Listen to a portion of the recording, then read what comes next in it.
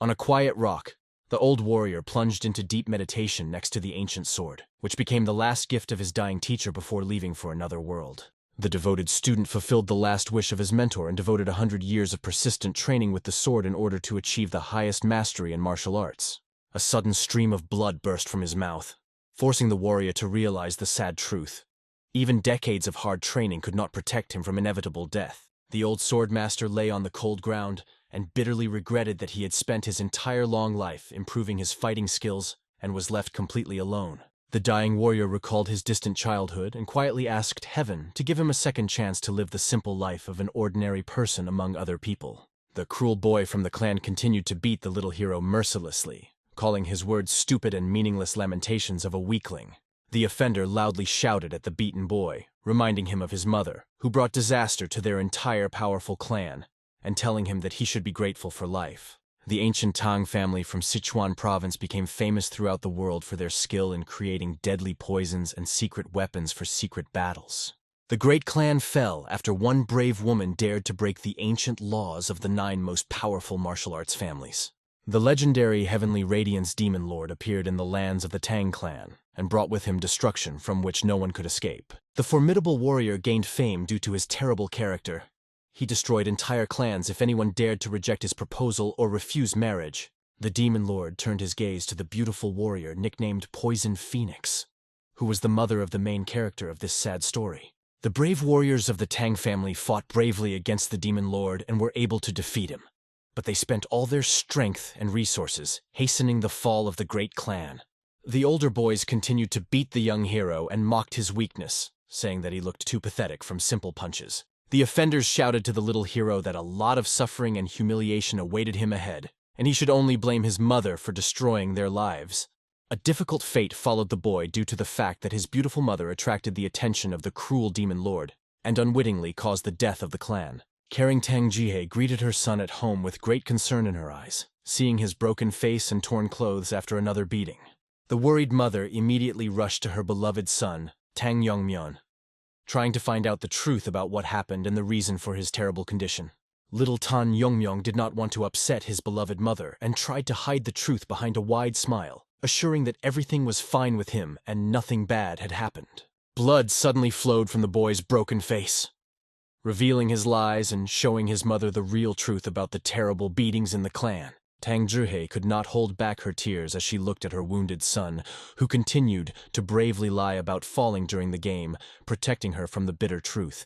The loving mother was worried about possible scars on her son's face, but the brave boy smiled again and promised to be more careful during the next games. The exhausted boy gently freed himself from his mother's embrace and refused dinner, saying that he had no appetite at all and just wanted to relax in his room. The little hero lay alone in his bed and thought about the hard life that befell him at such a young age due to the cruelty of other people. The sad boy understood his mother's innocence, but could not tell anyone about his suffering, knowing that any complaint or resistance would lead to new punishments. The hero's father died trying to protect his beloved wife and children from the cruelty of the clan, leaving the family unprotected in the face of constant humiliation and beatings. Young Tang Yongmyeon understood perfectly well that even if they escaped from the Tang clan, no one in the whole world would want to help and protect a disgraced woman with a small child. Falling asleep in his bed, the little hero dreamed about how his life could have turned out if his father had remained alive and been able to protect his family from harm. The new day brought familiar suffering to the hero. The cruel tribesmen again began to beat the defenseless boy, continuing their daily abuse. The evil boys laughed loudly at the little hero's pain and said that this was only the beginning of their fun, promising new suffering and humiliation ahead. The beaten hero lay on the ground and thought about his worthless life, not understanding how much longer he would have to endure these endless bullying and beatings. A sudden female voice stopped the beating. A girl from the clan suggested that the boys stop beating the hero because she had a new idea for entertainment. The young tormentor took out a set of sharp needles and announced to her friends that she had come up with a more interesting game for torturing the defenseless Tang Yongmyeon. The girl asked her friends not to cripple the boy ahead of time, so that she could begin her experiments, and the boys waited with interest for her new entertainment. Tang Jonggil explained to her friends that she wanted to test a new poison on Tang Yongmyeon before an important competition to become the young head of their powerful clan. A strong boy sat on top of the hero and pressed him tightly to the cold ground so that he could not break free and interfere with the terrible plans of the young poisoner. Tan Jonggil mockingly explained that a needle inserted incorrectly could injure the boy, so he should thank them for holding him tightly enough. The cruel Tang Yongyong came closer and promised not to kill the hero, saying that she would give him an antidote immediately after she was convinced of the effect of her new poison. The girl brought the poisoned needle to the boy's head and with a smile asked him not to die prematurely so that she could complete her experiment. After the injection, the hero's skin began to quickly change color from the action of the poison, and the cruel children laughed merrily and argued about how long he could withstand this torture. The terrible torment continued until the night, and from the unbearable pain, the blood vessels in the hero's eyes burst, turning them a frightening bright scarlet color. The exhausted hero lay on the frozen ground and noticed that the pain became a little less when he closed his eyes, sore from the poison. Thoughts about death brought the boy strange peace, but memories of his defenseless mother forced him to fight for his life, to protect and save her. Bitter tears flowed down the hero's face from the awareness of his own weakness and the inability to protect himself and his beloved mother from the cruelty of the people around him. The little hero dreamed of becoming stronger, so that one day he could fight back against his tormentors and protect his mother from all the troubles that befell their family. The wounded boy quietly whispered his humble request into the night sky, dreaming only of gaining enough strength to protect himself and his beloved mother. The little hero did not ask for wealth or fame. He wanted only one thing: to live an ordinary, quiet life with his family, like all normal people live. The heavens heard the boy's sincere pleas, and a mysterious luminous sword appeared in front of him in the darkness of the night, hovering in the air right before his eyes. Young Tang Yongmyong looked in surprise at the unusual weapon, which he had never seen in these places before. But for some reason he felt a strange connection with this sword. The boy's trembling fingers touched the cool hilt of the sword, and at the same moment he was overwhelmed by memories. This sacred blade really belonged to him. Memory returned in a flood of images. He remembered the teacher's instructions about centuries of training with a sword, and how he fulfilled this covenant, achieving incredible skill. The great power of the ancient sword exceeded all the expectations of the young warrior.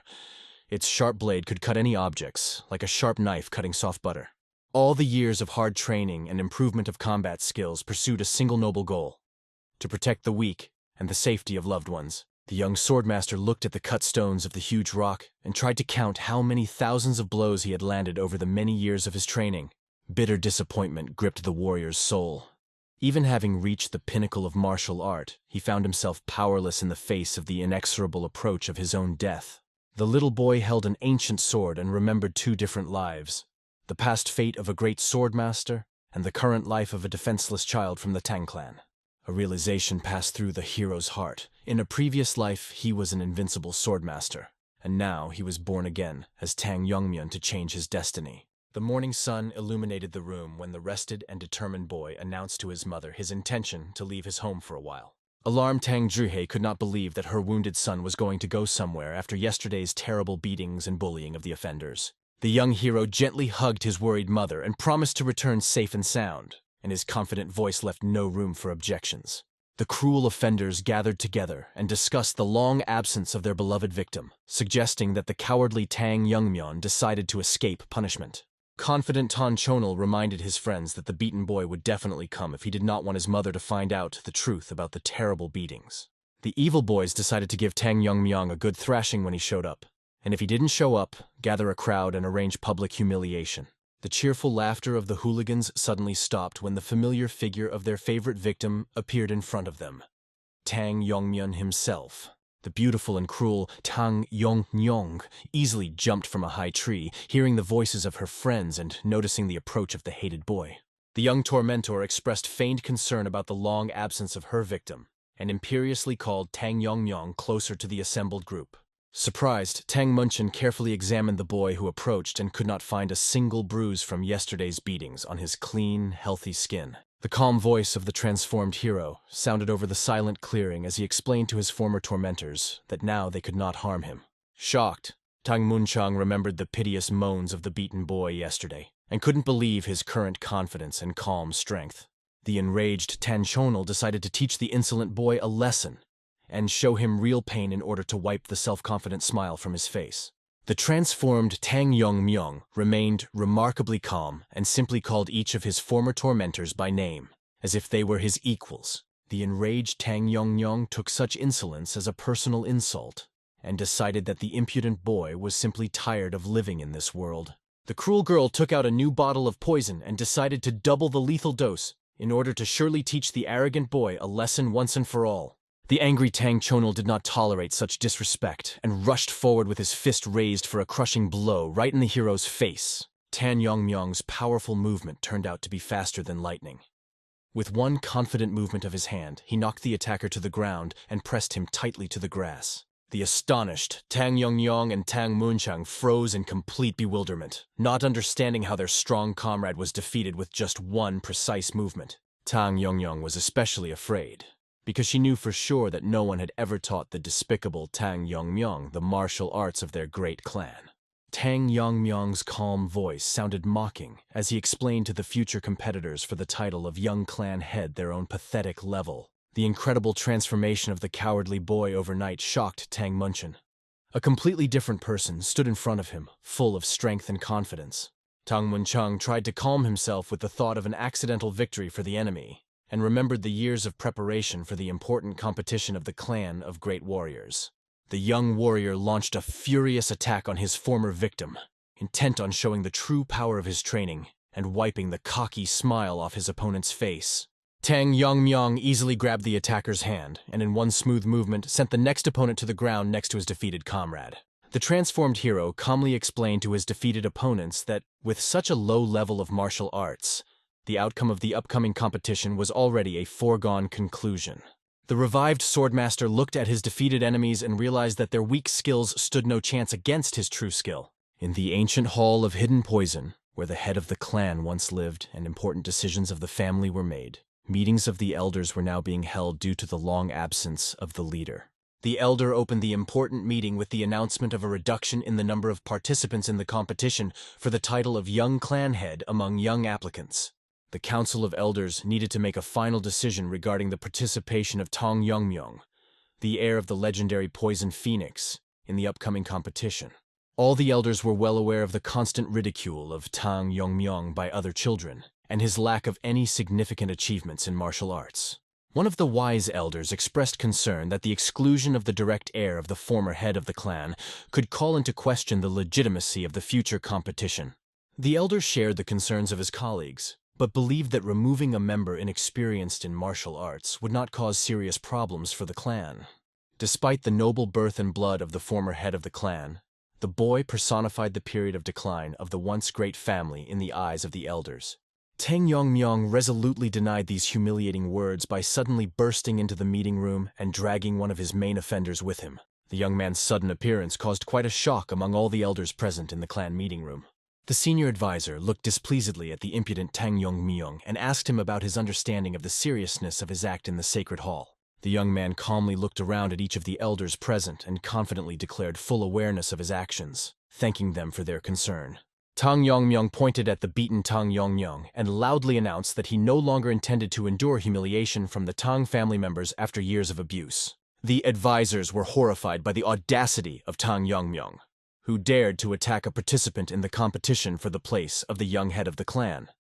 Contrary to the strict laws of the family, young Tang Yongmyong confidently declared his knowledge of family rules and emphasized that fights between competitors are not a violation of tradition. The Council of Elders froze in complete bewilderment at the unexpected words and behavior of the boy, whom they had known to be completely different before.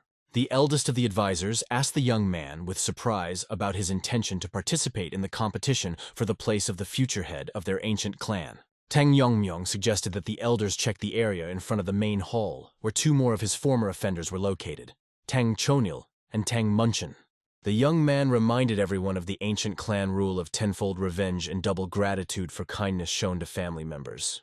The chief elder recognized Tang Yongmyong's right to participate in the competition, after demonstrating his determination and fighting skills in front of the clan council.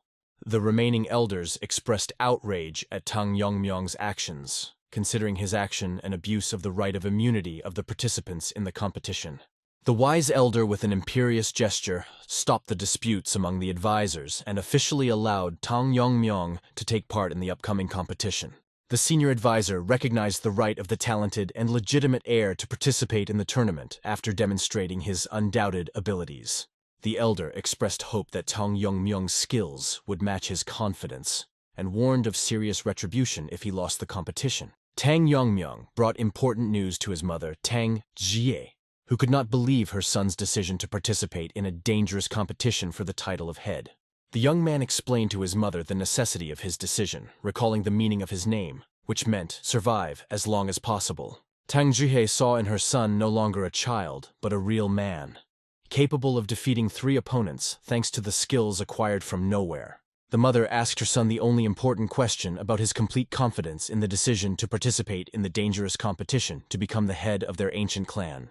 Tang Yongmyung confidently reminded his mother of his origin as the son of the Poison Phoenix and promised certain victory in the upcoming competition. Touched, Tang Jihye hugged her grown-up son tightly, feeling great pride in his determination and demonstrated strength of character. Tang Yongmyung returned his mother's hug, enjoying the warmth and comfort of his loved one after a long day of serious trials. The young man made a firm decision to protect a quiet life with his mother and destroy anyone who dared to disturb their peaceful existence.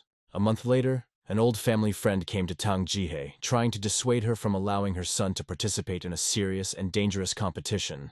Tang Jihye expressed full confidence in her son's decision, understanding that he had good reasons for participating in the upcoming competition for the title of head. An old family friend noted the amazing ability of young Tang Yongmyung to always act according to a well-thought-out plan, despite his young age. The man recognized Tang Yongmyung's outstanding qualities, noting his incredible thinking, courage, and self-control for such a young age. The head of the Dark King clan expressed gratitude to Tang Zhihai for taking care of Tang Yongmyung and supporting the young man before the important competition. The head explained the seriousness of the situation and his forced intervention, expressing hope for the safe completion of Tang Yongmyung's training. Tang Yongmyung went into deep meditation, reflecting on his previous life and all the events that had happened until now. The young man recalled his former days, filled with delicious food from his mother, long sleep and meditation to correct distorted paths of development. Tang Yongmyung realized that there was no need to further improve his strength and fighting skills at this stage of training. A person who reached the level of swordmaster in a past life and returned to the present could use the accumulated knowledge and skills at any appropriate moment. The boy's 12-year-old body required special attention, since the meridians at such a young age remained clean and flexible for the development of strength. Tang Yongmyung decided to concentrate on proper nutrition and rest to strengthen the body, understanding the importance of physical development in the future rebirth of strength. On the important day of the competition, the excited mother bid her son a fond farewell, asking him to be careful and take care of himself during the test. Tang Jihye also said a warm farewell to Tai, who had been assigned to accompany her son, after which they went together to the competition venue. As Tang Jihye watched her departing son, she mentally turned to her late husband, confident in his pride in their boy's achievements. In the majestic hall of the Dark King, many young competitors gathered together with the arrival of Tang Yongmyung. Calmly examining the assembled participants, the young man noted the early time of his arrival and the absence of the clan leader, who was busy preparing for the competition. Suddenly, a group of young men approached Tang Yongmyung, recognizing him as the very man who brutally beat Tang Munchang. The young people discussed Tang Yongmyung's participation in the competition with disbelief, considering it impossible for him to master martial arts. One of the guys boldly announced a drop in the level of the competition due to the admission of unworthy participants, and promised to restore order after his victory. Tang Yongmyung immediately responded to the insult by throwing a bun at the offender's face with such force that he immediately lost consciousness. The victim's friends were surprised to discover that the cause of their friend's loss of consciousness was an ordinary half-eaten rice cake. Surprised by the incredible power of the throw, the guys promised to take revenge on Tang Yongmyung, boasting of their numerical superiority over their previous assistants. Tang Yongmyung confidently reminded the boastful opponents of the complete defeat of Tang Munchan's group in the previous battle with him. The young man invited those wishing to experience his power for themselves, recalling the broken arms of Tang Munchan, who was unable to escape by flight. Tang Yongmyung expressed hope for the worthy behavior of the participants in the competition, who will not shamefully run away from a fight with him. The enraged opponents decided to attack Tang Yongmyung as a whole group at the same time, hoping to win by numbers. Tang Yongmyung easily dealt with all the attackers, demonstrating incredible superiority in combat skills over his opponents. The returning Tang Chokwi watched in amazement as the competitors flew through the air in the main training hall. Alarmed by what was happening, Tang Chokwi immediately rushed to the scene, fearing serious incidents with the participants. Arriving at the place, Tang Chokwi found an amazing picture. Aboard, Tang Yongmyong was calmly eating, sitting on a pile of defeated opponents. Tang Yongmyong asked the worried Tang Chokwi not to worry and to understand the situation correctly, explaining that the opponents attacked first. The elders became worried due to the numerous injuries of the participants before the important competition. Unable to ignore what had happened, Tan Seongchon proposed changing the rules of the competition, realizing the danger of the situation if a participant like Tan Yongmyong won. The assembled participants discussed the format of the competition, which included several years of training and subsequent fights between the contenders. The dark-haired girl asked her interlocutor in surprise about the source of secret information about the details of the upcoming competition. The interlocutor calmly explained the receipt of information through her father from the general staff, considering this knowledge necessary for herself. Tang Chokwi's sudden appearance attracted the attention of all the assembled participants, who were ordered to remain silent. Tang Chokwi introduced himself as the chief observer of the competition from the Dark King's clan, and prepared to announce important demands. Participants in the competition expressed sincere admiration for the young head of the Tang Chokwi clan, inspired by his achievements and position. Tang Chokwi announced a 4-year duration for the competition, with 3 years of training in throwing and concealed weapons. The training program included a year of searching for an individual training method, and 2 years of comprehensive training under the guidance of experienced warriors. After completing the training period, the participants had to fight in a special competition called the Gu Poison Duel. The participants shuddered when they heard about the ancient method of creating a powerful poison by fighting various toxins in one vessel. The peculiarity of the duel with Gu poison was the continuous battle of the participants until the only winner of the competition was determined. Tan Seongchong explained the change in the original competition format due to numerous injuries to participants before the competition began. The new competition format has been introduced to prevent such incidents and provide all participants with the opportunity to reach their full potential. Tang Chokwi reminded Tang Yongmyong of the nobility of the competition ceremony, where participants risk their lives to overcome their own limits. The head called on the participants to fight honorably for victory, promising the winner all the wealth and possessions of the Sichuan Tang family. Tang Yongmyong calmly assessed his main rivals and realized that winning the competition would not require excessive effort from him. In Sichuan province, on the territory of the Black Death Alliance, there was a mysterious camp of the Dark Moon Sword Sect, where important guests gathered to decide the fate of the Tang family. Those gathered in the spacious creation hall listened attentively to the man, who thanked everyone for putting aside their business to discuss the plan regarding the Tang family. Everyone present already knew from the latest reports about an important event in the Tang family, the announcement of a competition for the place of the young head, which aroused great interest among many. Many carts set off, carrying young contenders for the position of head of the Tang family, to the site of an important competition that was to determine the future of the clan. The power of the head of the Black Death Alliance, Yu Kil-jun, was so great that he could destroy the Tang family with one decision. But for now, he found their existence useful for his purposes. The young participants in the competition represented the hope for the future prosperity of the Tang family, so any failure in their fate could lead to serious consequences for the entire clan. The authentic words of the leader of the Dark Moon Sword Sect confirmed that the Tang family still possessed something valuable that required special care in handling and observation. After a long discussion, the man strongly recommended that everyone present take their time in implementing the plan and wait for the right moment to act. Simply attacking the moving carts containing the contenders would not have the desired effect of disrupting the competition, so a more thorough plan of action was required. The meeting participants came to the conclusion that the greatest damage to the Tang family could be done if they waited until the final of the tournament in 3 to 4 years and destroyed the contenders at the most important moment.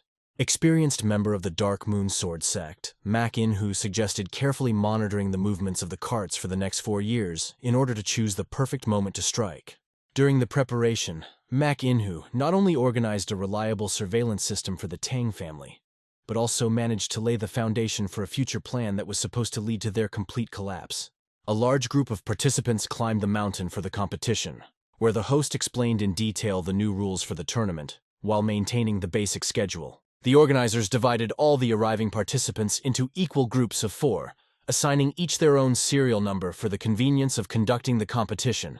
The seventh group of participants included Tan Yongmyong, who received number 28, which determined his position among the other contenders for victory. The attentive host quickly noticed the absence of the pensive Tan Yongmyong from the rest of the participants and loudly called for him to join the main group of applicants. The stern voice of the host urged the absent-minded Tan Yongmyong to stop having his head in the clouds and stick with the rest of the participants during the important event. The attentive Tang Yongmyong constantly sensed someone's hidden presence behind the group, which was clearly different from ordinary passers-by or accompanying people, arousing suspicion. As the group of young members reached the base of the mountain, a mysterious voice suddenly came from the massive rock, demanding the seventh group to reveal the secret password. Frightened children watched the talking rock in amazement until the leader said the cherished words, "Poisonous king of hidden poison," after which the stone wall moved apart. At the top of the opened rock, an unusual figure of a smiling man with a fan appeared, who introduced himself as Antoine and announced his role as an assistant in the upcoming competition. The history of the Jigal family was filled with glory and tragedy. They were once one of the 5 great families and famous for the art of embodiment, but lost their position due to conflict. Antoine spoke with gratitude about how the support of the Tang family had helped his clan survive. And now the Jigal family protected the competition with their art of embodiment. The young participants watched with sincere admiration the incredible technique of embodying the Jigal family, which created an amazing illusion around them, hiding the real time and place. Among all the participants, an attentive girl stood out, who watched with particular interest the strange behavior of Tan Yongmyong during the entire journey. The observant girl remembered a similar situation in the cart, when the attendant spoke about the importance of everyone working together over the next 3 years. The determined Tang Yuri took the initiative and was the first to get acquainted with the other members of the group, trying to create a friendly atmosphere among future rivals. Addressing Tang Yongmyong, Tang Yuri noted his wide popularity among all the participants in the competition, which had spread after the recent events in the Tang family. A young member named Tang Yizhong joined the conversation and mentioned Tang Yongmyong's famous victory over Tang Yongmyong, which made him famous among the family members. The astute Tang Yuri warned Tang Yongmyong about the dangers that could await him after the end of the competition, especially given the high position of his great-grandfather. Puzzled, Tan Yongmyong tried to understand whether his girlfriend was blaming him for changing the rules of the Go Poison duel, which made significant adjustments to the competition. The calm Tang Yuri hastened to explain that she was not making accusations, but was only expressing surprise at the recent changes in the rules of an important competition. The sensible Tang Yizhong reminded everyone of the importance of teamwork, but the dark-haired girl clearly showed her disagreement with this approach to competition. The astute girl noticed Tan Yongmyon's tendency to create problems for those around him, which only caused him to smile mockingly and angered the observer even more. After a long preparation for this important day, the girl firmly decided to closely monitor Tan Yongmyon's every action in order to prevent possible problems. Lost in her anxious thoughts, the girl suddenly ran into a surprised Tang Yizhong, which interrupted her flow of thoughts about possible problems during the competition. Suddenly, all the group members were alarmed to notice the inexplicable disappearance of their experienced trainer, Jigal, who had just been next to them. The alarmed young participants began to look around restlessly in search of Coach Jigal, who just a second ago was standing in front of them and giving important instructions. Concern began to spread among the participants about the possibility of getting stuck in a dangerous spatial rift of the incarnation, even despite the skill of Coach Jigal. Reasonable Tang Yuri suggested that the entire group stay in their current place and calmly wait for help, instead of taking risks and trying to find a way out on their own. The restless Tang Yizhong expressed obvious dissatisfaction with their forced inaction, while Tang Yongmyong, with surprising calm, walked towards one of the trees growing nearby.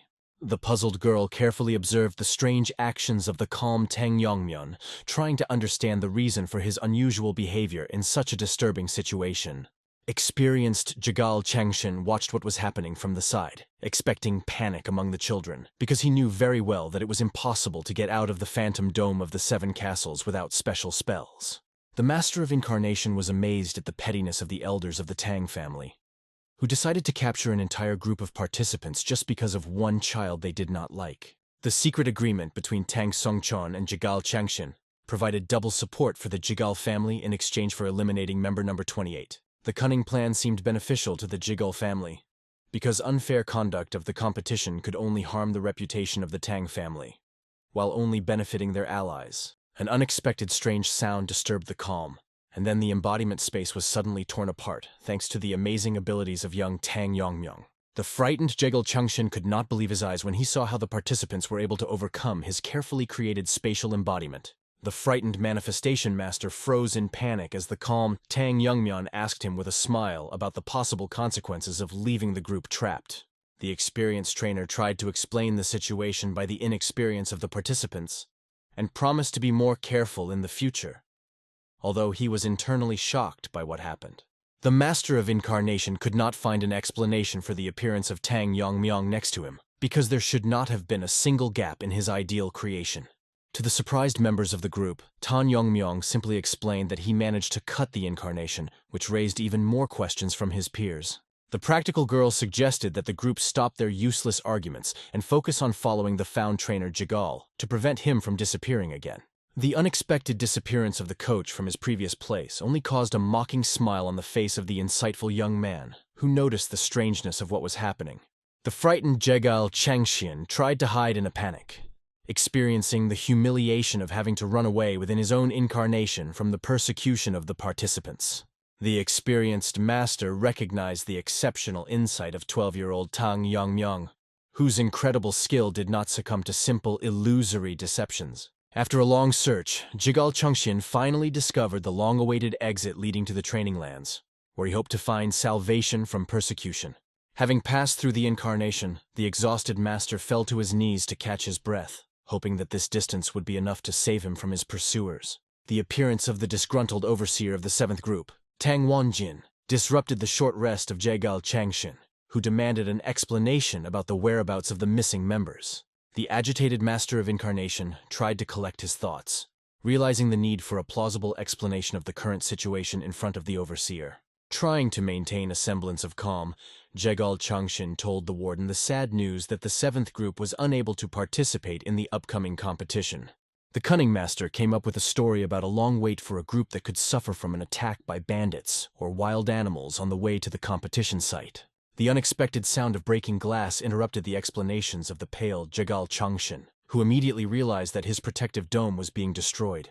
The shocked master of manifestation watched in horror as his carefully created space began to collapse, becoming covered with numerous cracks. The vigilant overseer immediately prepared his weapon, and Jigal Chengxian tried to calm the situation by volunteering to personally check the source of the strange sounds. The Master of Incarnation did not have time to take any action, observing the destruction of one of the most important formulas of his art of the Jigal family. The incredible skill of a 12-year-old boy led to the complete destruction of the phantom dome of the 7 castles of the Jigal family, which was considered invulnerable. The appearance of smiling children expressing feigned concern for Jigal Chengxian, who had suddenly left them, was the final blow to the pride of the experienced embodiment master. Young Tang Mirio stood frozen in amazement as she watched the incredible events unfold before her eyes on this amazing day. Tang Yongmyong's amazing ability to destroy an incarnation with a simple short sword seemed impossible to the girl, going beyond the usual understanding. The calm young man explained to the other participants that he had only created a temporary opening in the incarnation and advised them to hurry up before the path to the exit was closed.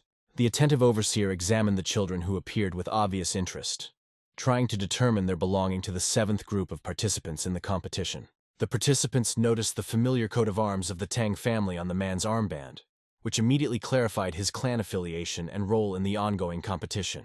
Tang Wanjin expressed genuine relief at the safe arrival of the children, whose fate he had been worried about following the coach's alarming message. Tang Yongmyong, looking at Jigal Chengxin's frightened face, decided to clarify the misunderstanding that had arisen in the current situation. The story of how the lost children found their way through the designated entrance to embodiment sounded plausible enough to everyone present. The participants silently supported the young man's obvious lie, realizing that behind his words there was a serious reason for hiding the true events. Tang Yongmyong suspected the Master of Embodiment's connection with the elders of the Tang family, but for now, he decided to keep his guesses to himself. The young man's decisive determination to destroy the Jigal clan if their agreement with the elders was confirmed spoke of the seriousness of his intentions. Jigal Chengxian respectfully apologized to the children for the misunderstanding and hurried to check the condition of the damaged magical structure. The warden joyfully greeted the unharmed participants, apologizing for the temporary lack of proper escort along the way. Tang Wanjin introduced himself as a member of the legendary Manhwa squad and announced his responsibility for training the participants during the upcoming competition. Tang Miria kept in her memory amazing stories about the mysterious disappearance of this elite unit many years ago. Manhwa's squad, which reported directly to the former young head of the clan, consisted of powerful warriors whose strength was not inferior to the great leaders of the Tang family. The attentive girl immediately connected the former young head known as Poison Phoenix with the origin of Tang Yongmyong standing next to her. The young man's direct question about the reasons for the presence of the overseer in the Tang family seemed inappropriate to those around him. But the experienced warrior treated this with understanding.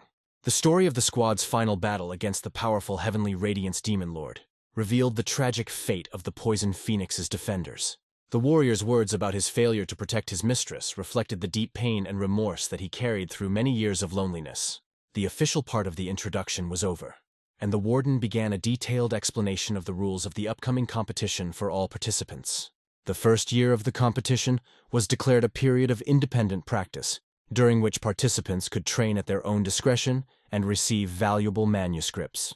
Tang Miri was thinking about the possibility of learning the legendary technique Rain of 10,000 Celestial Flowers, which was lost after the appearance of the Demon Lord. Ancient knowledge about technology was passed down from generation to generation, maintaining the main condition. It must belong to the future young head of the clan. Tang Yongmyong knew about the incredible power of the technique, allowing him to control many hidden blades flying like a destructive storm. The young man hoped to use his talent for copying techniques to master this legendary martial art of the Tang family. The overseer warned the participants about the difficulty of mastering the 10,000 Celestial Flowers Rain technique, expressing doubts about their ability to master it. After a lengthy explanation, Tang Yuri raised the practical issue of places to stay for the night, interrupting the flow of information about the upcoming training. The unexpected answer about living in the forest and the need to provide for oneself surprised young Tan Yongmyong. The experienced supervisor emphasized the importance of adapting to extreme conditions, encouraging participants to focus on developing their abilities. Tan Yongmyong expressed disagreement with the harsh conditions, emphasizing the importance of proper rest and proper nutrition for a growing body. The rest of the participants anxiously awaited the guard's reaction to the young man's bold statements that violated the usual training order. Tang Wanjin noted the young member's arrogance, but could not ignore his ability to break the barrier of an experienced embodiment master. The warden offered the young man an unusual solution: the opportunity to spend the night on the estate, subject to successful completion of a special test. Confident in his abilities, participant number 28 accepted the warden's challenge without hesitation. On the mountain of testing, the young man had to demonstrate the ability to dodge or block attacks from hidden weapons from a distance of 5 steps. The test conditions required the participant to operate blindfolded, relying only on other senses during opponents' attacks. Those present watched the preparations for the test with disbelief, doubting the possibility of successfully completing such a complex task. Tang Miri understood the psychological component of the test, the deliberate creation of a tense atmosphere to test the participants' self-control. The first attacks began in tense silence, while a concentrated Tang Yongmyong tried to determine the direction and number of flying weapons, instantly determining the exact number of flying blades, 167. The young man assessed the scale of the attack as impressive but quite surmountable for his level of skill. Tang Yongmyong performed a complex tethering technique, demonstrating a deep understanding that true martial art is not only about technical execution. The fundamental art of ascension combined 5 essential principles: destruction, dispersal, binding, cutting, and sharpening, requiring mastery in each. Thanks to the experience of his past life, the task seemed simple to the young man, although for novice warriors such skill remained an unattainable peak of martial art. Incredible skill allowed the young warrior to spin and repel all the attacking blades with one precise movement, which amazed even the experienced overseer. The rest of the participants froze in silent surprise, unable to believe that it was possible to neutralize such a number of deadly weapons with a single blow. Remaining surprisingly calm, Tang Yongmyong simply removed the bandage and asked the shocked guard the result of his test. Tang Wanjin's deep shock at what he saw was transmitted to the other participants, who anxiously awaited his assessment of his extraordinary skill. Recognizing the outstanding result of the test, the warden allowed the winner to rest on the estate, mentally noting the appearance of a real battle monster among the children. Tang Yuri's envy and Tang Yizhong's insecurity were complemented by Tang Mirio's emotional question about the fairness of sole enjoyment of privileges. The winner's sly smile eloquently expressed his thoughts without requiring additional explanations to those present. The young man's thoughts were already rushing to the anticipation of delicious dishes on the estate, inaccessible to those who would remain in the harsh conditions of forest life. Despite Tang Mirio's obvious indignation at the winner's behavior, the girl was aware of the complete lack of choice in the current situation. The experienced supervisor was pleased to note the preservation of the fighting spirit of the remaining team members, although the outcome of the competition seemed to him a foregone conclusion. Observing the incredible abilities of the young warrior, Tang Wenjin saw in him the long-awaited hope of reviving the former greatness of the Tang family. Lost in his thoughts of comfort, the young winner insisted on including meat in every meal, covering his desires with concern for his growing body. While the carefree Tang Yongmyong was enjoying the comfort of the estate, the rest of the participants watched a breathtaking scene. A pack of huge wolves were dealing with their prey, a massive forest bear. A sudden change in the behavior of the predators attracted the attention of observers. The wolves began to cough convulsively and convulse, as if struck by an invisible force. Having waited for the right moment, the children, guns in hand, rushed towards the paralyzed animals, hoping to get their long-awaited food in the harsh conditions of the training camp. After a successful hunt, the group returned to their camp, where Tang Yuri rejoiced at the effectiveness of the paralyzing poison, and Tang Yizhong expressed confidence in their ability to survive thanks to a successful hunting strategy. The admiring comrades discussed Tang Yizhong's impressive technique for creating poison, and while waiting for the prey to be prepared, their conversations smoothly flowed into memories of past trials. During their 4-month stay at the training camp, the participants had come a long way from the first day when they had to flee from a huge bear that crossed their path. The first days of survival turned out to be especially difficult. Unable to find decent prey, the young participants were forced to eat grass and roots of wild plants. The memory of joyful tears after the first successful hunt remained forever in the hearts of the young warriors, reminding them of the path traveled and the successes achieved. Despite all the difficulties and hardships, the team managed not only to survive in harsh conditions, but also to create a reliable shelter for their small squad. Tang Yizhong's curiosity about Tang Yongmyong's life in the estate was sharply suppressed by Tang Mirio, who forbade even mentioning the name of their privileged comrade. In the mind of the angry Tang Mirio, their former comrade must have spent his time in idleness, enjoying the comfort of the estate away from the difficulties of forest life. The girl firmly decided to take revenge on her wayward comrade at the very first meeting, so that he would answer for his disdainful attitude towards the rest of the team. Reflecting on Tang Yongmyong's incredible abilities demonstrated earlier, Tang Yizhong was worried about how much stronger he could become during his intense training. The sudden disappearance of the hard-earned meat interrupted the lively conversation between Tang Mirio and Tang Yizhong, causing them to look around in bewilderment. Turning to the place where supplies were stored, they found a satisfied Tang Yuri, who single-handedly managed to deal with all the loot, leaving not a single piece for her comrades. Outraged by such selfish behavior, Tang Mirio and Tang Yizhong grabbed their blades, intending to teach a lesson to their gluttonous friend, who was unaware of the danger that threatened her. Tang Yongmyong's training at the Seven Castles Dome Incarnation Fortress in the Gongdong Mountains was radically different from the harsh trials of his comrades in the wild. Daily training with experienced guards demonstrated the outstanding abilities of the young man, who easily defeated any opponent who stood in his way. After a series of continuous victories, Tang Yongmyong, tired of simple defensive techniques, decided to demonstrate his new skills using special fighting rings. The surprise attack using the rings turned into a deadly display. One precise hit sent the experienced warrior to the ground with a serious wound. The rapid attacks of the rings, which moved faster than ordinary shuriken, caught the opponents by surprise, and the use of the crazy dance of rotating blades technique allowed Tang Yongmyong to win an instant victory. The amazed Tang Wenjin had a hard time realizing that the young student managed to deal with a group of well-trained soldiers in a matter of moments. Particularly admired was the precise control over the attacks. Each blow was calculated to inflict light wounds without serious damage, demonstrating a previously unknown fighting technique. Having carefully studied the young master's technique, Tang Wenjin recognized the effectiveness of the technique, which is almost impossible to escape from. and asked the talented creator for its name.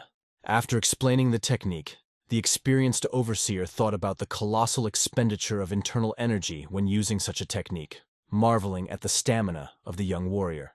In response to his mentor's interest, Tang Yongmyong spoke about his experience studying the manual of eye techniques, which caught his attention during training.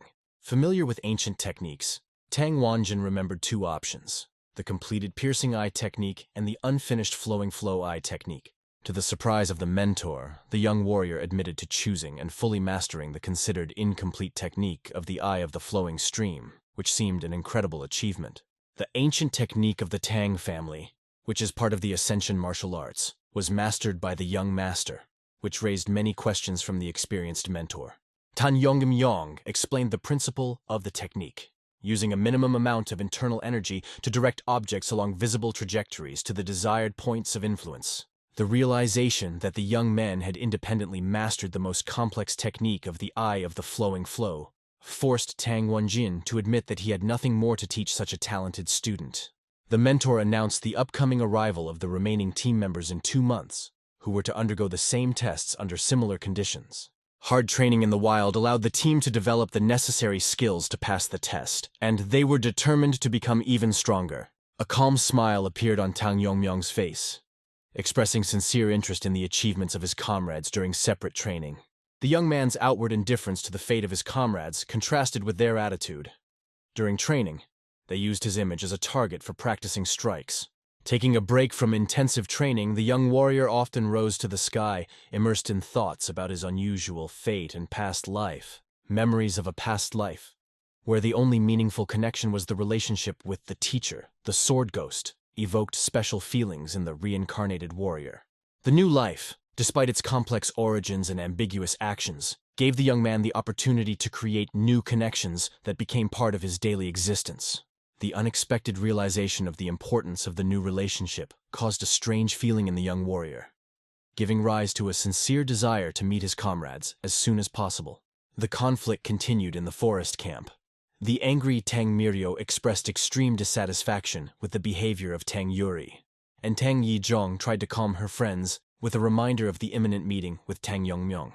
The remaining 2 months of training were of particular importance. Over the intervening time, the novice warriors had made impressive progress in their skills. The upcoming meeting with Tang Yongmyong caused particular excitement for the determined Tang Miryo, who was preparing for the important moment of the team's reunion. Even the usually reserved Tang Yuri expressed bellicose intentions towards her former comrade, planning to severely punish him for neglecting the team. Observing the aggressive attitude of the young warriors, the warden experienced involuntary fear, marveling at the transformation of their characters during the severe trials. Arriving at the palace, the inspired team loudly called for Tang Yongmyong to come out to them, but were puzzled by the unusual silence that reigned in the estate. Tang Miryo suggested the possible escape of her comrade, causing regret to Tang Yuri, who longed to carry out the long-awaited revenge. Suddenly, Tang Miryo's attention was drawn to Tang Yizhong's unusual quietness, which was noticeably different from her usual behavior recently. Turning to the place where the pensive friend stood, the other participants were surprised to discover the appearance of Tan Yongmyeon himself. A calm smile appeared on the face of the young man, who explained that his sudden appearance was intended as a surprise, although the threats he heard against him aroused his particular interest. Observing the confusion of his comrades, Tang Yongmyong reminded them with a slight grin of the recent threats to smash his skull, suggesting that they immediately test the seriousness of their intentions. The young man proposed to start a duel so that his comrades could demonstrate the results of their 6-month training in harsh forest conditions. After Tang Yongmyong's bold offer to start the fight first, Tang Miryo hurried to defuse the situation by explaining the playful nature of their previous threats. Internal anxiety gripped Tang Miryo, who realized that Tang Yongmyong's appearance had gone unnoticed by the entire group of experienced warriors. Living in the wild greatly sharpened the team's senses, but the difference in skill level with Tang Yongmyeon became even more obvious, raising questions about his training. Over the past months, Tang Yongmyeong's appearance has undergone noticeable changes, giving his facial features a more noble and sophisticated appearance. Unexpected embarrassment gripped Tang Miryo at the sight of her transformed comrade, although she tried to explain her feelings by long-term isolation from human society. Noticing the girl's thoughtfulness, Tang Yongmyeong tried to cheer her up, noting the significant increase in her fighting abilities during separate training. Adding to his compliment, the young man couldn't help but remark that even Tang Miryo's increased strength was still inferior to his own level of skill. Tang Yongmyung's sincere laughter and constant self-confidence made his comrades understand that some character traits remain unchanged even after a long separation. Representatives of the Jigal Guild gathered for an important meeting to sum up the results of the 6-month training period and discuss the results achieved. The attention of those gathered was attracted by the exhausted appearance of Jigal Changshin, who, trying to avoid unnecessary questions, immediately moved on to discussing the outstanding participants in groups. Among all the candidates, participant number 2 was especially highlighted, demonstrating exceptional progress in developing her combat skills. Observers noted an unusual feature. There was no obvious desire for strength or a simple desire to survive in her training. The source of her strength was a deep dislike for an unnamed opponent, which gave her training a special intensity and purpose.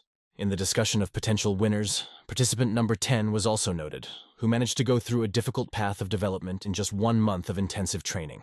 Jigal Changshin recognized the outstanding abilities of participants 2 and 10, but knew that even their achievements paled in comparison to the incredible skill of participant number 28. The abilities of the young warrior, who not only destroyed a powerful incarnation, but also demonstrated skills that surpassed the capabilities of experienced masters, caused a real shock. Jigal Changshin's caution in recruiting member number 28 was due to the suspicion that he had revealed their secret plans from the very beginning. Jigal Changshin's worried look attracted the attention of the rest of the meeting participants, who inquired about the reason for his concern. In an effort to avoid unwanted questions, the embodiment master calmly reported the absence of noteworthy members in his group. Realizing the need to find an easily controlled puppet, Jigal Changshin proposed an alternative plan that included introducing the chosen member to his influential nephew. Information about the girl's face, disfigured by a family curse, gave reason to believe that her heart would be easy to manipulate to achieve their goals. Jigal Changshin's plan involved helping the girl win the competition and then organizing her engagement to her nephew, which would ensure a family connection with the Tang clan. Expanding influence through family ties would allow the Jigal clan to gradually interfere in the internal affairs of the Tang family, strengthening control until the complete absorption of the clan. Noticing the approving reaction of the clan members present, Jigal Changshin felt it was time to end the discussion since all the key issues had been addressed. As he left the meeting, Jigal Changshin continued to reflect on the value of member number 28, who could not be lost sight of. The cunning plan included the opportunity to lure the surviving participant in the tournament to his side, offering him revenge, adoption, and the position of head of the Jigal family. The team's reunion on the estate saw a significant increase in training intensity for all involved as they strived to improve their skills. Despite the increased training load, comfortable living conditions on the estate with the opportunity for proper rest compensated for all the difficulties. Tang Yizhong's absence from the training girls raised suspicions about her possible stay in the laboratory with Tang Yongmyun. Tang Yuri's story about Tang Yizhong's furious departure to the laboratory caused concern in Tang Miryo, who knew about her friend's outstanding abilities in creating poisons. In the laboratory, Tang Yizhong proudly presented her new creation, declaring the soul energy put into preparing the poison, as requested by Tang Yongmyong. Tang Yongmyong's shocking decision to immediately drink the prepared poison caused Tang Yizhong to panic, not expecting such a reckless act. In desperation, the girl tried to stop Tang Yongmyong, warning him of the deadly danger of the poison he had just drunk. Observing the young man's distorted face, Tang Yizhong realized with horror the effect of her poison, which caused her severe panic.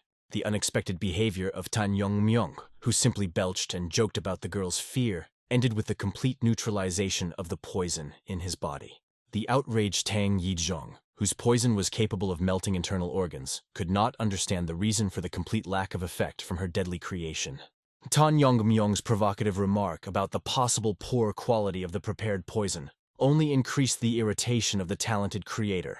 The loud cries of the angry Tang Yizhong, which reached Tang Miryo and Tang Yuri, allowed them to guess that the test of the new poison had failed. Tang Yizhong's persistence resulted in the creation of a new poison, which Tang Yongmyong drank as easily as if it were a strong alcoholic drink. Tang Yongmyong's calm request for a stronger poison, since the previous one had no effect, only increased the irritation of the creator.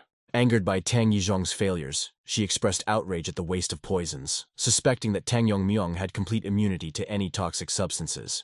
The true reason for the immunity to poisons turned out to be the Tang family's legendary insanity poison cleansing technique, passed down through generations. The logic of the technique was based on the need for complete control over poisons for true masters, capable of turning deadly substances into a source of power.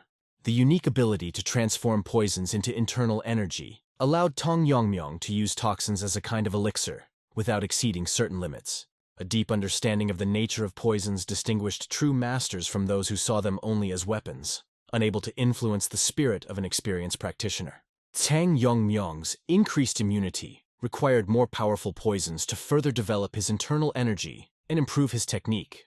Understanding the need for serious preparation before the opportunity to lead an ordinary life did not allow the young man to relax even in the fight against weak opponents. The real threat of attack from the Black Death Alliance or the Skylight Demon Lord required constant preparedness for unpredictable events. The lack of personal accounts with the Black Death Alliance did not prevent Tang Yongmyong from realizing the danger of their leader Yu Kiljun, who became famous for the destruction of 3 major factions. Comparing himself with his previous incarnation, Tang Yongmyong understood the need to achieve the previous level of strength to ensure a calm life in the new world. Tang Yongmyong's thoughts about more powerful poisons were interrupted by Tang Yizhong's mention of a mysterious 10th poison that the young man had never heard of before. Tang Yizhong's indignation was caused by Tang Yongmyong's ignorance of the ancient recipes for poisons inherited from his ancestors and numbered from 1st to 10th in terms of strength of effect. The history of the 10 ancient poisons of the Tang family, most of whose formulas were lost, included the legendary 10th poison, capable of defeating even the highest martial artists. The mention of a poison that could overcome the protection of the highest masters aroused particular interest in Tang Yongmyong, who was looking for ways to enhance his abilities. Interested in the possibilities of the legendary poison, Tang Yongmyong asked Tang Yechong about the possibility of recreating the 10th poison. Tang Yizhong was perplexed by the question of creating a poison, the formula of which was irretrievably lost many generations ago. Tang Yongmyong's obvious disappointment and indifference to existing poisons caused great irritation in the talented creator of deadly substances. Tang Yizhong recalled the ban on the use of the 10th poison due to its extreme danger, emphasizing that even Tang Yongmyong could not survive its use. During the next fight, the number 2 opponent suddenly encountered strange symptoms. His eyes began to water and tremble, causing increasing panic. The sudden manifestation of the effect of the poison caused severe panic in the enemy, accompanied by uncontrollable trembling and lacrimation. Watching the painful suffering of the enemy, from whose mouth flames were escaping, the second number coldly demanded to repeat his insulting words about her appearance. The deadly effect of the poison was fully demonstrated when the enemy's body began to burn from the inside, making it impossible for him to utter a word.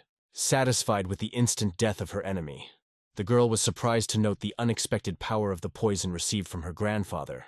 Realizing the power of the 10th poison of the Tang family caused deep satisfaction in the girl, fueled by memories of the pain she experienced and the desire for revenge.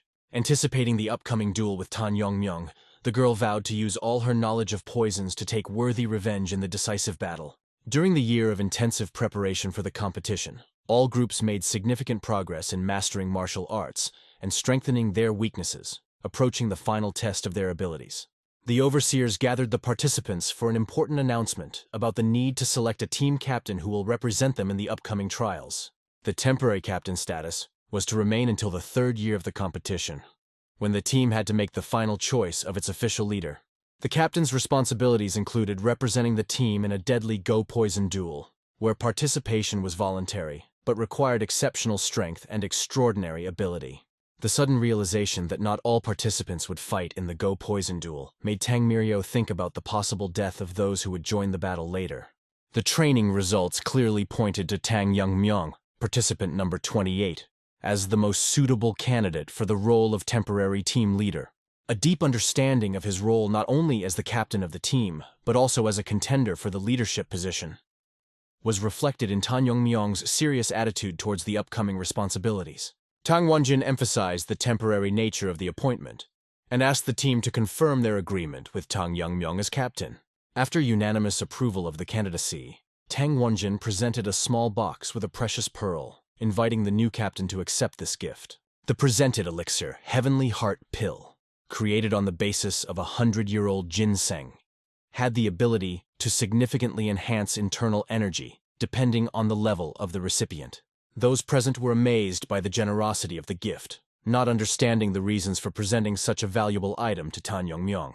Tan Wanjin explained that such a privilege is traditional recognition of the status of the team captain, on whom special expectations are placed. Tang Wanjin's special faith in Tang Yongmyong's potential was accompanied by the promise of unprecedented opportunities after taking the Heavenly Heart pill.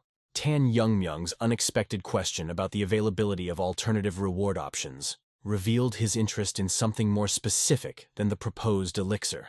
The indignation of those present was caused by the seeming disregard for the priceless gift.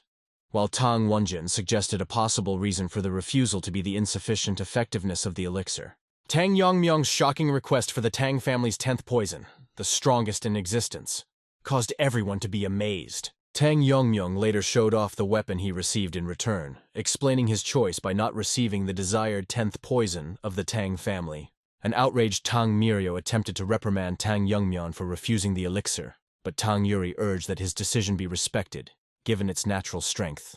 The astute Tang Yezhong noted the elder's likely joy at keeping the precious Heavenly Heart pill in their possession. Tan Yongmyong's unexpected confession about keeping the pill in his possession caused a new wave of surprise among those present. A few hours earlier, a meeting had taken place between Tang Yongmyong and Tang Wanjin, during which the young warrior was given the weapon he had requested. The mentor's excited question about the equivalence of replacing the Heavenly Heart pill with a weapon was met with a sad reaction from Tang Yongmyong, who still regretted the lack of strong poison. The uniqueness of Tang Yongmyong's request for a weapon instead of an elixir interested Tang Wanjin, who inquired about the young warrior's possible additional wishes. The mentor's response about the need to return the pill to the medicine hall caused him to be surprised by Tang Yongmyong's sudden interest, similar to a change of mind. The real reason for Tan Yongmyong's interest was an unexpected idea that required practical testing in the near future. The offer to use the Heavenly Heart pill as a reward for defeating the temporary team captain provided additional motivation for the members to develop. The announcement of a 3-day deadline for possible duels for the possession of the Heavenly Heart pill demonstrated Tang Yongmyong's commitment to developing the potential of the Tang family. The immediate reaction of the girls rushing to get shurikens to fight Tang Yongmyong showed the effectiveness of his motivational strategy. The firm decision not to give in to fights was accompanied by a promise to provide each participant with a Heavenly Heart pill upon becoming the head of the clan. The passing seasons, spring, autumn, winter, and new spring, did not bring Tang Yongmyong a single defeat, forcing him to think about the need to strengthen the hierarchy. Tang Qizhong's next defeat was 173rd in the total number of unsuccessful attempts to defeat the invincible team captain. The observant Tang Mirio noted the amazing endurance of Tang Yongmyong, who, even after days of continuous battles, maintained even breathing. Even the determined Tang Yuri, having lost interest in ordinary competitions, lived only for the opportunity to fight with the invulnerable Tang Yongmyong. Tang Mirio's recognition of the fascination of watching fights coincided with Tang Yongmyong's gesture of extending a helping hand to the defeated Tang Yizhong. The moment of admitting defeat was accompanied by reflections on the likely leadership of Tang Yongmyong in the struggle for the place of head of the clan, despite unmet opponents. Tang Yizhong, accepting the inevitability of Tang Yongmyong's superiority, expressed the hope of maintaining ties after he became the head of the clan. Tang Wanjin's timely appearance was accompanied by a summary of the team's year-long progress and the official appointment of member number 28 as captain. The warden's warning about the start of the real duel with Go Poison the next day was accompanied by a call to complete all preparations. The summary of 3 years of training included mention of tragic incidents on other teams, including unexplained deaths and exclusions. The team's achievement of a level comparable to a professional team caused well-deserved pride in the work done and the results achieved. Tang Wanjin decided to give one last briefing before the Poison Go match, despite repeated previous explanations of the rules of the competition. Particular attention was paid to allowing the use of the strongest poisons, with the exception of the legendary 10 of the Tang family, which required the maximum concentration of abilities from the participants. Tang Yizhong's careful preparation included providing Tang Yongmyong with deadly poisons, warning them of their extreme danger even in minimal quantities. Detailed descriptions of the various types of poisons, including ocular poison and 9-poison powder, were accompanied by clear instructions for their use. The completion of the briefing was accompanied by a solemn promise of victory, despite the team's general concern for the outcome of the competition. The unusual way of sealing the promise by hitting his own hand on the nose demonstrated Tang Yongmyung's belief that only his friends could pose a real threat. The moment of farewell ended with Tang Yongmyung leaving through the portal that transported the participants to the site of the decisive competition. The arrival of the day of the Go poison duel coincided with the moment when Tang Yongmyung was examining one of the strongest poisons. Realizing her advantage, Tang Yongmyung's confidence in victory was based on a combination of grandfather's poisons and the support of new powerful allies. The intriguing offer of help from the Jigal family aroused natural interest in their true intentions and plans. The representative of the Jigal family revealed their ability to control the duel arena through the embodiment system, promising to create favorable conditions for Tang Yongmyung. The insightful girl, understanding the selfishness of the offer, directly asked about the desired reward for the assistance provided. The frank confession of the representative of the Jigal family revealed their desire to unite with the Tang family, while maintaining a certain independence. Tang Yongmyung quickly realized the true goal of the allies: to use her as a tool to influence the internal affairs of the Tang family. The girl was bewildered by the naivety of the assumption about her readiness to agree to such terms of cooperation. The representative of the Jigal family's direct question about Tang Yongmyung's true desires opened the way to a frank dialogue about the goals of cooperation. The 3-year wait for this day filled Tang Yongmyung with the determination to kill Tang Yongmyung and regain her lost life at any cost. The thirst for revenge filled Tang Yongmyung, making her eagerly await the decisive meeting with Tang Yongmyung. The distribution of teams in the duel represented a variety of strong leaders, from Tang Yongmyung to the bloodthirsty Tang Kunling, ending with the 7th team led by Tang Yongmyung. Coming out of the portal on a beautiful spring day caused Tang Yongmyung to grimly remark about the ideal conditions for the upcoming deathmatch with Poison Go. The ancient duel arena amazed with its incredible size and centuries-old history, forcing Tang Yongmyung to think about the long time it took to search for an enemy in this vast expanse of battlelands. The careful observation of the members of the Jigal family of participant number 28 from the 7th group aroused their special interest, which was reinforced by many years of experience in holding such competitions. Continuing to observe the young warrior's actions caused the elder to become increasingly uneasy at the apparent waste of the hero's enormous potential, but the need to carry out his original plan to eliminate him remained unchanged. The elder's desire to quickly eliminate Tang Yongmyung grew stronger with every minute of observation, but his intentions were threatened when the young member suddenly sensed another's presence and looked directly at him. Hidden observation through many protective layers of magic seemed to be a reliable hiding place for the elder, but Tang Yongmyung's amazing skill allowed him to not only detect the observer, but also destroy his magical disguise. Unpleasant thoughts about the constant interference of the Jigal family in current events made Tang Yongmyung remember Tang Wonjin's important warning about the strict prohibition of any outside participation in the sacred duel.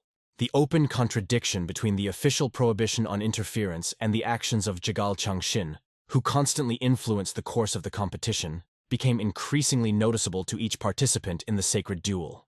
The calm decision to allow the Jigal family to continue their intrigues until the end of the competition came to Tang Yongmyung, along with the firm intention of holding them accountable for all violations after the end of the match.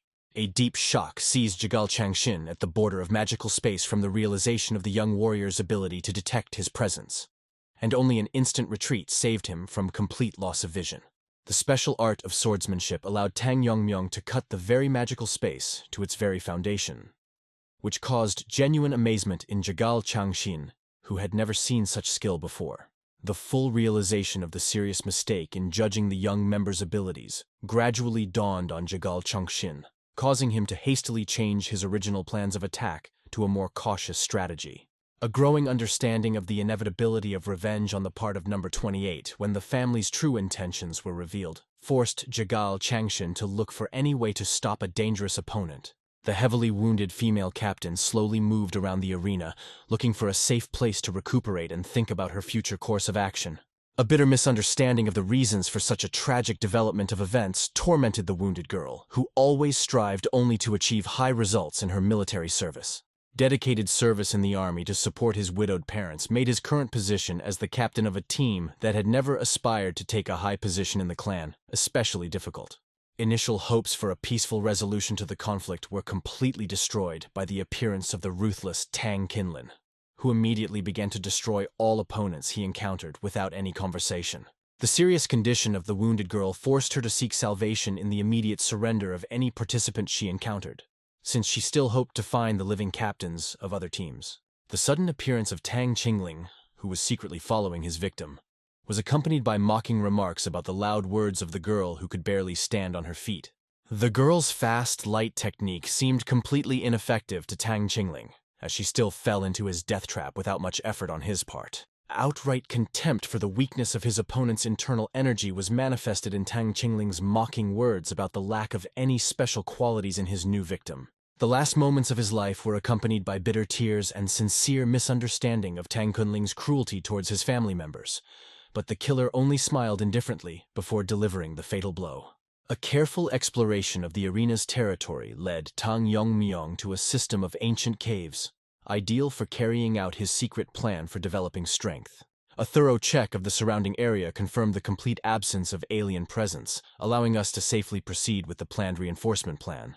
The favorable atmosphere of the cave and the absence of external threats allowed Tang Yongmyong to begin deep meditation to achieve a new level of inner mastery. The correct development of the body gave Tang Yongmyong complete confidence in the absence of dangerous consequences from the upcoming transformation of internal energy through long-term meditation.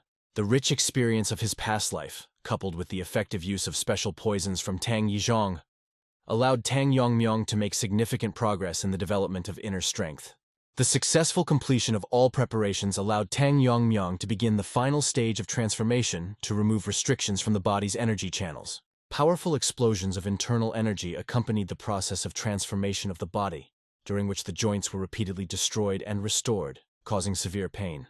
The past experience of going through a similar transformation allowed Tang Yongmyong to more easily endure the repeated transformation while maintaining the necessary focus. The constant practice of clearing energy channels brought positive results during the completion of the complex process of transformation. The importance of regularly cleaning energy channels became especially clear to Tang Yongmyong when he thought about possible problems during rebirth with polluted energy paths. Achieving the desired level of development prompted Tang Yongmyong to go out into the open for the first test of his new abilities. Particular attention to maintaining a healthy body before participating in the fight resulted in noticeable physical changes in Tang Yongmyong's appearance. A simple movement of one finger now allowed Tang Yongmyong to cut through solid rocks with ease, demonstrating the incredible growth of his inner strength. Reaching the required level of internal energy development finally allowed Tang Yongmyong to act at his full potential without any restrictions. The obvious boredom of the duel with Tang Chonil prompted Tang Qunlin to begin mocking questions about the enemy's 3-year preparation for the fight for the position of head of the clan. Bitter regret about meeting a ruthless enemy gripped Tang Chongil, who felt completely helpless in the face of superior force. Tang Qingling's special position as an orphan raised by great elders made him the top contender of the Tang family and generated many rumors about his strength. Vain hopes of a first strike advantage were completely dashed by Tang Chongil's inability to even get close to his formidable opponent. A strange smile appeared on Tang Chonil's face despite the understanding of the inevitability of his imminent death in this unequal duel. Unexpected relief filled Tang Chongil's heart at the thought of not meeting with a much more dangerous opponent. Tang Yongmyong. The mysterious smile of the doomed enemy aroused strong suspicion in Tang Qinling, causing him to assume the existence of some kind of secret plan. Tang Chongil's simple explanation of the existence of a more terrible enemy sounded like an unexpected revelation to the self-confident Tang Qinling. Tang Qingling's wounded pride immediately manifested itself in his loud promise to surpass any possible opponent in terms of fearsome strength. Tang Qinling's sudden confession of belonging to the Black Death Alliance was the last revelation before the planned murder of another enemy. The dangerous knowledge of an important secret made the immediate elimination of the bystander inevitable. Despite his predetermined fate in the near future, the final words before the enemy's death revealed Tang Qinling's true identity as a member of the Silent Sword sect named Mak Yingok. Unexpected paralysis completely shackled Tang Qinling's body at the moment of realizing the changed situation, depriving him of the ability to move. The appearance of Tang Yongmyong, attracted by the familiar presence, caused the sudden immobility of the self-confident opponent. Tang Chongil's calm greeting and casual question about his rest after the last meeting caused complete consternation in Mak Yingok, who realized the lack of recognition of his true identity. Troubling memories unexpectedly transported Tang Qingling to that important moment in the past when the top management entrusted him with the responsible mission of infiltrating the Sichuan Tang family under the guise of an orphaned child, rightly relying on his outstanding abilities. The management instructed the young agent in detail about the upcoming competition for the place of the young head of the family, where his primary task was to eliminate other contenders in order to significantly weaken the influential clan from within. The senior leadership solemnly promised Tang Kunling full recognition by all members of his real family after successfully completing the task, but at the moment his position turned out to be extremely unenviable, causing a painful feeling of internal discomfort. The alarming situation that Tang Kunling found himself in was clearly due to the unexpected appearance of the mysterious Tang Yongmyong, who somehow inexplicably managed to influence him without being noticed at a critical moment. An incredible shock gripped the frightened Mak Ingek, who could not believe his eyes, looking at what was happening, and the mysterious stranger only displeasedly suggested that he take a closer look at his own reflection in the ground for better recognition. The characteristic mannerisms of the mysterious Tang Yongmyong finally awakened Mak Inguk's long-forgotten memories of past meetings. The ensuing dialogue between those present revealed Tang Kunling's true identity as a spy when Tang Jonggil clearly heard and remembered his real name, Mak Inguk, spoken out loud. A sudden insight came to Tang Yongmyong when he realized that the inexplicable wave of anger that swept over him before entering the rocky shelter undoubtedly belonged to this mysterious stranger. An experienced martial artist offered to remove the dangerous object from the guy's body, after which, with just an effort of thought, he skillfully removed the poisoned needle, demonstrating incredible skill. The amazed Tang Chunil watched in amazement what was happening, trying to comprehend the incredible power of the poison, which could completely paralyze the human body. The astute Tang Yongmyong asked Tang Chonggil about possible meetings with other participants in the competition, and having received a negative answer, he proposed to neutralize the deadly poison to find out the true goals of the mysterious Tang Kunling. A cunning plan matured in the head of Tang Kunlin, who hoped to use the enemy's moment of vulnerability during the process of neutralizing the poison for a sudden crushing attack. The astute Tang Yongmyong calmly explained to those present that additional confirmation was not required, since Tang Kunling's belonging to the sinister Black Death Alliance was becoming obvious, and the admiring Mak Ingyuk could not resist asking about possible resentment for long-standing events. The unperturbed Tang Yongmyong directly stated to Tang Kunlin that if there was a hidden grudge, their conversation would not have taken place at all, and Tang Chonil's lifeless body would have already rested next to him on the cold ground. Realizing the truth of what was said, the repentant Tang Jonggil resolutely bowed deeply, expressing sincere regret for the past unfortunate events. The magnanimous Tan Yongmyong dismissed all attempts at apology with a careless wave of his hand, explaining his complete indifference to the distant past and his reluctance to burden his interlocutor with unnecessary manifestations of repentance. The deep understanding of the irreparable cruelty suffered by Tang Yongmyong in the past weighed heavily on Tang Jonggil's heart. A sincere desire to apologize for past misdeeds came to Tang Chonggil, but the calm Tang Yongmyong again repeated his words about the insignificance of long-ago events. Sudden fear distorted the facial features of Tang Chunil, who with a desperate cry tried to warn his interlocutor about the swift attack of the resurrected Tang Kinling. Desperate determination filled the heart of Tang Kinlin, who, realizing the inevitability of his own death, intended to take the hated Tang Yongmyong with him on his final journey, not suggesting the possibility of worthy resistance. Tang Kunling's crushing blow landed in the void, hitting only a ghostly silhouette that had nothing to do with the elusive Tang Yongmyong. Genuine surprise filled Tang Kunling as his heightened senses definitely sensed the presence of the enemy at the site of the strike. The rapid movement allowed Tang Yongmyong to get behind the enemy, where he calmly expressed his disdain for fighting with half-dead opponents. The unperturbed Tang Yongmyong proposed to immediately destroy the annoying enemy, without leaving the slightest trace behind him, if he really wants to continue the confrontation.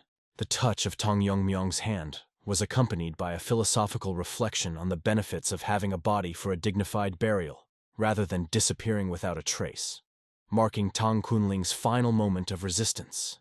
The last flash of consciousness before his inevitable death allowed Tang Kunling to realize the true cruelty of his opponent, after which the life left his body, and the shocked Tang Chonggil reflected on the incredible skill of the fallen spy who owned the legendary technique of the twin blades of the black and white sword school. Tang Chonggil's sincere amazement was caused by the unfathomable ease with which Tang Yongmyong dodged the deadly attack, leaving them as the only survivors of the competition, the conclusion of which now seemed a mystery. The prudent Tang Zhong'el clearly expressed his desire to voluntarily admit defeat with the permission of the powerful Tang Yongmyong. The magnanimous winner had no desire to kill the defeated enemy. But Tang Chonggil's inability to leave the mysterious place on his own was a source of serious concern, which prompted Tang Yongmyong to cut open the space and invite his companion to enter inside. The sudden disappearance of the mysterious winner interrupted Tang Zhong'il's last attempt at an apology, leaving him alone with sincere wishes for good luck in his future trials. The powerful elders gathered in the faction's main hall, thanks to their supernatural abilities, instantly sensed the moment of Tang Qunling's death from a considerable distance. The ominous words of one of the elders about a small worm embedded in the youngest child broke the oppressive silence of the hall. The tragic fate of the youngest son, born after the war from a casual relationship with a simple maid of the Tang clan, ended with his untimely death. The outstanding abilities of the illegitimate son caused serious concerns of the father regarding the possible transfer of inheritance bypassing his legal wife. Numerous attempts to eliminate the youngest son ended with his secret introduction into the Tang family under the guise of a spy. The bitter realization of his failure as a father prompted the head of the family to seek solace in bloody revenge for the death of his rejected son. Makinhu's decisive order to prepare all participants for the decisive battle on Gonsa Mountain was accompanied by a categorical demand for the complete destruction of the Tang clan in the absence of their command. A peaceful evening found the protagonist cooking by the campfire, where he was visited by strange thoughts about the surprising absence of any signs of life during the entire past day. The incredible desolation of the vast world at such a significant time raised serious suspicions of a deliberate separation of participants. Logical thinking led to the conclusion that the other survivors belonged to the Jigal family, given the apparent lack of cooperation with the Tang clan. Far-sighted calculations showed the possibility of the Jigal family gaining significant political influence in exchange for assistance in holding the competition. The astute Tang Yongmyong, well aware of the current situation, was absolutely sure of the inevitability of severe punishment for Jigal Changshin for his arrogance. The well-fed traveler settled down on the soft grass, contemplating the peaceful night sky and dreaming of sharing this beautiful picture with his beloved mother. The sweet slumber inspired by warm thoughts about his mother and her life over the past 4 years did not prevent him from noticing Tang Yongmyong's cautious approach.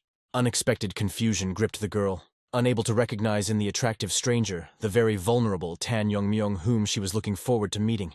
Romantic thoughts came to the enchanted girl, who imagined the possibility of a happy marriage with the grandson of Jigal Changshin himself, if he turned out to be equally attractive. A slight regret darkened the girl's heart, realizing the inevitability of eliminating the handsome stranger. Meticulous preparation for the impending assassination included administering an antidote, dispensing a sleeping poison, and preparing a lethal weapon to deliver the finishing blow.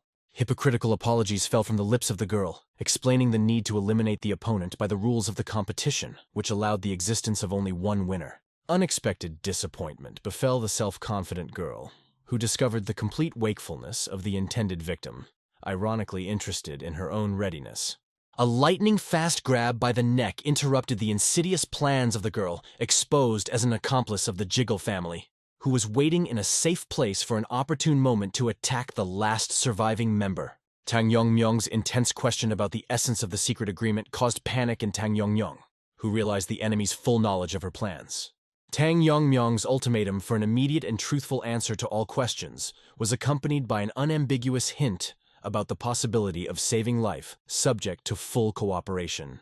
The girl's forced silence and the bottle of poison that fell from her trembling hands convinced the astute hero of the need for decisive action, since her reluctance to cooperate became more and more obvious. A careful study of the familiar facial features of the captive allowed Tang Yongmyong to identify her as the well-known Tang Yongmyeon, causing the girl to be truly amazed at his knowledge.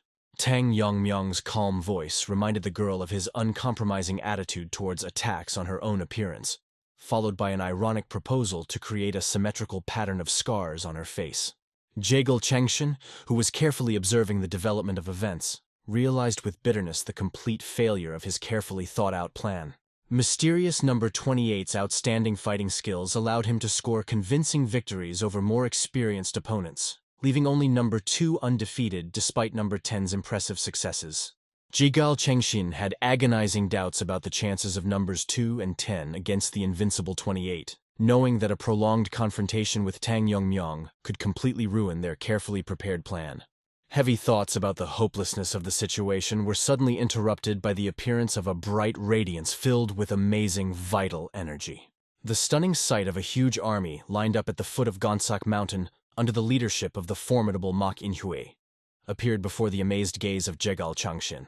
The curiosity of MANHWA's assistant, Chong Yong-song, raised the question of the advisability of attracting such an impressive military force to eliminate a small group of representatives of the Tang clan. The impressive size of the assembled army, including more than 200 disciples and additional detachments of splinter factions exceeding 300 in total, caused even MANHWA himself to question the proportionality of the measures taken against the Tang clan.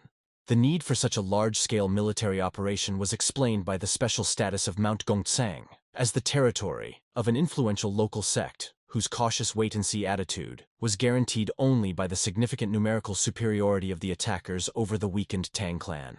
A reasonable understanding of non-involvement in the main conflict should have kept the local sect from actively interfering in the upcoming confrontation. Zhang Yongsong's unexpected interest in the fate of their secret agent among the contenders for the post of head of the clan broke the tense silence. A fist clenched in anger accompanied the cold report of the tragic failure of a student sent to the enemy camp. A strong proposal to stop idle talk and focus on completing the main task interrupted further discussion. Keeping a close watch on the dangerous swordsman caused Jigal Changshin to have serious concerns about his true intentions, and the mention of a spy cleared up the mystery of his knowledge of this place. The critical situation required Jigal Changshin to immediately inform the relevant persons and take the necessary measures. A sudden insight came to Jigal Changshin, who realized the possibility of complete success of the operation after eliminating member number 28, which would keep their plans for the clan's secret. The amazing lack of recognition of her captor continued to torment Tang Yongmyeon, who was hanging on Tang Yongmyeon's arm and couldn't believe her own eyes. The bitter realization of the missed opportunity to use the powerful dragon flame technique filled the girl's heart with regret about the potential solution to all problems. Tang Yongmyeong's attentive gaze caught the poisoned blade lying on the ground, instantly assessing its deadly properties. The unusually bright red color of the poison first attracted the attention of an experienced warrior with its unique saturation. The momentary distraction of the enemy instilled in the girl's heart a desperate hope for the successful use of all available poison to instantly eliminate Tang Yongmyeong. Tang Yongmyeong's lightning-fast reaction made it possible to intercept the girl's hand and take possession of the dangerous poison before she could carry out her plan. A careful study of the captured poison allowed the hero to determine its identity with the substance covering the found blade. Genuine curiosity about the amount of poison the girl had prompted Tang Yongmyeong to bring her to her knees and prepare to test the limits of her silence by forcefully consuming the poison. An unexpected loquaciousness seized Tang Yongmyeon, who begged to spare her life in exchange for full disclosure of all available information. The lost interest in the girl's words was accompanied by Tang Yongmyeong's desire to introduce her to the effects of his own poison. The forced confession revealed the true nature of the Tang clan's special poison, known as Waryong Ho, which was especially popular among its members. A careful examination of the legendary poison of the Tang clan convinced the hero of the need for extremely careful handling of the dangerous substance. The unexpected discovery of the possibility of using a deadly poison as an elixir made its use to eliminate Tang Yongmyeong an unacceptable waste. The defeated Tang Yongmyeon's desperate plea for mercy was accompanied by an offer of assistance in the fight against the remaining opponents after the required information was fully disclosed. The girl's decisive approach was accompanied by Tang Yongmyeong's persistent reminder that his information needs were not fully satisfied. The insistent demand to confirm the connection with the Jigal Changshin clan was accompanied by the need to disclose the details of the agreement existing between them. An unambiguous threat of using poison was heard in the words of Tang Yongmyeong, demanding complete frankness from the captive. The forced confession revealed the promise of a profitable marriage alliance in exchange for facilitating the unification of the Jigal and Tang families to restore mutual trust. The obvious benefit from the marriage of the future head of the family to maintain the influence of Jigali pushed the gullible Tang Yongmyeon to immediately agree to the tempting offer. The unsolvable dilemma of choosing between murder and punishment for his stupidity came to Tang Yongmyeong, while a shocked Tang Yongmyeong watched him consume the main poison. The girl's persistent questions about the reasons for the strange behavior received a calm explanation of her reluctance to share the precious poison. Genuine horror gripped the girl who witnessed an incredible act The voluntary use of the deadly Waryong Ho. An anticipatory smile appeared on the girl's face, imagining the inevitable consequences of the poison's effect on the arrogant enemy. The impressive sight of the flame engulfing the hero's body made those present hold their breath. Triumphant laughter accompanied Tang Yongmyong's ridicule of Tang Yongmyong's stupidity, who decided to use the invincible poison of the Tang clan. Desperate attempts to free herself from the iron grip of the enemy engulfed in flames did not bring the desired result, despite the girl's fervent dreams of his speedy death. The amazing calmness of the faded hair and slight surprise at the pleasant sensations accompanied Tang Yongmyong's remark about the severity of the impact experienced. The shocked Tang Yongmyong's furious gaze expressed a complete lack of understanding of Tang Yongmyong's incredible ability to withstand the deadly poison. Legendary legends about people invulnerable to poisons, capable of killing dozens of opponents with one breath or a drop of blood, always seemed incredible to the girl, despite the elders' assurances of their reality. The instant use of a powerful fighting technique allowed Tang Yongmyong to break the girl's neck after the effect of the poison had completely dissipated.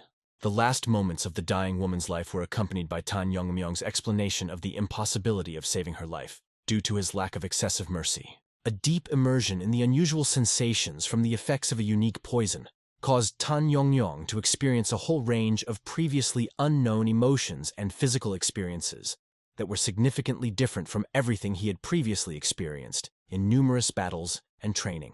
Careful study of the characteristics of the legendary clan poison, created through many years of perfecting the ancient martial art of Master Yangan, allowed Tang Yongmyong to finally comprehend the true nature of the legendary power of the Ten Sons, about which there were many mysterious legends. The victor's silent departure was accompanied by a sarcastic reflection that even such a worthless person as Tang Yongmyong was able to bring some benefit in the last moments of her inglorious life, although not in the way she had originally planned.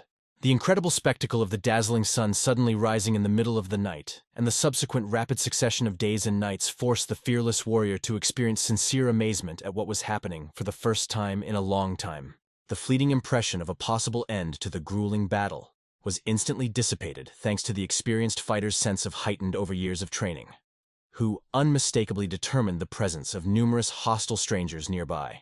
The alarming number of hidden enemies, significantly exceeding 200 or 300 well-trained warriors, inexorably led to the logical conclusion that there was a secret conspiracy between them and the insidious Jigal Changshin, who simply physically could not help but notice such an impressive accumulation of armed people. The sudden awareness of the treacherous plan to turn him into a helpless victim of other people's intrigues not only did not shake Tang Yongmyong's fighting spirit, but, on the contrary, forced him to begin with redoubled attention the detailed planning of the upcoming bloody battle with the superior forces of a numerous enemy. An inexplicable feeling of sincere joy gripped the heart of the fearless warrior at the thought of the upcoming confrontation with truly serious opponents, capable of truly testing his outstanding combat skills, honed by years of hard training and real battles. A crystal-clear understanding of the inevitability of the existence of only one absolute winner in the approaching epic battle of one warrior against 300 trained fighters filled the heart of the invincible hero with calm confidence in his own abilities and anticipation of an exciting battle.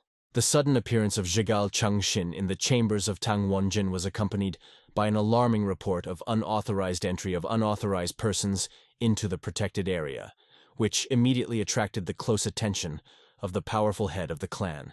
Tang Wonjin's worried mind refused to accept the stunning information about the presence of mysterious Ganja troops in the sacred territory, which forced him to repeatedly ask the alarmed Jigal Changshin about the reliability of the information received. A thorough investigation of the situation, carried out by the vigilant Jigal Changshin, made it possible to establish the approximate number of intruders, reaching 300 well-armed warriors who entered the territory of the sacred training grounds in violation of all established rules. The stunning news of the presence of Mak Inhu himself, the formidable leader of the powerful Taiyun Muk sect, among the intruders, made Tang Wonjin feel genuine amazement in the face of such a daring invasion of the protected territory.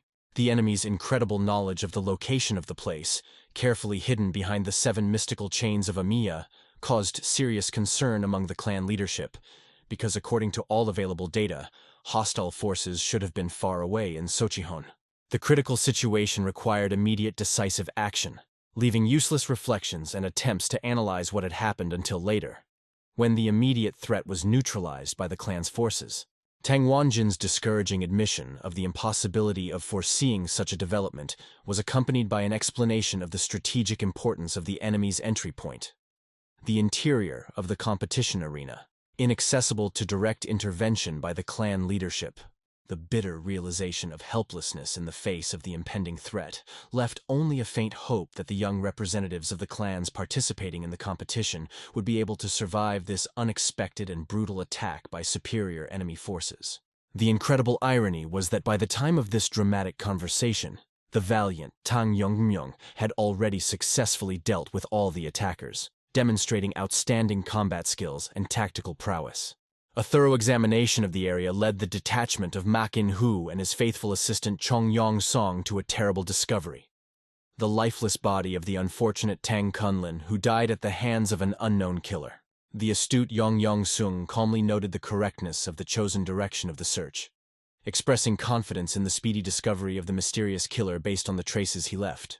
Close examination of the fatal wounds on the young warrior's body indicated the use of a poisoned needle as the only murder weapon, which differed significantly from the usual signs of a fierce battle.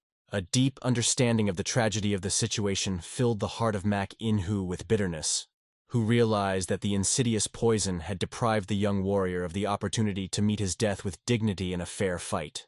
Ma In-hu's decisive order to his loyal soldiers required a thorough search of the entire area to locate the lurking clan rats, whose presence had already been noticed by some observant warriors.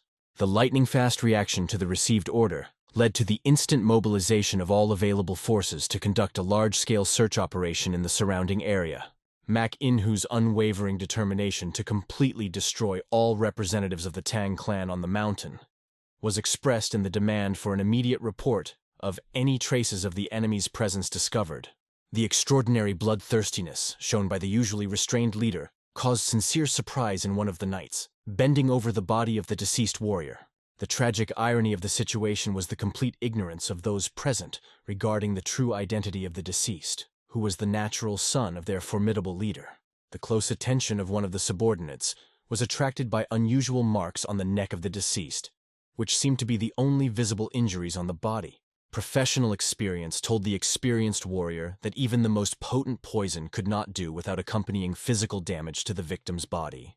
The sinister reputation of the Tang clan, which instilled terror in its opponents precisely thanks to its mastery of deadly poisons capable of defeating even the most powerful warriors, fully justified such fears.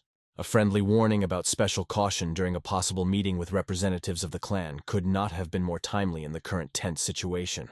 The fateful promise to observe extreme caution was interrupted by the unexpected hit of a poisoned needle, instantly sending the unlucky warrior to the ground. The instant reaction of the remaining warriors, expressed in taking a fighting stance with raised swords, testified to their readiness to repel the attack of an invisible enemy. The unexpected tactics of Tang Yongmyong, who preferred an attack from above with deadly poisonous rain over a direct confrontation, led to the complete dissolution of the bodies of unprepared opponents. The majestic appearance of Tang Yongmyong himself after the successful completion of the mass destruction of opponents marked a new stage in the development of dramatic events. The brilliant mastery of the legendary technique, Palm of Poison Flame, provided the talented warrior with an extremely effective tool for quickly eliminating numerous opponents. The rapid collection of scattered poisonous needles allowed Tang Yongmyong to appreciate the significant increase in his own strength, which turned the process of throwing deadly weapons into an ideal way to massacre opponents. The purposeful movement to the east in search of the remaining opponents demonstrated the indomitable desire of Tang Yongmyong to complete the destruction of enemy forces that had begun. The alarming report on the destruction of all search parties, accompanied by the mention of characteristic traces of needles with identical poison, left no doubt about the involvement of one perpetrator. Chong Yongsong's last glimmers of hope for the survival of some units were mercilessly dispelled by scouts arriving from the west, who reported the complete destruction of the eastern unit. The terrifying realization of the total extermination of all groups, with the exception of the reconnaissance detachment, made Ma In-hu shudder at the thought of confronting the elusive and ruthless killer. A careful examination of the few survivors was accompanied by ManHwa's persistent question about the completeness of the represented composition of the surviving warriors. Zhang Yongzong's awkward explanation about the death of almost 100 experienced warriors in 1 hour at the hands of supposedly a single killer who used the same method of elimination sounded almost unbelievable. ManHwa's internal resistance to accepting the shocking truth was accompanied by the grim realization that the presence of multiple killers would make the situation even more catastrophic. Irrefutable evidence of the mysterious killer's exceptional skill pointed to his belonging to the elite warriors of the Tang clan, who mastered ancient martial techniques.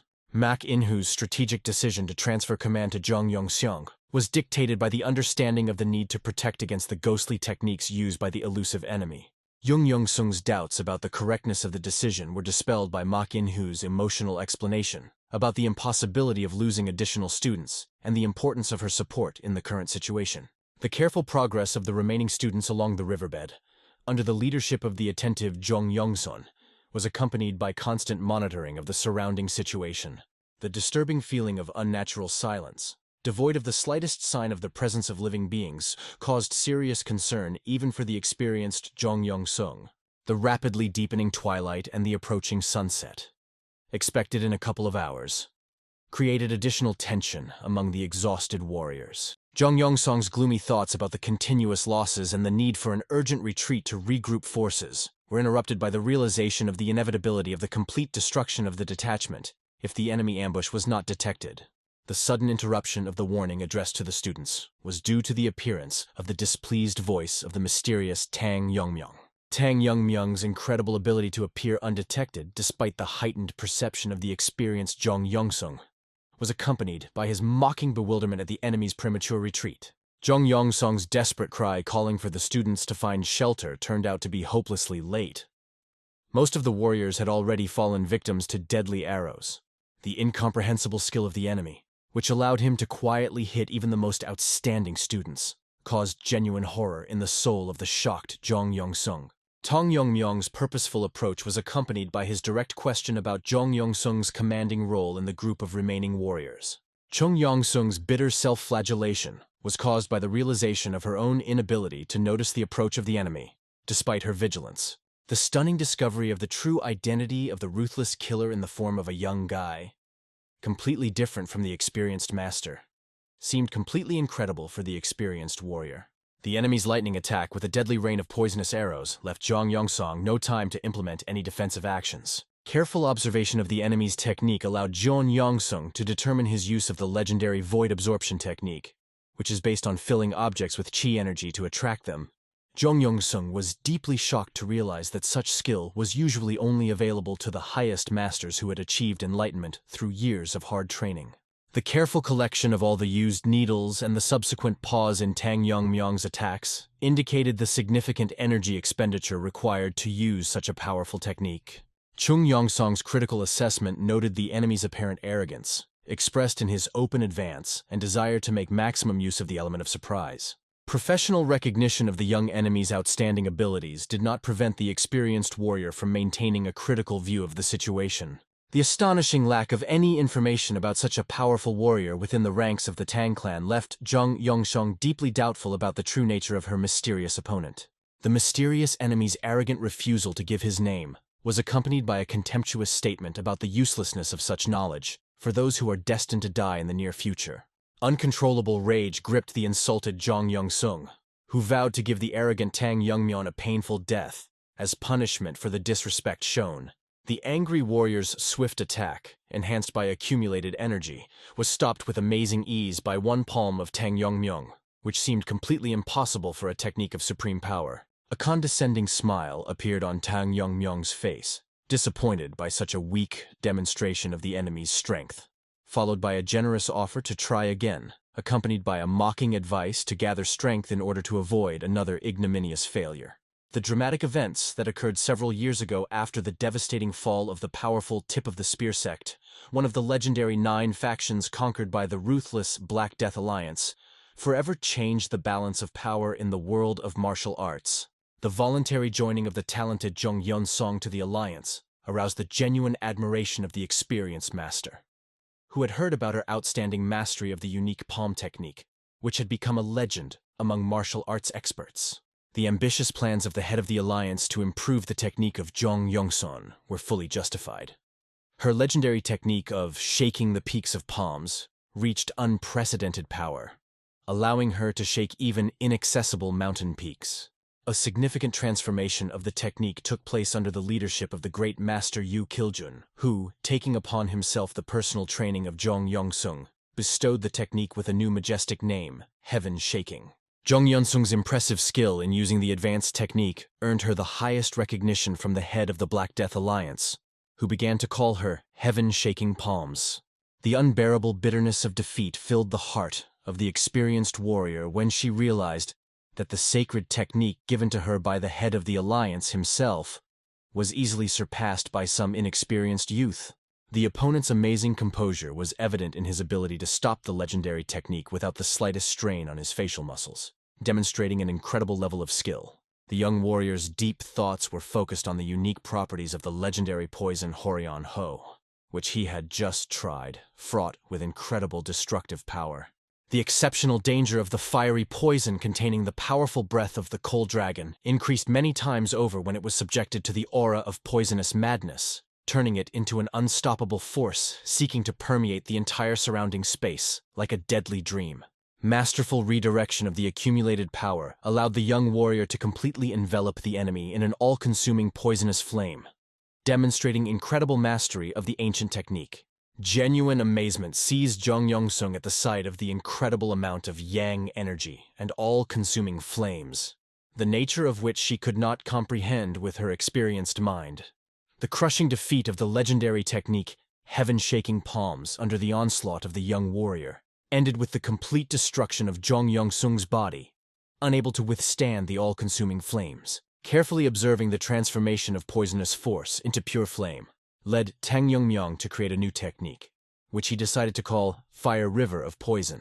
The rapid appearance of Mak In-hu with the surviving warriors marked the beginning of a new stage of the battle, for which the victorious Tang Yongmyong was fully prepared. Tang Yongmyong's calm announcement of the inevitability of death for all present was accompanied by a generous offer of voluntary surrender to ensure a more merciful end. The painful realization of the meeting with the ruthless killer of his students, commander and younger brother, filled the heart of Mak In-hu with an indomitable thirst for revenge, beyond any threats. The solemn vow to wipe out Tang Yongmyong from the face of the earth, leaving not even ashes behind, was accompanied by an ominous glow in the eyes of both opponents, drawing power from the secret techniques they had learned. Mak In-hu's decisive order to form a wheel was accompanied by clear instructions for encircling the enemy and warnings regarding the possible use of poisons and hidden weapons. The inexorable narrowing of the combat circle around Tang Yongmyong occurred under the leadership of Mak In-hu, who sought to exhaust the enemy's forces with the coordinated actions of his warriors. Deep sorrow for the loss of many students and allies filled Mak In-hu's heart, but especially painful was the unbearable pain of losing his beloved younger brother. The inspiring promise to avenge his fallen comrades gave Mak In-hu additional strength for the upcoming battle with the arrogant boy who dared to challenge the experienced warrior. Tang Yongmyong's remarkable calm in the face of danger was due to his instant recognition of the familiar training pattern of his opponent's formation, which reminded him of the creation of the twisting line madness technique. The sudden disappearance of Tang Yongmyong after concentrating energy around himself caused real panic among the warriors who surrounded him, unable to predict the next move of the mysterious enemy. Lightning-fast movement to the center of the enemy squad allowed Tang Yongmyong to methodically destroy one enemy after another, leaving them no chance of resistance or salvation. The incredible speed of the young warrior's movements, which went unnoticed even by the experienced eye of Mak In-hu, forced the latter to doubt the human nature of his opponent. The terrifying realization of the enemy's true nature as a small demon forced the remaining soldiers to rush into a desperate attack. Driven by the desire to avenge their fallen brothers, Mak In-hu's decisive order stopped the reckless rush of his subordinates, unable even to withstand the incredible strength of the mysterious enemy. The devastating display of destructive power, completely destroying the enemy's weapons, finally convinced even the most skeptical soldiers of the demonic nature of their enemy.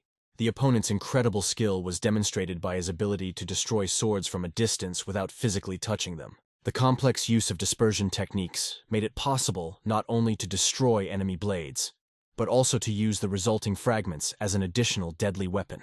Masterfully controlling the release of force in a certain area allowed Tang Yongmyong to create a deadly cyclone of sharp blades, effectively hitting all remaining opponents. Everyone's recognition of Tang Yongmyong's exceptional skill in using the clan's legendary technique, Rain of 10,000 Celestial Flowers, was accompanied by awe of his incredible abilities. Tang Yongmyong's modest self-esteem, which admitted the imperfection of the version of Rain of 10,000 Celestial Flowers he used, did not detract from the effectiveness of this technique against numerous but weak opponents.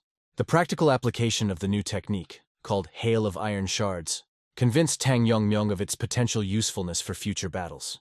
The calm approach to the exhausted Mak-In was accompanied by an ironic recognition of the successful completion of the assigned task of depleting the enemy's forces, after which an invitation to a personal duel followed.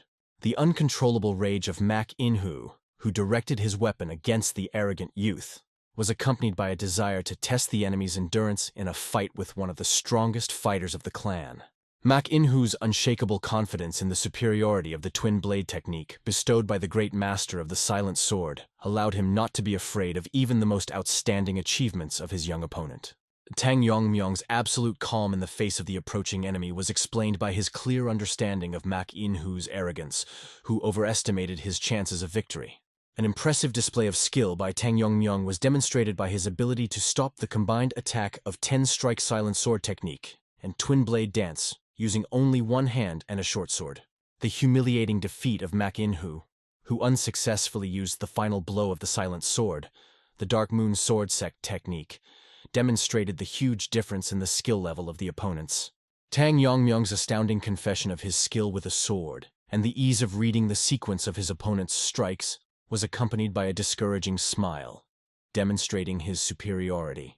Mak-In-hu's utter bewilderment at his opponent's ability to withstand the untraceable silent sword technique underscored the incredible level of skill the young warrior had achieved. Tang Yongmyong's detailed explanation of the nature of the silent sword and its destructive power created with murderous intent revealed the young warrior's deep understanding of the fundamental principles of this legendary technique. The amazing ease of controlling the mysterious energy of the silent sword allowed the talented warrior to effortlessly borrow this technique for his own use in future battles.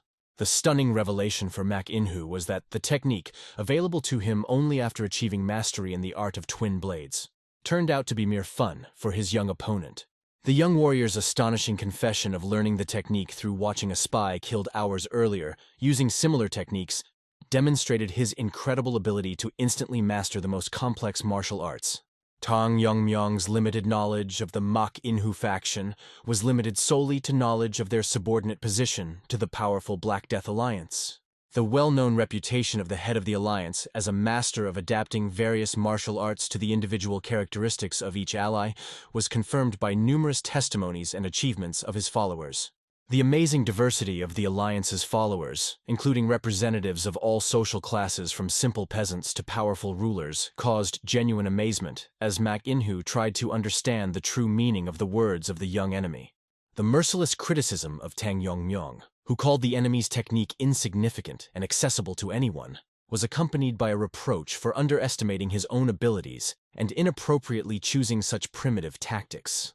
An insightful remark about the alliance leader's low expectations of Mak-In-hu's abilities, confirmed by the limitations of his technology, dealt a serious blow to the veteran warrior's ego. The rapid calming of the angry Mak-In-hu was accompanied by an explanation from Tang Yongmyong about the sufficiency of the demonstrated abilities in the battle with small opponents and the reluctance to use excessive force.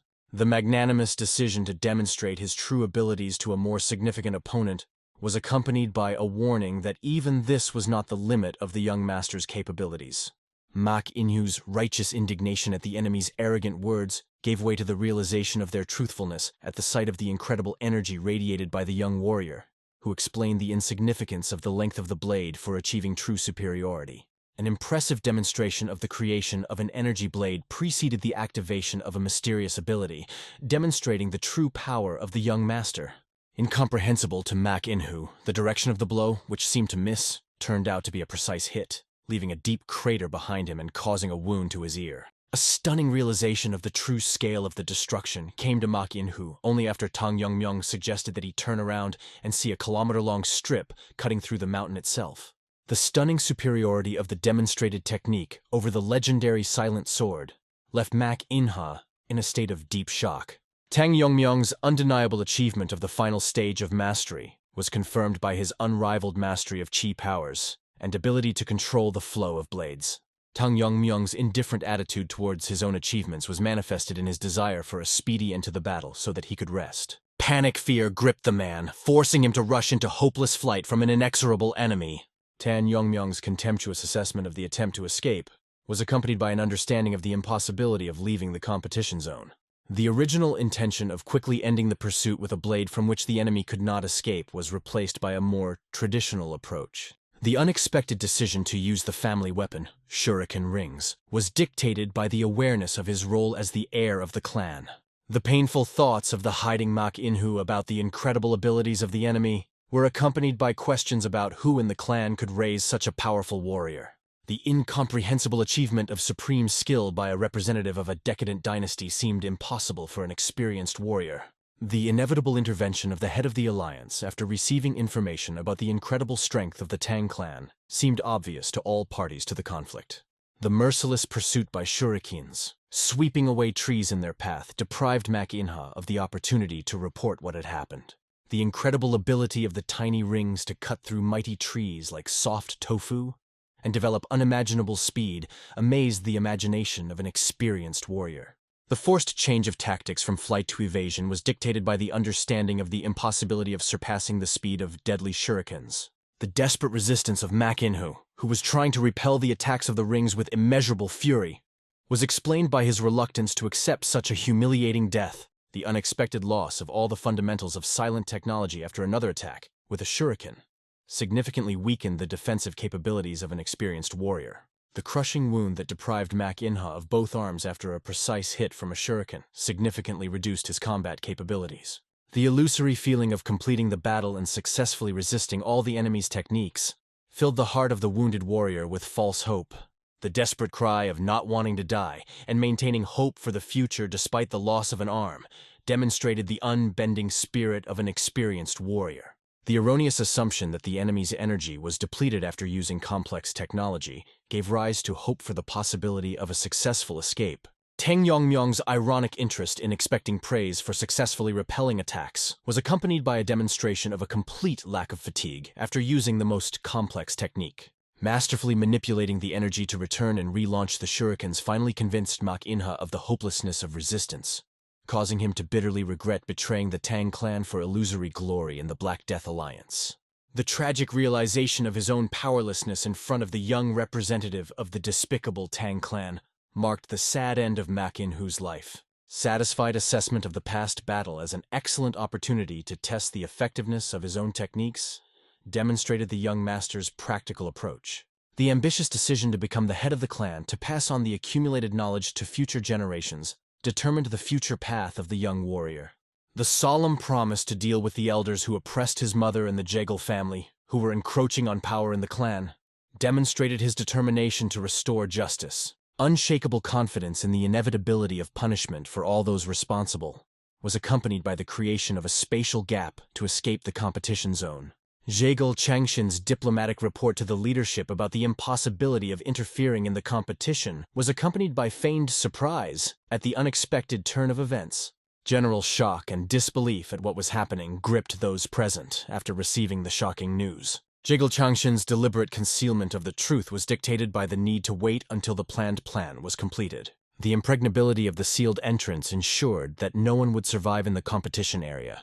Official confirmation of the infiltration of invaders led by Mak In-hoo and Commander Jong Yong-zong confirmed the seriousness of the situation.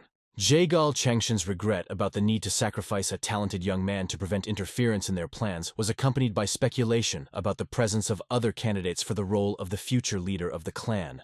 The sudden appearance of energy familiar to Jigal Changshin caused everyone present to instinctively take cover behind his back. The triumphant return of Tang Yongmyong through the spatial gap caused great joy in Tang Yuri, who rushed to hug the winner. Everyone's amazement at Tang Yongmyong's lack of injury was accompanied by his calm reminder that only his friends could pose a real threat to him in this competition. Jigal Changshin's incredible shock was caused by the incomprehensible fact of number 28's survival and victory over 300 experienced warriors. Jigal Changshin's agonizing doubts regarding the inaction of 300 experienced warriors in the face of a seemingly insignificant enemy troubled his mind, forcing him to return to these painful thoughts again and again. The tense atmosphere suddenly thickened when Tang Yongmyong's penetrating gaze fell on Jigal Changshin, causing the latter to have an uncontrollable feeling of fear and anxiety at the unknown of what was happening.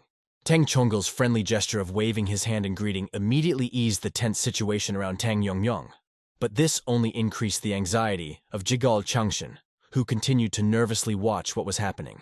Jigal Changshin was deeply shocked when he realized the enormous difference between his initial impression of meeting Tang Yongmyong and his current incredible abilities, which exceeded all possible expectations. Tang Yongmyong's incredible skill was demonstrated by his ability to destroy the protective domes of all castles, including the more powerful 8 Earthly Punishments dungeon, which seemed an impossible feat for an ordinary warrior. The amazing ease with which Tang Yongmyong overcame all obstacles made one wonder about his true strength, because even experienced masters could not cope with such obstacles. Jigal Changshin's growing anxiety intensified with each new manifestation of the young warrior's inexplicable power, forcing him to reconsider all his previous ideas about the capabilities of this mysterious boy. Tang Yongmyong's attentive gaze lingered on Jigal Changshin, awakening in him the desire to immediately eliminate the potential threat. But current circumstances required him to remain cautious and refrain from rash actions. Warden Tang Wanjin, noticing the tense gaze between the opponents, hastened to calm number 28, assuring him of the complete safety of the current situation. Tang Yongmyong's polite bow was accompanied by a sincere apology to the warrior for the trouble he had caused, demonstrating his respect for the senior members of the clan. Deep concern for the fate of the people remaining inside led Tang Yongmyong to think about the need to quickly take measures to ensure their safety. Tang Wanjin's curiosity manifested itself in his persistent questions about the boy's incredible luck and the mysterious events that happened inside with the rest of the competition participants. A sudden earthquake shaking a huge rock caused panic among the frightened children, who looked around in confusion in search of the source of the unexpected natural phenomenon. The sudden appearance of a shining rift in the massive rock attracted the attention of all the warriors and Tang Wanjin, causing them to anxiously watch the development of the unusual phenomenon. A terrifying realization of what was happening pierced Jigal Changshin's mind as he realized that the collapsing phantom dome of the 7 castles that protected the competition area had completely lost its power. The grim sight of many lifeless bodies littering the competition field was revealed to the eyes of those present when fragments of the destroyed dome fell to the ground. Tang Yongmyong's calm voice broke the oppressive silence as he explained to the crowd that they could now see the true picture of what happened on the battlefield. A horrifying discovery shocked the warriors as they discovered that most of the fallen belonged to the Dark Moon Sword School, confirming their suspicions that troops led by ManHWA had attacked. Tang Wanjin's incredulous laughter sounded especially inappropriate when he expressed doubt about Tang Yongmyong's ability to defeat so many opponents on his own. Tang Wanjin's utmost honesty was evident in his admission that even he could handle no more than 30 opponents in a similar situation. The sudden call of the warriors forced Master Tang Wanjin to rush towards them, where the headless body of an unknown man appeared before his eyes. The stunning discovery of the truth about the death of ManHWA himself, identified by the characteristic double scabbards for swords on his back, seemed incredible even to the experienced warriors Tang Wanjin and Jigal Changshin. Tang Yongmyong's calm explanation that the large number of opponents made them easy prey sounded unexpectedly logical in the context of the battle that took place.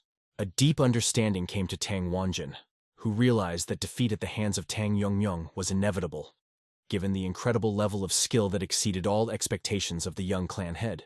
General amazement gripped those present at the realization of the fact that one person had managed to destroy several hundred experienced warriors and the most legendary head of the Dark Moon sect.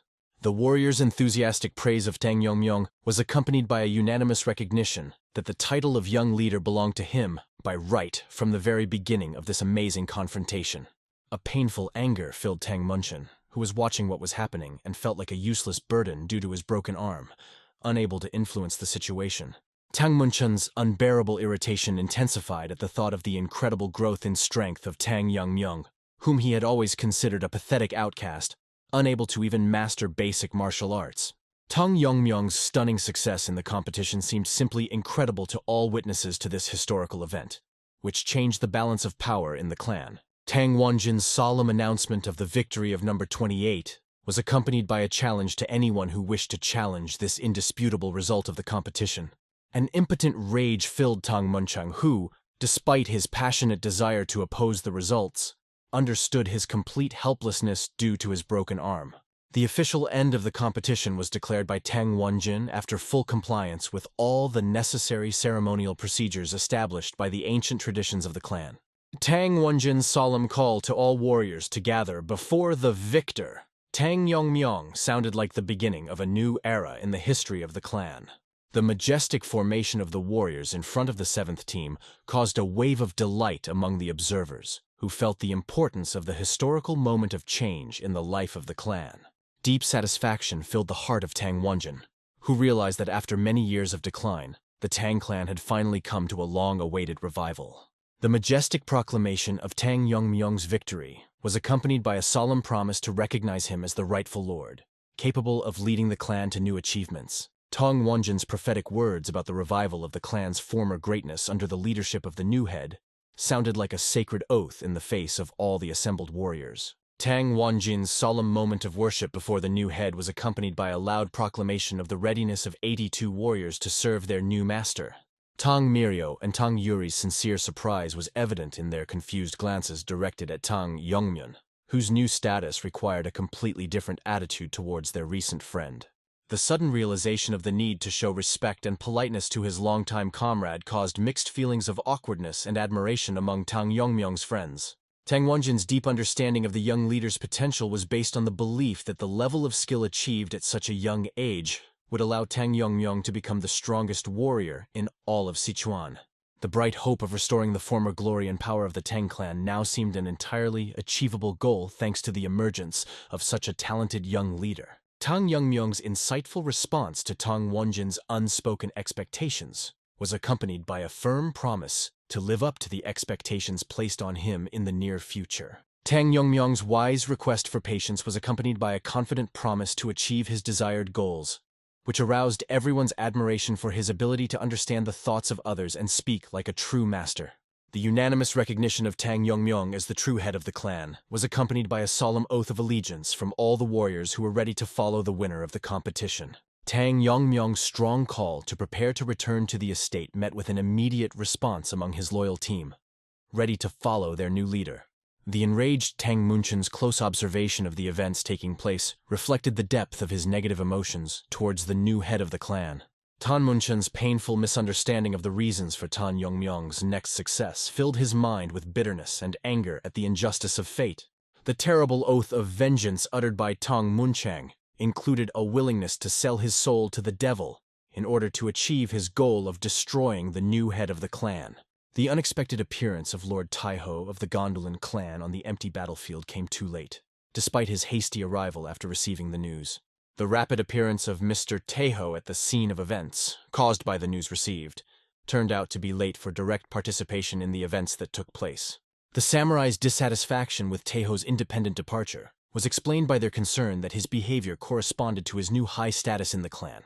The mysterious absence of any signs of human presence surprised Taiho, who shared his strange observations with those around him. The samurai's insistent request to their master not to move away from the main group reflected their sincere concern for the safety of their leader. Hunso's logical assumption about the reluctance of people to stay near the site of mass death explained the desolation of the area around the mountain of corpses. The staggering death toll, exceeding 300 people, caused a deep shock to the experienced Hyunseo, accustomed to the various manifestations of military conflicts. The historical greatness of the Tang clan, once one of the most influential clans in Sichuan, explained the possibility of such a large-scale confrontation. The inconsistency of the situation lay in the fact that Hyunseo knew that the number of the clan on Mount Gongduk did not exceed 100 people, which made what happened even more mysterious. Taiho was seriously concerned about the fact that their faction was not notified of such a large-scale incident on the territory of the mountain under their control. Hyunseo's insight allowed him to unravel the reason for Taiho's anxiety, which was related to the Tang clan's deliberate avoidance of their interference in the events taking place. The strange contradiction between the gifts sent for the competition and the possible concealment of information on the part of the Tang clan raised additional questions among observers. Taiho's deep thoughts about the unknown aspects of the situation were combined with his surprise at the incredibly high level of skill in using hidden weapons. Hyunseo's sudden realization of the true meaning of his master's words, that everything that happened was the work of one person, shook him to the core. The confident statement of an experienced man about the infallibility of his observations was supported by the discovery of traces of thin needles on the bodies of most of the dead. A professional analysis of the situation pointed to the use of discrete needles that could be easily removed and reused, indicating that the attack was carried out with lightning speed. Hyunseo's deep concern about Taiho's possible meeting with the Alliance representatives was manifested in his strong protest against his master's hasty actions. Taiho's confident laughter was accompanied by Hyunseo's reminder that the master had achieved the highest skill and ability to protect all his followers from any danger. Taiho's unwavering belief in Chief Yukiljun's lack of interest in confrontation was based on a deep understanding of the current political situation. Hyunseo's wise proposal to return to the sect to warn the head was dictated by the recognition of the indescribable power of his master and the understanding of the pointlessness of further disputes. Recent historical events have created a difficult situation for the Gundan sect, which finds itself under dual pressure from the Black Death Alliance from the south and the demonic cult from the west. Taiho's strategic decision to find the head of the Tang clan to confirm his innocence was based on the need to clarify the true causes of the disaster. An insightful analysis of the situation showed the similarity of the clan's plans, aimed at using the Tang family to confront the alliance with the subsequent destruction of the demonic cult. Hyunseo's reasonable doubts about the success of his master's plan were caused by the long decline of the Tang clan, which significantly weakened its position in the confrontation. Hyunseo's sincere hope to avoid using the demon-taming sword technique reflected his deep understanding of the destructive effects of this ancient art. An unexpected message from an unknown elder about the premature return of the warriors of the Wovia detachment, along with the participants, caused surprise among all those present. The elder's unshakable confidence in the victory of Tang Yongmyong, supported by the Yonomki and one of the 10 poisons, was based on his many years of combat experience. The alarming news about the absence of the young mistress among the returning participants forced the elder to reconsider his initial assumptions. The samurai's lively discussion of the possible winners of the competition included speculation about Tang Qinglin, the great elder's disciple, and the granddaughter of the third elder, whose mad desire to train was caused by a family curse. Everyone's relief at the participants' safe return was replaced by surprise at the sight of the surviving disciples following their leader, Tang Yongmyong. Instant recognition of the competitors was due to the clearly visible symbols of the Tang clan on their uniforms and armbands. The unexpectedly quick completion of the competition caused everyone to be surprised, and the mysterious identity of the winner, whom no one could recognize, gave rise to many questions among observers. The curious glances of the embarrassed girls carefully examining Tang Yongmyong could not reveal the secret of his identity. One of the elders was filled with joyful relief upon discovering his surviving child among the returning competitors. Tang Chonggil's fortunate rescue led his father to speculate about his son's possible victory, although he refrained from jumping to premature conclusions. The inconsolable grief of the parents who did not find their children among the survivors was expressed in incessant sobs and despair. The natural reaction of parents to the loss of their children was understood by everyone present. Tang Yongmyong's deep awareness of his mother's worries filled his heart with warm feelings and anxiety at the same time. Tang Yongmyong's anxious thoughts about his upcoming return home reflected his inner worries and doubts. The 4-year absence and significant changes in Tang Yongmyong's appearance may have been the reason for his mother's surprise and confusion at the long-awaited meeting. The sudden appearance of the general staff, reported by Tang Yuri, interrupted Tang Yongmyong's thoughts about the upcoming meeting with his mother. Tang Yuri's touching meeting with her bespectacled father, overcome with joy at his daughter's safe return, created the atmosphere of a family reunion. Tang Yongmyong's insight into Tang Yuri's true intentions in introducing her father revealed her desire to ensure his well-being under the auspices of the new leader. Tang Yuri's frank admission of her intentions demonstrated her determination to use the opportunity to improve her father's situation. Tang Yongmyong's sincere gratitude for Tang Yuri's honesty reflected his respect for straightforwardness and openness in relationships. Tang Yuri's objective assessment of his father's abilities was combined with an understanding of the reasons for his lack of promotion due to his inability to use rigid career methods. Tang Yuri's father's many years of carrying out small assignments, despite his age, were the result of his principled rejection of unworthy methods of promotion. Tang Yongmyong's strategic thinking was evident in his decision to recruit people outside the elders to form a loyal following in his rise to power. Tang Yongmyong's prescient decision to take care of Tang Miryo and Tang Yizhong was based on an understanding of the importance of the latter's connections with the Temple of Medicine. The ceremonial appearance of the General Staff Commander was accompanied by sincere praise for all participants, and especially for the warriors of Vonvia for their outstanding efforts. Jigal Changshin's respectful bow in response to the commander's praise demonstrated his respect for his master's high position. Commander Jigal Changshin's sincere gratitude for his repeated assistance to the Tang family in the competition reflected recognition of his important contributions. The commander's special gratitude was expressed in emphasizing the indispensability of the Seven Locks Phantom Dome, created by Jigal Changshin, for the safe dispatch of the participants. Jigal Changshin's polite laughter in response to the praise hid his understanding of the complete destruction of the protective dome he had created. The commander's official invitation to all those gathered to proceed to the House of the Elders to sum up the results was accompanied by permission for the warriors of Vonvia to go on a well-deserved rest. The commander's human understanding of the weariness of Vonvia's warriors, accumulated over years of accompanying young leadership candidates, reflected his attentive attitude towards his subordinates. Tang Wonjin's unexpected apology was accompanied by a firm refusal to go to the Elder's house, which caused everyone to be surprised. The official introduction of Tang Wonjin as the temporary commander of Wonwi sounded like an explanation of his decision-making authority. Shocking for a man. The behavior of Tang Wonjin, who refused in his right mind to go to the House of the Elders, was contrary to all established traditions. Tang Wonjin's calm explanation of the need to follow the terms of the competition, which pointed to the Hall of Secret Weapons, contradicted the commander's desire to visit the House of the Elders. The commander's furious reaction to insubordination was expressed in a loud demand for the immediate disbandment of the detachment, under the threat of severe punishment for disobedience. General shock from the commander's harsh words was reflected on the faces of everyone present. The unexpected accusation of insubordination and the ban on objecting to the will of the elders caused sincere surprise even in the experienced Tang Wonjin. The pattern of severe punishment for insubordination was combined with the excessive cruelty of the decision to disband the entire unit. Tang Yongmyong's strong defense of Tang Wonjin was accompanied by a question about the superiority of anyone's authority over that of the new head, which caused confusion in the man, who demanded an explanation. The urgent report from the commander of the headquarters to Tan Songchon about the current situation aroused such distrust in the latter that it was necessary to re-clarify the identity of the winner. Tang Songchong's explosive reaction to the news of Tang Yongmyong's victory resulted in him violently slamming the table, showing his deep indignation.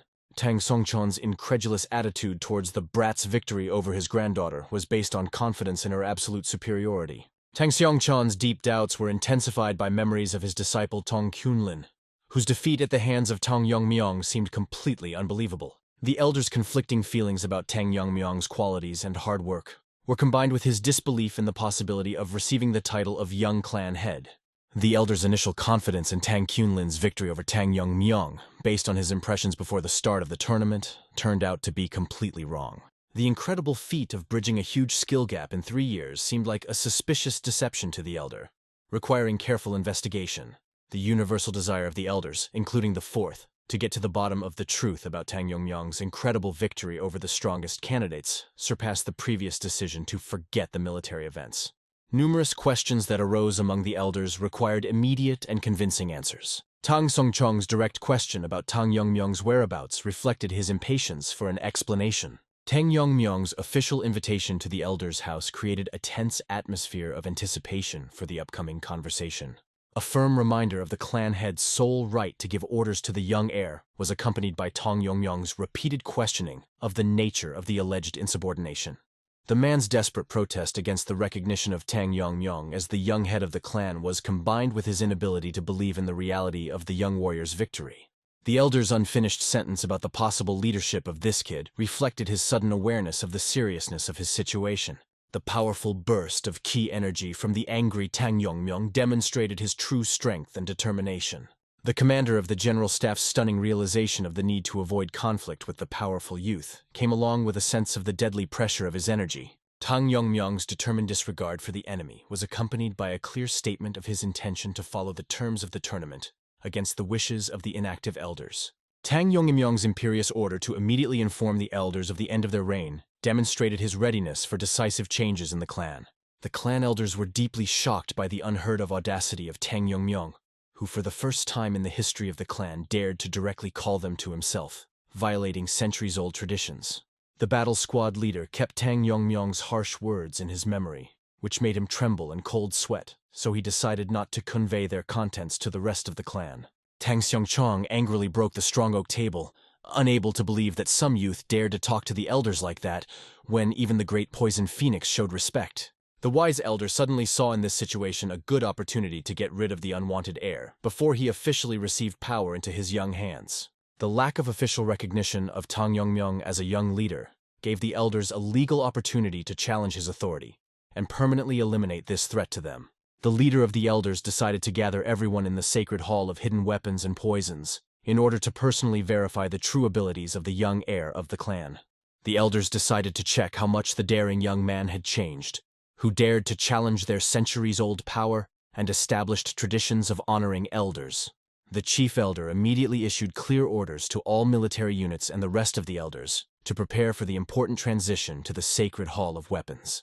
The powerful elder summoned an experienced commander of the Blue Dragon squad along with the best samurai to follow the advice of the elders in full readiness. Having gathered an impressive army of devoted warriors under his command, the elder made the final decision to teach the presumptuous young heir a lesson. The elders were determined to remind Tang Yongmyong of the real state of affairs in the clan, where it was they who had the true power and the right to make important decisions. The great head of the powerful clan of the Dark King, the wise Tang Chokhui, received unexpected news of the victory of the young Tang Yongmyong in the struggle for the place of the young head. From childhood, Tang Chokhui noticed in this unusual child a special strength and potential, which was now fully demonstrated at an important competition. The current strength and power of the young heir was so superior to his previous abilities that even the experienced head of the clan found it difficult to believe such dramatic changes. The young man mentally imagined the joyful face of his sister and smiled, anticipating their speedy meeting after a long separation in their home. The head of the King of Poison clan watched what was happening next to the rest of the participants in the important competition at this decisive moment. Tang Munchan's father froze in complete stupor when he learned of Tang Yongmyong's unexpected victory in the clan's main fight. The elder Tang remembered his ridicule of the boy before the competition, and his previous confidence in his inevitable death during the test. The crippled hand of his son Tang Munchang demanded serious retribution from those responsible for this unfortunate incident. The head of the clan firmly decided to punish Tang Zhihei and his associates immediately after completing all the tests in the clan. Tang Yongmyong calmly reminded the head of the clan of every word he said on that memorable day before the start of the competition. Less than 4 years have passed since the clan head's threats, but now no one will dare to harm the winner of the competition. The winner warned the head of the clan about the need to carefully choose words and actions within the walls of the Tang clan from now on. Tang Yongmyong promised to cripple the second hand of the son of the clan head if he disobeyed his fair demands. Tang Chokhui watched the humiliation of the smug clan head with undisguised pleasure on his enlightened face. Tang Wonjin slowly approached the ancient temple, immersed in deep thoughts about recent events. Memories of Tang Yongmyong's important conversation with the head of the command staff did not leave Tang Wonjin's tired mind. The truth about Tang Yongmyong's origins as the son of the Poison Phoenix himself shocked the head of the command staff to the core. The shocked man tried to comprehend the incredible news about the real parents of the young winner of the competition. Tang Wanjin noticed the confusion of the head of the command staff and understood many unspoken questions in his gaze. The wise Tang Wanjin promised to discuss in detail all important issues after the clan's urgent affairs were completed. The memories of past events made Tang Wanjin freeze in deep shock at the threshold of the temple. The attack of the powerful demon lord on Lady Poison Phoenix marked the beginning of a series of tragic events. The valiant warriors of the Tang family fought against the demonic forces without fear or doubt until the last drop of blood. The equal battle continued for a long time until the warriors saw the severed head of their fearless leader. The demon recognized the unexpected strength of the Tang clan's resistance before the decisive blow of its countless hordes. The Demon Lord's order for a full-scale offensive came after a long confrontation with the clan's warriors. Poisonous attacks were powerless against the demonic creatures that mercilessly destroyed the clan's defenders. The elders refused reinforcements to the clan's defenders in order to save the last combat-ready warriors from complete destruction. Tang Wanjin felt a burning resentment towards the cowardly elders because of their refusal to save the dying warriors of the clan. The unscrupulous elders accused Poison Phoenix of destroying the family and demanded submission to the Demon Lord. Poison Phoenix accepted an unjust abdication to protect her only child from the wrath of the Demon Lord. Tang Wanjin believed in the understanding of the Lord's true nature by the rest of the loyal warriors of the Tang clan. Fate granted the warriors a second chance to protect their master after the previous failure in the decisive battle. A strange sound interrupted Tang Yongmyong's important conversation with Tang Chokui in the clan's main hall. Tang Yongmyong was the first to rush to find out the cause of the unexpected noise within the walls of the sacred temple. The elders led a large army of Vonvia warriors to the site of an important clan competition.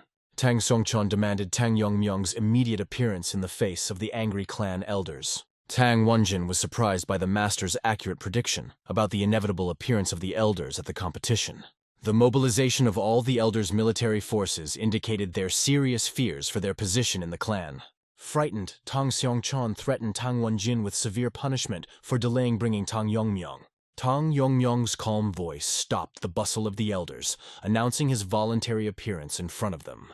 Tang Chokui realized Tang Yongmyong's absence from the elder's house after the third elder and his retinue appeared. Tang Songchon was enraged by Tang Yongmyong's arbitrary proclamation as head without the approval of the Council of Elders. The winner of the tournament explained the validity of his claims to power according to the ancient laws of the clan.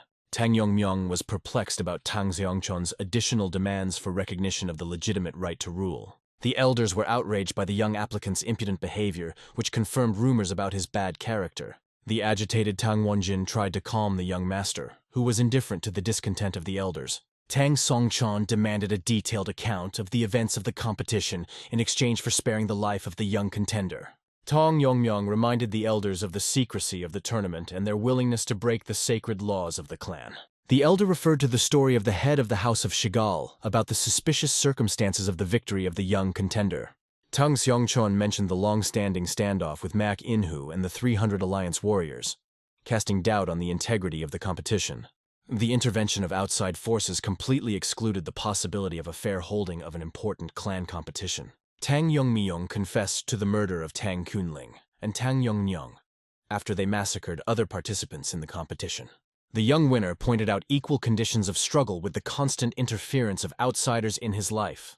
Enraged by the death of his favorite and granddaughter, Tang Songchon demanded a repeat confession of murder from the daring challenger. The fearless Tang Yongmyong invited the elder to personally climb Mount Gongduk to confirm his words. The bodies of the dead participants should be in the same place if the Gunduk clan did not manage to remove their traces. The elder gave the order to his warriors to immediately attack the rebellious young contender for power. The observers mentally condemned the reckless decision of the out-of-mind elder to attack the winner of the competition.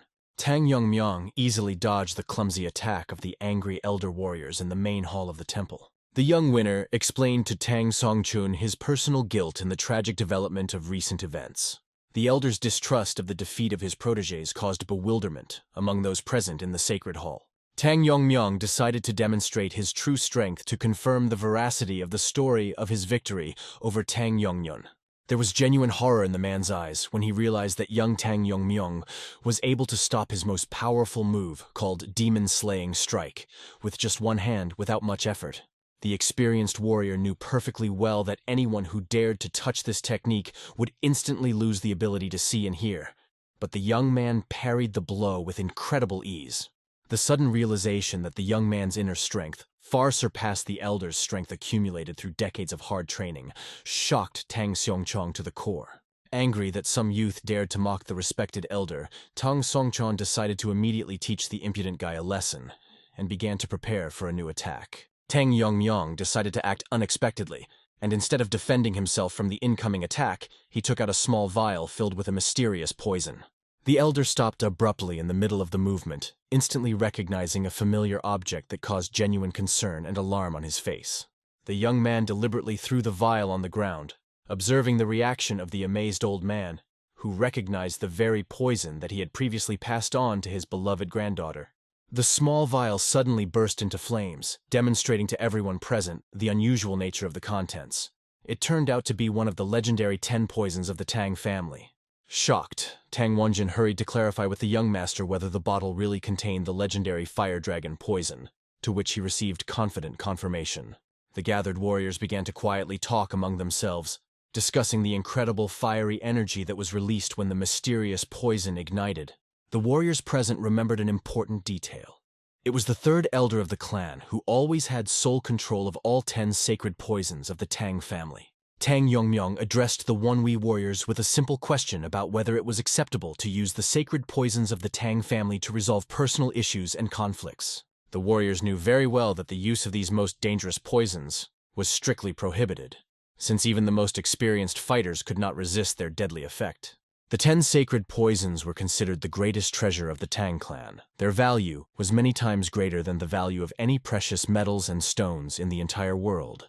The remaining elders were furious that someone would dare threaten one of them with execution, so they ordered Tang Yongmyong to be killed immediately.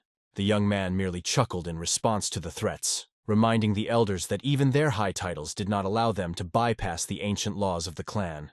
Tang Yongmyong surrounded the elder's body with tongues of flame, inviting him to accept an honorable death and reunite with his granddaughter in the next life. The fire completely consumed the elder's body, turning it into ashes, which were carried away by a light wind, leaving no traces behind. After the massacre, Tang Yongmyong calmly explained that the elders were mired in corruption, turning into the rotten roots of the clan, and now he himself would decide his fate. The unexpected turn of events shocked everyone present, who froze in complete silence, unable to believe what was happening before their eyes. The history of the clan had never known cases when someone dared to openly confront the elders, but now everyone understood that big changes were coming. The surviving elder spoke angrily to his warriors, expressing displeasure at their inaction in the face of an obvious threat to their ancient traditions. The elder did not understand why his warriors were still standing motionless, allowing a criminal to threaten the life of a high-ranking member of the clan with impunity. Tang Yongmyong interrupted the elder's angry speech with a question about whether he knew about his student's attempts to destroy the ancient clan from the inside. The elder looked at the young man in surprise, not understanding the meaning of the question asked and trying to comprehend what he heard. The young warrior expressed sincere surprise at the fact that the elder was unaware of Tang Kunling's true identity as a spy for the Dark Moon Sword sect. The elderly man took Tang Yongmyong's words as an outright lie, believing that he was trying to slander his talented student. Tang Yongmyong reminded everyone of the well-known fact about the Dark Moon Sword sect's invasion of the competition territory, but the elder demanded to provide concrete evidence. The young warrior expressed his willingness to provide the necessary evidence and immediately called the manager's son named Tang Chonil. Tang Chonil resolutely took off his kimono, announcing to everyone present that he was the only witness to Tang Kunling's betrayal. Numerous scars on the young man's body, received during the final test in the fight with Tang Kunling, served as irrefutable proof of his words. Experienced warriors immediately determined that such wounds could not be inflicted by poisons or secret techniques. They appeared from direct blows of a sharp blade. After much thought, Tang Jonggil came to the conclusion that his opponent used a special technique of wielding dual blades during their duel. Despite the elders' attempts to make it sound like mere speculation, the other elders supported the youth's version based on their experiences. Many warriors observed Mak Inhu's fights from afar, noting the characteristic signature of his technique. The bodies of the victims bore similar wounds to those of Tang Chonil. Tang Chonil confirmed the elders' guesses, adding that before the assassination attempt, Tang Kunling revealed his real name, Mak Inguk, at the mention of the name of the famous bastard, born of a simple servant. All those present were finally convinced of the veracity of the accusations. Tang Yongmyong expressed his sincere gratitude to Tang Jonggil for the unexpected help, admitting that he expected to involve him later as a witness. The young man responded with a smile, explaining his action with a desire to repay kindness for saving a life, which made Tang Yongmyong's task much easier. The elder could not come to terms with the betrayal of his beloved disciple Tang Kunling, but now he was more worried about his own fate. Realizing the seriousness of the situation, the elder ordered the guards to immediately detain Tang Yongmyong, hoping to prevent further developments. The desperate elder called upon the elite Blue Dragons to avenge the death of the third elder, ordering the rest of the warriors to also join the battle. Tang Yongmyong calmly advised the elder to stop the pointless fuss, reminding him that the revealed evidence had already dealt an irreparable blow to his reputation. The elder began to desperately make excuses, shouting about his innocence in the actions of the third elder, who used his influence for the sake of his granddaughter's victory. The young warrior firmly stated that mere ignorance could not be an excuse, as Tang Kunling's victory had brought the clan under the control of the enemy sect. Tang Yongmyong resolutely rejected attempts to justify himself by ignorance, realizing the seriousness of the consequences that could overtake the clan due to such negligence. Realizing the hopelessness of the situation, the elder fell to his knees, beginning to beg for forgiveness and mercy, hoping to avoid severe punishment. Instead of answering his pleas, Tang Yongmyong cut off the elder's left arm right up to the shoulder with a lightning-quick movement, demonstrating true strength. Addressing the Grand Elder, the young warrior explained the impossibility of avoiding accusations of hiding a spy within the sacred walls of the clan. Tang Yongmyong announced the punishment for what he had done: the destruction of the Golden Core and the ban on the practice of martial arts, limiting himself to cutting off his hand for lack of communication. The elder expressed his gratitude for the mercy shown, while the amazed Tang Jonggil realized the incredible speed of the attack. Tang Chonel was so lost in thought that he missed the moment when the wounded elder, under the guise of treatment, took out the hidden poison. The elder used one of the 10 legendary poisons called subtly changing the sense of touch, known for its insidious properties. The peculiarity of this poison was the gradual deprivation of the victim of all senses: light, smell, and taste, and the person was not aware of the poisoning until symptoms appeared. Despite the reduced strength of the modified poison compared to the original, the elder was proud of his creation, having spent half his life developing it.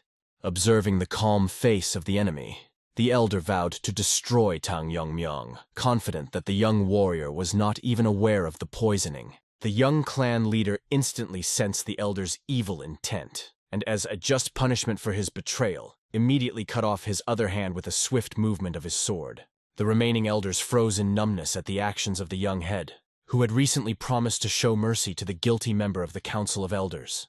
After carefully examining the severed hand of a high-ranking elder, those present noticed unusual marks and a strange shade of skin on the limb. Next to the elder's immobilized body, they discovered a small crystal vial emitting a subtle scent of the Tang clan's deadly poison. Tang Yongmyong slowly approached the defeated elder and in a calm voice asked a question about the attempt to secretly poison the head of the sacred clan. Realizing the inevitability of severe punishment for his betrayal, the elder fell to his knees and began to desperately plead for leniency for his offense. The young head of the clan dispassionately announced the sentence to the traitor for attempting to kill the rightful heir and intending to destroy the centuries-old foundations of the sacred clan. Tang Yongmyong carried out the sentence without hesitation, separating the elder's head from his body with one precise movement of the sword as the witnesses looked on in shock. After the execution was completed, the young leader addressed the remaining elders, reminding them of the supremacy of the clan's laws over any titles or privileges. Despite the shocking events, everyone present deep down recognized the justice of the decisions of the new head of the clan regarding the traitors. Tang Yongmyong spoke of the decline of the clan and everyone's expectation of its imminent disappearance, but firmly promised to protect the families of all loyal members on Sichuan's soil. The young head vowed to protect the clan from the threats of the Death Alliance and demonic cults, after which he asked the elders about their readiness to recognize his power. An excited neighbor came running to Tang Yongmyong's mother's house, barely holding back tears of joy at the incredible news of her son's victory in the tournament. Tang Jihia listened to the news of her son's triumph in the clan head tournament, unable to hold back tears of happiness at his incredible achievement.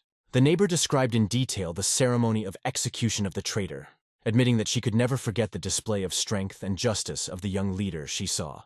The assembled warriors and elders unanimously acknowledged Tang Yongmyong's authority, kneeling before the new head of the sacred clan as a sign of loyalty. The young leader's mother beamed with happiness as she listened to her neighbor's words about her son's striking resemblance to herself in their early years in the clan. Tang Jihea mentally addressed her late husband, imagining his immense joy and pride in the achievements of their only son for the benefit of the clan. The new head of the clan was holding an important meeting, experiencing quiet sadness from the inability to immediately visit his mother and personally convey the good news. Tang Yongmyong issued a decree transferring all important events to the Hall of Hidden Weapons and Poisons, establishing a rule for personal approval of all significant decisions of the clan.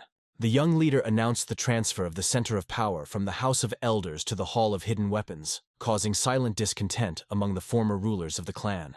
The elders recognized the strength of character of the new head, but continued to doubt the correctness of his decisions due to his young age and lack of experience. The only elder who dared to speak out proposed appointing an experienced assistant to the young leader until he reached a more mature age. Tang Yongmyong understood the elder's true motives for maintaining influence through the appointment of an assistant, but acknowledged their concerns about the future of the clan were justified. Unexpectedly for everyone present, the young head agreed to later choose an assistant, which caused everyone's amazement with his wisdom and flexibility. Completing the transfer of power, Tang Yongmyong made it clear to the elders that he would not become a puppet in their hands and would act according to his convictions. The investigation confirmed the abuses of the third elder, calling into question the competence of the entire council of elders of the sacred clan. Control of the hidden weapons hall passed to new leadership, and the elders retained command of personal units that did not pose a threat. The young head allowed the elders to retain control of the military detachments, subject to the full provision of the troops at the expense of the personal funds of the commanders. Tang Yongmyong announced the end of funding for the personal armies of the elders from the general treasury of the clan, establishing a new procedure for the distribution of resources. The elite squads of the Great Elder and the Third Elder were left without leadership, since no one was willing to take responsibility for their maintenance.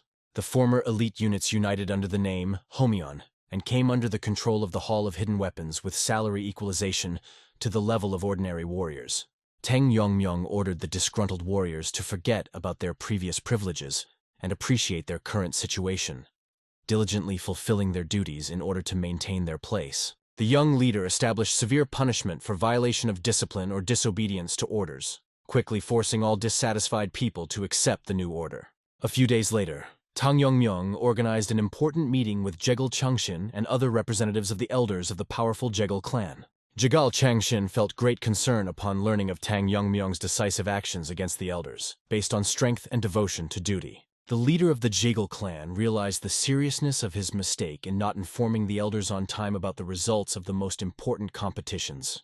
Despite the lack of detailed information about the events of the tournament, all participants in the meeting were anxious due to Tang Yongmyong's unexpected victory. The new head of the clan inspired such awe with his presence that everyone was afraid to incur his just wrath with a careless word. Tang Yongmyong began the meeting by apologizing for the temporary neglect of clan affairs and explaining that he had gathered everyone to discuss an important personal request. Those present had difficulty recognizing in the majestic figure of the new head of the clan that very modest participant in the tournament number 28. Noticing everyone's surprise at his appearance, the young leader explained that he had accepted the advice to wear the traditional robes of the ruler of the sacred clan. Despite the formal incompleteness of the transfer of power, Tang Yongmyong's speech and manners were fully consistent with the status of the true leader of the clan. The first elder tried to diffuse the tense atmosphere of the meeting by politely inquiring about the content of the young clan head's request. Tang Yongmyong highly appreciated the protective dome of the Jigal clan, which was able to deter any intruders, and expressed his desire to install such protection. The elder carefully explained the difficulty of installing a protective dome without the approval of the head of the Jigal clan, and the need to use sacred artifacts. The experienced elder emphasized the impossibility of maintaining the protective barrier by the forces of the Tang clan due to the lack of a sufficient number of experienced masters. Tang Yongmyong's sudden anger manifested itself in a lightning attack with poisonous needles, striking everyone present except the frightened Jigal Changshin. The stunned Jigal Changshin did not immediately realize what had happened until he heard the dull sound of the bodies of his faithful assistants falling onto the stone floor. The young leader revealed the information known to him about Jigal Changshin's secret conspiracy with the clan's enemies and inaction in the face of the threat of invasion by the dark sect. Tang Yongmyong expressed surprise at the naivety of Jigal Changshin, who believed it was possible to keep the treacherous conspiracy a secret from the new head of the clan. Tang Yongmyong's generous offer to forget about betrayal in exchange for installing protection for the Jigal family in the clan's main garden sounded like a last chance. Jigal Changshin wanted to object to the demands of the young leader, but quickly realized that he was not hearing a request, but a direct order from the new ruler. Tang Yongmyong recalled the ancient law of tenfold retribution for grievances, explaining the harsh fate of the executed elders of the sacred clan. The young leader suggested a short count to 3, warning of a personal visit to the Jigal clan in case of refusal to comply with his just demands. Tang Yongmyong advised Jigal Changshin not to imagine the possible consequences of refusing to carry out the order of the new head of the sacred clan. Hearing the first number of the countdown, Jigal Changshin, overcome with fear, hastily agreed to comply with any demands in exchange for sparing his family. Tang Yongmyong accepted the terms of the deal, but demanded that Jigal Changshin complete the task as quickly as possible without delay. After summoning his group members, Tang Yongmyong apologized for the delay in the meeting, explaining that many urgent matters prevented them from gathering earlier for an important conversation. Tang Miryo addressed the new head of the clan with unusual formality, inquiring about the purpose of the meeting and the opportunity to be useful to the common cause. Tang Yongmyung's hearty laughter broke the formal atmosphere of the meeting, as he reminded the friends of the opportunity to communicate freely in the absence of strangers. The words of the young head instantly relieved the tension, allowing everyone present to return to the usual manner of informal communication in their circle. In response to Tang Yuri's calm question about the reason for the meeting, Tang Yongmyong announced the appointment of her father to the high position of commander-in-chief of the clan's troops. Explaining his unexpected decision to his shocked friends, Tang Yongmyeon recalled Tang Yuri's own words about her father's abilities deserving a higher position. The girl expressed concern, trying to remember whether she really spoke about her father's suitability for such a responsible position. Tang Yongmyong reassured the girl, explaining that he had already taken care of ending all possible objections to this appointment among clan members. The young head expressed hope for the truthfulness of Tang Yuri's words about her father's abilities, entrusting him with such an important position in the management of the clan. Tang Yongmyong clearly outlined the consequences of a possible breach of trust or abuse of authority by the new commander-in-chief. Death penalty without delay. Tang Yuri warmly assured the young leader of her father's reliability and hastened to help him master his new responsibilities in a high position. After Tang Yuri left, the young leader turned his attention to his remaining friends, inquiring about their current affairs and concerns in the clan. Tang Yongmyeon shared his thoughts about the many talented people in the clan whose abilities go unnoticed due to a lack of connections with the elders. The young chief expressed a desire to give unnoticed talents a chance to shine instead of supporting the elders' protégés. But Tang Miryo was unable to propose candidates. Tang Yongmyong approached Tang Yizhong, knowing about his close ties with the respected clan of the King of Medicine and hoping to receive valuable recommendations. Tang Yizhong visibly hesitated before answering, realizing the seriousness of the information he was about to share with the young clan head. The young leader's friend decided to report that he had important information about the tragic fate of Tang Yongmyong's father in the past. The unexpected mention of his father caused a wave of anger in the soul of the young head of the clan, instantly changing the atmosphere of the friendly conversation. The terrible truth about his father's killers, who belonged to the Medicine King's clan, made Tang Yongmyong clench his fists with barely restrained rage. The news of the true culprits in the death of Tang Yongmyong's father plunged Tang Miryo and Tang Yuri into a state of deep shock and horror. Holding back his raging emotions, Tang Yongmyong motioned for Tang Yizhong to continue the story of the past events in the Medicine King clan. Tang Yizhong described the Medicine King clan's estate as an impregnable fortress, beyond the reach of even influential elders of other clans. The territory of the Medicine clan served as a center for the development of medical knowledge, where the most important research into healing agents and dangerous poisons was carried out. The basis for the well-being of the clan of the King of Medicine was professional medical care and the distribution of effective medicines. History has preserved the important role of the Medicine King clan in saving the Tang clan from the devastating attack of the powerful Heavenly Radiance Demon Lord. Tang Yizhong told the sad story of his grandfather, who once headed the medical clan but was later forcibly removed from leadership. The reign of Tang Yizhong's grandfather was remembered for the frequent visits of the father of the current head of the Tang clan, seeking help and support. Tang Yongmyong's father showed rare nobility in defending the honor of Poison Phoenix from numerous ill-wishers after the Demon Lord's attack. Deprived of inner strength, the average student experienced serious health problems due to the consequences of past conflicts. The lack of ability to control internal energy made Tang Yongmyong's father especially vulnerable to attacks using spirit power.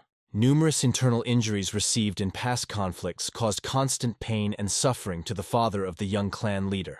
A serious deterioration in the situation occurred after an open confrontation with an influential assistant to the head of the clan named Tang Il. Tang Yongmyong's father openly accused the assistant chief of spreading defamatory rumors about the powerful Poison Phoenix among the clan members. A fair accusation escalated into a violent conflict after the use of martial arts by Tang Yongmyong's father. which only Tang Yizhong's grandfather could stop. The consequence of this conflict was the exclusion of Tang Il from the list of contenders for the highest post in the leadership of the sacred clan. The hidden grudge led to terrible revenge. Tang Il coldly poisoned Tang Yongmyong's father, using his knowledge of poisons. Tang Yizhong confirmed all the facts told, based on his own memories of the tragic events in the medicine clan. Tang Il's cruelty manifested itself again during his seizure of power in the clan, when he mercilessly killed Tang Yizhong's father, who stood in his way. Even Tang Yizhong's respected grandfather fell victim to the evil plot, being poisoned and imprisoned in the clan's prison cell. Tang Miria expressed sincere surprise at the fact that such significant events remained completely unknown outside the medical clan. Tang Mirio rightly noted the strangeness of concealing such serious crimes, despite the traditional secrecy of the clan of the King of Medicine.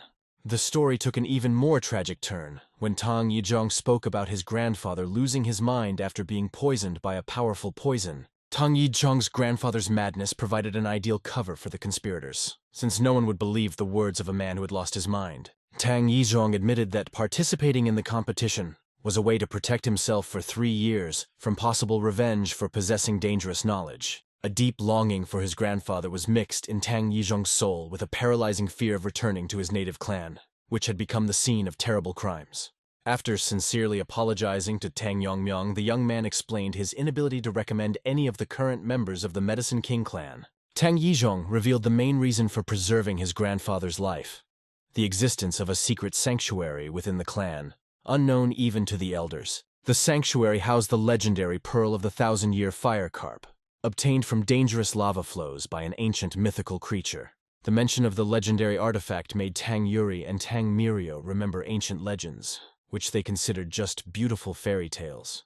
Tang Yuri showed a lack of understanding of the special value of the pearl, suggesting it as an ordinary means of enhancing the internal energy of the owner. Tang Yizhong told an ancient legend about the young head of the Fiery Sun Palace, who achieved incredible power thanks to the power of a magic pearl. Ancient records preserve the story of the destruction of the mighty Fire Sun Palace by the demonic forces of Heavenly Blossom in the distant past. Despite Tang Mirio's doubts, historical sources confirmed the fact of reaching the legendary level of Huagying with the help of a magic pearl. Tang Yizhong revealed the mortal danger of the artifact. The pearl contained a powerful poison that required special skill for safe use. The young man warned about the danger of inept attempts to clean the pearl, which could significantly reduce the power of the ancient magical artifact. Tang Yongmyong quickly realized the true reason for keeping the old master alive. Only Tang Yizhong's grandfather could safely extract the poison from the ancient pearl. The insidious plan of the new head of the clan included acquiring the pearl, reaching the level of Huagyong, and creating his own powerful sect. The shocked girls listened to the story, and Tang Mirio called the plan crazy, knowing the impossibility of achieving such a level without true enlightenment. The friend expressed admiration for the fortitude of Tang Yizhong, who managed to hide difficult experiences throughout the 3 years of their close communication. Tang Yongmyong thanked his friend for his frankness and inquired about the possibility of restoring the normal functioning of the clan after the overthrow of the usurpers. Tang Yizhong confidently confirmed the possibility of reviving the clan under the leadership of a grandfather superior to the current head, with the support of capable healers. The young head decided to immediately join the medicine clan, despite Tang Yizhong's concerns about not meeting his mother. Tang Yongmyong expressed confidence in his mother's understanding of the importance of his new responsibilities as the head of the sacred clan. The young head explained the impossibility of ignoring the impending conspiracy and allowing his friend to continue to suffer from injustice in his own clan. Leaving his friends, Tang Yongmyong made a firm vow to destroy all those responsible for the suffering of the noble clan of the King of Medicine without a trace of pity. In the secluded chambers of the Medicine King clan, the current head was immersed in deep thoughts about the latest events in the world of martial arts. The news that the son of the legendary Poison Phoenix had become the new head of the clan caused serious concern to the current ruler of medicine. The head of the medicine clan consoled himself with the thought that Tang Yongmyong could not find out the truth about his father from his mother, considering his crimes to be reliably hidden from prying eyes. The long absence of Tang Yizhong caused bewilderment among the head of medicine. It seemed incredible that such a long neglect of the fate of his own grandfather. A cynical smile appeared on the face of the clan head at the thought of a young man for whom material values were more important than the lives of loved ones. Eliminating this minor obstacle in the person of the young heir seemed to the head of the medicine clan to be a simple and feasible task. The head of medicine's thoughts were completely occupied by the legendary pearl, capable of granting unprecedented Hwagen power to those who were able to completely absorb its energy. Preserving the life of the old master complicated the plans of the head of medicine, although he was confident in the silence of his captive, even with the return of sanity. The inability to independently neutralize the deadly poison of the pearl without the risk of completely losing its power required the search for an alternative solution to the problem. The sudden appearance of the frightened doctor with the news of the arrival of the young head of the Tang clan caused great excitement among the ruler of the medicine clan. Coming outside, the head of medicine saw Tang Wenjin's warriors methodically tying up the doctors, preparing for the upcoming retribution on the orders of the young master. Some doctors expressed bewilderment at the actions of the young head within the walls of the sacred clan of medicine, but their words remained unheeded by Tang Yongmyong. The young clan head immediately turned to Tang Yizhong with a question about the progress in finding his captive grandfather within the walls of the medicine clan. After a thorough search of all accessible territory of the Tang clan, Yizhong bitterly reported that there was no trace of his abducted grandfather. Tang Yizhong firmly demanded that the associated doctors immediately reveal the whereabouts of the former head of the Medicine King clan. The frightened doctors continued to remain silent, feigning complete ignorance about the fate of the former head of the Medicine King clan. Tired of fruitless attempts to obtain information, Tang Yongmyong ordered Tang Wenjin to prepare a weapon to demonstrate his seriousness. The young leader executed 2 stubborn doctors in cold blood to teach an object lesson to the rest of the medicine clan's captives. Tang Yongmyong carefully looked into the eyes of the remaining doctors, trying to understand the true purpose of their stubborn denial in the face of death. The young leader warned the captives about the pointlessness of further pretense, promising to sooner or later achieve the truth by any available means. Having heard about the imprisonment of the former head in a terrible punishment cell from the beginning of the competition, the shocked Tang Yizhong could not believe such cruelty to his own grandfather. The trembling voice of one of the doctors told about an abandoned isolation ward for the seriously ill, where the prevailing cold and dampness only aggravated the suffering of the prisoners. Tang Yongmyong decided to personally go to the punishment cell with Tang Yizhong, instructing Tang Wenjin's squad to restore order before their return. Leaving the main territory of the clan, the young head and his companion ignored the desperate pleas for mercy from the doctors who had betrayed their duty. 2 young men began a dangerous descent into the dark depths of an underground cave, hiding the terrible prison of the medicine clan. The gloomy atmosphere of the dungeon forced Tang Yizhong to admit the justice of the ominous name, Punishment Cell, for this terrible place of detention. Upon reaching the prison bars, Tang Yizhong could not hold back his tears as he prayed that his grandfather would remain alive until their timely arrival. Tang Yongmyong's heightened senses picked up faint signs of vital energy, confirming the presence of the captive old medicine master. Confidently following the feeling of familiar energy, the young people immediately headed to the supposed place of detention of the former head. Tang Yizhong rushed to the discovered cage where his emaciated grandfather was kept, and desperately tried to break the strong prison bars. Seeing the futility of his friend's efforts, the powerful Tang Yongmyong decisively stepped forward to provide the necessary assistance in freeing the prisoner. The colossal internal energy of the young clan head instantly melted the metal barriers, opening the way to the exhausted captive. Seeing the horrifying changes in the once strong grandfather's appearance during his absence from the competition, Tang Yizhong fell to his knees in tears. Obvious signs of exhaustion pointed to the use of a special poison that could dissipate the victim's internal energy to the point of complete exhaustion. Tang Yongmyong calmed his sobbing friend with a reminder of the purpose of their coming, and began to find out the possibility of using other poisons besides the well-known Sangun. Tang Yizhong suggested the use of the dangerous cerebral poison Nwesundan, well known in the medical clan for its destructive effects. The insidious poison slowly spread throughout the victim's body, penetrating the brain and turning the person into a madman, making conventional antidotes completely useless. Tang Yongmyong confidently declared the possibility of neutralizing both poisons used, despite Tang Yizhong's pessimistic forecasts about the late stage of poisoning. The young head asked Tang Yizhong to hold his grandfather tightly, preparing to use his powerful internal energy to heal the old master. Tang Yongmyong activated the unique power of absolute absorption poison madness, capable of completely extracting any poison from the body of a poisoning victim. Tang Yizhong, who carefully observed the process, noticed clear signs of improvement in his grandfather's condition, especially in the restoration of clarity of consciousness. Tang Yongmyong's unique ability of poisonous madness allowed him to safely neutralize even the most dangerous poisons known in the world of martial arts. The young head decided to completely absorb the remnants of the poison, avoiding risky neutralization methods that could harm the old man's weakened body. The first sign of successful healing was the restoration of normal breathing to the exhausted prisoner after long months of painful captivity. Healthy color began to return to the old master's face, indicating that his body had been completely cleansed of the deadly poisons of the medicine clan. Tang Yongmyong smiled softly, asking the rescued old man to open his eyes and return to life after a long imprisonment. Gradually coming to his senses, the old master slowly opened his eyes, first seeing his beloved grandson, and then turned his gaze to the unfamiliar young man. The shocked old man was amazed to recognize in the young savior a striking resemblance to an old friend, the father of the current head of the Tang clan. Having gained strength, Tang Yongmyong introduced himself as the son of the old master's deceased friend and the new head of the powerful Tang clan. The young head expressed deep gratitude to the old master for the care and support provided to his late father during difficult times. The touched old man began to cry, realizing the amazing turn of fate that led to his salvation by the son of a man who died through his indirect fault.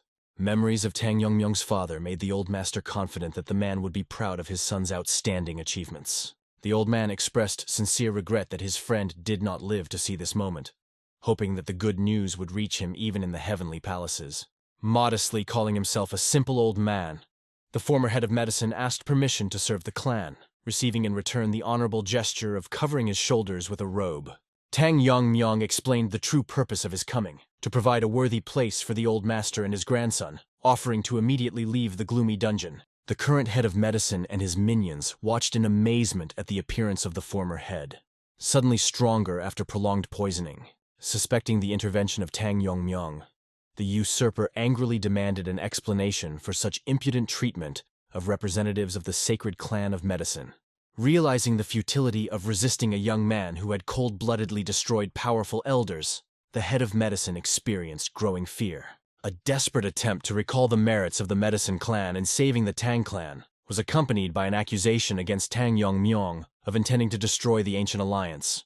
Tang Yongmyong coldly pointed out the obviousness of the prisoner's release from the punishment cell, expressing irritation at the feigned lack of understanding of the situation on the part of the head of medicine.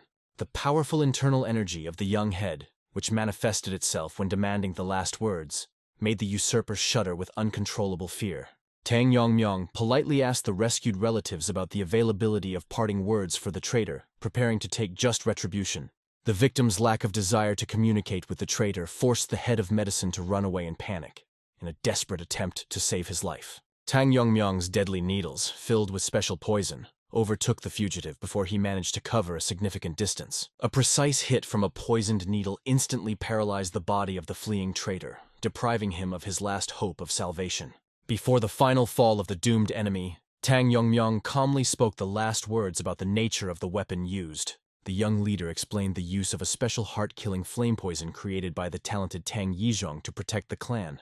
Removing the needle from the defeated enemy, Tang Yongmyong expressed confidence in the unanimous recognition of Tang Yizhong's right to take the vacant post of head of medicine.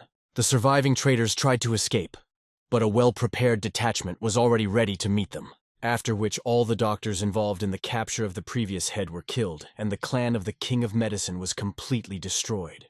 The news of the complete destruction of the Medicine King's clan spread with lightning speed throughout the martial world, giving rise to many rumors and speculation among ordinary people and warriors of other clans. Many wondered why the young head of the Tang clan made such a radical decision against longtime allies, thanks to whom their own clan had once managed to withstand difficult times. 3 people gathered in the sacred repository of the ancient medicine clan: the young head Tang Yongmyong, his faithful friend Tang Yizhong, and the recently released former head of the medicine clan.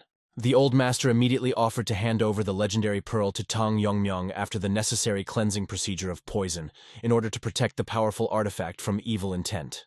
A unique feature of the young leader, his unusual attraction to various poisons, manifested itself in the decision to preserve the pristine power of the ancient pearl without purification. The former head of medicine strongly recommended leaving the artifact in a secure storage facility if Tang Yongmyong did not immediately plan to use its power for development. Explaining his decision, Tang Yongmyong shared his admiration for the incredible concentration of poison in the pearl, visible even to the naked eye, which made the artifact especially attractive to him. When he first touched the mysterious artifact, the young leader felt a powerful stream of fiery poison, which was not surprising for a relic of a creature that lived in flaming lava. Comparing the power of the poisons, Tang Yongmyong noted that even this incredible power was inferior to the already familiar flame of the legendary fire dragon, which became part of his strength. The young head understood the mortal danger of such a poison for an ordinary person, capable of burning anyone alive, but its unique nature made it possible to safely interact with a dangerous force. An in-depth study of the incredible power of the ancient poison gave Tang Yongmyong a new understanding of the true power of such substances, awakening in him a desire to further explore their nature. After successfully purifying the pearl from the deadly poison, Tang Yongmyong explained the possibility of extracting the pure power of the inner spirit by completing the work on the ancient artifact. Having completed important matters with the pearl, the young head hurried to visit his mother, who had already settled in the luxurious palace chambers of their family estate.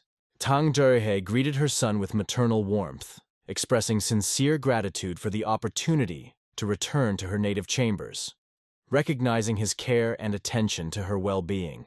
In a calm tone, Tang Yongmyong reminded his mother of the historical affiliation of the hidden weapon hall to their family, explaining the justice of her return to her rightful possession.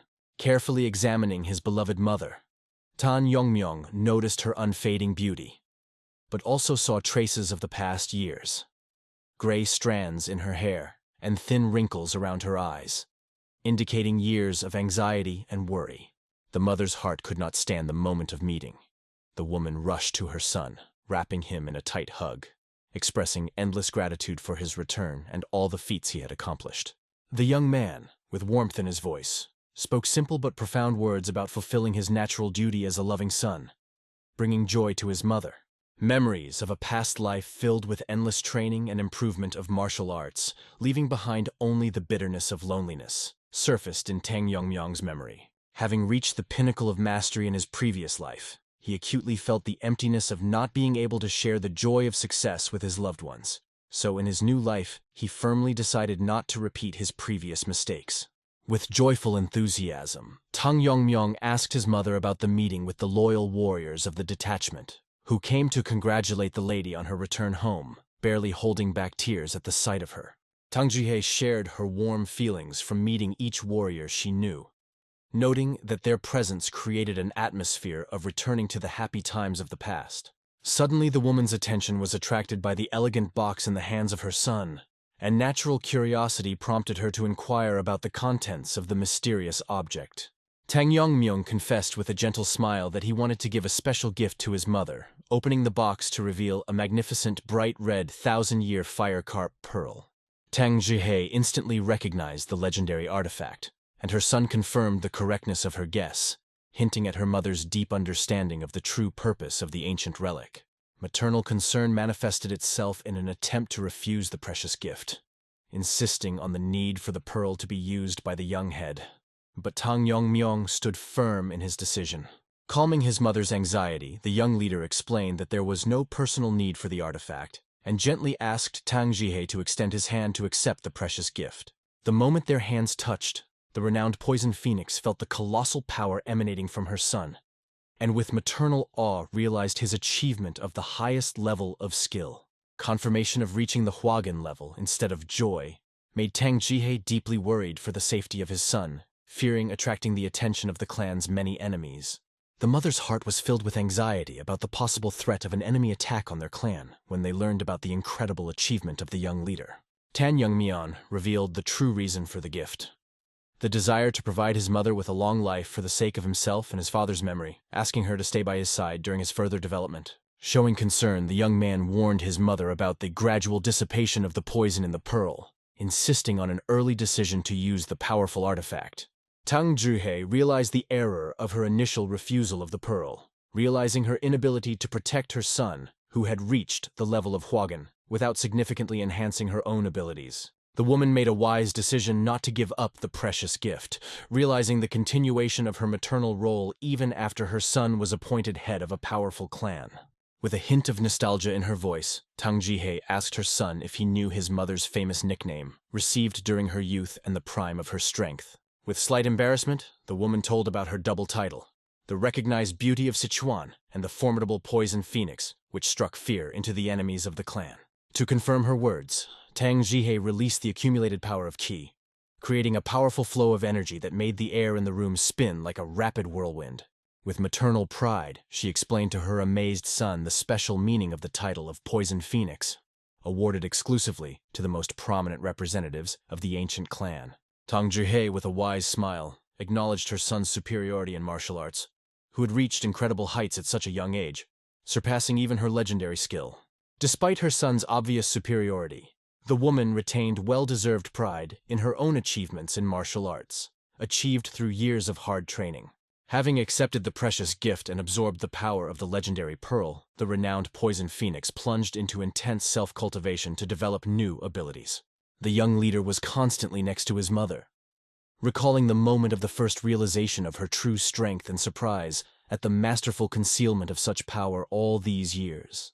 Tang Yongmyong's sincere admiration was aroused by the fact that her mother had achieved an impressive level of skill solely through her own efforts, without the help of ancient artifacts. Masters who reached the level of Fagen had the ability to capture the slightest fluctuations in internal energy, making attempts to hide true power from their perception pointless.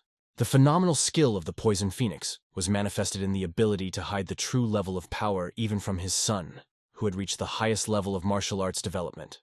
Observing his mother's progress, Tang Yongmyong noted her approach to the critical point of power release, after which the energy of the sacred pearl would be completely absorbed. In the heart of the young head, there was a glimmer of hope that the mother would overcome the existing limit, mixed with anxiety about the possible achievement of a dangerous critical point in development. The clan's ancient manuscripts contained a detailed description of a surprisingly simple method for extracting powerful power from the legendary Pearl of the Thousand-Year Firecarp. The process of absorbing the artifact's energy required the gradual release of the pearl's internal power, its acceptance into the cultivator's body, and repeating the cycle until it was fully absorbed. Tang Jihei, despite her deep knowledge of the ancient technique of absorbing power, had serious doubts about her ability to fully absorb such a powerful energy of the artifact. The woman's experienced eyes noticed the gradual dissipation of the effectiveness of the ancient pearl, causing growing concern about the possibility of fully harnessing its power. Anxious thoughts overwhelmed Tang Jihei, who realized that at the current pace, she would be able to master barely half of the artifact's power before its energy was completely dissipated. Noticing his mother's hesitation, Tang Yongmyong touched the pearl and wisely noted that focusing on achieving enlightenment through force will not lead to the desired result. The young leader shared a deep understanding of the path to enlightenment through careful observation of the world around us, its analysis and harmonious interaction with natural forces. At an important moment in his cultivation, Tang Yongmyong decided to provide his mother with delicate assistance in mastering the powerful energy of the ancient artifact. The combined energy of the pearl and the inner strength of the young head rushed towards Tang Jihei, merging into a single stream of incredible power for its improvement. Observing the amazing process of energy transformation, the renowned Poison Phoenix learned the legendary technique of poisonous azure radiance, the sacred heritage of the Tang clan. Tang Jihei's deep understanding of the nature of energy revealed her universal ability to take on any form in the process of improving martial arts. The discovery allowed the woman to abandon the gradual submission of energy, focusing on giving it familiar forms, to effectively absorb the power of the artifact. The new understanding of the process of harnessing energy freed Tang Jihei from the need to go through a long path of self-improvement using the traditional methods of the clan. Thanks to the wise guidance and support of her son, the renowned Poison Phoenix managed to reach the legendary level of Hwagen, greatly increasing her strength. Sensing his mother's incredible achievement, Tang Yongmyong felt boundless pride in her success and joy at the opportunity to help her reach new heights of excellence. In the spacious hall of hidden weapons, high-ranking members of the clan began to gather early in the morning, awaiting an important announcement from their young leader. The illustrious head of the clan of the King of Poisons did not hide his irritation at the behavior of his impudent son, who forced everyone to gather at dawn, while he himself was absent from an important meeting. Concerned, the elders approached Tang Chonel, known for his closeness to the young leader, hoping to obtain information about the reasons for his absence from the meeting. Tang Chonel expressed clear dissatisfaction with the situation, noting that it was disrespectful to make the entire senior clan wait without explaining the reasons for such an early gathering. The diplomatic Tang Chonil tried to defuse the tense atmosphere, assuring those present that the young leader would soon appear and asking for patience. The solemn voice of the master of ceremonies announced the arrival of the young head of the clan, causing everyone present to sit up straight in respectful anticipation. Upon entering the hall, Tan Yongmyong expressed sincere gratitude to those gathered for their willingness to discuss urgent issues at such an early hour, emphasizing the special importance of the upcoming conversation. While the elders were at a loss, the young leader recalled the recent agreement with the fifth capital regarding the appointment of a temporary regent until he reached the age of full rule. The curiosity of those present reached its limit, but Tang Yongmyong's cold gaze made it clear that none of the elders would receive the coveted position of clan regent. At a moment of general speculation about the identity of the future regent, the heavy doors of the hall swung open, drawing the attention of everyone present to the appearance of a mysterious figure. Amazement gripped the elders at the sight of the legendary figure, whom they had not met for a whole decade and considered forever lost to the clan. With a slight smile, watching the shocked faces of the elders, Tang Yongmyong confirmed the obvious. No one was better suited to the role of regent than his own mother. The legendary Tang Jihye, known as the Poison Phoenix, entered the hall, unjustly accused of treason and deprived of the title of head 10 years ago due to the invasion of demons.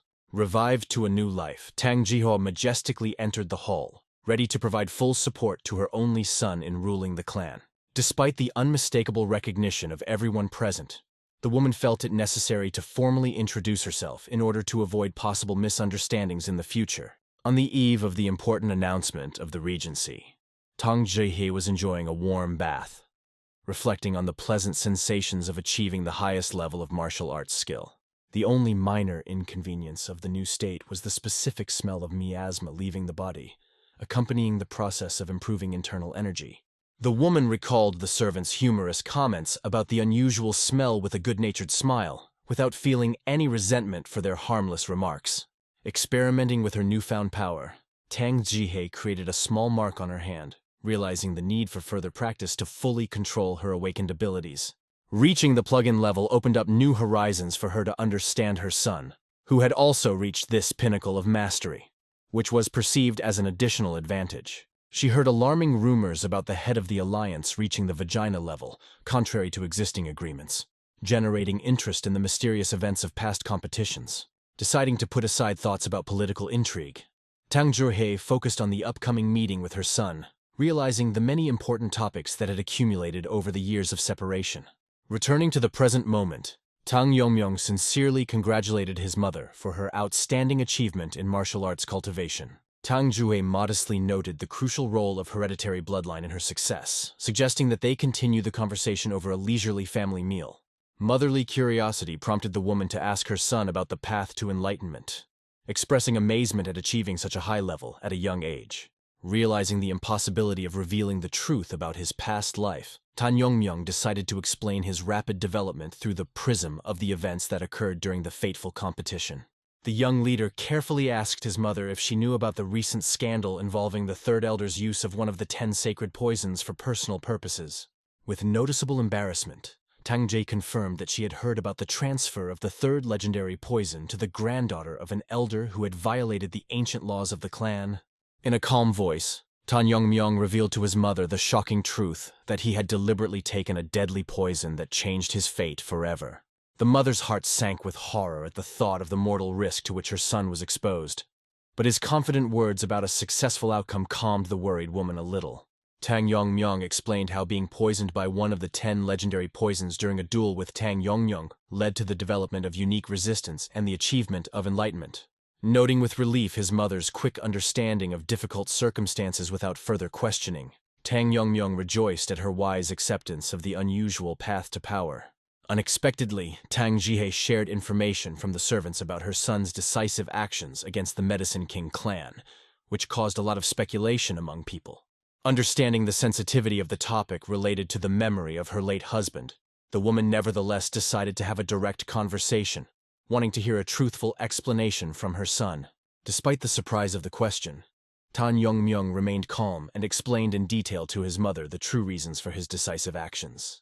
The lengthy conversation lasted until late in the evening, allowing Tang Jihye to fully understand his son's motives and share his doubts about the head of the medicine clan. The mother's heart was filled with regret about the inability to earlier support her son in solving the difficult problems that befell him at such a young age. Opening up to her son, Tang Jihye shared her many years of fears of losing loved ones and her firm decision to no longer stay away from important events. The woman expressed a sincere desire to protect the interests of her son, asking for the opportunity to remove any obstacles on his path to the greatness and prosperity of the clan. The majestic appearance of the revived Poison Phoenix as regent left an indelible impression on all the clan members present. Those gathered noted with surprise that the years of exile seemed to have left no trace on the beautiful appearance of the woman who had retained her legendary beauty.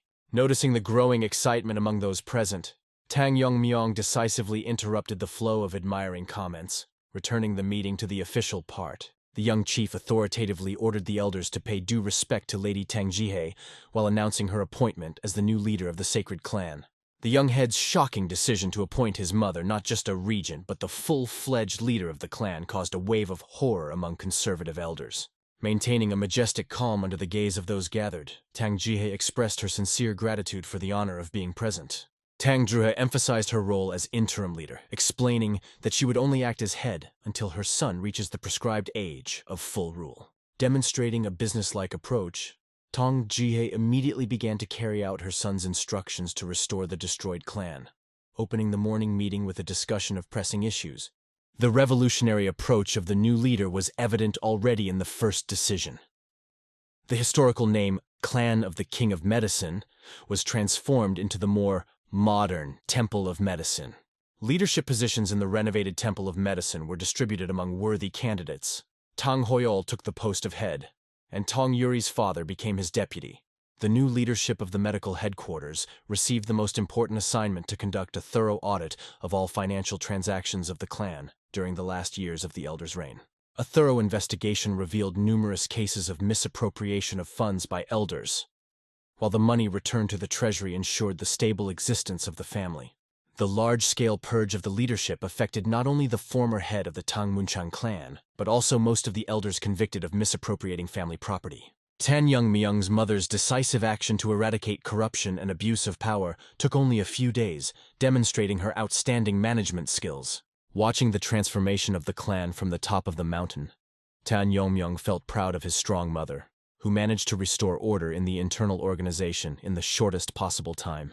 Reflecting on the changes that had taken place, the young leader realized how his simple desire for a quiet life next to his mother had grown into something much more significant. What brought Tang Yongmyung particular joy was the realization of the appearance of devoted friends and loyal warriors, ready to follow him without the slightest hesitation. Amazing changes have transformed the once weak youth, who cursed his own birth, into a powerful leader protecting the interests of hundreds of Tang clan members. Tang Yongmyung was determined to continue strengthening the clan so that neither the Black Death Alliance nor the Heavenly Radiance Demon Lord could pose a threat to his family. At the same time, the powerful Yu Kiljun received intelligence information about the emergence of a new young leader in the Tang clan, which was in line with his expectations. The experienced ruler understood the naturalness of what was happening, realizing the impossibility of the long-term existence of the clan without a legal leader. The unexpected report of a female informant about the defeat of the famous alliance warriors Mak Inhu and Zhong Yongsong at the hands of the young leader aroused particular interest. The defeat of two prominent representatives of the main school of the alliance by an unknown youth caused serious concern among the top leadership of the organization. The warlike Yo Sungryong suggested that Yu Kiljun immediately destroy the resurgent Tang clan until it regained its former power and influence. Yu Kiljun expressed a clear lack of understanding of the need for such radical actions against the resurgent clan, which surprised his entourage. Yo Sungryong's persistent attempts to convince the master of the seriousness of the threat only caused his growing irritation with his subordinates' unfounded fears. The powerful ruler reminded the audience of his previous order not to temporarily interfere in the affairs of the Tang clan, hinting at the existence of special plans. Yu Kiljun emphasized that it was the disobedience of Yongyong Xiong and Mak In-hu to his direct order that led to their well-deserved death at the hands of the young leader. The experienced leader clearly delineated responsibility, placing the blame for what happened on the dead warriors who violated his will, and not on the actions of the Tang clan. Concluding the discussion, Yahello noted the peculiar luck of the victims to meet death at the hands of the young leader, avoiding his own severe punishment for disobedience. The powerful leader's growing interest in the abilities of the young leader, who managed to defeat experienced warriors, prompted him to take a closer look at the personality of Tang Yongmyong. Wanting to personally evaluate the mysterious young man, Yahello decided to send an official invitation to the Tang clan for the young leader to take part in the upcoming Sichuan Provincial Council. In his mother's spacious chambers, located in the Hall of Hidden Weapons, Tang Yongmyong expressed his sincere gratitude for the excellent arrangement of their family estate, noting every detail. Showing maternal modesty, Tang Jihye shared her excitement about returning to leadership after a long break, but her son confidently assured her of excellent performance. The observant young man noticed that his mother was still diligently restraining her inner strength, which caused her sincere surprise at his insight. Tang Yongmyong acknowledged the excellence of her mother's technique of concealing powers, but expressed bewilderment at the need for such caution after reaching ocean level, knowing the true extent of her abilities. In response to her son's bewilderment, Tang Jihye revealed the deeper meaning of her actions, explaining that she was using an ancient family technique of sealing veins, passed down in their family. The woman expressed the hope of passing on this unique art of concealing powers to her son, although Tang Yongmyong had not yet seen a practical need for such a skill. Understanding the importance of passing on knowledge, Tang Jihye decided to tell her son the ancient history of their ancestors who created the vein sealing technique in the distant past. The story begins in a small village in Sichuan province, where a terrible plague suddenly broke out, aggravated by a bad year and the mass death of exhausted residents. Fear of the spread of the deadly disease forced residents to hastily cremate the bodies of the dead, neglecting traditional funeral rites. The awareness of the inevitability of the death of all village residents, already infected with a terrible disease, created an atmosphere of hopelessness and despair among the population. In the midst of the general pestilence, only one 10-year-old boy remained immune to the disease, maintaining good health despite the surrounding tragedy. Plagued by illness and fear, the villagers lost the ability to think rationally, unable to find an explanation for the little boy's amazing immunity. In the inflamed minds of dying people, a healthy child turned into an ominous symbol of death, who was considered the embodiment of evil spirits spreading the disease. Unjustly expelled from his native village, a boy found temporary refuge in an abandoned cave, which protected him from bad weather and prying eyes. The child's survival was supported by the remains of sacrificial food, which superstitious residents brought to the altar in the vain hope of appeasing evil spirits. Every day the little exile fought for survival, finding ways to exist in his forced solitude away from people. The measured passage of days was disrupted on the third day, when the residents stopped making sacrifices, leaving the child completely alone in the face of the unknown. In painful loneliness, the boy pondered the reason for his immunity to the disease, until fate itself provided the answer to his questions. The unexpected appearance of mysterious people who came for the boy changed the course of his fate forever, opening a new page in history. The aliens turned out to be representatives of the notorious Shadowgate of the Poison Moon sect, considered the most dangerous organization of killers in all of Murium. The secret organization mercilessly kidnapped young children around the world, systematically turning them into professional killers through the constant use of special poisons and cruel methods of mind control. After many years of grueling training and constant use of toxic substances, the young student of the sect developed incredible skill in the art of silently eliminating any targets. One day, a young man accidentally witnessed the painful death of his fellow sect member, who did not manage to take the necessary antidote in time and died in terrible agony. At the moment of observing the death of his comrade, a sudden realization of the cruel truth came. The epidemic that completely destroyed his home village was created by the Shadowgate sect. After this terrible discovery, he began to train with triple strength every day and night, performing the most dangerous tasks without the slightest hesitation or delay. Constant grueling training and tireless improvement of combat skills allowed the young man to develop such incredible strength that he could resist absolute masters. On one of the usual training days, the Supreme Master of the secret sect unexpectedly summoned the young warrior to his personal chambers for an important conversation in private. The powerful sect leader sincerely thanked the young man as his outstanding martial achievements had greatly enhanced the influence and reputation of the Shadowgate sect. For his demonstrated skill, the head awarded the young man the honorary title of one of the 5 greatest killers of the sect and offered to fulfill any of his wishes, but he unexpectedly refused. The young warrior's unexpected decision greatly puzzled the head of the sect, because by this time the young man had already reached the highest level of skill in the organization's martial arts. During training and battles with the strongest masters, the young man developed unique fighting techniques, which eventually became embodied in the legendary technique Rain of Heavenly Flowers. Thanks to the created technique, the entire powerful Shadowgate Poison Moon sect fell in one day, and the surviving descendants of that same boy later founded the Tang family in Sichuan. History has preserved the memory of a legendary warrior named Muyongek, which, in the ancient language, meant a mysterious spirit, or an invisible guest appearing out of nowhere. After finishing his mother's long story, young Tang Yongmyong honestly admitted that he had never heard this amazing story from his family's past.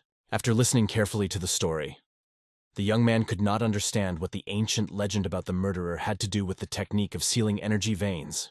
Tang Jie told her son that in those distant times there were many incredibly strong masters who reached the highest level of martial arts. Among the strongest warriors, the 5 legendary killers and the head of the sect himself stood out, so the mother asked her son about his guesses about defeating them. The young warrior was absolutely confident in his thoughts about ancient history, and believed that the solution lay on the surface of the entire narrative. According to the young man, the victory was achieved thanks to the Rain of Heavenly Flowers technique, because this technique worked effectively against any number of opponents. The mother explained that her son's guess was partially correct, but the Rain of Heavenly Flowers was not a hidden weapon technique, but a complex art of energy control.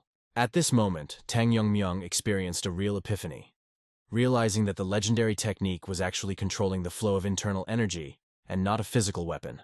The events of the past were now seen completely differently, and the mother added the important knowledge that battles of the highest level represent a collision of energy flows.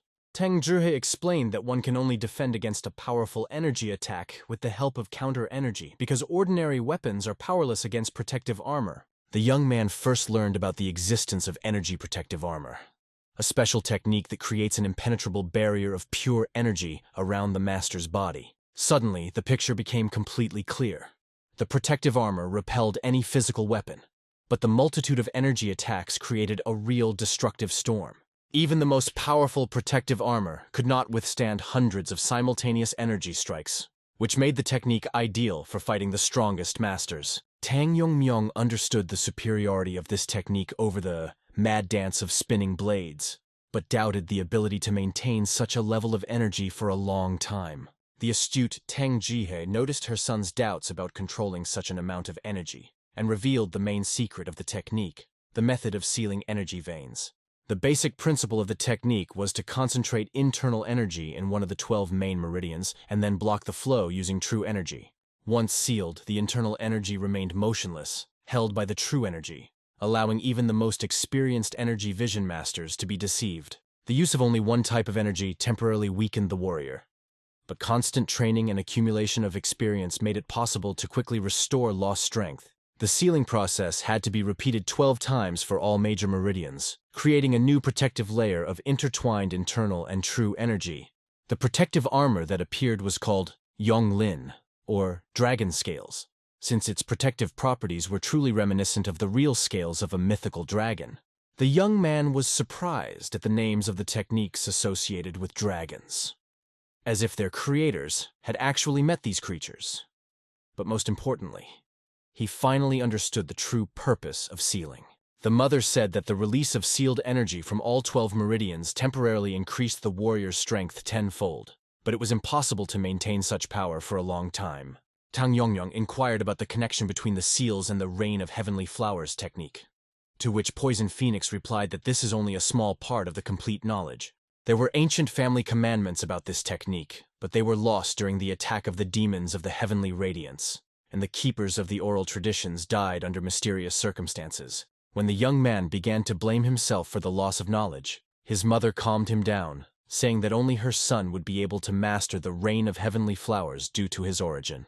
The young warrior was determined to live up to his mother's high expectations and make her proud of her son even more, which helped him master the complex sealing technique. While practicing the new technique, Tang Yongyong discovered that absorbing poisons greatly speeds up the recovery of energy after sealing, using his unique immunity. Due to his innate immunity to poisons, the young man did not need to undergo a long recovery process, so he planned to ask Tang Yizhong to create special compounds. Suddenly, an excited guard warrior burst into the chambers, reporting on an insistent visitor who called herself a close friend of the young master Tang Yongmyong.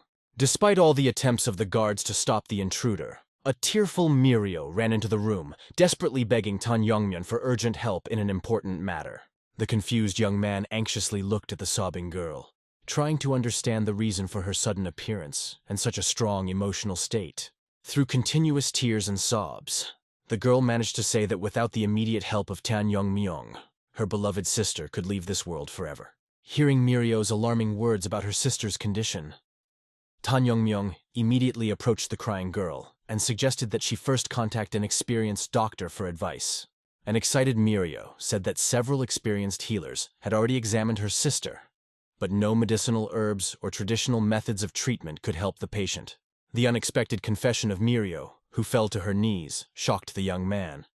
Her sister was found to have serious damage to the 9 main energy meridians in her body. In close proximity to the majestic Burning Sun Palace, there was a unique martial arts school, famous for its deep knowledge of the meridians. This ancient school was called the Ice Palace of the North Sea, where warriors practiced techniques of the ice element, which gave a huge advantage to people with powerful energy. Ice practitioners flourished, but ordinary people suffered from deadly diseases. And then Tan Yongmyong realized that Mirio and her sister were the heirs of this clan. Mirio told the ancient story of how many years ago, representatives of the Ice Palace clan settled in Sichuan and became related to the powerful Tang family through marriage. In their time, learning ice techniques did not require long training. But in the modern Tang clan, they only practiced working with poisons and hidden weapons due to the lack of ice masters.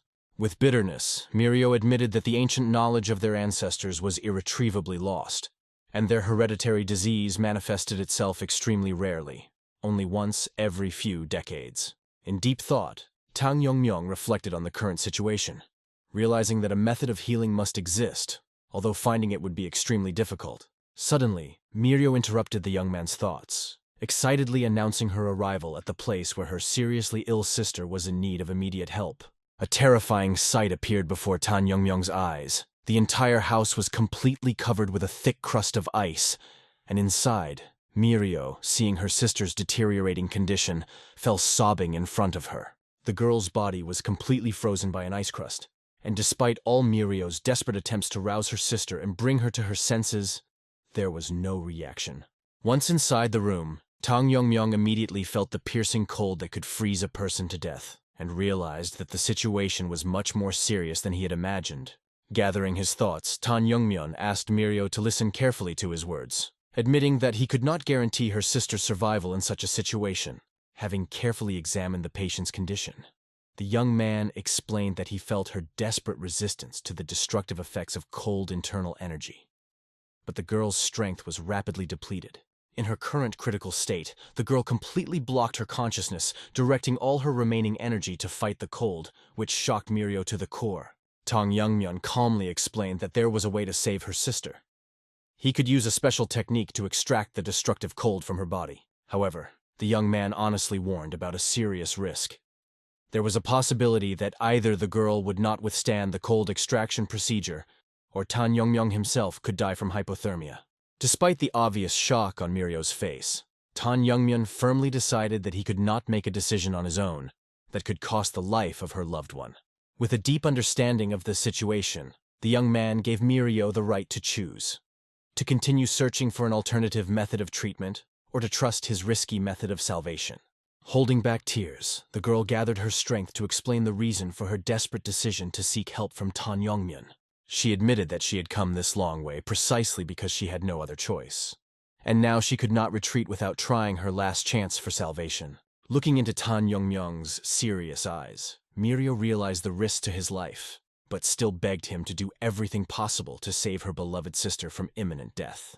Determined to help, Tan Yongmyeon asked Mirio to prepare his sister for the procedure, explaining that clothing could interfere with the transmission of energy and prevent successful treatment.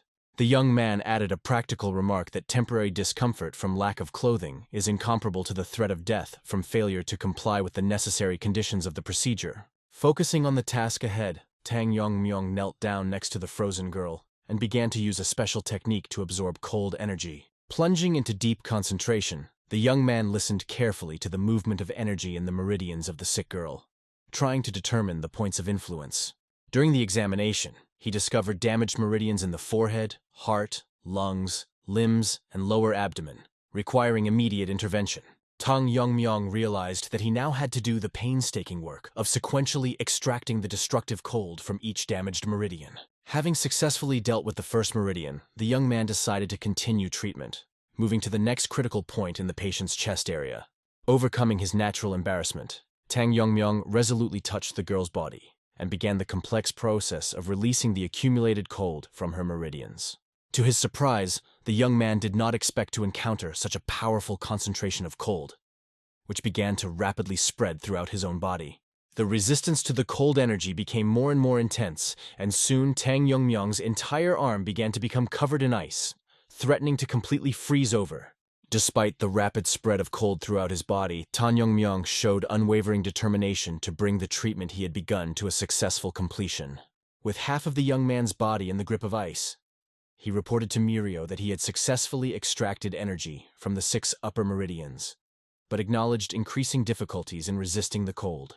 With alarm, Tang Yongmyong realized that with the current development of events, there was a real threat of his death from hypothermia, even before the completion of the entire treatment procedure. In the process of fighting the cold, the young man suddenly thought about how much easier it would be for him to cope with this task if instead of cold, he had to deal with poison. An unexpected thought prompted him to remember an important conversation with Tong Hoyol from the clan of healers, who once shared deep knowledge about the nature of poisons. The wise healer explained that there is a fine line between medicine and poison. Even a healing remedy becomes fatal if its concentration exceeds the body's capabilities. This allowed Tang Yongmyong to make an important discovery. Even life-giving yang energy can turn into destructive poison if its quantity exceeds the natural limits of the body. A sudden insight led the young man to the understanding that the piercing cold, chilling the body to the very bones, can be considered as a special kind of cold poison. Guided by a new understanding of the nature of the problem, Tang Yongmyong changed his approach to treatment and used a special technique to cleanse the body of toxic substances.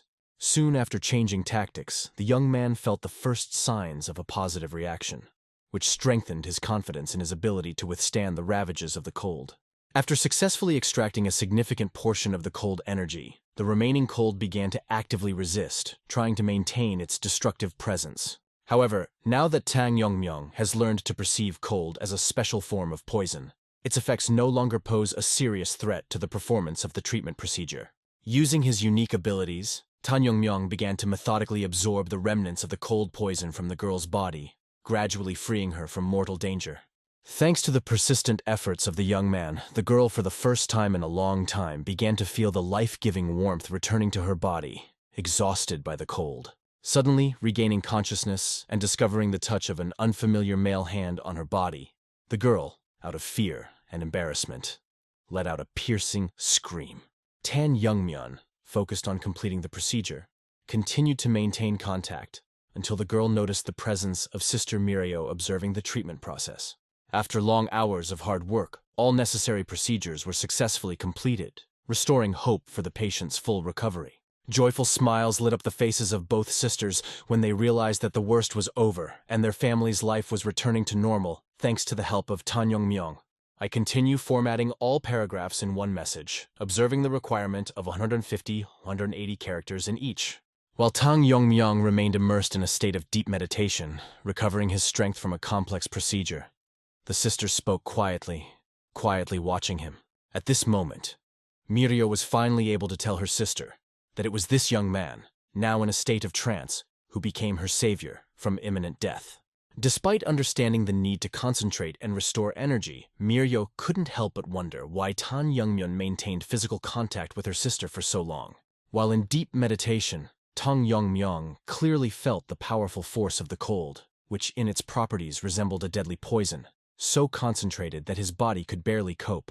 Instead of allowing this enormous power to dissipate without a trace, Tang Yongmyong decided to absorb as much cold as possible, hoping to use it to unblock the meridians. The process of energy absorption began to bring the first results. One of the energy meridians was already completely filled with the absorbed power of the cold element. With growing interest, the young man watched the process of filling the meridians with the absorbed cold, and by the end of the procedure, his energy potential increased fourfold. Realizing a temporary decrease in mental abilities as an inevitable price for increasing strength, Tang Yongmyong consoled himself with the thought of being able to compensate for the losses by taking poisons. Coming out of his meditative state and realizing that he was still holding his hand on the body of the rescued girl, Tang Yongmyong hastily pulled away, sincerely apologizing for his inappropriate behavior. The rescued girl, seeing the young man's sincere embarrassment, smiled softly and assured him that she was not holding a grudge, since her sister had already explained the whole situation to her in detail. Suddenly, the calm atmosphere was disturbed by the appearance of the girl's alarmed father, who burst into the room, trying to find out the reason for the strange happening. Seeing his half-naked daughter next to an unfamiliar young man, the father of the family fell into a state of uncontrollable rage and was preparing for immediate action. In a fit of fatherly rage, the man showed such strength that he destroyed the doorway, intending to brutally punish his daughter's alleged offender. After the situation was explained to his daughters in detail, the shocked father fell to his knees, begging forgiveness for his intemperance in front of his daughter's savior and the young head of the clan. Although Tan Yongmyong perfectly understood the natural reaction of a father who wanted to defend his daughter's honor, the man himself could not forgive himself for the rudeness and disrespect shown. Through continuous tears of gratitude, the father admitted that the loss of his daughters would be an unbearable blow for him, from which he simply could not recover. In his story, the man told how, as a simple merchant, he settled in these parts after marrying a representative of the Tang family, who later died from the same disease. With bitterness, the father recalled how he spent all his savings searching for a cure for his daughters, but all his efforts and financial expenses turned out to be completely useless. Overwhelmed with gratitude, the man vowed to fulfill any request of the young head, but Tan Yongmyong modestly rejected all offers, explaining that he was simply fulfilling his duty. In the conversation, the father of the family shared information about the reasons for the lull in trade affairs, linking it with the decline of the influence of the Tang clan and the rise to power of the Black Death Alliance. Realizing the seriousness of the situation with the trade routes, Tang Yongmyong promised to deal with the problem later, since he needed to leave at the moment. When Tan Yongmyong tried to leave the house, he was stopped by the worried voices of his sisters asking him to stay for a conversation, and the rescued girl, now dressed, expressed sincere gratitude. Seeing the girl's extraordinary beauty in the clear light, Tang Yongmyong was so amazed that he was speechless for a moment as he looked at her in admiration.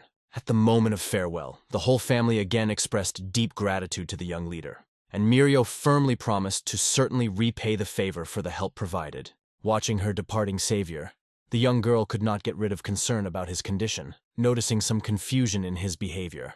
Observing her sister's reaction, Mirio smiled slyly and teased her, hinting at her desire to keep the young man in their house longer. At first, the girl tried to deny the obvious, but soon, realizing the transparency of her feelings, she experienced even greater embarrassment from her own reaction. Mirio began to reassure her embarrassed sister, explaining the naturalness of such feelings and assuring that any girl would experience similar emotions in such a situation. Trying to support her sister, Mirio sincerely noted that she had never met a more beautiful girl than her own sister after a miraculous healing. With a sly smile, Mirio shared her observations, noting that although Tan Yongmyong didn't say a word, his admiring look upon seeing her sister spoke for itself. On the way home, Tan Yongmyong's thoughts were filled with joyful thoughts about family happiness and the future, which now seemed especially bright. In his dreams, the young man clearly imagined himself next to the beautiful Miso, planning their future together and family life. His imagination painted pictures of their wedding, raising children whom he would train in martial arts, and a peaceful old age, ending with their simultaneous departure from life. Tan Yongmyong was embarrassed by his own romantic thoughts, because before he could not imagine that someone could awaken such strong feelings in him. At that moment, the young man realized the true value of simple human happiness and harbored hope for a new meeting with the charming Miso in the near future. However, the current situation required solving a more pressing problem: the activities of the Black Death Alliance under the leadership of Yu Kil-jun, blocking important trade routes. Even though the Alliance was not directly responsible for the attack on the Tang clan, unlike the Heavenly Radiance Demon Lord, their actions were a matter of grave concern. Of particular concern was the fact that after the invasion of the Alliance's subordinates into the competition territory, their constant presence created an atmosphere of tension. Tang Yongmyong was well aware of the inevitability of a future clash with this clan as long as the territory of Sichuan was under their imperious control and influence. At the same time, in the main hall of the Rising Flame of the Black Death Alliance residence, Yo Sungryong was conducting a thorough interrogation of the arriving spy. The scout reported major changes in the power structure of the Tang clan, which, according to his information, was beginning to get out of its usual control. Despite her growing interest in what was happening, Yo Sungryong remembered her master's strict order not to interfere in the affairs of the Tang clan, recalling a discussion with other close associates. The rest of the servants advised Yo Sungryong to show restraint and humility until the anger of the head, whose orders were considered absolute law, subsided. However, Yo Sungryong did not share such a passive attitude, especially after learning about the achievement of supreme perfection by the head of the Tang clan and his regent. She was perplexed by Yu Kiljun's inaction. The inability to avenge Mak Inha and Young Yong-sung tormented Yo Sungryong's soul, forcing her to look for any ways to act contrary to the prohibitions. Yu Kiljun's tight control completely tied up Yo Sungryong's initiative, preventing her from taking any independent actions against the Tang clan. In a moment of deep despair, Yo Sungryong suddenly remembered an important statement from Yu Kiljun that could change the situation in her favor. Yu Kiljun's intention to invite the young head of the Tang clan to the upcoming Sichuan Provincial Council seemed like the perfect opportunity for Yo Sungryong to carry out revenge, realizing the inevitability of severe punishment from the head of the clan for insubordination. Yo Sungryong nevertheless could not allow the undesirable situation to develop further. Even in moments of peace, Yo Seonggryong was haunted by ghostly cries of revenge for Ma In-hu, and she understood that her anger would subside only after the complete destruction of the Tang clan. Filled with rage, Yo Sungryong turned her withering gaze on the spy, trembling with fear, deciding his future fate. Seeing the ominous gaze of the lady, the unfortunate spy instantly realized his fate and began to desperately pray for the preservation of his life. With just one piercing gaze filled with deadly energy, Yo Sungryong turned the pleading spy into a pile of ashes. In her thoughts, Yo Sungryong was already anticipating the moment when the arrogant young head of the Tang clan would pay with her life for all the suffering she had caused. In the spacious home of the second elder, the former head of the Poison King clan was expressing serious concerns about the future of their position, which was in jeopardy after the appointment of Poison Phoenix. Maintaining an outward calm, the man admitted his complete ignorance of the current situation, adding that all their current problems are the result of their own actions. After this confession, he decisively expressed all his accumulated grievances directly to Tang Munchang, without hiding his disappointment with his actions. Tang Munchang, aware of his guilt, bitterly regretted his inability to correctly assess the enemy's strength, realizing that his mistakes could destroy all of his father's achievements. Despite his obvious anger towards the old man who could not stand up to the head of the family, Tang Munchang felt an even stronger hatred for the young successor. In a fit of rage, Tang Munchang vowed to brutally take revenge on Tang Yongmyong for all the humiliation caused, as soon as he restored his injured arm to its previous condition. The elder, having calmed down after the emotional outburst, inquired about the man's future plans, recalling the need to maintain his own guard in the current conditions. Understanding the complexity of the situation and not seeing other possible solutions, the second elder proposed a radical solution: to leave the clan for everyone dissatisfied with what was happening. At this very time, unaware of the conspiracy of the elders, Tang Yongmyong, together with his faithful warriors, was heading to the secret storage facility, which contained the clan's most dangerous poisons. With undisguised interest, the young head examined the huge storage facility, which had previously been under the strict control of the third elder of the Tang clan. After a period of mismanagement, the vault came under the direct control of the concealed weapons and poisons room, significantly changing the way hazardous substances were accessed. Before allowing the young master to enter the vault, one of the experienced guards gave him a special protective artifact in the shape of a small ball. The warrior explained in detail that this magical item, known as the Pearl of Poison, could prevent the harmful effects of the poisonous fumes inside the vault. Detailed instructions for using the pearl included the need to keep it in the mouth to effectively filter out poisons, But Tong Yongmyong calmly refused protection. With obvious disgust, the young man noticed the hygienic problem of using a common pearl that many people had passed through, including the third elder himself. Despite the warrior's assurances to thoroughly clean the pearl after each use, Tang Yongmyong firmly refused protection, relying on his natural immunity to poisons. Concerned guards continued to insist on using the protective artifact, believing that even with immunity, additional protection would not be superfluous.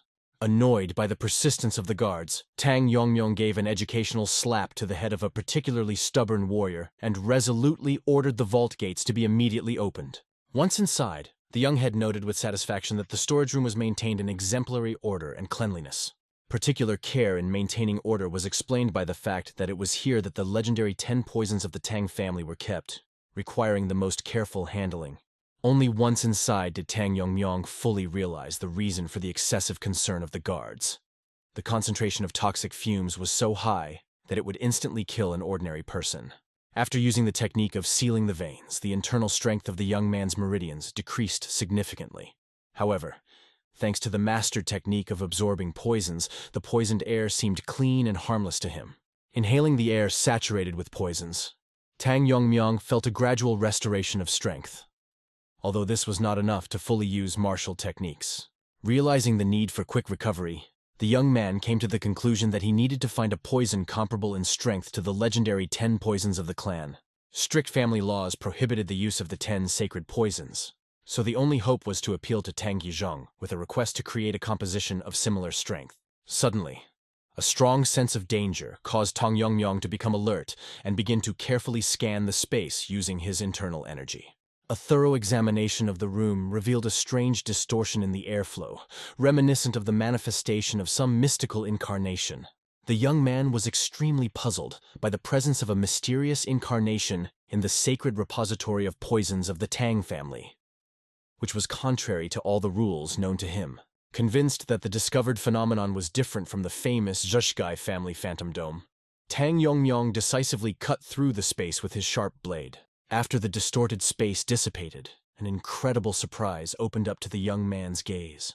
A secret passage, the existence of which was carefully hidden from prying eyes. All the walls of the mysterious passage were covered with numerous talismans with the formidable inscriptions, "Forbidden and Sealed," creating a powerful barrier. After carefully studying the discovered talismans, Tang Yongmyong determined that this was not the creation of the Jigal family, but a special incarnation of the mysterious bonds. Tang Yongmyong remembered the Mons, powerful magicians, sorcerers, and spellcasters of occult techniques, whose art was clearly used in the creation of this secret place. The young man's memory recalled stories from his former master about his personal acquaintance with certain spellcasters, who, like his obsession with the sword, were absorbed in the magical arts.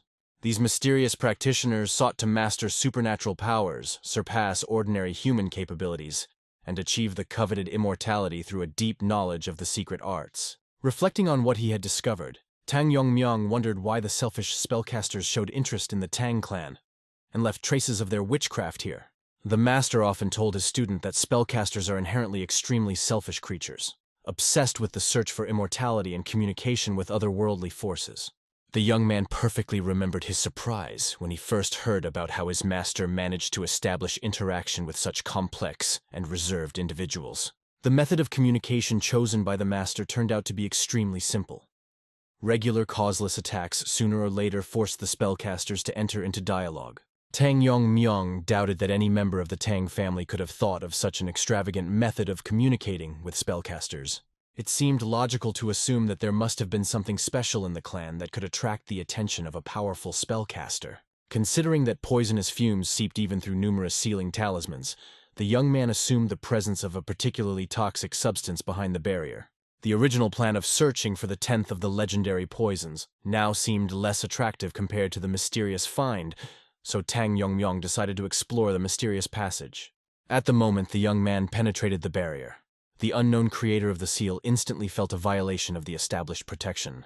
Behind the magical barrier, a mysterious creature was discovered, the nature of which had to be revealed. The mysterious creature, imprisoned behind seals, showed complete indifference to the identity of the intruder, demonstrating only a burning desire to gain freedom. Moving deeper into the passage, Tang Yongmyong finally discovered an ancient jug containing the 10th poison from the legendary collection that was considered lost. The surface of the mysterious jug was completely covered with protective talismans, creating an ominous impression of the special danger of the contents.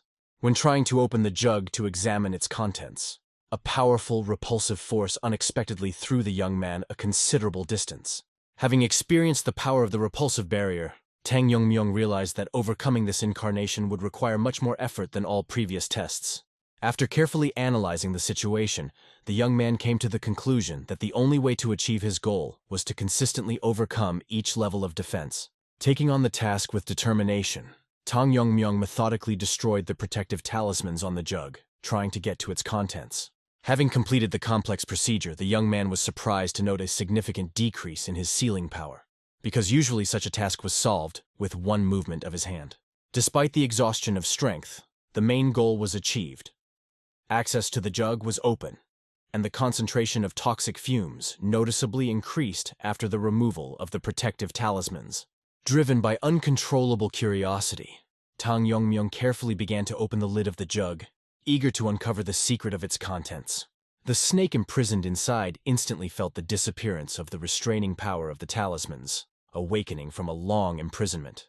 Yearning for light and freedom after many years of imprisonment, the impatient snake did not wait for the lid to be completely opened and burst out with a powerful energy explosion. The unexpected manifestation of such force made the young man instinctively step back, trying to maintain a safe distance. Quickly assessing the situation, Tang Yongmyong noticed the incredible speed of the creature.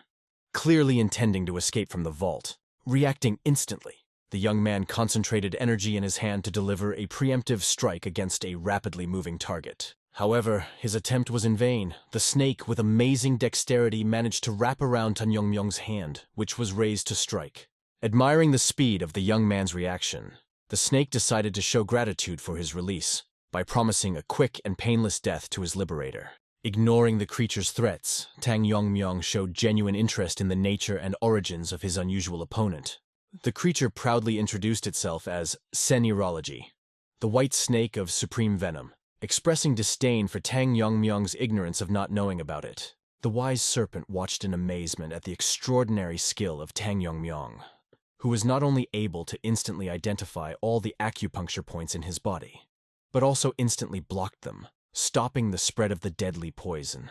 Anxious thoughts filled the serpent's consciousness, because he perfectly understood that such protection could not last long, and very soon his powerful poison would begin to destroy the young man's hand, turning it into a shapeless mass.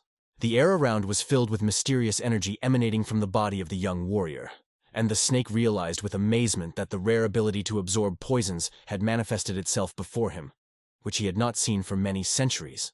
Trying to unravel the mystery of the origin of this ancient power in the young man, the serpent became lost in thought about the great master Mungyok, feeling a strange connection between them, and trying to understand if this young man could be somehow connected with the legendary warrior. Holding the snake's writhing body tightly by the neck, Tang Yongmyong in a calm voice told the ancient creature the story of how the great Mungyok was his direct ancestor, who passed on his unique power to him through generations. Realizing his vulnerability, the snake began to desperately beg his opponent for mercy, his proud voice trembling with fear, because he understood that if Tang Yongmyong absorbed all of his poison, it would lead to the complete destruction of his essence, making it impossible to be reborn. The young warrior carefully watched the panicked throwing of the kite, not showing the slightest sympathy for the creature that had recently threatened his life, and tried to harm his clan with its deadly poison. Sensing the enemy's weakness, Tang Yongmyong resolutely abandoned his previous promise to save the life of the snake, realizing that now he had a real chance to get rid of the dangerous creature once and for all. Seized with genuine horror, the snake realized the seriousness of the young warrior's intentions, and trying to save his life, hastened to offer Tang Yongmyong an unexpected deal that could change the fate of both of them. The ancient being revealed his true motives, explaining that his only desire was to be freed from the old seal, and now he is ready to become Tang Yongmyong's loyal guardian spirit, serving him with all his power. The snake continued to convince the young man, emphasizing the mutual benefits of such an alliance, because thanks to his poison, Tang Yongmyong's energy grew at an incredible speed, significantly exceeding the normal rate of development of strength. Carefully listening to his feelings, Tang Yongmyong could not help but admit that the snake was right. because the power of his poison truly surpassed all sources of power known to him, including the precious pearl of the flax carp and the poison of his former comrade. The young warrior felt how simply absorbing the snake's venom greatly increased his energy potential, and the creature continued to explain the benefits of their possible union and future prospects for joint development. The snake persistently convinced Tang Yongmyong of the benefits of gradually using his poison, explaining that such an approach would be much more effective than absorbing all of his power at once, which could be dangerous. However, the serpent's offer did not arouse much interest among the young warrior, who saw no reason to leave his enemy alive, being confident that he could find other sources to obtain the necessary poison. The serpent's despair reached its peak, and he, bursting into tears, begged for mercy, talking about his suffering in captivity, where he had to endlessly look at the cold walls, deprived of freedom and the ability to act. The snake's pitiful face twisted into a pleading expression as he solemnly swore absolute obedience to all of Tang Yongmyon's orders if he would allow him to become his guardian spirit and deliver him from his previous fate. After much deliberation, Tang Yongmyong, touched by the serpent's sincere repentance, decided to give him one last chance, but immediately warned that any attempt at betrayal would be punishable by instant and merciless death. The snake, trembling with excitement, hastily assured his new master that he would never dare to risk his life, realizing that the slightest disobedience would lead to inevitable death. With his characteristic calm, Tang Yongmyong asked the snake about the procedure for becoming a guardian spirit, admitting his ignorance of the intricacies of this ancient art. The calmed serpent explained that all the necessary work would fall on his shoulders, after which he removed from his body a shining ball of energy containing his entire essence and the power accumulated over centuries. At the solemn moment of transfer of power, the serpent revealed the secret of the ball of energy, calling it the binding seal of the spirit, which was supposed to unite their essences together. The ancient being explained the importance of this moment, because as soon as Tang Yongmyong accepts the seal, their souls will be united by an unbreakable bond, turning the snake into his eternal guardian and protector. The decisive moment of accepting the seal was marked by a dazzling radiance that enveloped Tang Yongmyong, filling his body with incredible strength and opening up new possibilities. Outside the temple, the clan's loyal warriors kept their constant watch, guarding the entrance and unaware of the amazing events taking place inside the sacred walls.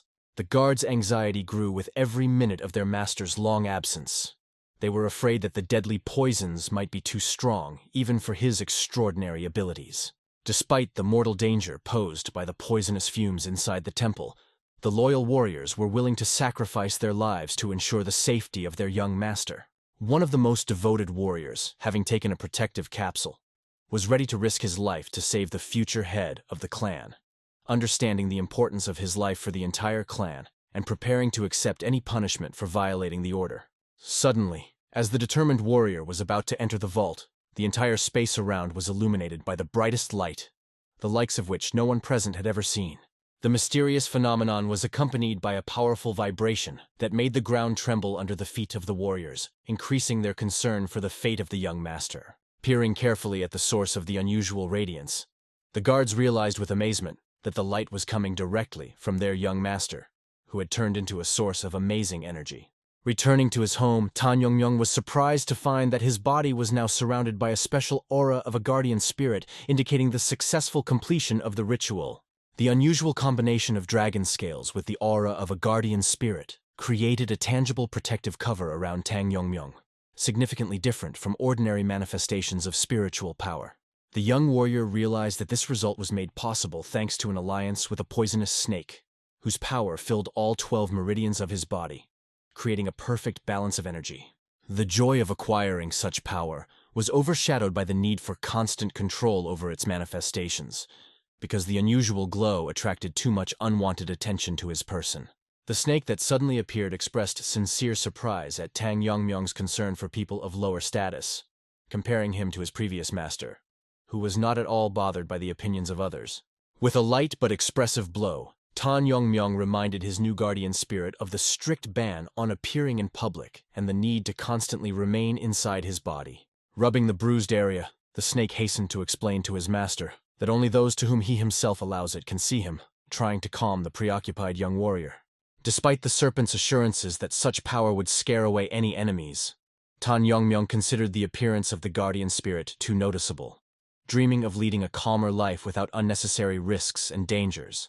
Deep thoughts engulfed the snake after the master's words because they felt an echo of past experience, as if Tang Yongmyung had already gone through similar trials in another life. Watching his new owner, the snake became more and more convinced that the extraordinary power was not given to Tan Yongmyung by chance, but was destined by fate itself, like his legendary ancestor, creating an invisible connection between them through generations. Memories of serving with the ancestor Tang Yongmyung aroused conflicting feelings in the snake, because he was an even more demanding and unyielding master, with whom it was almost impossible to achieve mutual understanding.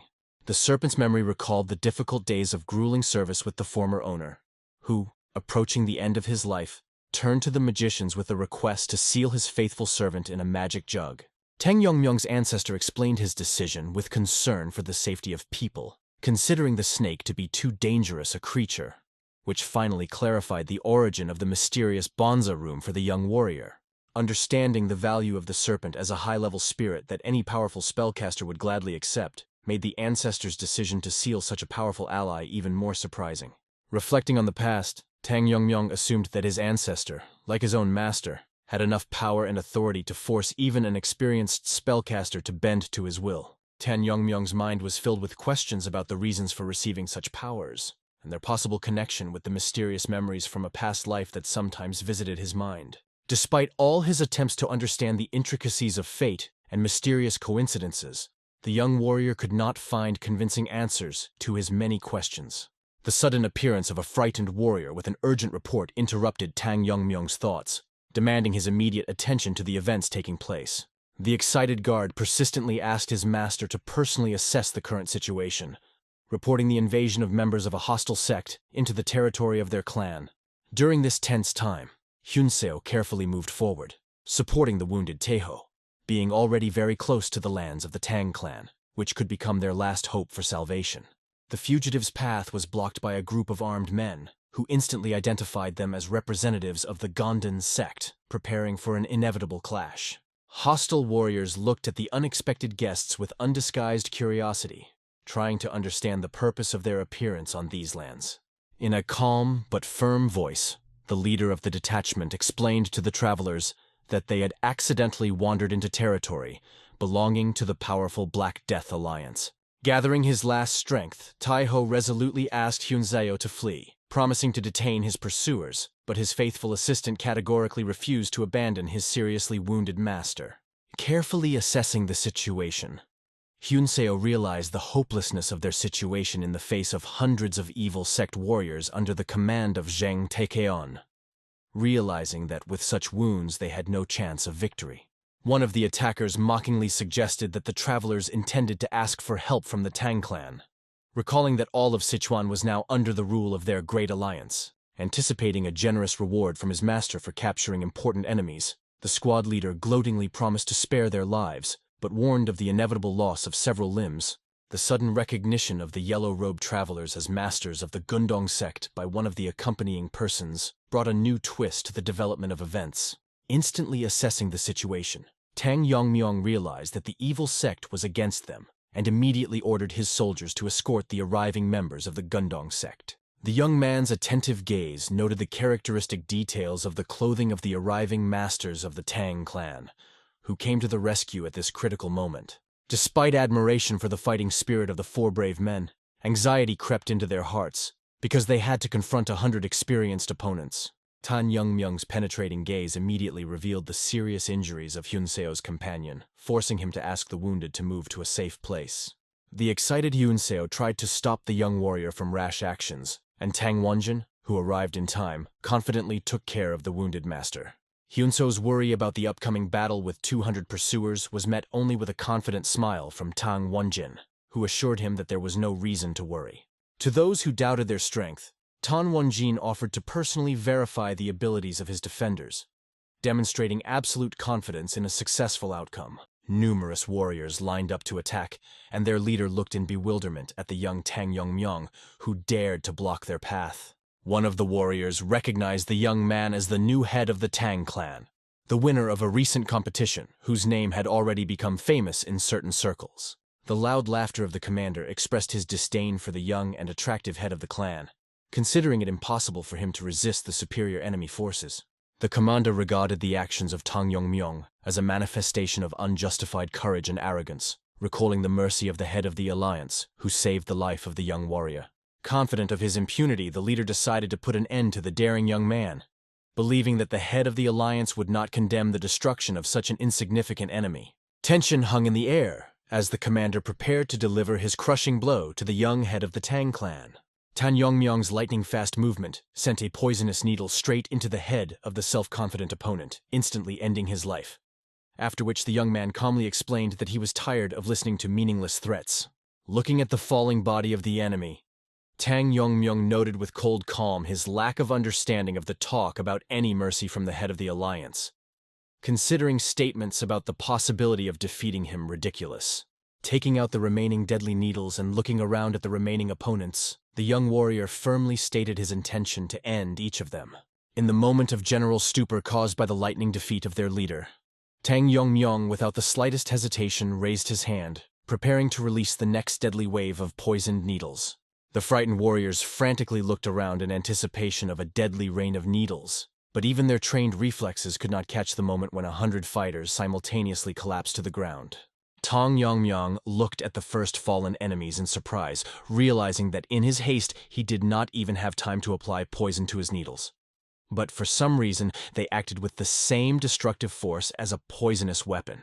The snake that materialized nearby proudly explained to its new owner that its powerful poison had independently impregnated all the young warrior's needles, creating a weapon capable of defeating almost any opponent. A new understanding of the value of his guardian spirit dawned on Tang Yongmyong, which caused the serpent to be slightly indignant at such a late recognition of his outstanding abilities and potential. Holding his breath, Hyunseo could not take his eyes off the incredible spectacle that the young warrior demonstrated, surpassing all imaginable boundaries of human capabilities. Hyunseo's memory brought to mind Mr. Taiho's stories about the legendary warrior who single-handedly managed to defeat 300 fighters from the formidable Dark Moon Sword sect.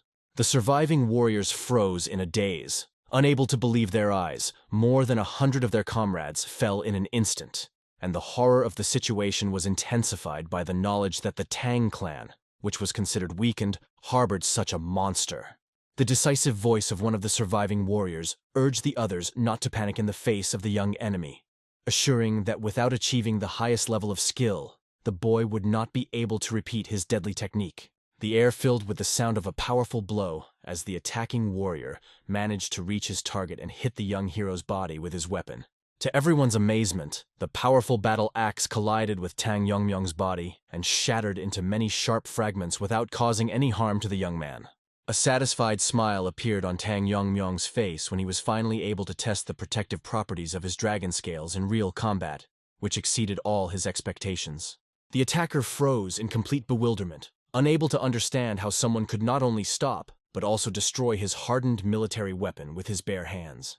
The warriors at a distance watched in horror as the fragments of the broken axe, like the petals of deadly flowers, swirled in the air, creating the impression of the legendary Rain of 10,000 Heavenly Flowers technique.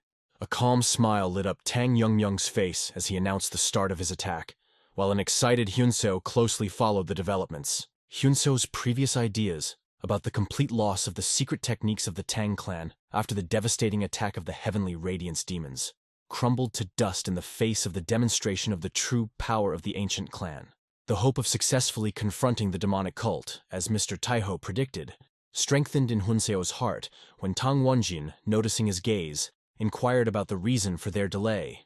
Sincere admiration for the young warrior's abilities came out of the young man's mouth, causing Tang Yongmyong to be embarrassed for a moment, after which he suggested moving to a more suitable place for a detailed discussion. Following the young master, Hyunseo took one last look at the battlefield, finally becoming convinced of the need to maintain friendly relations with the powerful Tang clan. The story takes us a few days ago, when Hyunseo and Taiho stopped to catch their breath and eat at a small roadside inn on the outskirts of Sichuan province. Hyunseo's thoughts about the surprisingly calm atmosphere in the region, despite rumors of the Tang clan being fragmented and controlled by several rival clans, were interrupted by the sudden realization of his companion's tension. The sudden appearance of Yu Kiljun behind them, inquiring about the quality of the local cuisine, explained Mr. Taeho's unusual tension, which the attentive Hyunseo immediately noticed. The restaurant's modest size did not prevent it from attracting such influential diners as Yu Kiljun, whose stealthy approach to their table demonstrated his exceptional martial arts skills. Hyunseo's curiosity about the stranger's identity was quickly satisfied by the gentleman's explanation that in front of them was none other than the young head of the powerful Yu family. The realization of the identity of the interlocutor made Hyunseo shudder when Yu Kiljun, taking off his hat with exquisite politeness, introduced himself as the head of the formidable Black Death Alliance.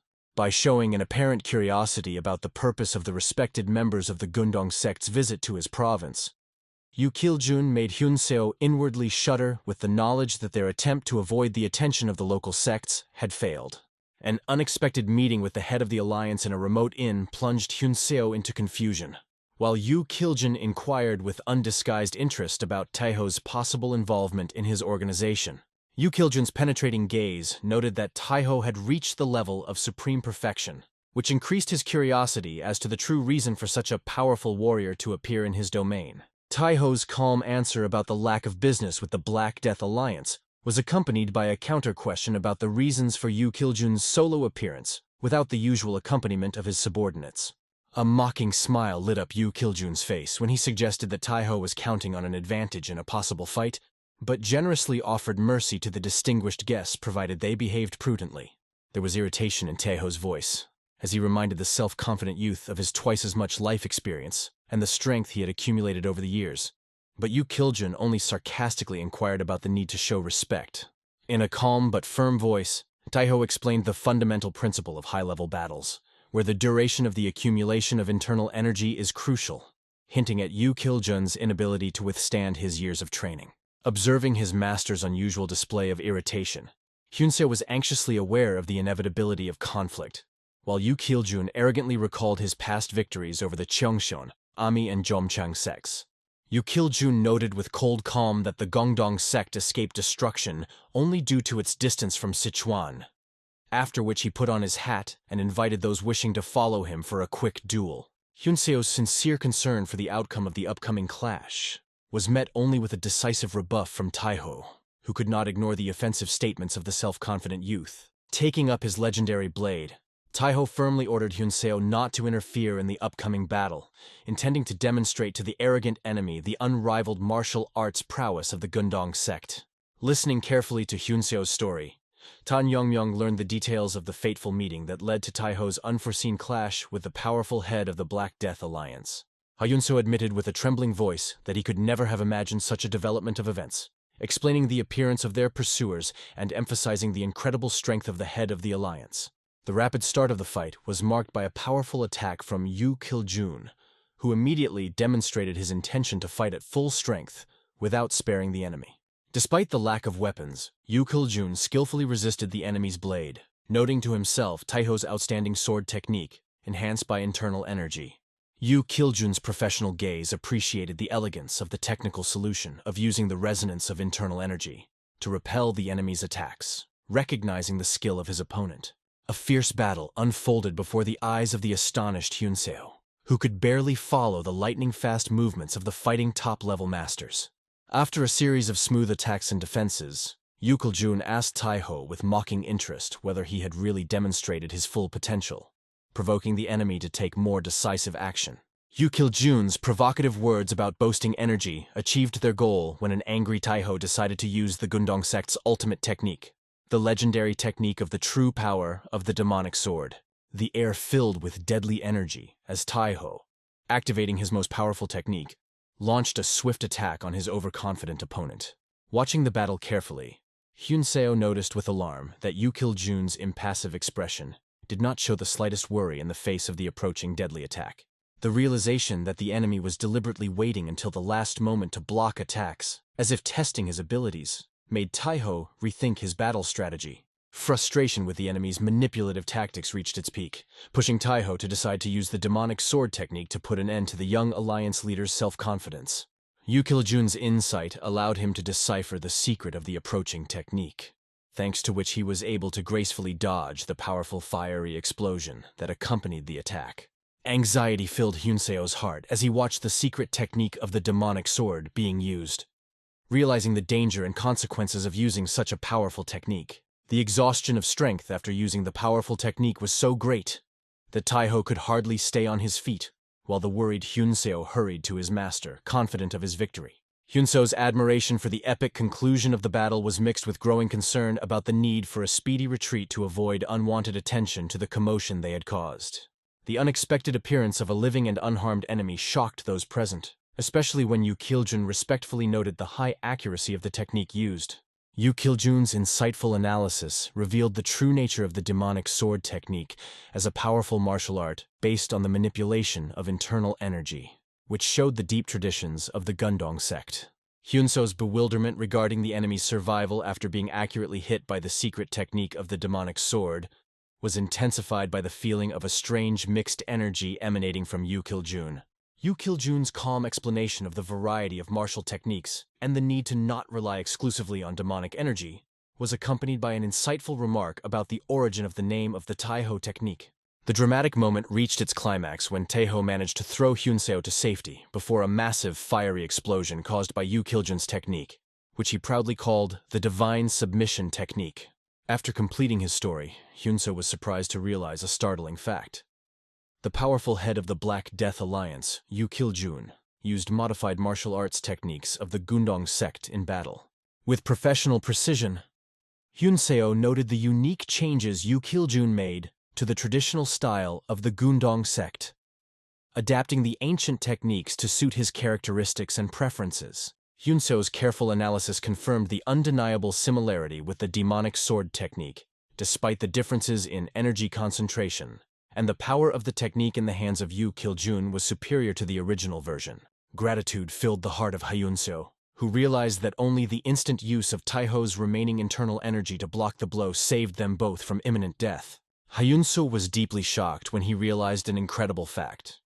Despite Taiho's many years of experience in reaching the highest level, young Yu Kiljun managed to master and adapt the most complex technique after a single fight. An unexpected return to reality occurred, thanks to Hyunseo's own words, reminding them of the main purpose of their visit to the Tang clan. Hyunseo's decisive voice made the most important request for the Tang clan to participate on their side in the upcoming Great Martial Arts Tournament, on which the fate of their sect depended. The history of the religious military group of the Heavenly Demon Cult, located in Xinjiang, dates back to ancient times, when their power could rival all the clans and factions of Murim. Even after numerous changes in the world of martial arts, the old-school sects did not dare to challenge the Heavenly Demon Cult, whose incredible power was concentrated in the hands of a single legendary master. Dramatic changes in the cult's power structure began with the appearance of the master's son, the talented Yeon Jong-hyuk, whose innate gift for martial arts attracted many devoted followers. Realizing the danger of the cult's internal split due to its growing influence, the young leader made the fateful decision to leave his home with his followers, founding a new association, the Cult of the Demons of the Heavenly Radiance. The unexpected schism has significantly weakened the elite units of the Heavenly Demon Cult, giving its opponents one last chance to finally destroy it. The greatest concern in the hearts of Hyunseo and his master was the growing threat from the powerful Black Death Alliance, which had gained a foothold in the southern territories. The strategic assessment of the situation pointed to the inevitability of serious losses in the event of a northern advance of the alliance, when only the exceptional skill of one of the leaders could counter this threat. Hyunseo's desperate request was that the Black Death Alliance temporarily refrain from active action until they completed the operation to destroy the Heavenly Demon Cult. The calm but decisive refusal of Tan Yongmyong, who saw no reason for such assistance, caused the deepest shock in the soul of the astonished Hyunseo. The immediate report of the young head's refusal caused sincere surprise in Taiho, who did not expect such a categorical decision from the young leader. Tang Yongmyong's rationale was based on the need to first discuss such an important decision with the head of the family, demonstrating his respect for the clan hierarchy. The final decision on their request should have been made only after the most important consultations with the clan leadership, which required some time for deliberation. Anxious thoughts about the possible final refusal of Tan Yongmyong worried Hyunseo, but the wise Taiho understood the need to patiently wait for the final decision. In an effort to take his mind off his worrying thoughts, Hyunseo shared his sincere surprise at the current state of the Tang clan, which had exceeded all his expectations. Close observation of the clan's buildings, warriors' training, and general fighting spirit made a lasting impression on the arriving guests. The picture scene completely contradicted the widespread rumors about the complete destruction of the clan after the attack of the demons of heavenly radiance, demonstrating the amazing vitality of the ancient family. Taeho's insightful eye noted the need to identify the driving force that contributed to the rapid revival of the clan. Understanding the importance of enlisting their support, the unexpected appearance of Tang Yuri's father, accompanied by his daughter, was marked by a courteous offer to escort the honored guests according to the clan's traditions of hospitality. Introducing himself as the manager of the clan's internal affairs, the man announced his mission to escort the guests to the head of the family, who expressed a desire to personally meet with the arrivals. The atmosphere of the meeting was filled with special meaning, when Tang Jihe calmly confirmed her knowledge of the identities of the guests and the purpose of their visit, which was related to a request for support in the fight against the demon cult. The official introduction of Tang Jihe as the acting head of the family was accompanied by the announcement of a specially organized meeting to discuss the proposed topic. Hyunseo and Taeho were deeply shocked at the sight of a woman whose skill had reached the highest level, which was rare, even among experienced warriors. The mystery of the rapid restoration of the Tang clan's combat power received a logical explanation.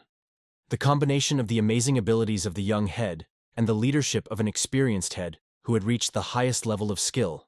It is not surprising that the Tang clan quickly returned to its former power in light of the revealed circumstances and strong leadership.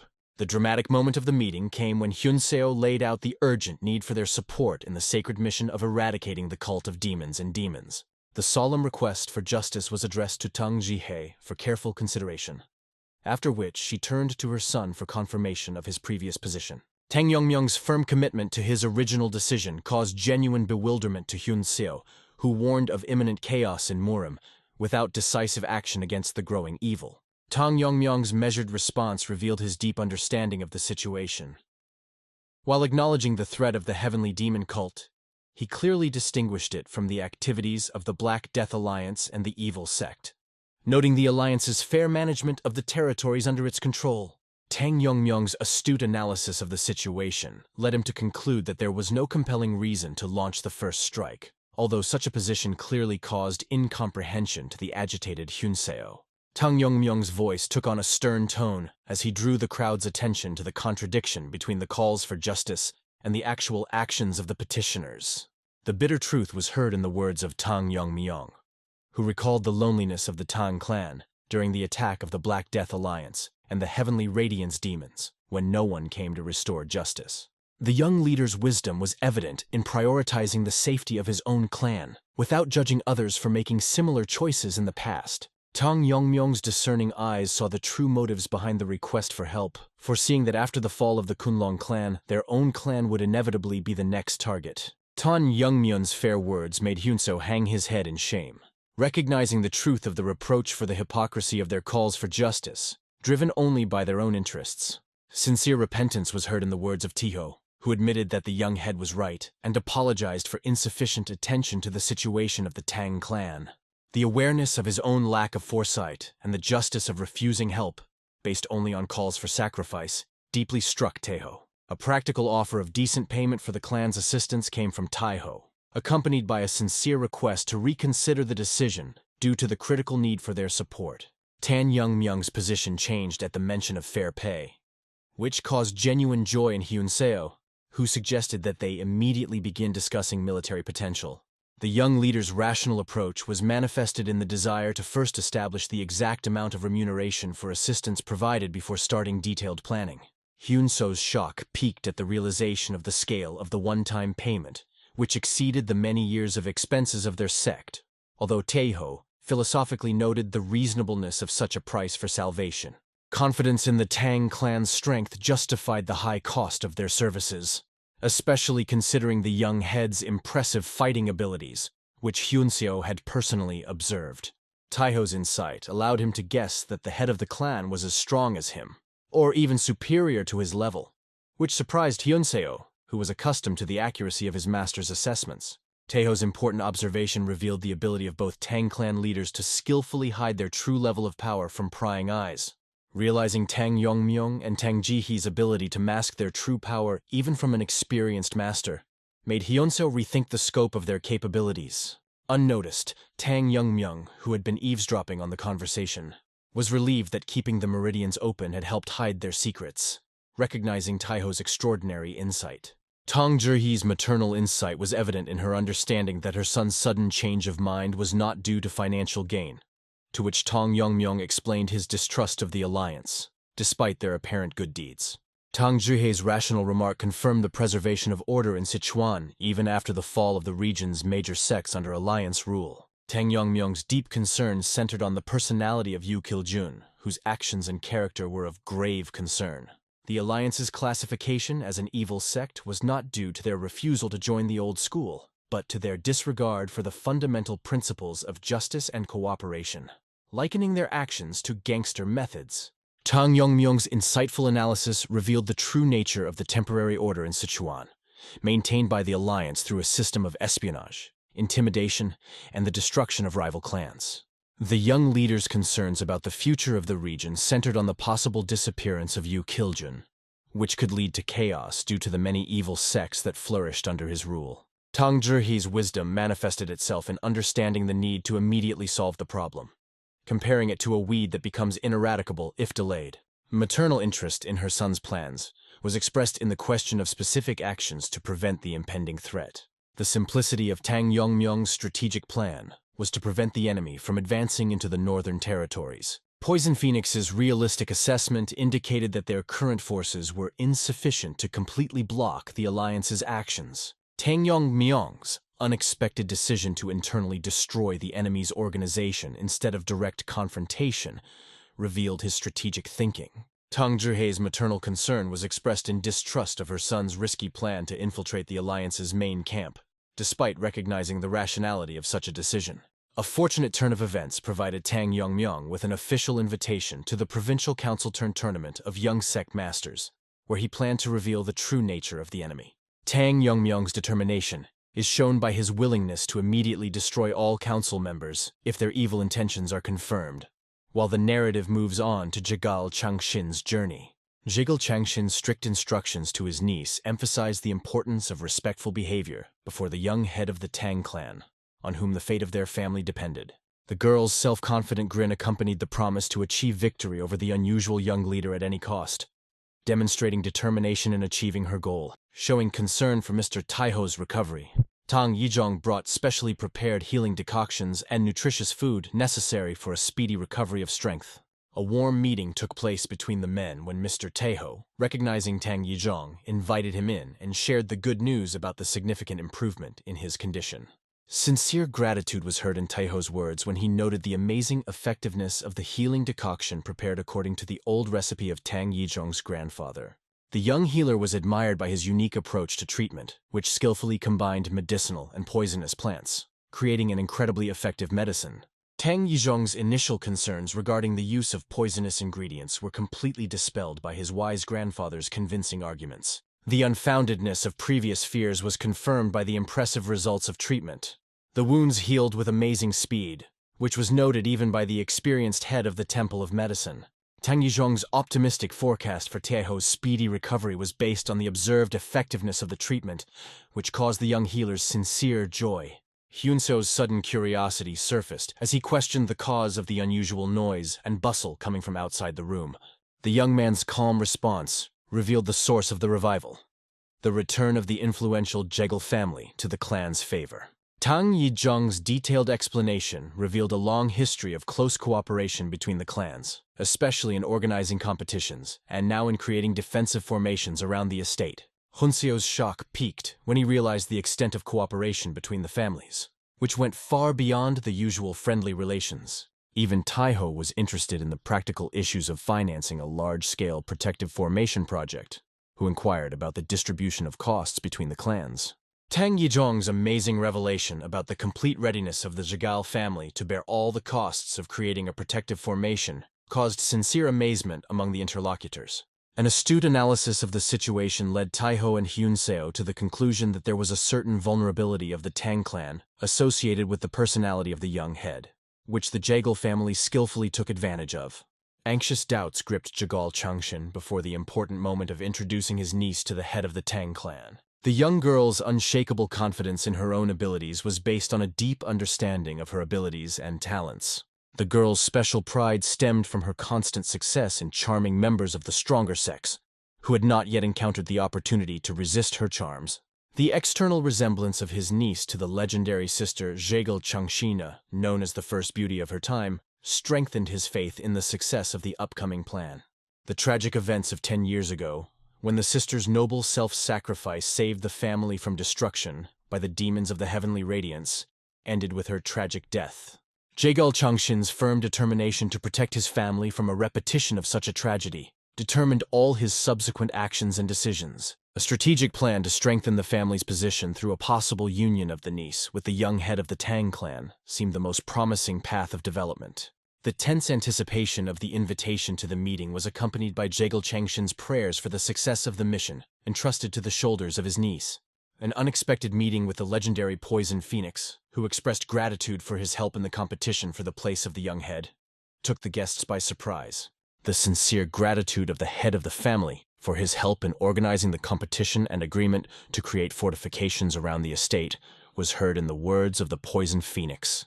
Jigal Changxin was deeply impressed by the news that his mother managed to take the post of head of the family, which explained her son's extraordinary abilities. The powerful aura emanating from the woman so amazed Jigal Changxin that he, confused, hastened to express his respect through a deep bow.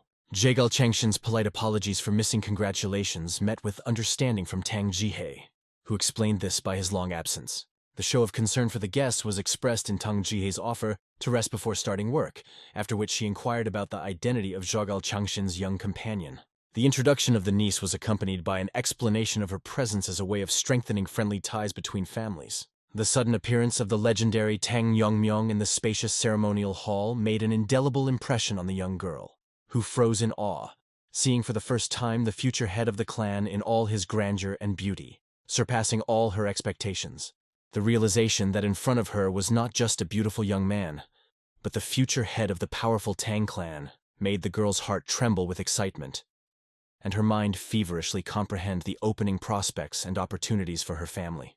The discerning gaze of the experienced Tang Jihei instantly caught the emotional state of the young guest, after which the girl, having collected her thoughts and overcome her embarrassment, bowed gracefully, demonstrating the impeccable manners of a well-mannered lady. Tang Jihei's attentive eyes, accustomed to noticing the smallest details in people's behavior, noted not only the rare beauty of the young guest, but also the gracefulness of her movements, indicating an excellent upbringing and noble origin.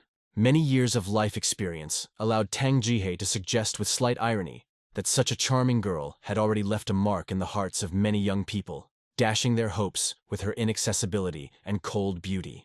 The elegant bow of the young Jigal Yeon, as a sign of gratitude for the compliment, evoked a sincere laugh from Tang Jihyo, in which notes of nostalgia for her own youth, filled with the attention of numerous fans and romantic adventures, were heard. The young girl's sincere admiration for Tang Jihei's preserved beauty led to an unexpected confession that at first she mistook the majestic woman for the young head's elder sister, which brought a good-natured smile on the face of the experienced head of the family. Jigal Yeon's carefully thought-out strategy included not only charming the young clan head, but also winning the favor of his influential mother, who, if successful, could become her main ally and patron in the new family. Tang Jihyo sincerely hoped for a strong friendship between Jigal Yeon and the young clan head during their stay in the territory of the Tang clan, because they were the same age and could find many common topics of conversation. Maria shared her experiences of a difficult relationship with her brother, who at home treated her completely coldly and indifferently, without showing any kindred affection or warmth. Maria's sincere tears touched the heart of Tang Jihei, who felt sympathy for the girl and believed her every word about the difficult family situation. What surprised everyone was Tan Yongmyong's complete indifference to the girl's emotional story. He remained completely indifferent and did not even try to show even polite sympathy. Jigal Changxin was amazed at such an unusual behavior of the young man, because in his opinion it was impossible to remain indifferent to the tears of such a charming girl. For Jigal Yeon, this reaction came as a real shock, since at home she always basked in the attention of men and couldn't understand why this particular young man remained indifferent to her. The real reason for Tan Yongmyong's coldness was simple. His heart had long been given to another girl, so no beauties could attract his attention or arouse his interest. Tan Youngmyeon's complete disregard made Jigal Youngyoung feel humiliated and confused because she had never experienced such an attitude towards herself before. The young man didn't even spare the girl a simple glance, which became a completely new and unpleasant experience for her, because usually men themselves sought her attention. Tang found the young man's behavior unacceptably rude and decided to talk to him to remind him of the rules of decency and the need to be polite to guests. In her heart, the insulted Jigal Youngyeon made a firm promise to herself to make Tan Youngmyeong pay attention to her, no matter how much effort she had to put into it. In the central part of the Black Death Alliance territory, upcoming events related to the Provincial Council were actively discussed, which aroused great interest among local residents. Particular attention was drawn to the news of the participation of the young head of the Tang clan in the upcoming council, which seemed strange to many, given his recent controversial actions. All influential representatives of the clans gathered in the symbol detachment to prepare for an important provincial council to discuss all the details of the upcoming event. Yo Sungryong carefully prepared and distributed documents to the participants containing a detailed budget for the event and a complete list of all the clans and families that were supposed to participate in the tournament. The detachment commander expressed his readiness to carry out all the necessary tasks, although he noted the unusualness of the situation, because initially other detachments should have been involved in the organization. Yo Sungryong calmly explained the situation, emphasizing that they were simply fulfilling their duties as loyal subordinates to the head of the alliance, without demanding any special recognition. The men present could not help but laugh when they learned of the reaction of the head, who simply tossed the important report aside and walked away without even looking at its contents. The unexpected appearance of a little girl, who emphatically declared her desire to attend the provincial council, attracted the attention of all those present. The commander expressed sincere surprise at the sudden change in the girl's decision, because quite recently she categorically refused to attend such events. The girl explained with a charming smile that she had changed her mind, especially after learning about the planned presence of the young head of the Tang clan at the upcoming council. There were amazing rumors among people about the incredible beauty of the young head of the Tang clan. They said that all the girls who met him certainly fell in love, although the commander considered this an exaggeration. The little girl cheerfully declared that if the rumors turned out to be false, she would simply pretend that she knew nothing, but if they were true, then she would definitely marry him. The commander awkwardly noted that such statements could shock the girl's parents, but in the end he decided not to argue, realizing the uselessness of prohibitions for such a determined child. The commander was well aware that no one would dare to contradict the wishes of the daughter of the head of the alliance, so he could only accept her decision. Mirio combed Miso's hair with special care, who, even after illness, retained the incredible beauty of her curls, causing sincere admiration from everyone present for her natural attractiveness. Tan Youngmyeong couldn't take her eyes off Miso in her new outfit, which made the girl think about the beauty secrets of her mysterious and charming sister. A sly smile appeared on Mirio's face when she decided to ask her sister about her crush on one of the squad members. Observing the girl's reaction, confused, Miso tried to understand the reason for such a direct and unexpected question, which took her by surprise and made her heart beat faster with excitement. Mirio smiled as she shared her observation that the mere mention of a certain young man's name made her sister hold her breath in excitement. Miso was outraged when she realized that her sister was using her fighting skills to monitor changes in other people's breathing. Mirio showed sisterly concern by warning Miso about the upcoming absence of Tang Youngmyeong, who was scheduled to attend an important provincial council. The girl was worried about Tang Youngmyeong's safety, because even she thought it was too risky to send him alone to such an important and potentially dangerous event. Mirio was worried not so much about the dangers of the council, but about the possibility of a beautiful girl appearing there who could attract the attention of Tang Youngmyeong. Miso was determined that she would not allow such a development to happen, and came to the conclusion that they needed to accompany Tang Youngmyeong to the provincial council. Miso expressed concern that their presence might interfere with business, but Mirio confidently promised to take care of their overall well-being at the upcoming event. Tang Youngmyeong spent time having a serious conversation with Jigal Youngyeon, trying to understand the true motives for her desire to attend an important provincial council. The young man wanted to understand whether the only reason for her desire to get to the council was the desire to participate in battles and show her fighting skills. Jigal Youngyeon explained her curiosity about the provincial council by saying that it was a unique opportunity to see how powerful people compete for power and wealth. Tang Youngmyeong gave his permission for the girl to participate in the council, explaining the possibility of taking a bodyguard and servant with her, but warned about the seriousness of the event. Jigal Young could barely contain her anger at his words, but was determined to use this opportunity to go with Tang Myung and win his affection. The calm flow of the conversation was disrupted by the sudden appearance of the energetic and decisive Mirio, who burst into the room without warning. Tan Myung admitted that he had felt something unusual coming all day, so the girl's appearance did not come as a big surprise to him. Mirio imagined a confused Miso, who wanted to talk to the young master but was also worried about the inappropriateness of such a sudden intrusion. Mirio's attentive gaze settled on the unfamiliar girl sitting opposite Tan Myung, and obvious dissatisfaction with the presence of her rival appeared in her eyes. Tan Myung, not noticing the tense atmosphere between the girls, calmly inquired about the reason for their unexpected visit and the topic of the upcoming conversation. Mirio directly expressed her request that Tang Myung take her and her sister to the upcoming provincial council, without hiding her desire to accompany him. The distribution of roles occurred naturally. Mirio was to perform the duties of a servant, and Miso was to become the young master's personal bodyguard. Mirio emphasized the ideality of their candidacies to accompany Tan Myung, because the conditions allowed them to take exactly one bodyguard and one servant. Jigal Yan was shocked by the impudence of these girls and their informal communication with the young master, which seemed completely unacceptable to her. Jigal Yan's close attention was focused on Miso's appearance, which, in her opinion, did not at all correspond to the role of the young master's companion. Jigal Yang became alarmed at the thought that the presence of these two girls near the young master could completely ruin her carefully laid plans. Tan Myung made a deliberate decision to allow Mirio to accompany him as a servant, but informed him that the bodyguard position was already reserved for another person. Embarrassment and joy filled Jigal Young when she realized that the young master probably had her in mind for the role of bodyguard. Tan Myung calmly explained to the angry Mirio that if she refused to go without her sister, he would have to find another person to act as a servant for this important trip. Indignation filled Mirio's heart when she realized that it was impossible to change the young master's decision, despite all her efforts and arguments in favor of traveling together. Miso, trying to hold back her tears and hide her disappointment, showed nobility and invited her older sister to go on a trip alone. A deep understanding of his inadequacy to the requirements of an important mission forced Miso to admit the correctness of the young leader's decision and abandon further attempts to insist on his participation. Mirio, seeing the suffering of her beloved sister, could not contain her anger and firmly suggested that Tan Myung go outside for a serious conversation in private. Burning with righteous anger, Mirio began to list all the outstanding qualities of Tan Myung that she had noticed and appreciated during their acquaintance. Mirio sincerely admired the young master's exceptional judgment, unwavering determination, and outstanding fighting skills, which could only be envied.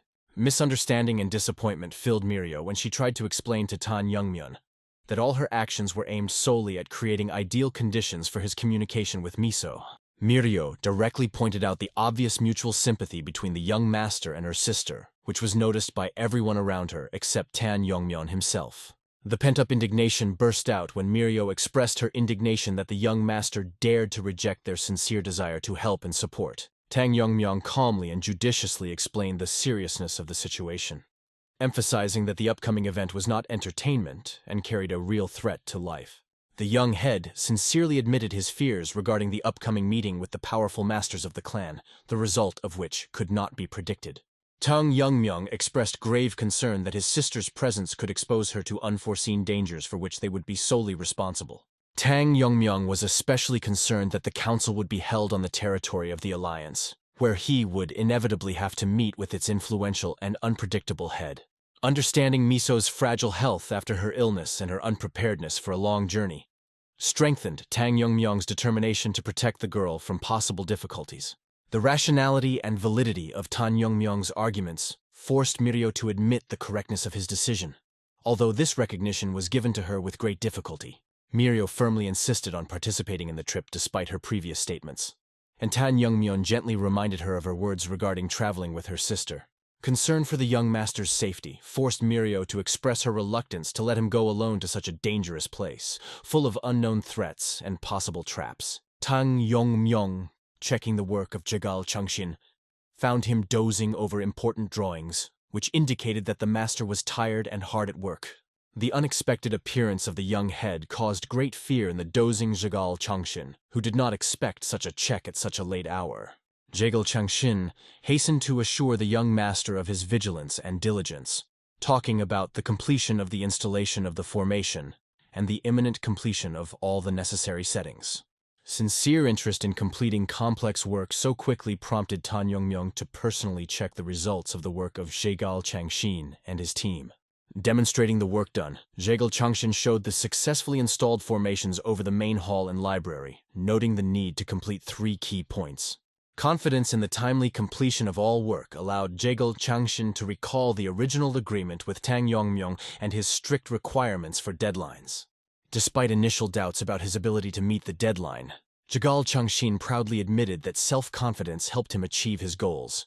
The young master expressed his approval of the work done and asked Jigal Changshin to maintain the same high level of performance of the assigned tasks. Tang Yongmyung felt sincere gratitude to Jigal Changshin for the excellent quality of work that ensured reliable protection for the clan during his absence. The final stage of preparation was an important meeting with the 4th elder, which Tang Yongmyung appointed to discuss special issues. The 4th elder expressed surprise at the unexpected challenge from the young leader, since such personal conversations were extremely rare. Tang Yongmyung showed respect for the 4th elder's martial prowess, mentioning his outstanding swordsmanship and his own interest in the art. The elder modestly acknowledged the superiority of the young leader in the art of swordsmanship, noting the significant difference in the level of their skill. The appreciation of the 4th elder's skills prompted Tang Yongmyung to offer his advice on improving his sword technique. Tang Yongmyung clearly outlined the terms of his assistance, demanding absolute obedience and loyalty from the elder to all his future orders. The uniqueness and value of the young head's proposal was beyond doubt, since such an opportunity was extremely rare. Tang Yongmyung emphasized the elder's exceptional luck to receive such an offer, which could greatly improve his position and skills. A direct question about the elder's readiness to go over to the young master's side sounded like a decisive moment in their important conversation. At the solemn moment of farewell, members of the Gunduk clan expressed deep gratitude for the help and support provided, showing sincere respect through a traditional bow. Hyunso spoke on behalf of the entire Gunduk clan with official gratitude for their willingness to join their common cause, understanding the importance of such an alliance for the future. Taiho spoke with sincere gratitude about his complete healing from internal injuries thanks to their help, offering in return to support the Tang clan at any time. Poison Phoenix accepted the gratitude with dignity and announced the decision to send elders and combat troops to support the allies in the confrontation with the enemies. Taiho's deep gratitude for the support provided was expressed in sincere words of gratitude, which he said with special feeling and respect. Taiho made a firm promise to make full payment immediately upon returning to his native lands, demonstrating the honesty and reliability of his intentions. The head of the family gladly accepted the friendly handshake and expressed sincere hope for the well-being of all their allies in the upcoming affairs. Taiho decided to express special gratitude to Tan Yongmyung, understanding the significance of his role in the development of events and the achievement of current results. Taiho openly admitted that he owed his life and the life of his assistant to Tang Yongmyung's timely intervention, for which he felt boundless gratitude.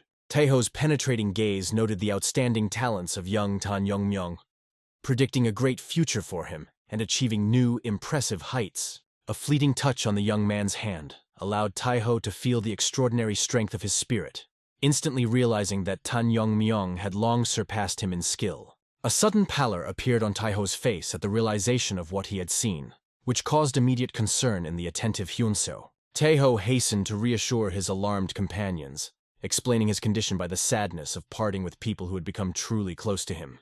Having announced his imminent departure, Taiho hid his shock at the feeling of an unusual aura that made him wonder about the nature of what was happening.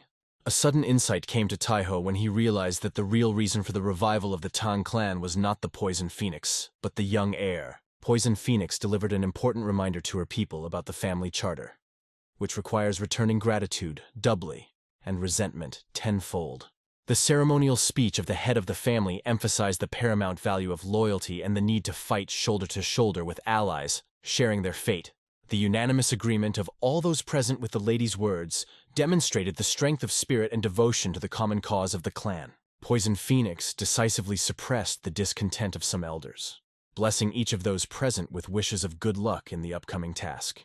Before the important departure, the young leader visited Tang Yizhong to replenish the necessary poison in preparation for the upcoming journey. Tang Yizhong's curiosity was aroused by Tang Yongmyong's constant choice of the same poisons, despite having many other options in his arsenal. Tang Yongmyong explained his attachment to certain poisons as habit and ease of use, after which he said goodbye to Tang Yizhong before heading on a long journey. Tang Yizhong's parting words came with a warm smile and sincere wishes for a safe return, despite his confidence in Tang Yongmyong's strength. Left alone with Tang Yongmyong, Snake showed unexpected interest in his young age, surprised by the discrepancy between his years and skill. Tang Yongmyong was surprised by Snake's sudden interest in his age, although he understood the unusual nature of achieving such a level of skill at such a young age. Tang Yongmyong's sword skill was that of an experienced warrior, as if he had decades of continuous training behind him. Tang Yongmyong's skill, although inferior to Mu Yongyuk, surpassed many of the great masters that the Snake had met over many years of wandering. Tang Yongmyong confidently declared his intention to reach the level of the head of the alliance, capable of comprehending someone else's martial art at a glance. Tang Yongmyong's determination to further increase his strength was accompanied by a request to the Snake to stop asking meaningless questions. The meeting with Mirio and Jigal Yongyeon, who were waiting for him, was accompanied by their greetings and curious questions about the reasons for his long absence. Tang Yongmyong's calm explanation about the need to replenish Tang Yizhong's supply of poisons before the long journey revealed the reason for his short delay: the unexpected appearance of a warrior named Yoongi Gil, who respectfully introduced himself and announced his appointment to accompany the young master to the capital, ensuring his safety. The appearance of Tang Yongmyong's mother interrupted the conversation, when she, with maternal concern, inquired about the reasons for her son's early departure on a long journey. Those present immediately paid their respects to the head of the family through a deep bow, showing respect for her high position and authority.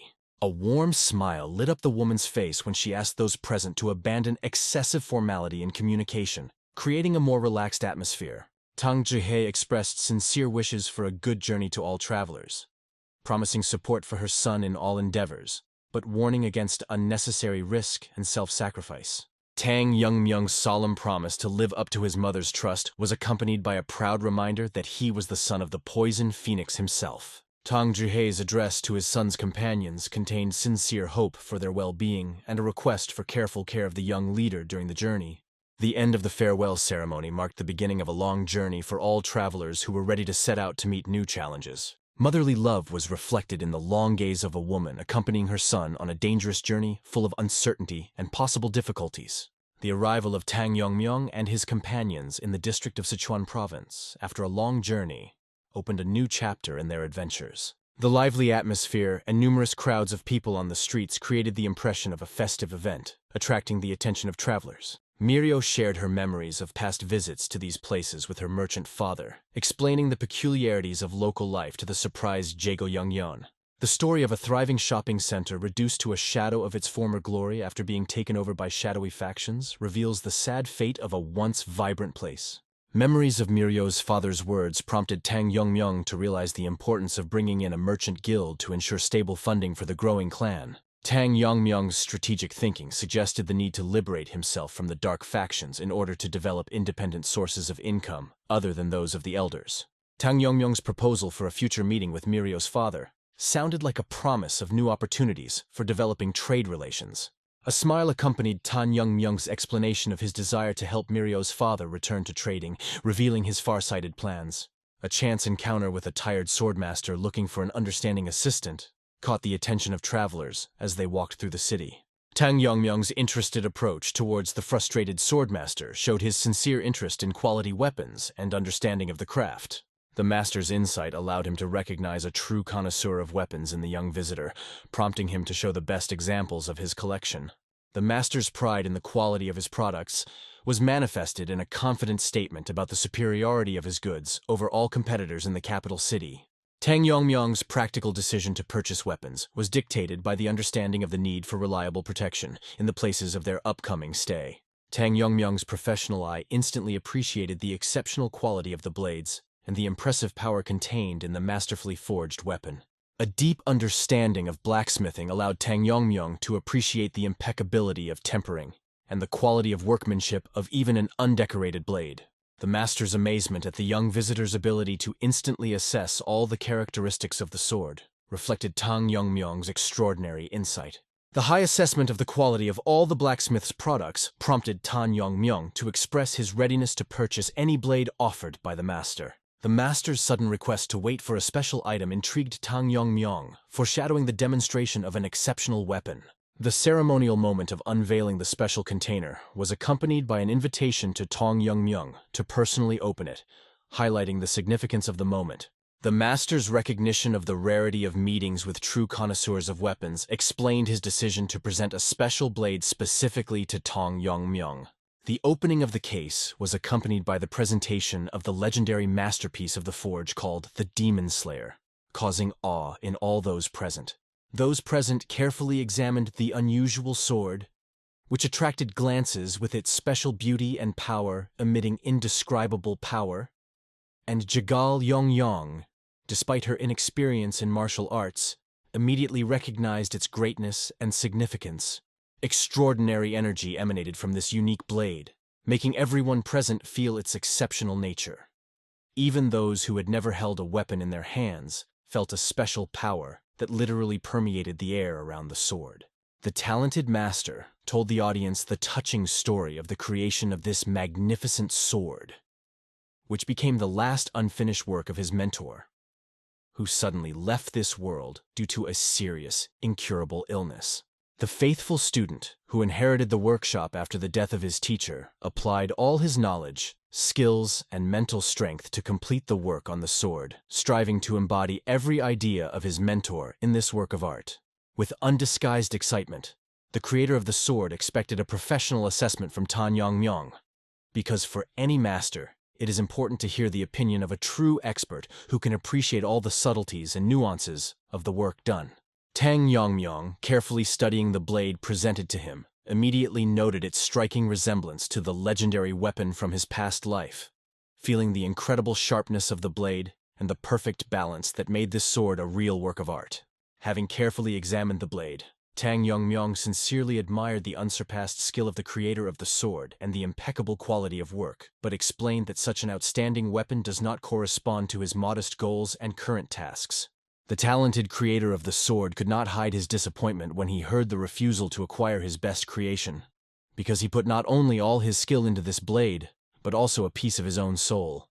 Tang Yongmyong hastened to reassure the upset master, explaining that his work indeed deserves the highest praise and recognition, but it is precisely the exclusivity of this weapon that makes it unsuitable for current plans. The young warrior preferred to choose a simpler and more inconspicuous weapon, realizing that an outstanding blade would inevitably attract undue attention from others, and the master, despite his chagrin, agreed to offer other options. Suddenly, their calm conversation was interrupted by the loud sound of the doors suddenly opening and an authoritative, unfamiliar voice that rang out from behind those present, instantly changing the atmosphere in the room. The experienced gunsmith instantly turned pale with fear, recognizing the man who appeared as a young gentleman from an influential family, notorious for its cruelty and ruthless attitude towards ordinary people. The angry young aristocrat expressed extreme outrage at the fact that he was offered a weapon of inferior quality, while in the workshop there was a blade of such outstanding quality and incredible beauty. The arrogant young man continued to openly insult the talented master, considering it an unforgivable insult that a simple blacksmith dared to offer a man of his position a weapon unworthy of his status. Tang Yongmyong calmly watched the unfolding scene, carefully analyzing the behavior of each participant in the conflict, and especially carefully studying the strange warriors accompanying the young master. The attentive gaze of an experienced fighter immediately noted unusual features in the energy field of the noble young man's retinue, which seemed distorted and unnatural, causing serious suspicion and concern. The faithful companion of the serpent materialized next to his master and shared important observations about the anomalous energy of the opponents, identifying clear signs of poisoning of their bodies and souls with demonic power. The wise assistant spoke about his past encounters with similar manifestations of dark energy, knowing full well that such a phenomenon was new to Tang Yongmyong and eager to share his important experience. The attentive Tang Yongmyong thought about the reasons for the appearance of these mysterious people in such a remote place, and his faithful companion Snake suggested a simple and effective solution: to capture and interrogate the suspicious guests. The arrogant gentleman arrogantly demanded that Tang Yongmyong immediately clear the road, loudly declaring his adamant intention to severely punish the blacksmith who dared to deceive and insult him. The words of direct threat sounded especially bold from the lips of the young aristocrat, when he self-confidently promised to immediately take the life of anyone who dared to stand in the way of the fulfillment of his desire. Tang Yongmyong, with a lightning-fast, precise movement, sent the arrogant young man to the wall, simultaneously reminding him of the importance of good manners and respectful attitude towards people around him, regardless of their origin. Remaining remarkably calm, Tang Yongmyong explained to the alarmed witnesses to the incident the simple truth that even the most perfect sword becomes useless in the hands of an inept and inexperienced warrior. Tang Yongmyong gave useful advice to the unfortunate opponent, recommending that he devote the next 20 years to serious daily training before appearing here again and demonstrating his fighting skills. The young master's personal guard was indescribably horrified by the incredible audacity of a stranger who dared to raise his hand against the grandson of the most influential and powerful man in their lands. Those accompanying him were quick to reveal their master's high status, mentioning that he belonged to the powerful Hyonyang sect, an important part of the notorious Black Death Alliance. Tang Yongmyong remained completely indifferent to revealing the high status of his opponent, showing much more interest in the mysterious connection of his entourage with a dangerous and sinister demonic sect. The sudden silent appearance of a new character behind the opponent's backs radically changed the balance of power in the rapidly developing conflict, adding a new mystery to the events taking place. The mysterious warrior who suddenly appeared in the workshop quickly assessed the current situation and without hesitation eliminated the suspected spies, clearly demonstrating his absolute devotion to the young master. The mysterious defender officially introduced the new composition of the heir's guard and immediately gave a clear order to his subordinates to deal with all the remaining suspicious characters in the area. The experienced warrior calmly approached Tang Yongmyong, expressing sincere surprise at the fact that their carefully thought-out disguise was not perfect enough to deceive his attentive gaze. Tang Yongmyong, answering a direct question about the method of detecting them, explained with a slight mockery that the demonic energy of these people could be felt several kilometers away, advising them to better hide their aura. The beautiful warrior Mirio could not contain her furious indignation as she watched the impudent behavior of Tang Yongmyong, who seemed completely unaware of the danger of his position in the face of powerful opponents. The experienced warriors were amazed at the extraordinary calm of Tang Yongmyong, who, even after brutally killing many people, maintained amazing composure, as if not feeling any threat to his life. Tang Yongmyong, confidently taking the master's magnificent blade in his hands, calmly explained to those present that it was not he who should feel real fear, but the newly arrived warriors in black, who were no different from the previous guard. The enraged leader of the demonic warriors, unable to withstand the insolence of the enemy, ordered his subordinates to immediately remove the young heir from the premises, preparing to personally deal with the rebellious Tang Yongmyong. The observant Tang Yongmyong immediately noticed the genuine horror in the eyes of the young heir as the new guards approached him, which clearly indicated his complete ignorance of the existence of these mysterious protectors. As soon as the young master left the workshop premises, the demonic warrior instantly rushed towards Tang Yongmyong, intending to deliver a crushing blow and finish off the daring opponent with one lightning-fast movement. To the great amazement of the experienced fighter, his opponent parried the powerful blow with amazing ease and instantly responded with an impressive counterattack, using the ancient technique of the fire art. The shocked warrior was in complete confusion, realizing that his superior speed was useless against the amazing skills of Tang Yongmyong, who was able to easily parry his best move, while the experienced demonic warrior was feverishly planning his next attack strategy, trying to find a weak point in the enemy's defenses. His mind was completely focused on finding an effective counterattack.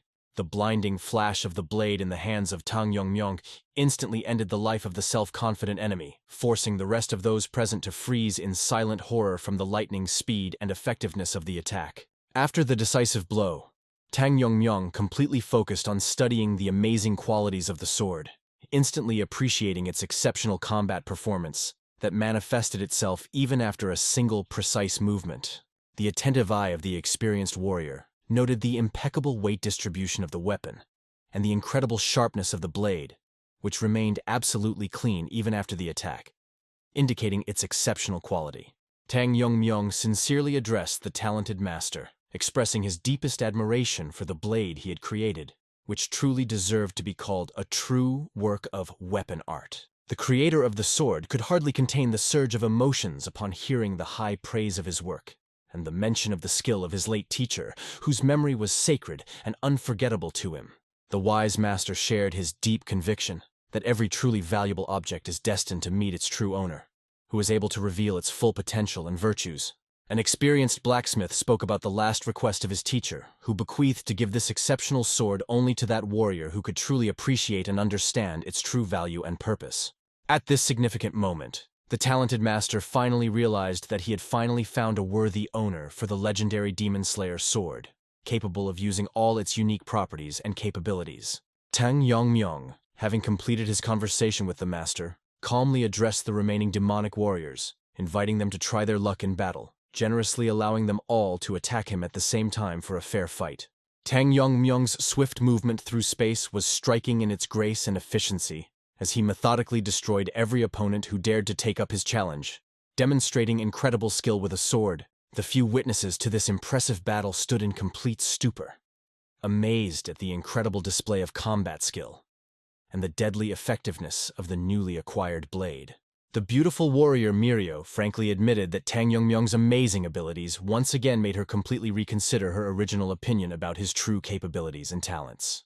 The attentive observer could not hide her sincere surprise at the fact that Tang Yongmyong suddenly demonstrated such outstanding swordsmanship, which she had not noticed before. Within the majestic walls of the Alliance, a mysterious man slowly strolled, who noted with satisfaction the successful development of their secret plans, while the unsuspecting members of the organization did not even realize his true affiliation. The talented son of this influential man inherited incredible martial arts abilities, which manifested themselves in him from early childhood, amazing all his mentors with his extraordinary strength and accuracy. The outstanding abilities of the young heir were so superior to those of his peers that none of the young warriors could compete with him in training matches. The man's cunning plan was for his gifted son to demonstrate his exceptional talents at an important provincial council and gain a significant position in the ranks of the Black Death Alliance. A carefully thought-out strategy assumed that by the time the Alliance members realized the true state of affairs, a powerful demonic cult would already have established its control over the territory of Sichuan. The unexpected appearance of excited mercenaries rushing to their master with an important report disrupted the measured flow of his thoughts about future victories. The man's attentive gaze immediately identified among the arrivals a familiar warrior from the elite Heavenly Moon detachment, who was part of the personal guard of his precious heir. The excited warrior immediately reported a serious incident. The young gentleman was attacked by an unknown armed criminal hiding his face under a wide bamboo hat. By the time he received this alarming report, Tang Yongmyong had already successfully completed a fierce battle with all the opponents who attacked him, demonstrating impressive skill with the sword. The observant Mirio thought with some concern about the practical consequences of the battle that had taken place, in particular about who would have to clean up after such a large-scale massacre. The perceptive girl felt sincere joy that their young companion Miso was not present at this brutal clash, because such a sight would certainly have caused her severe emotional shock. The experienced warrior could not completely get rid of anxious thoughts about the possible consequences of this bloody clash, carefully analyzing all potential threats. Of particular concern to Mirio was the fact that one of the experienced mercenaries managed to successfully escape from the battlefield, and there was a real threat of his return with serious reinforcements. The calm and reasonable Tang Yongmyong explained to his companions that he deliberately allowed the enemy to escape because he considered the young heir either a complete fool or truly ignorant of connections with the demonic cult. Tang Yongmyong suggested the existence of some influential force that secretly organized the protection of the young heir, while the young man himself uncertainly confirmed his complete non-involvement in the demonic cult. The determined warrior put the sharpened blade of his sword to the neck of the frightened young man, calmly explaining that very soon he would receive comprehensive answers to all his questions from the people who would certainly come for him. The dramatic development of events reached a new point of tension when the imposing figure of the young heir's father appeared in the doorway, accompanied by well-armed mercenaries. The angry father, realizing the dangerous situation of his son, put forward a decisive demand for the immediate release of the hostage, promising to show mercy only in case of complete and unconditional surrender. The authoritative voice of an influential man sounded especially threatening when he warned of the cruel reprisal that awaited the disobedient if they disobeyed his order. Satisfied with the timely arrival of the expected opponents, Tang Yongmyong, without loosening his grip, inquired about their possible actions in the event of the immediate execution of the young heir. An attentive Mirio, watching the events unfold from her hiding place, noted that Tang Yongmyong's actions truly created the image of a classic villain from ancient legends. The practical warrior was well aware that external impressions were of secondary importance now, since their vastly outnumbered opponents posed a real threat to their lives. The powerful head of the family experienced uncontrollable anger, realizing that the daring criminal in the bamboo hat had absolutely no idea of the true extent of his fatal mistake. The astute Tang Yongmyong was well aware of the nature of his opponents, unmistakably identifying them as belonging to an ominous demonic cult by the characteristic signs of their energy. The experienced warrior easily recognized the streams of demonic energy emanating from his opponents, despite their skillful attempts at disguise, and perfectly understood their true intentions regarding Sichuan province. The attentive Tang Yongmyong had some doubts about the Alliance's awareness of what was happening, but was absolutely confident in their harsh reaction to such an invasion of demonic forces. The shocked commander of the enemy squad was in a state of deep shock, realizing the incredible abilities of the enemy, who not only discovered their carefully hidden demonic energy, but also remained unharmed. The desperate situation forced the warlord to issue an emergency order to the elite celestial squad to use the forbidden technique of reverse blood magic, which caused horror in Mirio, who was observing the events. A sudden revelation came to the angry Tang Yongmyeon when he finally made a direct connection between his opponents and the sinister figure of Yang Jongyuk. The self-confident enemy commander showed a clear lack of understanding of the strange behavior of the doomed, in his opinion, criminal, who continued to ask incomprehensible questions before his inevitable death. Showing amazing calm, Tang Yongmyong slowly pulled the blade away from the hostage's neck and uttered significant words that he had no personal enmity towards those present, but their clan had completely destroyed his family 8 years ago.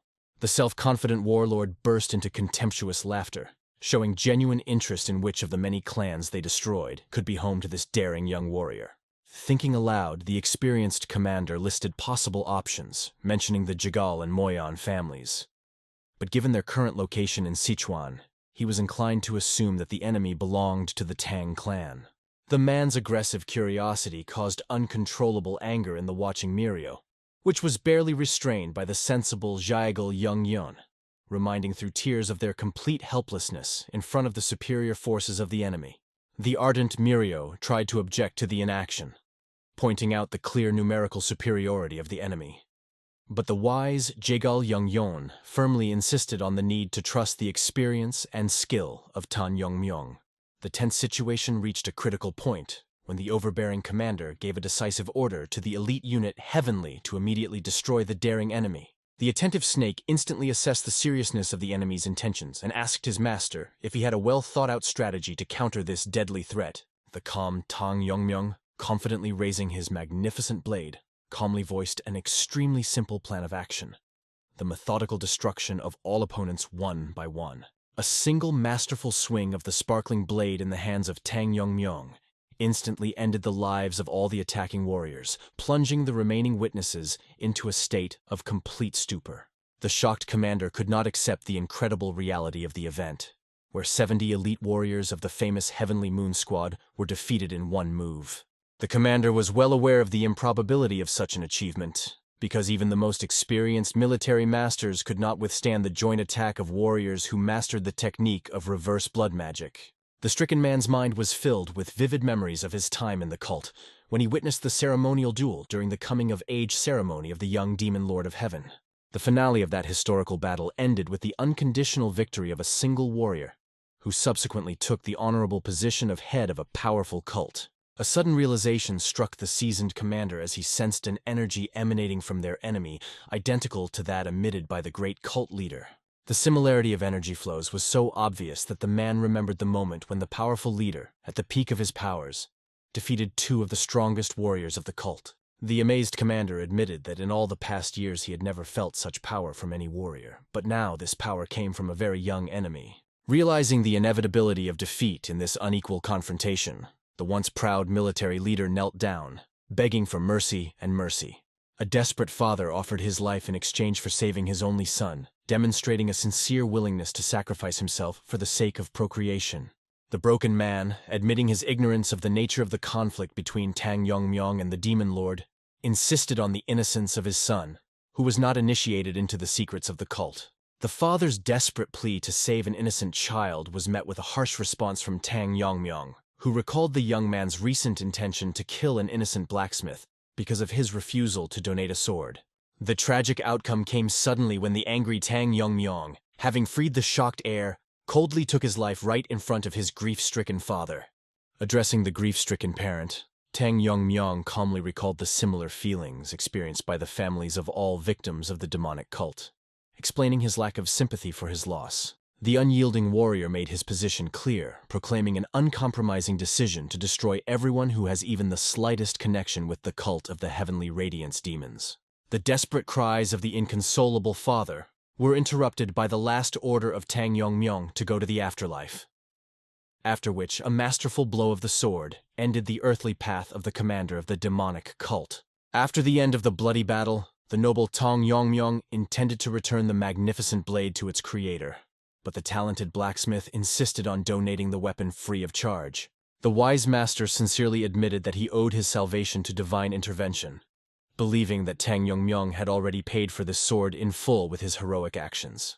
The devoted student emphasized the importance of fulfilling his mentor's last wishes, rejoicing that the legendary blade had finally found a worthy owner in the person of a valiant warrior. Tang Yongmyong, imbued with the deep meaning of the moment, realized the impossibility of refusing such a significant gift, which has a special spiritual value. The astute Mirio fully supported this important decision, fully understanding Tang Yongmyong's sincere desire to become the owner of such an outstanding weapon. The humble warrior expressed his sincere gratitude to the magnanimous master, promising to show due respect and care for the unique blade, worthy of the most respectful treatment. The practical Tang Yongmyong, aware of the need to maintain secrecy, asked the master to provide a simple scabbard to disguise the outstanding weapon from unwanted attention. The attentive snake, quietly observing the development of events, continued to collect important information about the character and abilities of its new master. The wise companion experienced increasing surprise as he observed the unusual talents and unexpected abilities of his young master. An experienced observer noted amazing skill with a sword, which seemed unusual for a member of a clan traditionally specializing in the art of poisons. The astute serpent foresaw that his young master, continuing to develop his extraordinary abilities, would undoubtedly surpass the power of his previous master, becoming a truly legendary figure. The long-awaited arrival of Tang Yongmyong at the venue of the competition caused genuine surprise among the participants present, who examined the unusual contender with undisguised interest, not finding anyone similar among the successors of the Sichuan sects.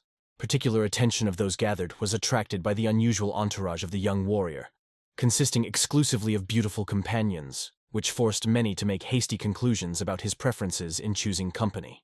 Some participants, while acknowledging the importance of the provincial council, expressed clear dissatisfaction with the overconfident behavior of the newly arrived aspirant, suggesting that such arrogance must hide an obvious weakness in the martial arts. The irritation of the men was intensified by the incomprehensible reaction of all the women of the city, who showed an inexplicable interest in the mysterious stranger, ignoring the presence of other worthy warriors. The experienced fighters felt a strange feeling of defeat, even without entering into direct confrontation with Tang Yongmyong, who, meanwhile, headed to the place where the participants were registering for the competition. The martial arts masters, who were carefully observing what was happening, admitted that despite their rich experience in meeting talented young warriors, they had never seen such an unusual contender. After formally requesting an introduction, Tang Yongmyong dignifiedly stated his full name and title as the young head of the Tang clan, causing quite a shock among the registrars present. The rapid spread of news about the appearance of the young head of the Tang clan quickly reached the ears of Yoseongryong, who greeted this news with undisguised satisfaction. The devoted maid reported to the lady in detail that Tang Yongmyong officially registered among the participants early in the morning and immediately retired to the chambers specially prepared for him. A mysterious smile appeared on Yoseongryong's face when she decided to temporarily give Tang Yongmyong the opportunity to rest knowing full well that very soon she would be able to carry out her revenge against her daring opponent. Plunging into the depths of her memories, Yo Seung-ryong mentally returned to that distant day of her youth, when she was attacked by brutal bandits. The unknown savior, who appeared at a critical moment, made a fair point about the unwiseness of walking alone in dangerous surroundings, notorious for the constant presence of criminal elements. The fateful meeting with the noble Manhwa began with his sincere concern for the condition of the rescued girl. When he carefully examined her for possible injuries, the sad position of the concubine of a high-ranking military official turned the life of young Yo Seung-ryong into a powerless existence of a weak-willed toy in the hands of a powerful master. The unexpected death of a powerful official as a result of a tragic accident radically changed the course of the usual life of those close to him. Taking advantage of the favorable moment for release, the resourceful girl escaped, taking with her a valuable manual on martial arts from the rich collection of the late gentleman. The rapidly developing relationship between Yo Seung-ryong and the talented martial artist Manhwa strengthened during regular training, where he taught her the basics of self-defense. Having completed the study of basic techniques, the purposeful student began to master the secret knowledge from the stolen manual containing the unique art of the Scarlet Lily Flame. Cruel fate dealt a crushing blow to the nascent happiness of the lovers, when the girl's body began to rapidly collapse under the influence of a mysterious, incurable disease. The noble decision to leave her loved one was dictated by Yo Seung-ryong's reluctance to force Manhwa to watch the painful decline of her beauty and health. The passing years brought news of the rapid rise of Manhwa, who had achieved the impressive position of head of the powerful Black Moon sect. The unbearable physical suffering of the dying Yo Seung-ryong was intensified by the mental anguish of undying melancholy, which did not allow her to calmly accept the approaching end. The fading woman's only innermost desire was the opportunity to see her beloved Manhwa one last time before her inevitable departure. An unexpected fulfillment of his cherished desire occurred when Manhwa brought the powerful head of the alliance, introducing him to a talented girl, about whose abilities he spoke a lot. The astute Yoo Kil-jun observed with amazement the critical condition of the young woman, trying to understand the reason for her rapid decline. A careful study of the situation allowed the wise leader to determine the true cause of the illness: an unnatural conflict between female nature and male yang energy of martial art. A life-saving solution was proposed by Yoo Kil-jun, who advised the dying girl to immediately begin chanting the mantras she had learned to stabilize her condition. Being under the strange influence of his powerful voice, as if enchanted by an unknown force, Yo Seung-ryong obediently began to recite the sacred texts of ancient mantras. The amazing skill of the head of the alliance was evident in his ability to create a completely new version of a complex martial art in the shortest period of time. The unique transformation of the Scarlet Lily Flame technique was aimed at achieving full compatibility with feminine yin energy, making it safe for female practitioners. The modification of the Scarlet Lily Flame technique created by the Great Master was a revolutionary transformation of ancient art, taking into account the characteristics of the female energetic nature. The wise mentor explained to the shocked student that achieving true mastery of the transformed technique would automatically begin the process of self-healing of accumulated internal damage. Filled with gratitude for saving her life, Yo Seung-ryong created a special combat unit and joined the alliance, seeking to prove her absolute loyalty to the great savior. The presence of Manhwa in the ranks of the alliance gave Yo Seung-ryong a ghostly hope of the possibility of restoring their previous romantic relationship. The woman in love suffered severe disappointment when, during the long-awaited meeting, Manhwa coldly announced that his interest in her had always been limited solely to her fighting talent. A crushing blow was dealt by the ex-lover's request to completely forget their past feelings, leaving all romantic memories in the past. The bitter realization of the rapid cooling of Manhwa's feelings did not make Yo Seung-ryong want to blame him, because she remembered very well that she was the first to decide to break up.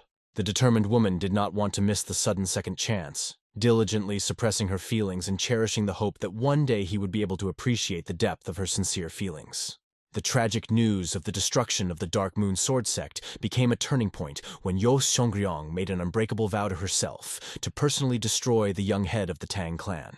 Feeling an almost irresistible urge to immediately hunt down and kill Tang Yongmyung, the experienced warrior restrained her impulses, recognizing his outstanding vagina-level skill. A realistic assessment of the situation told Yo Seung-ryong that even with her perfect mastery of the Scarlet Lily Flame art, destroying such a powerful opponent would require exceptional efforts.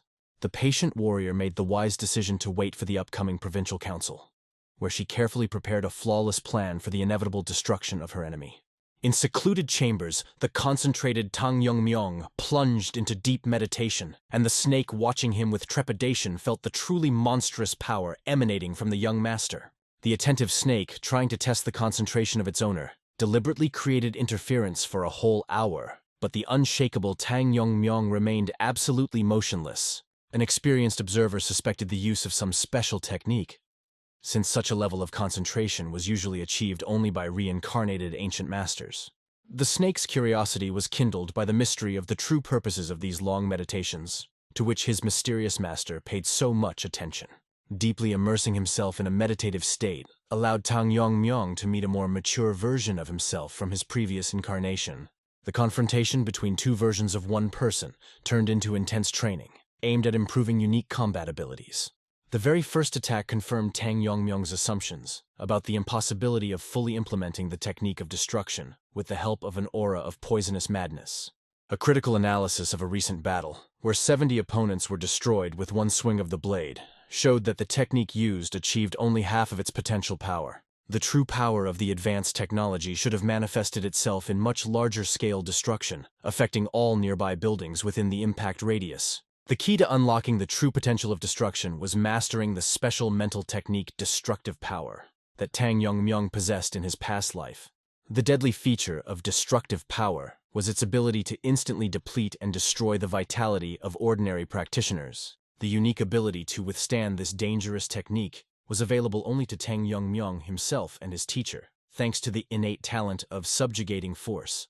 The achieved highest level of development and significantly strengthened body gave Tang Yongmyong confidence in the possibility of quickly restoring his former military greatness through mastering destructive power. Deep reflection led the young master to realize that he might be overly attached to the past, especially given the successful, albeit imperfect, implementation of the extermination technique with his current skills. An astute analysis revealed the main reason for the imperfection of the technique: a significant discrepancy between the level of mental technique and swordsmanship.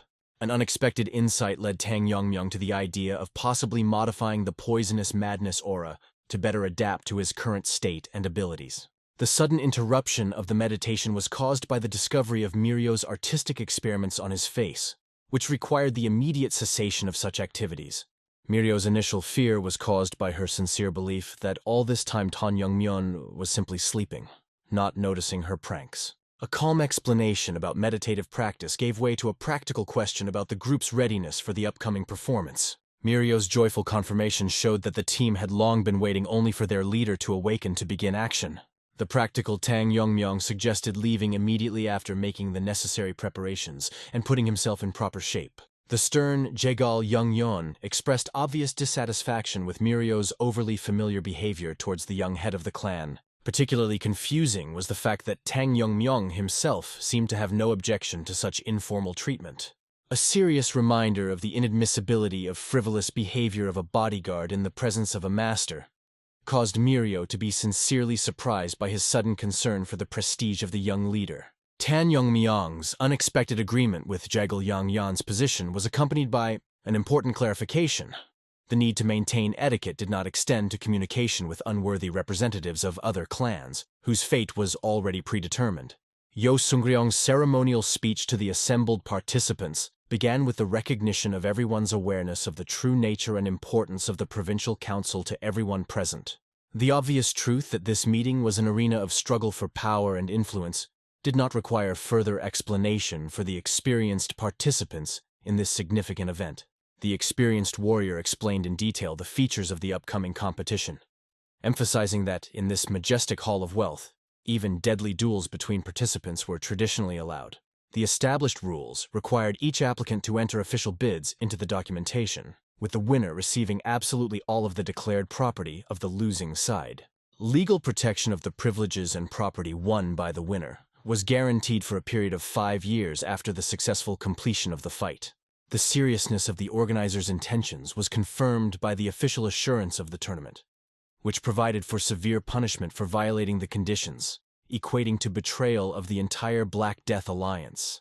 Having finished laying out the ground rules for new arrivals, Yo Sung-ryong solemnly announced the presence of the guests of honor, making special mention of the legendary master Sang Myeon-gil, known as the Sword of the Nine Realms. An enthusiastic whisper ran through the ranks of those gathered at the mention of the renowned Sword of the Nine Realms, recognized as the greatest master of the demonic path and the strongest warrior of the entire alliance. Most of the swordsmen present expressed genuine delight at the opportunity to see the legendary master in person, but the calm Tang Yong-myong, observing carefully, determined his level to be a Wagon. The majestic master introduced himself to the audience with dignity and announced his arrival, accompanied by the young Yong-hee, who turned out to be the daughter of the head of the alliance himself. The distinguished guest expressed sincere hope for a worthy demonstration of abilities by all participants in the upcoming competitions, emphasizing the significance of the ongoing event. Yo Sung-ryong officially announced the appointment of Master San as the chief judge of all death matches, emphasizing the need to obtain his personal permission to conduct such clashes. The ceremonial moment of the beginning of the Sichuan Provincial Council was announced to those present, creating an atmosphere of significance for the event. The young participant's unexpected raising of his hand and his request for the master's permission attracted everyone's attention. Those present were surprised to recognize the young man as the eldest son of Mak-inhu, who openly declared his desire to fight to the death with the young head of the Tang clan. The astute Master San, carefully examining the young man, unmistakably determined that he belonged to the Dark Moon Sword sect by his characteristic black robes and paired blades. An experienced observer correctly assessed the young warrior's motives as a thirst for revenge, recalling the amazing defeat of Mak-inhu, one of the strongest fighters of the school, at the hands of the young head of the Tang clan. The determined young man introduced himself as Mak Chung-hee, the heir of the sect, openly declaring his intention to avenge his father's death through a duel with the young head of the Tang clan. The excited Mirio was shocked by the audacity of such a statement, remembering that it was Mak-inhu who initiated the initial conflict. Respected Master San, having listened to the request of the heir of the Dark Moon Sword sect, gave his consent to the duel and asked the young head of the Tang clan to step forward. The fearless Tang Yong-myong immediately responded to the call, demonstrating his readiness for the upcoming clash. The young daughter of the head of the alliance showed genuine admiration, recognizing in the warrior who spoke that same mysterious young man, about whose strength there were so few rumors. The girl's sincere admiration, manifested in the shine of her eyes, caused the extreme surprise of Master San, who had already foreseen her deep disappointment in the event of the defeat of the Tang clan. The strict Master San announced an important rule of the duel, prohibiting the intervention of outsiders, with the exception of the direct participants and their accompanying persons. The judge's detailed explanations included no restrictions on fighting methods and the right to ignore the enemy's surrender, after which, making sure there were no objections, he announced the start of the fight. Additional clarification of the rules of the duel included an important clarification about the right of servants and bodyguards of both sides to take an active part in the battle, given the official status of the opponents as representatives of their clans. Master San's sudden curiosity regarding the lack of support from Tang Yong-myong's servants was calmly explained. The young leader deliberately ordered his escorts to refrain from participating in the duel. The warrior, confident in his abilities, calmly stated that the number of opponents does not matter to him, be it one person or three, since the outcome of the battle is already predetermined by his superior skill. Impressed by the young warrior's confidence, Master San expressed clear approval of such courage and immediately gave the signal for the start of the duel. The initiative in the battle was seized by the heir Mak-inhu, instantly releasing the famous dark sword energy characteristic of the masters of the Dark Moon Sword sect. Those present were amazed at the incredible skill of the young warrior, who had already mastered the most complex technique of the Twin Blades of Darkness, and his assistants immediately joined the attack. The overconfident heir counted on the effectiveness of his tactics, believing that the diversion of his men would create the perfect opportunity for a fatal strike with the twin blades. Everyone was amazed by Tang Yong-myong's lightning-fast movement, with which he instantly disarmed all the attacking opponents, forcing the amazed spectators to try to comprehend what had happened. Attentive observers soon discovered throwing needles in the necks of the defeated warriors, and even the experienced Master San admitted that he could not catch the moment of their use. The imperturbable Tang Yong-myong, looking appraisingly at the remaining enemy, ironically inquired about the length of his wait for a real attack. The enraged opponent finally launched a decisive attack, but Tang Yong-myong demonstrated incredible skill by instantly moving behind the attacker. In a calm tone, The winner shared his observation that among all those who attacked the Tang clan during the competition, only 2 possessed such sword energy: the boy's father and a certain mysterious spy. A merciless assessment of the enemy's abilities was heard in the words of Tan Yong-myung, who noted the young man's significant lag behind the level of skill of the mentioned warriors. A lightning-fast throw of a poisoned needle into the opponent's face ended the fight in less than a minute, causing a shocked reaction from everyone present. Observers unanimously recognized the evidence of a colossal gap in combat prowess between the powerful head of the Tang clan and the relatively weak heir of the Dark Moon sword sect. The defeated heir, fighting against the effects of the deadly poison, experienced not so much physical pain as deep mental suffering from the realization of his obvious superiority over the enemy. The dramatic moment came when the fallen warrior's sword suddenly turned black, and he, driven by a desperate desire to prove his superiority, launched a final furious attack. The display of absolute superiority reached its climax when Tang Yong-myung simply caught the enemy's blade with his bare hand and literally crushed it into tiny pieces. The final fall of the poisoned heir convinced everyone present of the impossibility of even a theoretical defeat for the young head of the Tang clan in such a duel. Thoughtful, Tang Yong-myung admitted to being surprised by the fortitude of the enemy, who was able to continue the battle even after being poisoned, although he had not initially planned to demonstrate his full strength. The victor's ability to demonstrate such fortitude on the verge of imminent death evoked sincere admiration from the winner. An impressed Master Sun addressed the winner with sincere praise, especially noting the unexpected use of the legendary 100-hand steel strike technique in such a difficult situation. The experienced master shared his knowledge of the Tang clan's traditions of training hands to hold sharp weapons, expressing particular surprise at the effectiveness of this technique against energy-enhanced swords. The modest winner confirmed the master's assumptions that the demonstrated technique belonged to the traditional techniques of the clan, which aroused the sincere admiration of the judge and ended with the official declaration of victory. Having received the right to choose between continuing the fight and its completion, the confident Tan Yong-myung declared his readiness to confront at least the entire alliance at the same time, emphasizing the immutability of the final result.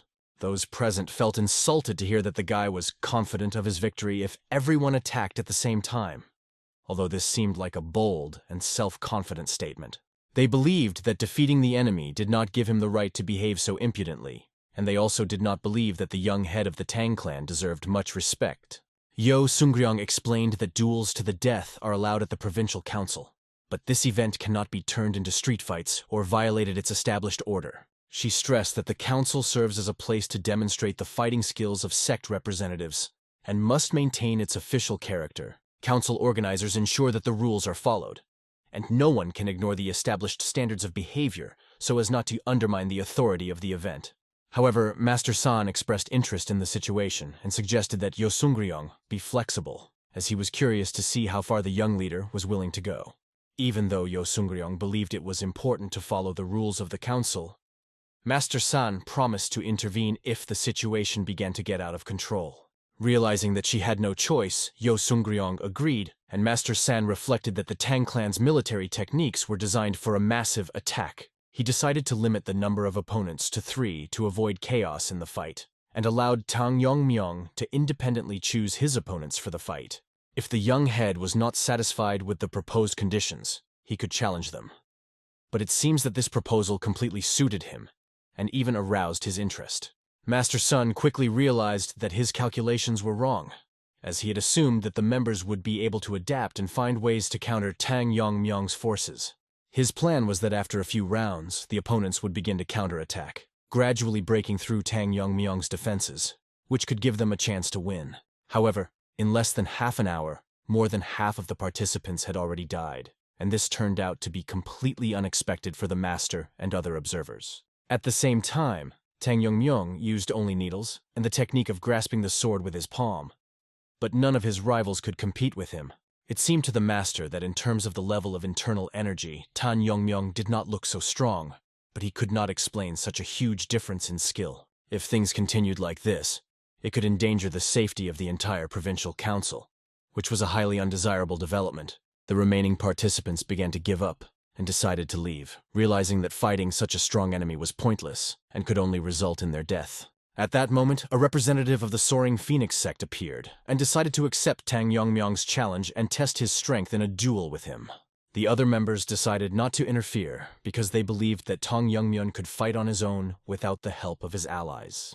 The Soaring Phoenix sect member was confident that defeating Tang Yongmyeon in a fair fight without outside interference would be of particular value and significance. Master San was not surprised by the action of the young sect lord, who, unlike the others, did not retreat, but boldly stepped forward to challenge, which was in accordance with his sect's policy.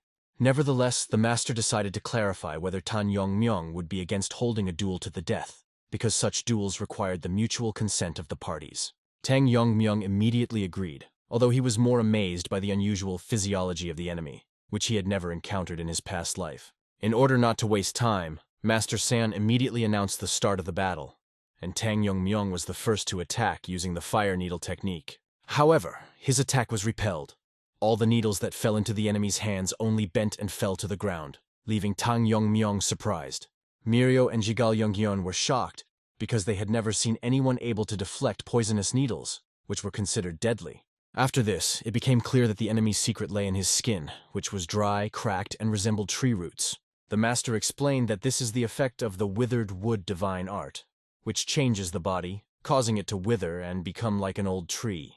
Under the influence of this art, the skin becomes as hard as bark, capable of withstanding even the energy of a sword, and the muscles and bones acquire incredible strength. The master watched Tang Yongmyeon with interest, trying to predict how the young head of the clan would cope with such an unusual and formidable opponent. To evade the attack, Tang Yongmyeon used the hidden shadow technique, and even the master who was watching the fight was amazed, as he instantly lost sight of the trajectory of his movement. The master came to the conclusion that Tang Yongmyeon had improved his technique so much that even experienced fighters would find it extremely difficult to follow his lightning-fast maneuvers. Tang Yongmyeon managed to get close enough to his opponent and easily plunged the poisonous needle directly into his body, demonstrating that his opponent's defense was not absolute. After that, he calmly explained that even the strongest armor can be vulnerable if you know how to overcome it correctly. The second warrior, angry for his wounded comrade, rushed to attack, but Tang Yongmyeon easily stopped him using his quick reflexes. Having grabbed his opponent's face, Tang Yongmyeon decided to test whether it was as strong as the rest of his body, and do so in the most straightforward way. He stabbed the needle directly into the warrior's mouth, after which he instantly fell dead, confirming that Tang Yongmyeon's technique was flawless. The last of the three opponents remained, who, without wasting time, fiercely attacked Tang Yongmyeon, but he managed to parry the blow in time.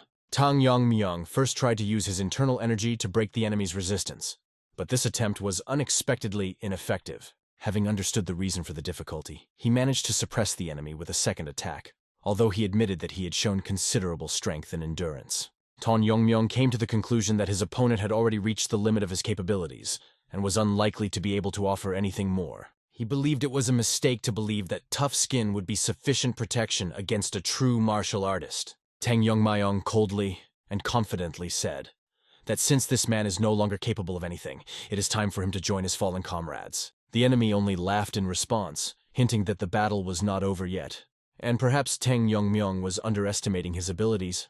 Before Tang Yongmyeon could react, the opponent activated a powerful force that began to emanate from his body and quickly change the situation. The opponent explained that it was the real power of the withered tree divine art that he had been holding back until now. Remembering his father's instructions, he realized that this technique was a hidden heritage that should never have been revealed to the outside world.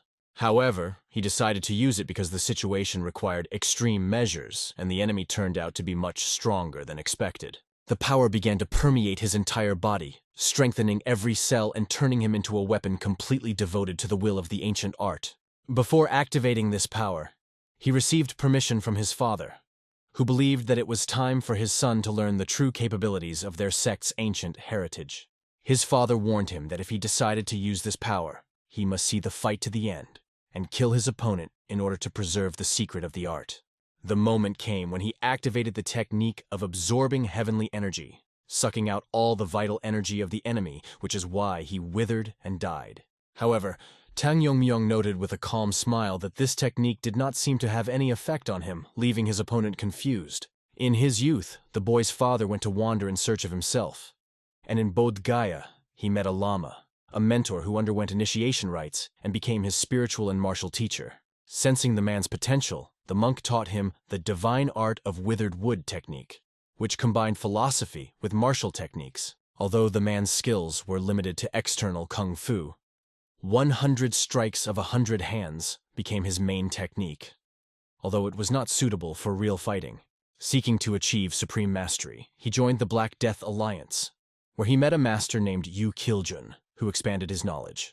Having studied all the techniques, he realized that the name Withered Tree reflected not only external changes, but also the essence of art, associated with the nature of internal energy. When the outer shell dries up, the energy in the body, like the roots, is redistributed through the dantian, turning the body into something like a strong tree. The art of withered wood allowed the master to absorb an opponent's energy in the same way a tree absorbs water from the soil, turning it into a weapon. That is why the guy was shocked when he discovered that his technique had absolutely no effect on Tang Yongmyeon, which was contrary to all his expectations. He then felt a strange sensation on his arm and realized that Tang Yongmyeon was manipulating his body, doing something beyond his understanding. In the past, there were 3 people who were called the most evil absorption spirits because their martial arts were considered deadly in the martial arts world.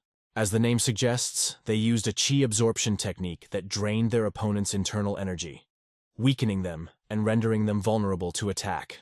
The 3 of them traveled together, using this deadly technique to absorb the power of anyone who crossed their path, sparing no one until they encountered a real enemy. 2 of them achieved the highest skill, becoming practically invincible, although such rumors circulated among people, and they believed in their infallibility, being confident in their strength. But at some point, someone was able to defeat the entire trio of evil absorption spirits, surprising everyone, and it seemed impossible to most who knew about their reputation. Those who received the awards could not believe that anyone could cope with these dangerous fighters alone, since everyone considered them to be absolute overlords, invincible in battle. They wanted to know how he did it, but Tang Yongmyeon's master simply explained that he used a new sword technique, and they died from one blow, without even having time to react.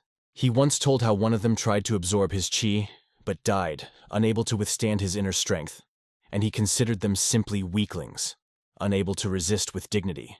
Tang Yongmyeon knew that ordinary fighters could not withstand the destructive power that those 3 had, since their powers were based on absorbing other people's energy and not on development. He hadn't fully mastered the technique yet, but that didn't matter now. He warned his opponent that he had to stop before it was too late, otherwise he could not avoid defeat. Tang Yongmyeon understood that in the sect he was taught to absorb almost everything, but his qi was poisonous and destructive, so he used it, burning his opponent to the ground in an instant. Master San could not understand how this was even possible, since he had not seen anything like it, and was confused by what was happening before his eyes at the moment of the collision with Tang Yongmyeon. If Tang Yongmyeon continues like this, they may lose too many people, and this will lead to even more losses that they will not be able to compensate for in the future. He turned to Yo Sungryong to declare the end of the competition and put an end to it, since the situation was getting out of control and threatened not only all the participants, but also the council itself. But she, as if not noticing what was happening, decided otherwise, taking the girl hostage, and declared that the battle would continue until Tang Yongmyeon died, of which she was 100% sure. Master San was horrified by how she decided to take such a step, and could not understand what pushed her to do this. But she calmly explained that her expectations from the young head were wrong. She asked the 9 Realms sword to finish the fight and kill Tang Yongmyeon, considering him a threat to everyone because his abilities far exceeded her understanding of the possible consequences. Master San thought that perhaps the test should be completed, since an opponent with this level of skill and such strength could defeat everyone without leaving anyone alive. At some point, he heard a strange noise near the jury, and could not understand what exactly was happening, but he felt that something was wrong, and the situation was on the verge of escalating into complete chaos. The master was shocked that Yo Sungryong dared to take the girl hostage, knowing that this could lead to irreversible consequences, and could not believe that she decided to take such a desperate step. He did not understand why Yo Sungryong was so desperate for the death of the young student, because even Master Tang Yongmyeon himself was much stronger and more dangerous than they could have initially assumed. Yo Sungryong was extremely offended by such words, realizing that for Master San, the death of Mak Inhu most likely did not matter. However, for her it was different, and she had to take revenge no matter the consequences, even if it meant repaying good with evil. Then the man understood why the woman volunteered to hold the provincial council. She explained that Master Sun probably knew her fire techniques, and that the girl was very fragile, so she could easily be incinerated. Mirio and Jigal Youngyeon watched this in bewilderment, not understanding why the two started arguing with each other, and could not understand how it would all end. The atmosphere was heating up every second. However, the master was furious at such a threat.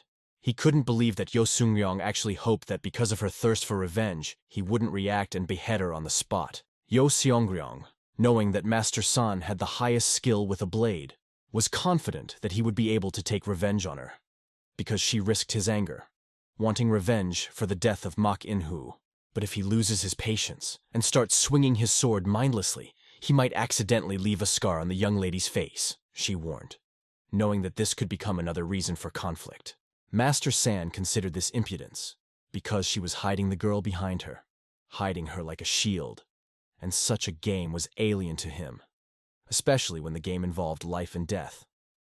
He was ready to take extreme measures. She might do this from time to time, but now he decided to play along with her. He agreed to her proposal, but vowed that she would also be punished for her actions if she decided to continue. Yo Seung-ryong explained that if Master San saves her from the scoundrel, the young head of the Tang clan, she will gladly accept her death, because her life no longer had meaning without revenge for ManhWa. Everyone froze in horror when they realized that one of the 6 great masters himself had come out to fight. It was unimaginable, and no one knew what would happen next. The mood among the spectators became tense. Tang Youngmyeon calmly explained that he had no intention of fighting him today, and apologized that circumstances had changed, forcing him to change his plans and engage in battle. He didn't want conflict, but he couldn't back down. Pointing to the girl, Master San explained that she was more important to him than his life, and asked Tang Youngmyeon to understand why he was forced to act this way and not otherwise. He did not want this, but was forced to protect her at all costs. Master San drew his sword and added that he would try to finish this as quickly as possible, so that Tang Youngmyeon would die without pain. He didn't want to drag out the fight, realizing that he had no choice if he wanted to protect the girl. At that moment, the music started playing, and the melody was familiar. Tang Youngmyeon felt that something was wrong because the music could hide a threat. The master did not understand that this was all part of Yo Seung-ryong's plan. Master San became furious, not understanding what was happening, and wondered if Yo Seung-ryong was using sound techniques to drive the heirs crazy, since she clearly intended to manipulate him. Yo Seung-ryong laughed, not understanding why this bothered him so much. She was sure that the music would only enhance the effect, but she tried to convince the man that the girl would not suffer from its influence. The man didn't understand how much more he had to put up with from her, because her actions seemed inappropriate and dangerous to him. But Yo Seung-ryong insisted on her own, and he couldn't do anything to stop her. He believed that this cheating was completely inappropriate and ordered the command to be cancelled. But she calmly replied that if she was going to stop, she would not have started it from the beginning. ManhWa suffered, so she thought it was fair that everyone else should suffer too. She intended to force Tang Youngmyeon to experience the pain of death, and asked Master San not to hesitate and cut off his head. Tang Youngmyeon only displeasedly explained that Yo Seung-ryong had made too much noise, and it was time for him to quiet down. He then took out his shuriken rings and began to perform the crazy dance of spinning blades technique. Instead of killing her, Tang Youngmyeon only dispelled her melody by absorbing her sound waves. Afterwards, he apologized to Master San, saying that he just wanted to get rid of unnecessary noise. After that, he called the master to him so that they could still finish what they started, because despite all this fuss, he knew that their battle was not over yet. After this skill, the master was clearly worried. He did not understand since when the Tang clan had such martial artists. This is a truly non-destructive technique of a strong clan, their talent and techniques of mass destruction. And this impudent person, at such an age, easily displays such a high level of skill. If he continued to develop his abilities, he would definitely surpass even Master San himself, so he did not understand whether he should really kill such a talented guy. Tang Youngmyeon calmly took out his sword, and the master was literally amazed. He did not understand whether the guy really wanted to fight with him with swords. He had the feeling that he was not at all aware of the danger of his situation. After all, now even his best techniques may not be enough to win this battle. Tang Yongmyung explained that without a sword, all of his hidden weapon techniques are too dexterous, and he wants to learn a few things from an experienced swordmaster. The master thought that Tang Yongmyung was a real brat, and his words were so bold that it even made him laugh. He liked Tang Yongmyung's attitude, so he decided to give him the first move to attack. The snake realized that Tang Yongmyung probably wanted to show himself in all his glory. This was true, because his opponent was a master who had reached the level of vagina. Tang Yongmyung promised that in this case he would show everything he was capable of. The moment he took the first step, he released all the energy accumulated in his body. Even Yo Sungryong, looking at this, could not believe that such a thing was possible. After all, how can one person have so much internal energy? Looking at him, she realized that he was no longer even a person. It was something from above. But the master understood that the worst thing was that he didn't even feel that Tang Yongmyung had been hiding his powers all this time. He was already far beyond Master San, which frightened him, and he could not understand how this youth could reach such a level. In addition, he experienced an incredibly strange feeling. He experienced something like this, only in the presence of the head of the alliance. Seriously frightened, Master San drew his sword. But Tang Yongmyung did not understand.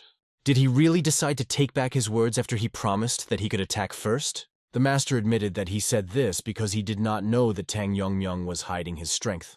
If he gave in now, his niece's life could be in jeopardy. But if he fought with all his might, one of them would definitely die. And he couldn't just stand there and take the hit. So he apologized for his lie. The man himself understood that if he started the battle at his best, he would quickly lose. It was better to end it quickly.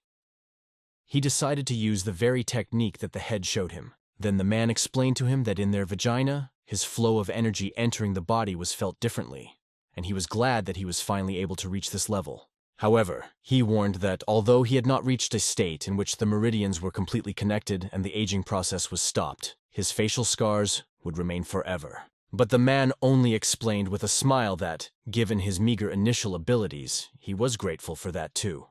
Moreover, he believed that scars adorn a man.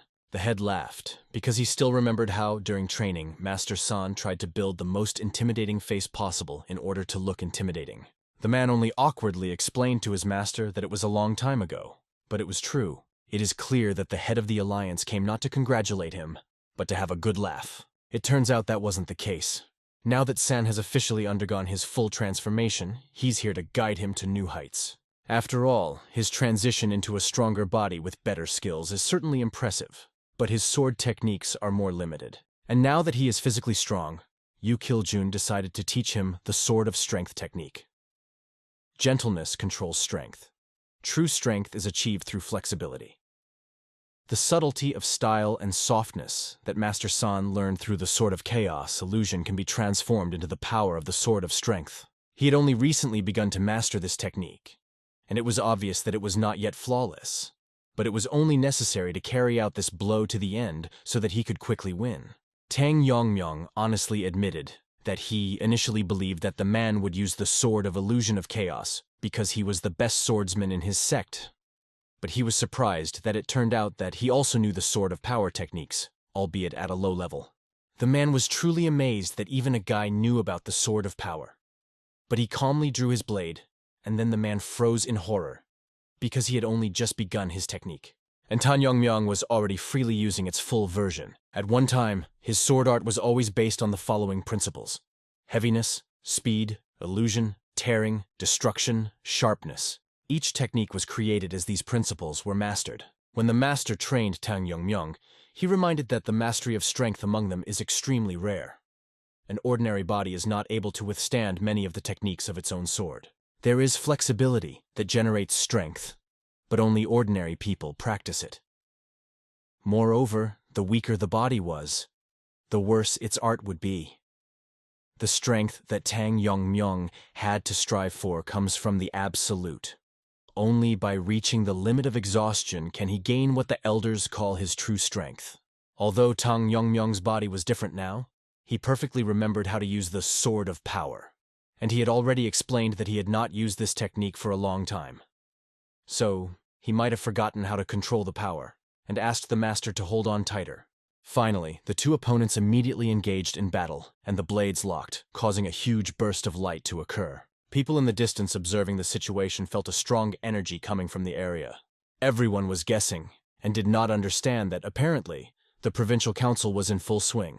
Moreover, the men heard that one of the 6 great masters, the Sword of the 9 Realms, honored everyone with his presence.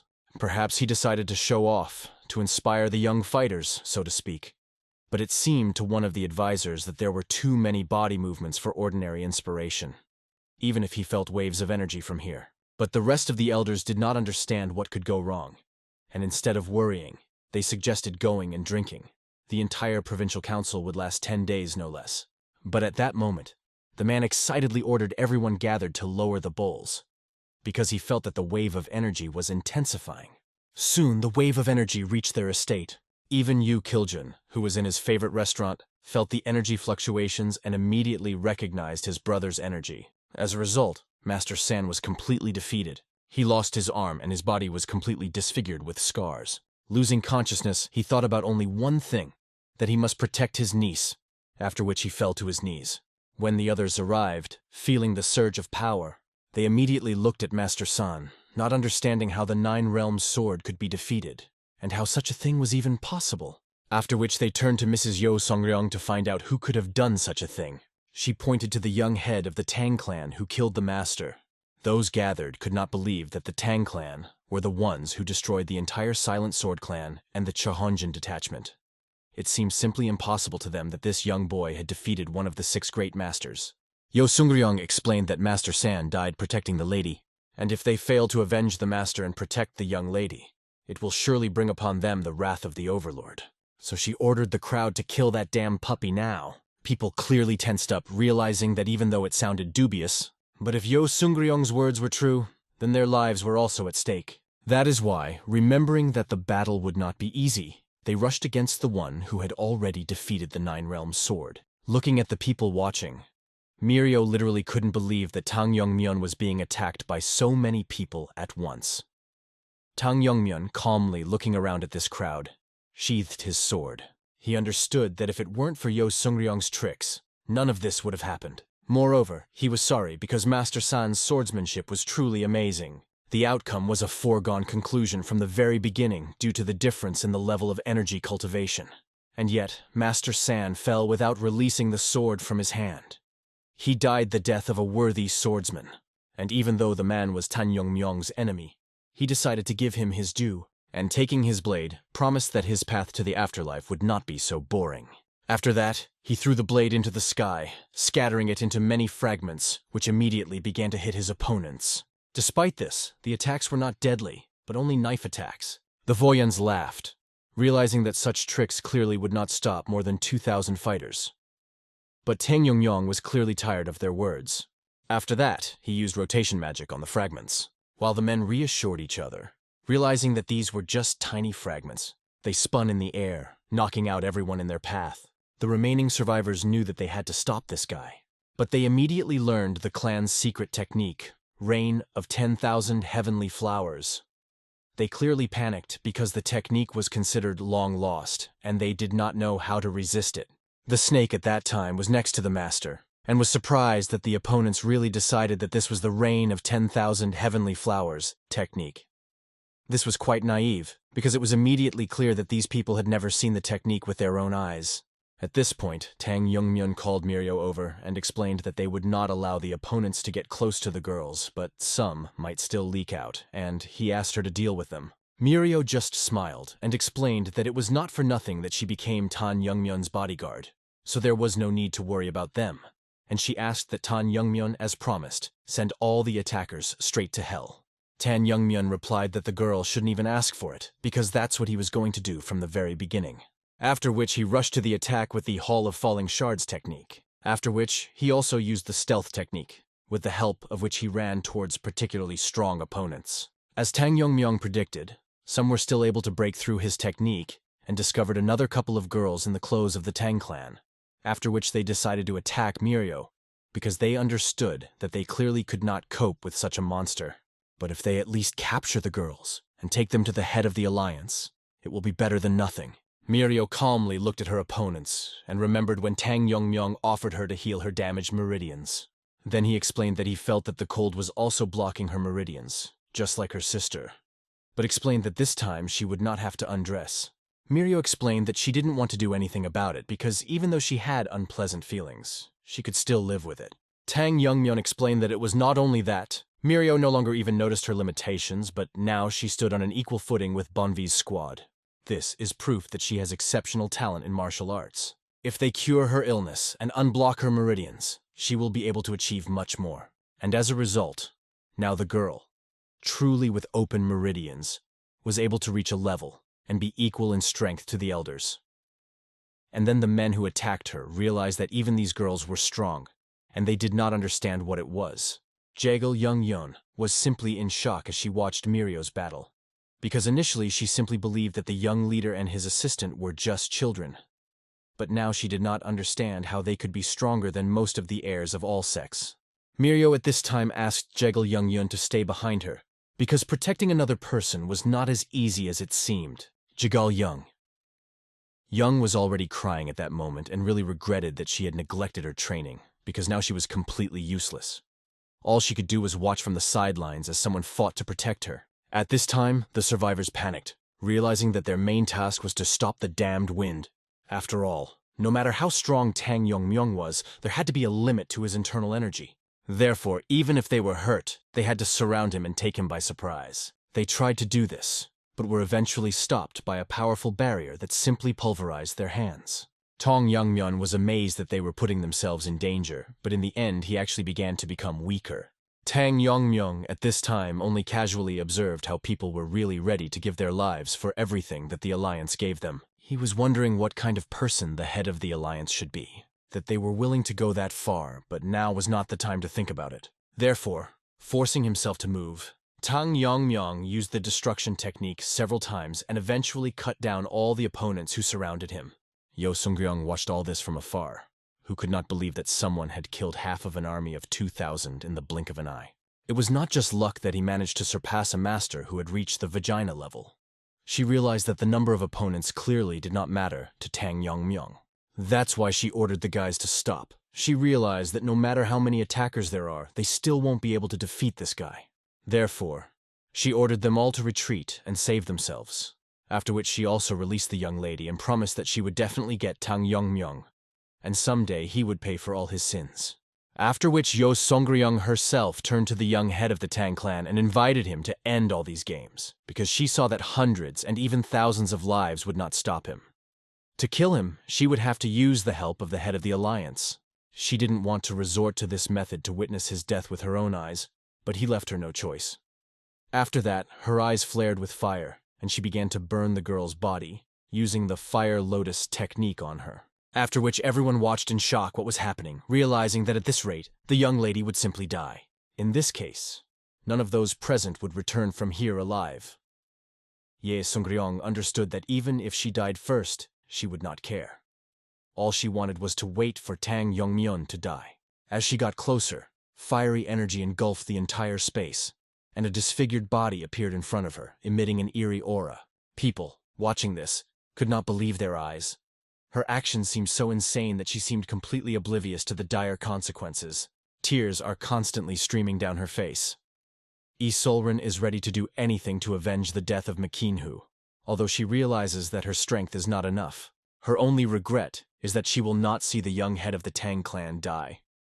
Holding her breath, she pulls the sword from her own wound. She directs the blade to her neck, full of faith that the Lord will make a just retribution for all the sins of the enemies. At that moment, an incredible wave of power swept past her, confusing her and destroying her plans. She does not have time to finish what she planned, as her hands are unexpectedly cut off. A shockwave runs through her body, filling her heart with fear. The pain becomes unbearable, and she realizes the terrible truth. Her wrists are separated, she screams in agony, and the young master flashes past, leaving a flash in his wake. He approaches her, using an absorption technique to muffle her suffering and complete his plan. He tries to smother the fire burning beside her, channeling all his strength into elemental control. Like a bolt of lightning, he swoops in, swinging his fist in her direction with devastating force. Not only did she attack a defenseless child, but she also dishonored the honor and sacrifice of a swordsman, who was more than just a warrior. Her mockery of the pride of an opponent worthy of honor and respect caused real indignation. He stands in front of her and says in a cold voice that she does not deserve a peaceful death. But it is up to her master to decide her fate, because he cannot allow the situation to deteriorate further. Isolrin, wheezing, turns to Unmung. "Do you think the Lord will forgive you?" "He will never do that in his life," she shouts. "No matter what you do, it's all in vain.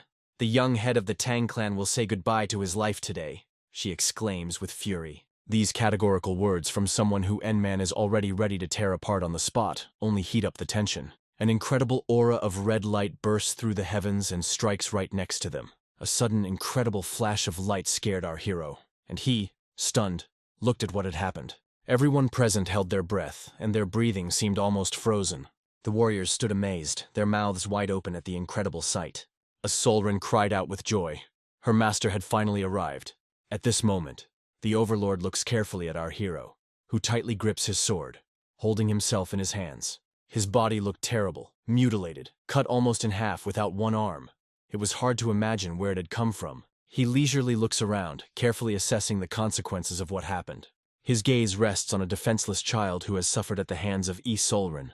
The Lord looks on coldly at all this, apparently determined to destroy every culprit. The hero understands that the head of the Black Death Alliance is standing before him, and now everything depends on him. All the warriors knew that it was better to die in battle than incur the wrath of this creature, but fear held them back. His aura, extremely powerful and eerie, spread throughout the battlefield, paralyzing those present. The warriors, trembling with fear, began to throw their weapons directly to the ground. The feeling of his power was so overwhelming that even their legs trembled in terror. However, the hero believed that nothing in this world could match his energy, and if the battle began, he would rely only on himself. As the hero swung his sword, the Black Sect Lord rushed past him like a ghostly spirit of death. He simply ignored Enmung, and he only realized this when the Lord flashed past him. The Lord approached Isolrin, and everything else ceased to exist for him. His face remained impassive, without any hint of emotion. Isolrin, turning to her master, accused the young head of the Tang clan of killing the Nine Spheres swordsman and everything that happened to the young mistress. She insists that the Lord should kill him for all his sins, because in her opinion, he is the scoundrel who allowed this chaos. She is excitedly watching what is happening, but her eyes freeze in surprise. The owner calmly takes off his outer clothing. He extends his hand to the girl lying in front of him, as if protecting her. Isolrin does not understand why Volodar does nothing, only lifts this girl in his arms. She reminds him that he must fight because the enemy is right in front of him. But her words go unanswered. The owner ignores her, takes the child in his arms, and heads towards the crowd of people. Walking forward, he coldly says that all this is nonsense. Isolrin screams in despair, not understanding what is senseless in his actions, because it is time to take revenge for all the dead. The owner silently passes by, not paying any attention to her. No matter how much she begged him to kill this despicable head of the Tang clan, the young master stamped her to the ground with his foot. His patience is exhausted and he has no more strength. He forces her to shut up. Looking into her eyes, Unmung reminds her that he will tear out her tongue if she hears one more word. The boy looks around at the chaos, realizing that the situation has become much more complicated than he expected. His plan to kill the Sichuan heirs at the provincial council to draw attention to his intention now threatens to explode into a full-scale conflict. The death of the daughter of the leader of the Black Death Alliance changes everything and brings things to a critical point. This is no longer just a struggle for justice or an emotional conflict. It is a transition to a new level of confrontation. The boy is about to leave, and the girls ask why he doesn't pursue the head of the alliance. But Enmeng decides to act strategically. If he leaves now, the Tang clan will be in danger. He instructs them to return and wait for him. The girls ask him to stay, reminding them that the head of the Black Death is a man who has surpassed even the master technicians. But the young master has no intention of fighting with the master, believing that he, if he has even an iota of sense, will not kill the one who came to talk to him. Everyone understands. If he goes there, a battle cannot be avoided. Looking at his tattered hands, the hero clenches his fist, considering what to do next. As the young head of the Tang clan, he must risk his life for the honor and safety of his family. At that moment, at the altar, under a gloomy sky illuminated by lightning, the tension rises. The old man and doctor, with sadness in his voice, tells Volodar that he did everything possible to save the young lady. The flames not only burned her body from the outside, but also from the inside, severely damaging her arms and organs.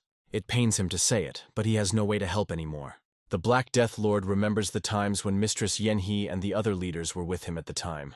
"If you die, I must lead the alliance," he says, addressing the leaders. He looked at Yenhe with warmth, asking him to raise her as his own daughter, putting all his heart into it. His life became unbearably difficult, full of losses, but he became stronger so that he would never again lose those he loved. He helped the brothers reach the heights of martial arts and strengthen their power, winning the loyalty of the best warriors.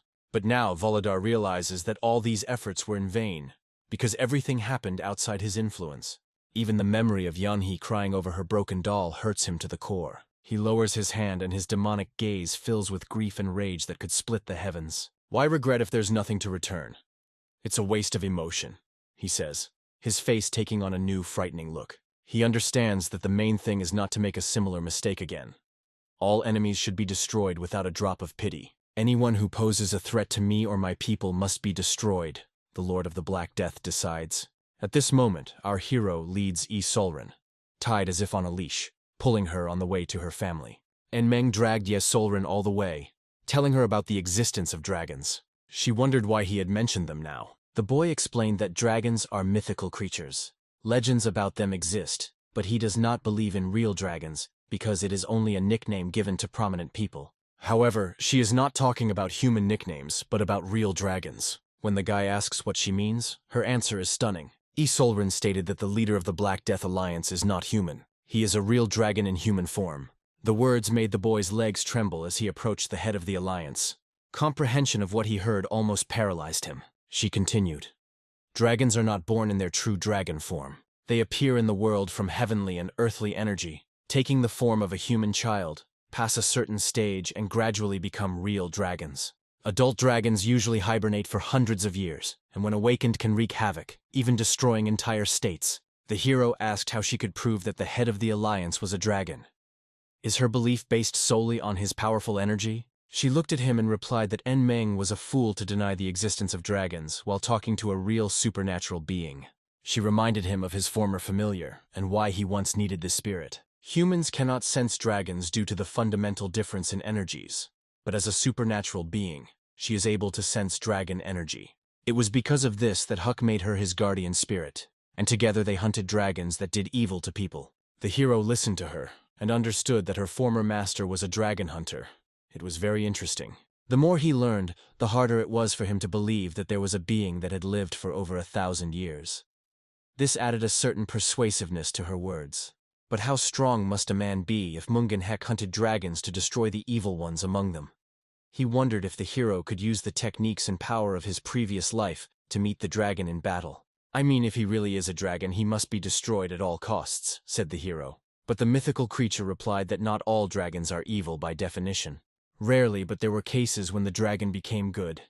He was called the Azure Dragon, and it was he who stopped the evil dragons in his time. However, in those days, one hunter, not knowing the truth, decided that the Azure Dragon was dangerous and killed it. After that, serious conflicts arose between the hunter and the dragon's allies.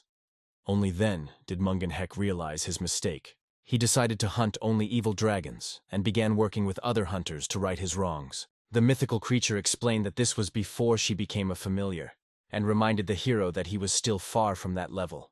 "But that's not the point at all," she added, moving on to the main point. "Dragons coming into the world do not know that they are dragons," she continued. "They live with humans, share blood and food with them, bond with them, and if they get into a positive environment, they can become as good as the Azure Dragon. However, if their personality is built on negative emotions, such creatures easily become evil dragons." The hero realized that it is negative emotions that can make the dragon angry. "And that's exactly what I wanted to explain," the creature said. "The head of the Black Death Alliance has lost both named brother and daughter. Very soon the evil dragon in him will awaken, and you will see this terrible sight with your own eyes." At this moment, Volodar could barely control his emotions. He was already half not human. One of the servants turned to him, informing him that the head of the Tang clan had arrived and was requesting an audience. The lord in anger began to squeeze and crush his throne, but still said, "If he has come to explain the misunderstanding, let him pass." It was clear that the lord was furious, but he decided to listen to this young man. If he dared to come and explain the situation, then he has something to say. "Let's see," Volodar said. Looking at the hero, he saw in front of him only a pitiful creature who had desperately appeared in the lion's den. This made the Lord think that the matter must be really serious. The hero looked at the Lord, wondering if he really was a dragon, but decided to start by apologizing for the events that happened at the provincial council. He explained that the organizer, squad leader Manhwa, had taken his adopted daughter hostage, forcing the swordsman into a deadly battle. The hero then untied Isolrin and pushed her forward. She went towards her master, screaming in fright, and he pulled her to him with one movement. Isolrin begged her master for mercy, but she looked as if everything was fine with her. She tried to speak, but a sudden blast of fire burned her face. The Lord, full of dragon rage, looked at her, asking if she was afraid of what might happen to her. She stood speechless, struck with fear. He used the Fire Lotus technique, and the flames destroyed her face. "Did you think you could hide it?"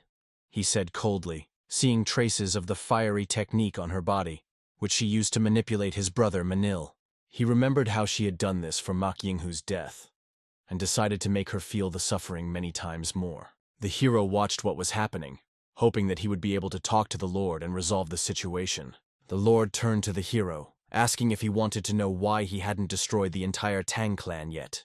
He started down the stairs to the young head, explaining that his adopted daughter Yanhee, although she looked healthy, was suffering from an incurable disease. The disease did not allow her to practice even the simplest basics of martial arts. She constantly coughed up blood. The best doctors and medicines couldn't help her, so he assumed that the only chance was to use the Tang clan's poison to treat another poison. But the adopted daughter died, and now he has no reason to keep the Tang clan alive. The hero realized that the Lord was not going to back down, even after everything that had happened. The Lord turned to the hero, asking if he really thought he could manipulate him so easily by bringing Isolrin to escape his wrath. "Do you seriously think that a few words will get you out of the water dry?" said the Lord, making the hero indignant. But the Lord didn't care. "No matter what happens, your glorious true path sects are involved in the deaths of all the people dear to me. I've already lost one in the past, and two today. I will not leave anyone involved in this unpunished, and Meng and all the others will pay and die until my anger subsides," said the Lord. "This will not be a punishment from the head of the Black Death Alliance, but my personal revenge. And it will start with the Tang clan," he added. The hero realized that the battle could not be avoided, and regretted that he had come here so early. Looking at the Lord, he realizes that the 6 great masters and all the forces have already left for the Tang clan. The Lord said that he would catch up with them as soon as he had dealt with the young master, and at that moment he rushed at him. His goal is to destroy the young chief and his clan, no matter what. The hero realizes that if the Lord's words are true, his family is in danger, and he must end this battle as soon as possible and go back. But at that moment, his sword was stopped by the hand of the Lord, who coldly said, "Someone from your true path has taken my mentor away." Looking into the hero's eyes, the Lord said, "With my own hands, I destroyed the sects of all those who were involved in this. And now it's time for the Tang clan. But I won't stop there," he added, clenching his fist. "I will wipe all the martial arts factions of the Central Plains from the face of the earth. The whole world will know my rage and hatred. The whole world will feel my anger, which you yourselves have incited," declared Voladar. At this point we return to the Tang clan. The little sister calmly drinks tea, waiting for her brother to return. She hopes that everything will be fine with him, and that he will not get into trouble, as usual. But suddenly a warrior runs up to her with disturbing news. Wojin informs the hostess that the Tang clan has been attacked, and the situation has become critical. The hostess is shocked by this news and is confused, not knowing how to act. The warriors of the Black Death Alliance attack the clan with enormous power, and the Tang clan's troops are in a difficult position. The hostess realizes that everything has gone too far, and worries about her brother, not knowing what happened to him. Meanwhile, we are transported to the building of the Black Death Alliance, and Meng is amazed at the strength of his opponent. He repels all his blows without even moving from his place. It was impossible to believe, but the opponent could withstand the strongest attacks and blows from the most powerful sword in the world. His incredible strength allows you to restrain these attacks without much effort. When Meng smashed the wall with his sword, the opponent remained unharmed. His hand was becoming even more scaly, and he was turning more and more into a dragon. The Lord understood. This boy had indeed mastered the Manil technique, for his swordsmanship surpassed even that which the Lord had once taught his brother. The hero understands that his every blow is reflected, and the opponent carefully analyzes and evaluates his techniques. Understanding this, the hero decides to move at such a speed that the opponent cannot notice him. Dashing sharply to the side, the hero's speed increased significantly. but even approaching the opponent's neck with a cold sword, his blow does not reach the target. But the Black Dragon managed to calculate Enmeng's movements and confidently deflected all of Enmeng's attacks, remaining unmoved. However, one blow still touched him, causing surprise. The Black Dragon was amazed at Enmeng's strength, as he was unable to block all of his blows. Although it was surprising, he noticed that the boy was guiding his sword in a perfect trajectory, and it shocked him. How did he understand such precision? But will the hero be able to cope with such advanced technology at such a young age? This challenge was put before him by his opponent. The dragon's palm comes straight to the hero's face. In the moment before his death, the boy repels the attack, showing incredible speed. Gritting his teeth, he realizes that he cannot stand still. After all, the first attack of the demonic dragon is immediately followed by a second, even more powerful one. Flying away from the blow, the hero slams his sword into the ground, trying to stop the mad stream of energy flying at him. But barely recovering, he sees a demonic dragon heading towards him. In a moment, the hero finds himself on the verge of death in the face of a cruel enemy. Resolutely gathering himself, he directs the sword straight into the dragon's hand. But the dragon doesn't care. His hand can easily withstand even this powerful blow. Chaos reigns around them, concrete debris is flying, disintegrating into small pieces. The battle rages on, sword strikes meeting the dragon's aura, sparking across the battlefield. When one deflects a blow, the other immediately goes on the offensive, and at this moment the hero seems to gain the initiative. His eyes begin to glow with a green aura, giving him strength.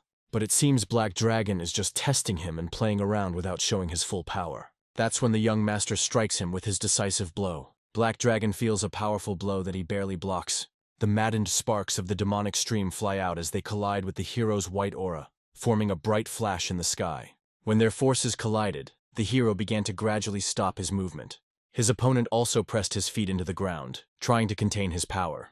After a short series of test strokes, their eyes met again. The fight turned out to be simply incredible. Black Dragon admitted that he had never met such a worthy opponent.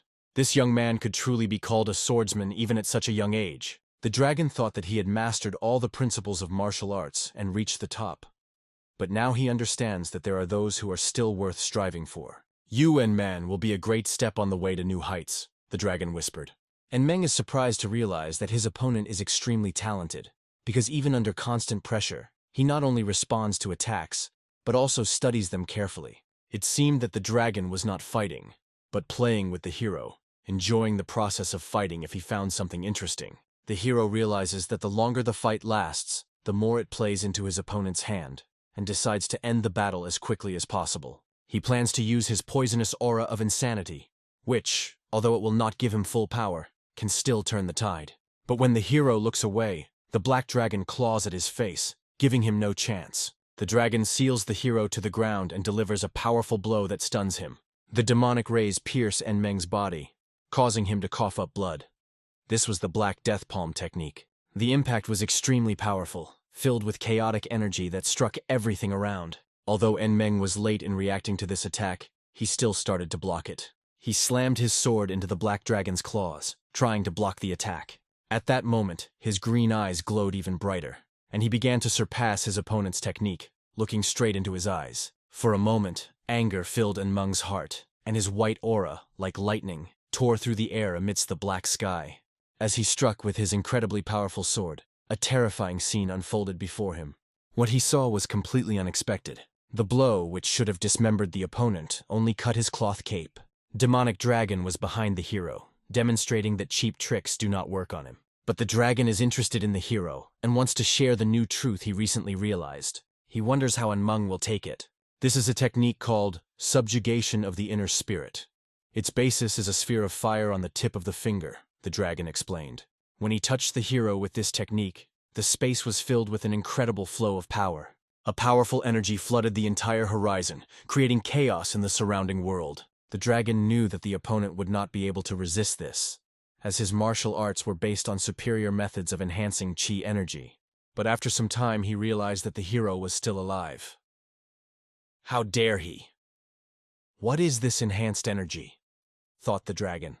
As the dragon looked forward, he saw his opponent begin to dissipate his power.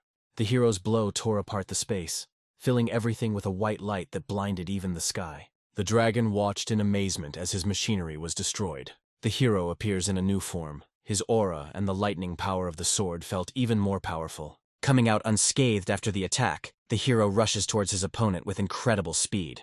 The dragon, opening his mouth wide, could not believe his eyes that this had happened. But an unexpected powerful blow from the hero left him stunned. A drop of blood from the dragon's cheek slowly drips onto the broken ground, reminding us of the power of the attack. The demonic dragon, holding onto his wounded shoulder, cannot understand what kind of technique it was. The hero stops in front of him, confidently standing on his feet and ready for the next blow. In his mind, Enmeng realizes that he has finally found a way to unleash his full power and sword technique. But he would never have thought that this realization would come on the brink of death. "You said I'd be a stepping stone on your way to new heights, right?" asked the hero, looking into the dragon's eyes. "But that's not going to happen," Enmeng added firmly, pointing his sword at his opponent. "The demonic dragon will perish at my hands here and now. Its evil will no longer spread across the land." As Enmeng points his sword at the black dragon, the blow cleaves the mountain in half, leaving chaos in its wake. At this point, he spontaneously comes up with a method, and surprisingly, it works. If you reach the level of transformation, where willpower changes the properties of objects, then you can also change the properties of chi energy. Since the power of the attack exceeds the strength of the body and creates problems for the attacker, the method allows you to avoid damage to the meridians and apply the technique from the past life. At this point, the hero decides to take a risk and uses this technique. The force of his attack shocks the demonic dragon, causing him to be horrified at the thought that the hero is actually capable of killing him.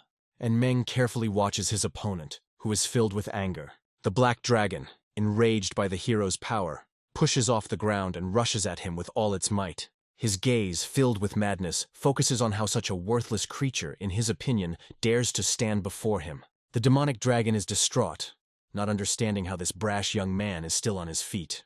The demonic dragon, releasing its energy, destroyed everything around it, causing stones to fly in different directions, and jumped up, hovering over the boy. "No one can threaten the demonic dragon with death," he said, flying straight at his opponent. The guy, despite the many attacks, still rushes forward, showing incredible endurance. It was a fight not for life, but for death.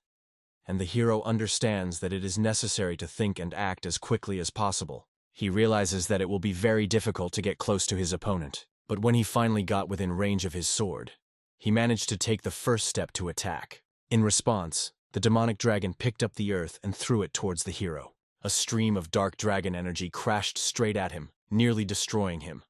Only the hero's sword could block this devastating blow. The force of the attack caused the boy to fly to the side and fall to the ground, but the ground was no longer under him. Everything collapsed, and chaos surrounded him, forcing him to slide on the fragments of stone. The boy notices the silhouette of a demonic dragon flying straight towards him. The dragon channels an incredible amount of chakra into his palm, preparing for a fatal blow, and Meng realizes that his life could end right here. But something incredible happens. Another powerful force sweeps in, stopping the moment of the attack. When the hero's sword and the dragon's palm collide, the space is filled with a powerful explosion of energy. The dragon believes that the boy has achieved enlightenment and has been given a chance to win. But looking into the opponent's eyes, Enmeng realizes that the forces are still not on his side. The dragon says with disdain that the boy will die here, and the Tang clan will be completely destroyed today. But the hero unexpectedly laughs, looking death in the eyes. Enmeng declares that the dragon underestimates his family, because the warriors of the Tang clan are far from weak. They were carefully prepared from the first day he became the young head. Moreover, his men had reached the level of Hwangin, and the warriors of the Tang clan had reached a new level. At this time, when the battle is unfolding in the territory of the Tang clan, Mistress urges her warriors not to stop and fight to the death. She orders to hold on at all costs until the return of the young head. The warriors, despite all the difficulties, run forward, showing the enemy that the Tang clan will not tolerate attacks. And Meng declares, "The Tang clan will not die today. You will." Gathering his strength, he pushes the dragon's palm away, causing it to retreat with a dazed face. At that moment, an incredible sword with blue and white energy was directed straight at the dragon. The sword rips through the dragon's defenses, causing it to nearly collide with the blade. The power of the attack leaves the dragon with no chance. Its defense is about to collapse. Sensing the possibility of defeat, the demonic dragon could not believe that such an outcome was possible. Enraged, he looks at the boy like a worthless creature and shouts, "How dare he oppose him?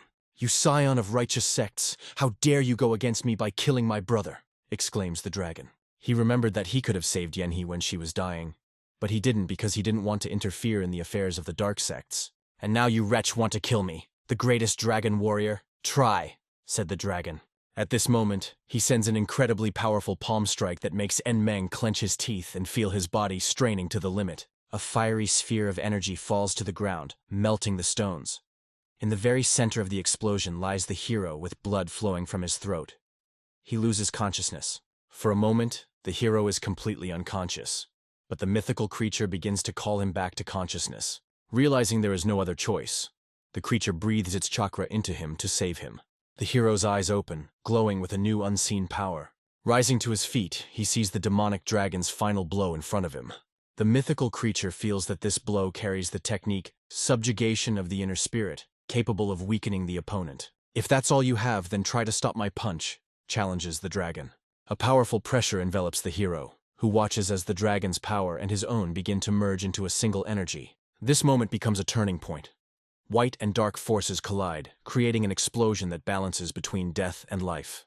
At this time, active fighting is going on in the Tang clan. Mistress fiercely fights enemies, throwing daggers without pity. Although the defense can be held, a large part of the clan's warriors went to strengthen other positions. However, the situation becomes critical. The enemies continuously attack, each time increasing their onslaught. The hostess feels a terrible aura somewhere in the distance. Her strength is so impressive that it seems to surpass even the level of the 6 great masters. Mistress realizes that it is necessary to intervene before the warriors of the Tang clan suffer even greater losses.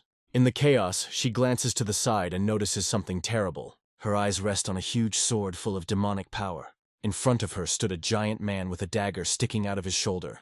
But he raised his head and looked towards the mountain. They all look to where their leader's battle was fought, and a bright flash blinds all the warriors. This flash came from the stronghold of the Black Death Alliance. They say that there is no man at war there, and it seems that the enemy is extremely strong. The hostess sincerely hopes that her brother will survive. She prays that he will escape. Meanwhile, Meng, clenching his teeth, feels the incredible destruction technique on him. The dragon's attack power was staggering, not inferior to even the most powerful blows. The hero cannot understand how the dragon was able to master and use a technique of destruction so devastating. "If I don't defeat this monster, no one else in the world will be able to stop it," the hero thinks. The sound of the dragon's roar echoes around. He was always inspired by battles with strong opponents that forced him to create new techniques.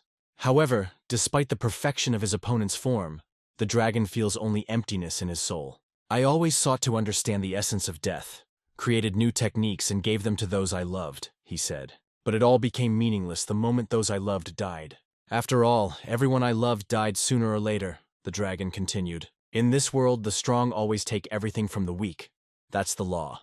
But now I will no longer close my eyes to what is happening," he said. "From this day forward, I will become a new law that will put an end to the rule of the strong." Having transformed into a dark dragon, he towered over space, hovering in the sky in front of the hero. "I will become the master of this world," he announced from a height. The explosion was so powerful that everything around lit up with bright light. The dark night became so bright that it seemed as if it were day. Ripple shockwaves spread throughout the perimeter, creating powerful vibrations. At that moment, the demonic dragon grabbed the hero's sword and began to press down on him with incredible force. With one shining eye, the hero tried to hold off the opposition, using all his strength. But he couldn't stand it, and the demonic energy threw him aside with maddening force. The hero's body pierced the rock, forming a huge funnel. He was still alive, but his body was severely damaged. The opponent did not give him even a second's rest, and immediately used the technique, subjugation of the inner spirit. The dragon fire nearly burned his body, forcing him to fight for every moment. For the hero, it was madness. The dragon's power exceeded even the highest levels of martial arts. If the hero had not dodged or was even a little late, he would already be dead. And Meng understood that the dragon's attacks were so strong that he was lost and could not find a way to counterattack. The enemy's speed was so insane that the hero could not even understand where he was. The mythical creature prompts, "Baby, look up, please." Looking up, the hero saw a creature that no longer had a human appearance. It levitated in the air, rising to the heavens. In his hand, the dragon held a black snake, a poison technique that radiated unprecedented power. It was a legacy left to him by his mentor along with Yanhee, although in reality the technique was only primitive in nature. The lowly followers of the evil sects have reworked this technique many times, trying to give it new forms. and in the end, their efforts turned it into a powerful machine capable of destroying everything in its path. This technique was worthy of his name and embodiment. The dark snakes ascended into the heavens, disappearing into the light. But when they came out of the sky, they turned into huge creatures that headed straight for the hero. And Meng, seeing this, could not utter a word. The sight was so incredible. Are human capabilities capable of creating such techniques? The demonic dragon watched his opponent. It was his absolute technique. He purposely dropped it on Meng to see if he could handle it. At this moment, the mythical creature warns the hero that with his strength, he will not be able to withstand such a blow. It will tear him to pieces. The best way to avoid this is to run away, she advises. But the hero refuses to run away. He asks for all the energy to be transferred to him, even knowing that this blow could cause an earthquake that would endanger countless innocent people. The mythical creature warns that Sichuan will also be destroyed, but the hero insists that he has no other choice. And Man asks her to trust him, assuring her that she knows what she is doing. His confidence seems unfounded, but she decides to take a chance. She gives him all her energy while begging him not to die. It was a real risk, and at the same time an outstanding display of combat technique. And Meng must not only confront this absolute power, but also neutralize it with devastating power. One technique of destruction is not enough.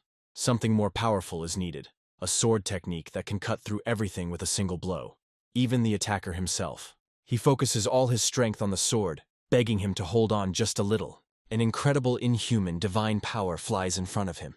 And Meng is ready to attack with his sword, and is going to do it right now. He executes a perfect piercing-style technique inspired by his aspirations and strikes. The hero's sword pierces the red sun in the blue sky, cutting right into the center of this power. The demonic dragon stared at this in shock, feeling mixed emotions. He was surprised and a little confused by the strength of his opponent. At that moment, memories from his childhood flashed into his mind. He remembered how he once found a boy hiding in a granary that belonged to the villagers. He rudely scolded this thin and dirty boy, accusing him of stealing hopelessness. But when the dragon was about to hit the boy, his brother stopped him. The brother drew attention to the fact that the boy was hiding, not because of fear, but because of hunger. Because he was extremely thin. The boy was standing behind a wooden beam in the hangar, looking scared, and the brother knew it was true. The brother decided to take pity on the boy, and even joked that if he continued to show such kindness, their sect would be considered an orphanage. Then he turned to the boy and gave advice. "This grain will not save you.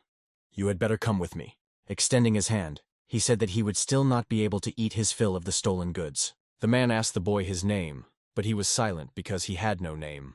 The brother then decided to give him his last name, making him part of his family, and taught him the black snake technique so he could defend himself. Before his death, the mentor entrusted Yanhee to him, asking him to be her support, as he himself was for him. But now the dragon did not know how to fulfill this duty. He vowed to destroy anyone who would threaten Yanhee and his brother's memory, as their deaths left him indebted to them. However, when everything around him suddenly lit up with a powerful light, his darkness began to dissipate, and he couldn't believe his eyes. The dragon was stunned because he didn't understand what kind of power it was, and Meng flew towards him, carrying with him a sword that pierced the heavens with a solar blow. The hero cut through the dragon's technique, neutralized it, and rapidly approached his enemy. The demonic dragon focused its February gaze on the hero.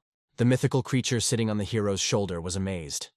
With one blow, he pierced an incredibly powerful technique that even Manga had never used. "Who the hell is this guy?" she thought. The hero's sword began to crumble upon impact, ending his final battle as a worthy demon fighter. But the battle was not yet won. The leader of the Black Death Alliance still stood before him. It was the only chance to finish the case. The hero says goodbye to his sword, blowing away its last fragments, and decides to kill his opponent at any cost. He cuts off the arm of the demonic dragon and prepares to bring this battle to an end. Taking a dagger from his pocket, the boy transforms the shard into his final weapon to finally destroy the dragon. The demonic dragon, with a look of shock on his face, couldn't figure out what to do. Hurricane force began to swirl around the battle site, creating incredible chaos. This vortex sucked everything around, turning the battlefield into an epicenter of destructive energy. Amidst this chaos, the hero trapped the opponent in a protective dome to focus on the final attack. He lunged at the dragon with his dagger, readying the last decisive blow. As he began to pierce the demonic dragon's body with his blade, the hero felt his chi energy meet resistance. He couldn't understand how this was possible, but he continued to attack. The demonic dragon, looking at him, saw only a pitiful opponent with a small fragment of a sword that unexpectedly destroyed him. He realized that death was near, but shouted that he would not die without achieving his revenge. Despite numerous wounds and drained of life, the dragon exclaims that it refuses to die. The hero sees his adversary open to attack in a rage. It was the perfect moment. Using his agility, he closes in on the dragon to deliver the finishing blow. The hero's blade cut through the space near the dragon, leaving behind traces of power that led to its end. The hero delivers a decisive blow, cutting off the second arm of the dragon, which could have caused him significant damage. At this moment, the dragon's aura begins to fade, and the severed hand falls nearby. The demonic dragon stares in fear at his severed arms lying to the side. But the young man from the Tang clan does not stop. He rushes at him like an arrow. A green aura envelops the hero as he flies up and plunges the dagger into the dragon's body. Clucking blood, the demonic dragon finds himself on the thin line between life and death. The hero looks at his opponent and sees that even without arms he still moves with incredible strength. If the dragon's energy had not been weakened, the situation could have returned to a critical point. The dragon shouts that this is not the end, he will not give up and will not fall. But the hero, looking into his eyes, replies coldly, "This is the end. You will pay for the fact that you dared to attack my family." He brings his dagger down on the dragon, creating a huge wound. A poisonous arrow pierces the body of the demonic enemy, leaving his shocked gaze open but already powerless. At that moment, it seemed that all nature froze. Fierce tension engulfed the battlefield, and the demonic dragon lay with a pierced body and a huge wound. He, on the verge of life and death, asked the hero what kind of technique it was, because his body was weakening, and it seemed that it was falling apart. The young master created a new technique right during the battle. It was incredibly impressive. Just as the Huangin creates a powerful flow of energy, he used his own chi energy to create a poisonous force. Thus ended the epoch-making period of the Black Death Alliance, which for a long time sowed chaos and lawlessness. And Meng felt sorry that it had come to such an end. But this dragon could not be allowed to threaten the Tang family. Hearing these words, the demonic dragon was enraged. How dare he say such a thing? But his last moment came and he fell to the ground, exhausted. Looking at the one who defeated him, he could not believe that this was the end and refused to die so easily. Filled with regret, he turned to Enmeng. "How can I die thinking about Yanhe and my brother?" The spark of hatred ignited again in the demon dragon's eyes. He vowed to kill the hero to redeem the souls of his fallen men. At this moment, Enmeng was slightly distracted, glad that after such a battle, he remained intact and did not lose a limb. The hero asked the mythical creature for poisonous energy once more, promising not to use it again. But she reminded him that last time he barely had enough. "Do you think it is infinite?" she asked, emphasizing that he had drained her of all her strength. Enmeng responded with a threat. "If you refuse, I will send you back to the bank." These words finally settled the matter, but they did not expect that a huge snake-like dragon was already flying behind them. When they turned around, they saw an incredibly strong opponent charging at them at breakneck speed. A powerful blow landed on Enmeng, knocking him off his feet. With the last of his strength, he stopped the dragon's mouth, which was almost stuck in him. The hero could not understand how his opponent survived such an attack with poisonous power. Is it an incomplete transformation? Or is he already a full dragon? Thought Enmeng, preparing for the next move. Enmeng was hoping to get energy from his friend Jingo, but he knew that if things took too long, this monster would kill him. At this moment, Jingo, filling the host with energy, is surprised at how the opponent is still on his feet. However, the situation needs to be resolved quickly. He asks Enmeng to wait a little while he gathers the necessary strength himself. At this moment, Jingo is filled with incredible energy, almost turning into a dragon. Enmeng looks at Jingo and sees that his friend has reached his limit. He also realizes that the opponent is at the limit of his capabilities. There were no human thoughts left in the dragon's mind, only an obsession about his brother. The hero hears the opponent's words, which sound like an apology. It was a strange and incomprehensible sight, as if a demon was experiencing its last moments. Suddenly, the dragon loses consciousness, releases the hero, and disperses like ashes, disappearing forever. The young master looks at all this and hopes that the dragon is finally dead. But suddenly some object, similar to a dragon's tooth, falls on his head. Hitting him on the head, the item causes a sigh of relief. It's just a piece of dragon horn. And Meng almost cried from the pain, holding his head. What the hell is this? Upon closer inspection, they realize that it is a dragon's horn, presumably a remnant from the head of the Black Death Alliance. They decide to keep it, because it contains the spiritual power of a dragon. This is an excellent material that can withstand even the most powerful poisonous energy. And Meng thinks for a moment, realizing, if we had met under different circumstances, we could have talked about martial arts instead of fighting like enemies. His opponent, the leader of the Black Death Alliance, was shouting, and he felt the weight of guilt that the hero did not even try to understand. But when the situation got out of control, Unmeng decided that it was just their internal differences that he could not and did not have time to resolve. And Meng thought that neutralizing the attacker and saving the child would be a simple task. He assumed that the leader of the Black Death Alliance trusted his subordinates. But like the hero, he was sure that the situation could always be resolved.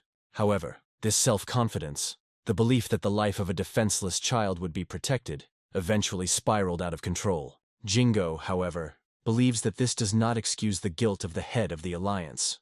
He was certain that their Black Death clan would not be able to coexist peacefully with the Tang clan anyway. And Meng understands this, but if he had noticed earlier that the woman possessed the art of flame, things could have been different. But Jingo reminds him, you shouldn't cling to the past. It's human nature to make mistakes. He tells the story of Mungek, Unmeng's ancestor. Mungek killed the noble Azure dragon, judging only by what he himself saw and experienced. Little did he know that the death of a noble dragon could cause the entire continent to turn to ashes. Because of this, Mungek took it upon himself to destroy the evil dragons, realizing the importance of his actions. It's good to understand the reasons for failure, but it's useless to get stuck in regrets. Maybe this failure will make one of them a better person, Jingo concluded. What kind of person will he become after today? That remains an open question, and we will find out later.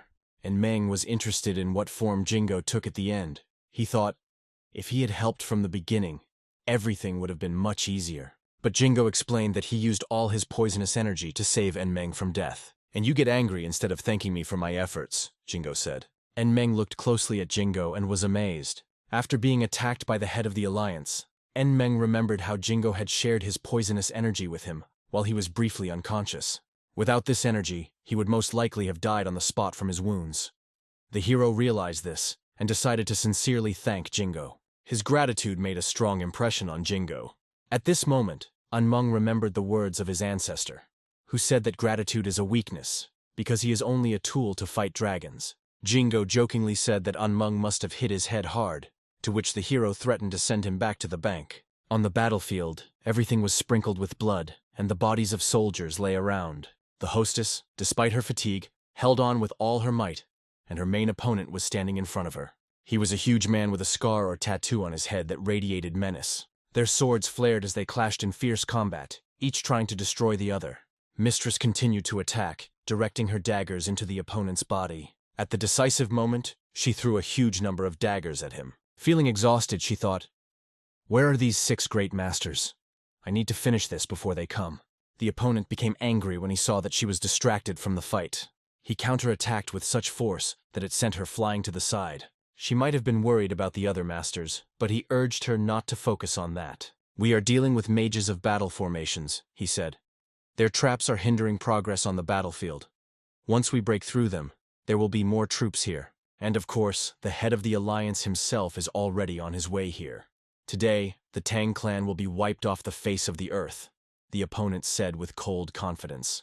The hostess felt completely exhausted. She closed her eyes, almost resigned to the inevitable. But looking up, she saw that the boy had stopped. He parried the opponent's blow using his dagger and saved her life by preventing the big man from delivering the fatal blow. Genjin appeared on the horizon and rushed to help. The angry opponent shouted indignantly, "What kind of insect prevents me from fighting? You will die first!" he shouted, cutting off Genjin's hand. Genjin, who had endured humiliation from scoundrels all his life, decided that he would at least die with dignity. But suddenly something stopped the enemy. He felt a strange feeling as if someone big was standing behind him. The sensation made him shudder, and he turned around like everyone else. Everyone was stunned by what they saw. The warriors threw down their swords and weapons, looking in horror at the one who came. And Meng himself stood before them, and his presence meant a lot. The big man understood. If Meng is here, it means that he killed their leader. But then why isn't Giljin here? The boy did not come empty-handed. He brought the heads of 6 great masters. This shocked everyone, including the big man, who realized that Meng had destroyed everyone who tried to break the formations and infiltrate the main house. Although the hero would have liked to finish off this big guy, He decided to give him one more chance, just like everyone else. Looking at the opponent, Meng coldly said, "Recall your troops and get out of here. If you refuse, you will go to meet your boss in the afterlife." The bald man does not hide his surprise. His emotions run high. He finds out what happened to the forest leader Giljan. It turns out that a powerful burst of energy was caused by the fight of this young man, who claims that his leader has been defeated. A healthy person cannot believe this, considering it simply nonsense. However, the young man insists that this is exactly what happened, but he recognizes Giljan's incredible strength, especially in his techniques. At the same time, he declares that he has surpassed him and personally won the battle. If this is true, then Giljan has indeed been defeated. The big man, shocked, lowers his sword. He orders his soldiers to stop the attack immediately. After all, Vladika died at the hands of the young head of the Tang clan. Hearing this news, the rest of the warriors were as shocked as the others. How is it possible for the supreme master of the evil sect to be defeated by some young man? The young man not only overcame all the great elders, but also withstood all of Giljan's superior techniques. The great masters now lay at his feet, except one. The one who remained was his equal, Jigal. As the last of the 6 grandmasters, Ben Yang-san declares that this is his final order to lay down his arms, and then run as hard as you can, save yourself, because now their lives are in their hands. Let everyone seek salvation, as he can. However, our hero sees that Ben Yang-san himself has no intention of running away. The elder, not holding back tears, looks at the brothers with whom he shared all the difficulties of his life. He remembers the daughter they raised together. Everything that was important to him is now destroyed. Despite the rage and pain, he cannot afford to lay down his weapon. The young master accepts his point of view, and is ready to face him in battle. He takes the dagger in his hands and asks the elder to attack. For an elder who has lost everyone for whom he lived and rejoiced, life no longer makes sense. He addresses himself and his friends, saying that he will be with them soon. At this moment, everyone held their breath, waiting for the final clash. All the warriors watched this scene without taking their eyes off it. Without an ounce of pity, the young master defeated and destroyed this mighty master. So the Black Death Alliance, which ruled in Sichuan, was destroyed in just one day, and by the efforts of only one person. The next day, the young master took the throne of the head of the Tang clan and called to him the warrior he had long wanted to see. The young master is interested in the well-being of the warrior who lost his arm. However, he replies that since childhood they were taught to use both hands, so this is not a problem for him. The head of the Tang clan did not quite understand his calmness, but called the warrior for another reason. He was informed that this warrior had saved his mother's life, and he wanted to give thanks properly. However, the warrior only replied that he had fulfilled his duty and did not need a reward. Even so, the young master admits that even if their relationship with their mother was not always good, this deed deserves a reward. He decides that the warrior should get something meaningful. The young master suggests that he consider learning the techniques of swordsmanship. The warrior reacts to this emotionally, with surprise. He doubts if he can even do anything with one hand, because it will probably be very difficult. But the young master offers to teach him the technique of using a sword with his left hand, given that throwing blades already require a special core of technique. The young master assures the warrior that if he follows his instructions, he will get a second chance. He will even become stronger than he was with 2 hands. It is a great honor for the warrior, but he thinks that it is not necessary to thank him like that, because Meng is his debtor. When the warrior regains his strength, they will begin training. Meanwhile, the elder is in his residence, contemplating what has happened. Tears appear in his eyes, because he realizes that this young leader has really achieved something unprecedented. However, after hearing these words, our hero appears next to him, which greatly frightened the elder. Confused, the elder begins to say how glad he is that the head is back safe and sound. Meng, however, asks to leave the formalities, knowing that the elder has ulterior motives. He had already been told how the elder maintained the formation impeccably, preventing the enemy from penetrating inside. But the elder himself admits that he reluctantly fulfilled this duty and desperately wanted to escape. The elder recalls how during the battle he was about to escape, even at this difficult moment. The girl stopped him, scolding him for not wanting to protect them. Even Meyer, exhausted to the limit, entered the battlefield, trying to buy time to complete the formation. The old man, despite everything, kept his word, believing that the chances of the young master's survival were slim, because Giljan was incredibly strong. But the girl believed in her leader with all her heart, leaving no doubts about his victory. Now the elder remembers his words, and realizes that he owes his happiness to the fact that the head of the Tang clan managed to intervene. The young master thanked him for keeping his word.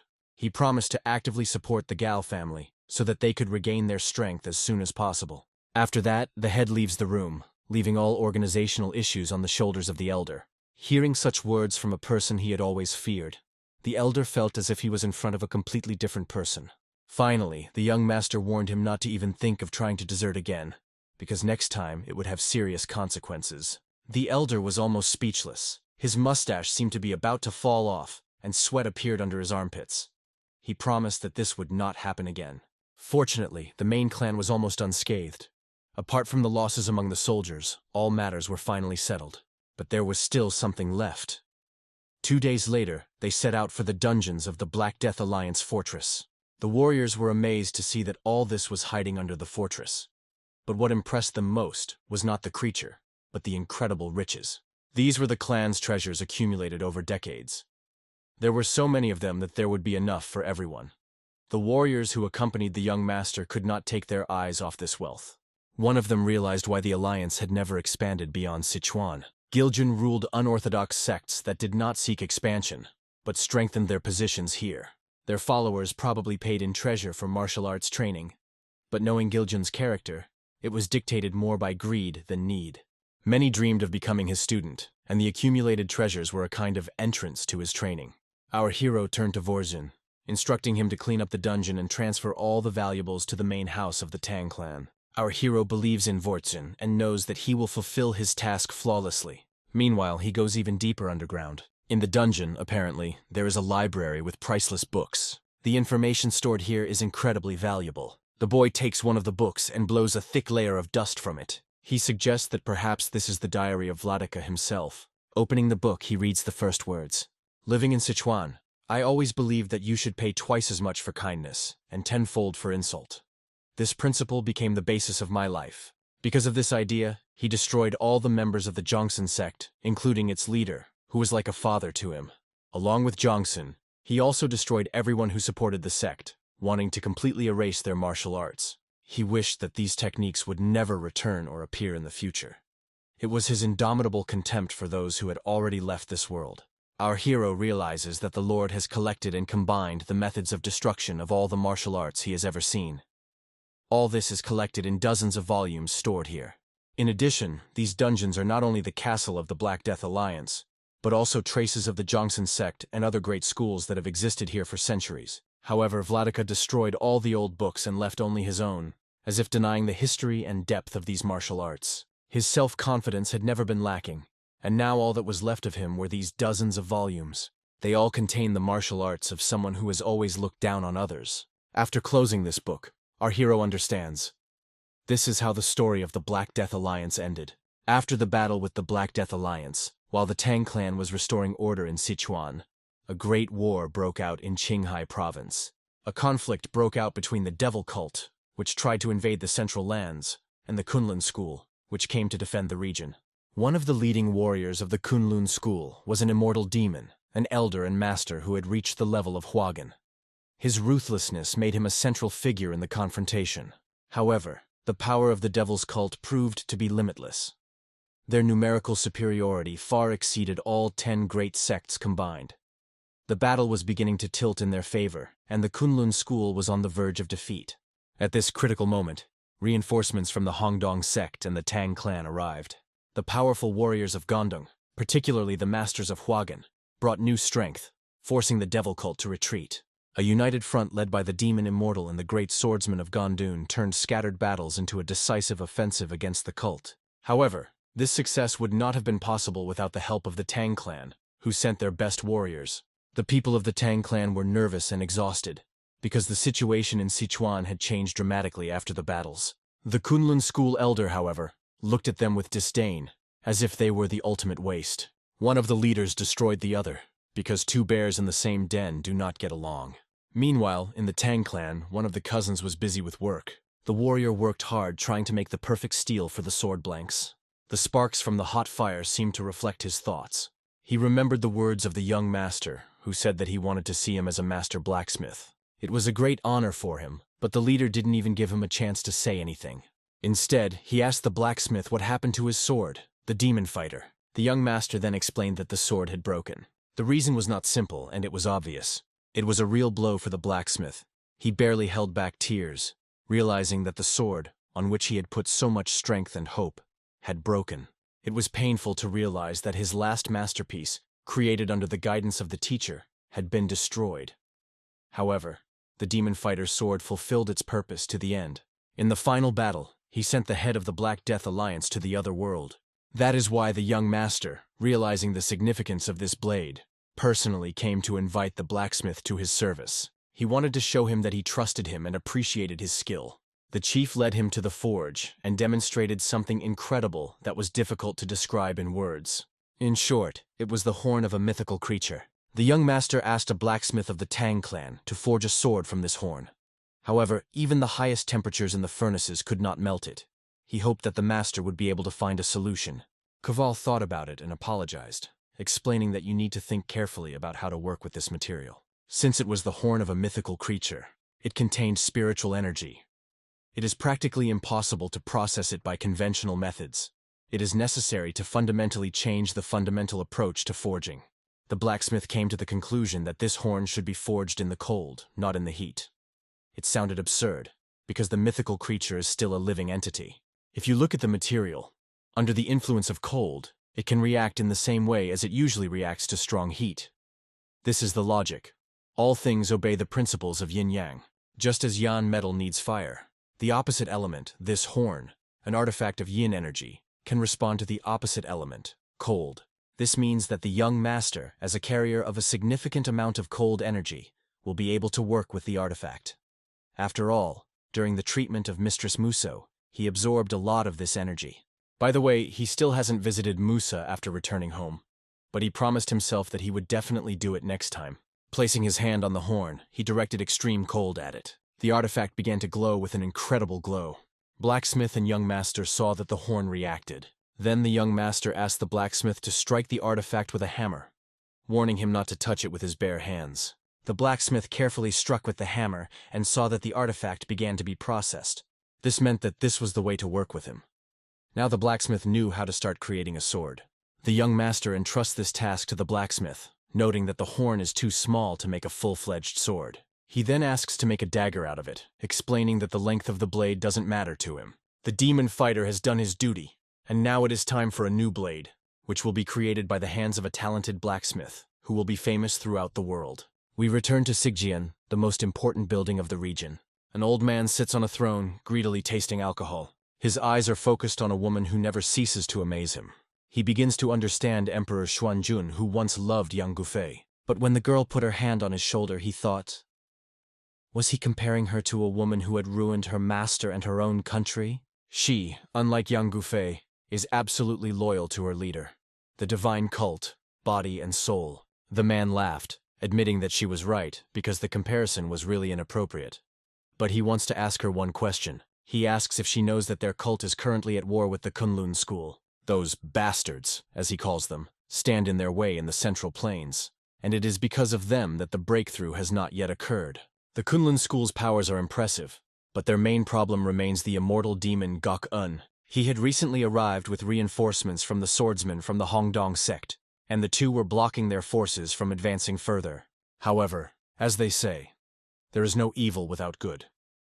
One of the elders of the Tang clan, who had come with reinforcements, established contact with them. He asked for her help, which greatly surprised the girl. After all, it seems that the fame about her skills in medicine spread very far. The head of Minyam Trading Company, which was considered the best under the heavens, also turned to her. His son fell ill with an incurable disease, and all medical attempts, which cost a huge fortune, turned out to be useless. However, she was able to cure him in just one day. Thanks to her incredible abilities, this young man has now become one of their clan's staunchest allies. Because of this, even the Tang clan needs her help. The girl is happy to do whatever it takes. She is just waiting for the order. Who needs to be cured? There are no questions. She is asked to heal the elder's grandson, who they say has one arm completely paralyzed. However, the woman wonders what she will get in return for her help. When she heard the offer, she was shocked. She was offered 10 Tang clan poisons that could kill even Master Huagin. But is that all? Is that enough to get her to agree? Certainly not. Because it's not just about poisons. Their use is of fundamental importance for the Tang clan. They promise to do more. Kill Gakun and Teho, which hinder their advance and thus clear the way into the central plains. We move to the main house of the Jigal family, which is located in Hebei. Traces of blood can be seen on the territory of the house, and a young man is sitting among the corpses. This place has not been considered safe in the central plains for a long time, and it doesn't matter who came here. Sitting on a luxurious throne, the young master sipped alcohol.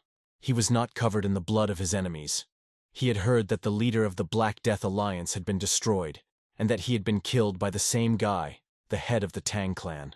According to reports, this person is skilled with poison, hidden weapons, and swordsmanship. She even has the power of a sword. If he could do that, he's probably very talented. However, the boy with the mysterious eyes thought that even these skills were not enough to defeat an opponent as strong as the leader of the Black Death Alliance. Maybe they've reached a level they didn't know they had. But this boy was very interested in meeting the leader, because he became very interesting for him. He wondered what exactly he had done to avoid death. It all ended well for him, though, even though he wanted to be the one to kill the leader of the Black Death clan. From that moment on, the boy realizes that one unpleasant enemy, with whom he would inevitably have to meet, no longer exists. Now it's time to pick up where they left off and clean up the leftover debris. He inquired from his servant where the Muyong clan was located, as it was confirmed that they were masquerading as a trade guild and building up their power. This information excited the leader. However, his colleague sensed that something was approaching them. He also feels it. The unknown is approaching very quickly, with a special aura. Perhaps it was the bastards from Woden who were now closing in on them. He remembered them, understanding that they should have been careful, but still unable to understand it. The boy went outside, looked at the moon, and turned to his father. As his son, he ushers in a new era in demonic arts, and today's world will be ruled by demonic laws. We return to the courtyard of the Tang clan, where Mistress was actively training even at night. She constantly worked on herself, trying to improve her skills. She could feel her muscles gaining strength, reaching a new level with each day of training. She was getting stronger. The thought of the moment when her uncle wanted to betray and desert her clan did not leave her. She didn't want to be in a similar situation again. The situation she found herself in taught her a lot and opened her eyes to the importance of helping. Now she no longer wants to feel defenseless. She will continue to train, become stronger. She will train harder every day. And at that moment she did not notice how her uncle approached her. He felt shy because of everything that had happened, but she paid attention to him. She noticed that he said he was very busy and asked why he was here. He put his hand on her shoulder, not wanting to disturb her, but still had an important message for her. The Jigal family will now become the main home in Hebei after their previous home was destroyed. Uncle's words moved her very much, and she could not understand what had happened. It turned out that Yan Juyuk, the demon of heavenly radiance, the lord who destroyed 3 of the 5 great lineages, had been reborn. And with his revival, the situation in Hebei changed radically. As Woden's swordmasters and swordsmen mobilized to stop Manhwa, who had suddenly attacked the Jigal family, the young master took a step closer to them. He declared that Wudan itself would be destroyed before the sun reached its peak. After that, in the confrontation with Manhwa, the warriors could not do anything to him, and the Jigal family was destroyed. Soon, this information reached the chapter in a letter, which said that this bastard had announced that no one could stand in the face of the heavens calling himself a brilliant demon lord. These words sounded very categorical, and the young master paid attention to this. Such news came from Hebei, and unfortunately, they couldn't hold back their tears when they learned that Jigal's family had been destroyed. Uncle, with tears in his eyes, understood that Ms. Yen's decision was the right one. If they had escaped from the Black Death Alliance that day, they would also have been destroyed by that scoundrel Manhwa. And just thinking about it, he thought it was the mercy of heaven that they were still alive. But the fact that their family no longer exists, and everyone was destroyed by this demon, makes them feel incredible pain. The uncle, humiliated and embarrassed, wondered if he should repent to the head of the Tang clan for showing his shameful pain. But the young master stopped him, saying that all was not lost. Since there are still Jigal family members in the Tang clan who can take care of themselves right now, he believes that they will be able to survive this time. He promises that their family will be restored and they will live as long as it takes. And at that moment, they understood that the head of the Tang clan had not yet fulfilled his promise to the people who kept his word. He promises to do everything possible to restore their family, and to do it much faster. And he would not ask them for a single lire for this help, hoping that they would not lose hope and continue to act for the sake of their family. The uncle, trembling with gratitude, thanked him and replied that it would be so. But in his thoughts, the young master understood that all this could only be an incredible provocation, and that a new danger was approaching them. He urgently needs to prepare his clan for these movements, and at this moment, his servant comes to him to inform him of the new news. She shocked everyone. Guests from the Wangar sect came and asked to meet with him. This, of course, did not happen at the best time, but the young master was interested in why they had come at this time, and he asked them to enter. He advised the two, who were probably very sad, to go and rest, because he himself wanted to hear what these people had to say. Of course, guests from Woden don't come just like that. He expects that it will probably be more than just a visitor, but perhaps a disturber of his peace. A man who called himself Cheo-jin came into the room. He was from the swordsman sect, and came to ask for help from the Tang family. The young master was aware of the chaos going on in Hebei, and as far as he knew, he told this boy that there were rumors that the demon lord had resumed his activities, and it was completely true. Cheo-jin confirmed his words, noting that it all happened very quickly. Because of this scoundrel, the Jigal family and the Muyu family were destroyed. At the same time, they heard that the Tang family had destroyed the Black Death Alliance. This made them understand that the head of the Tang clan was an incredibly strong, righteous sect master. He asks him to personally use his power for the greater good, to banish the heavenly radiance, the demon lord, from their lands. Hearing these words, the young master declared that he should not care about their attitude, and that he did not like beggars. So he refuses to help this guy. The boy did not know how to react to the refusal of the young master, because his family is also in danger, and there is a high probability that soon the same demonic lord will come here and destroy everything. If this scoundrel is not stopped, no one will pay him, and everyone will be destroyed. The young master told him to keep his mouth shut and watch his words, for as far as he knew, the swordsman from Udan who stood by as their family was destroyed meant nothing. This organization is merciless, seeking their death. Now they dared to turn to their family for allies. He doesn't want to talk to them anymore, but he has no intention of staying away while the demon lord awakens and gains power. One way or another, even when the Jigal family was destroyed, they, as if under the protection of Wudan, basically avoided direct conflict with the heavenly demon. Let their avoidance of conflict be a test for them, and let his status not change their family, not connect it with the principles of this family, because it deeply annoys him. With these words, the swordsman from Udan began to feel rather uncomfortable.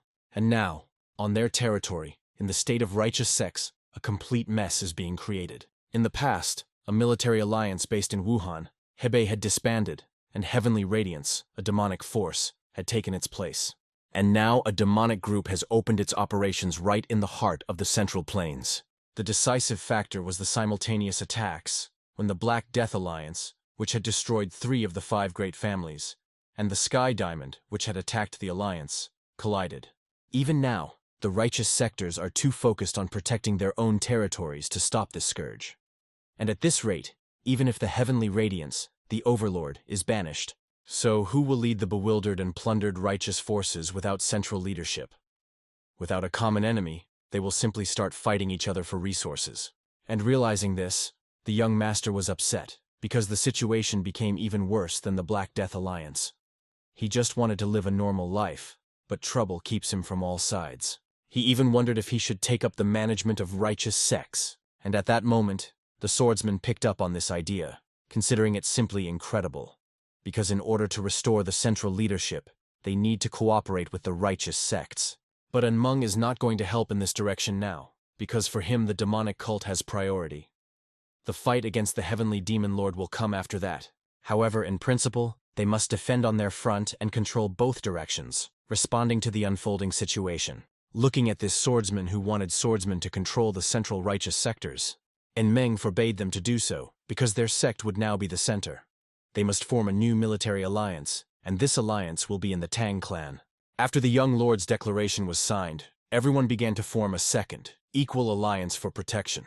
Even Jigal was established under the leadership of the commander, and construction began here. When the general administration settled here, land prices in Sichuan skyrocketed, which caused a pleasant feeling among the general administration. Back to the next righteous faction alliance, which was born as the Righteous Heavenly Alliance. And soon after the founding of the Righteous Heaven Alliance, a large-scale recruitment of talents and heroes from all over the world began to come to Sichuan, the righteous province.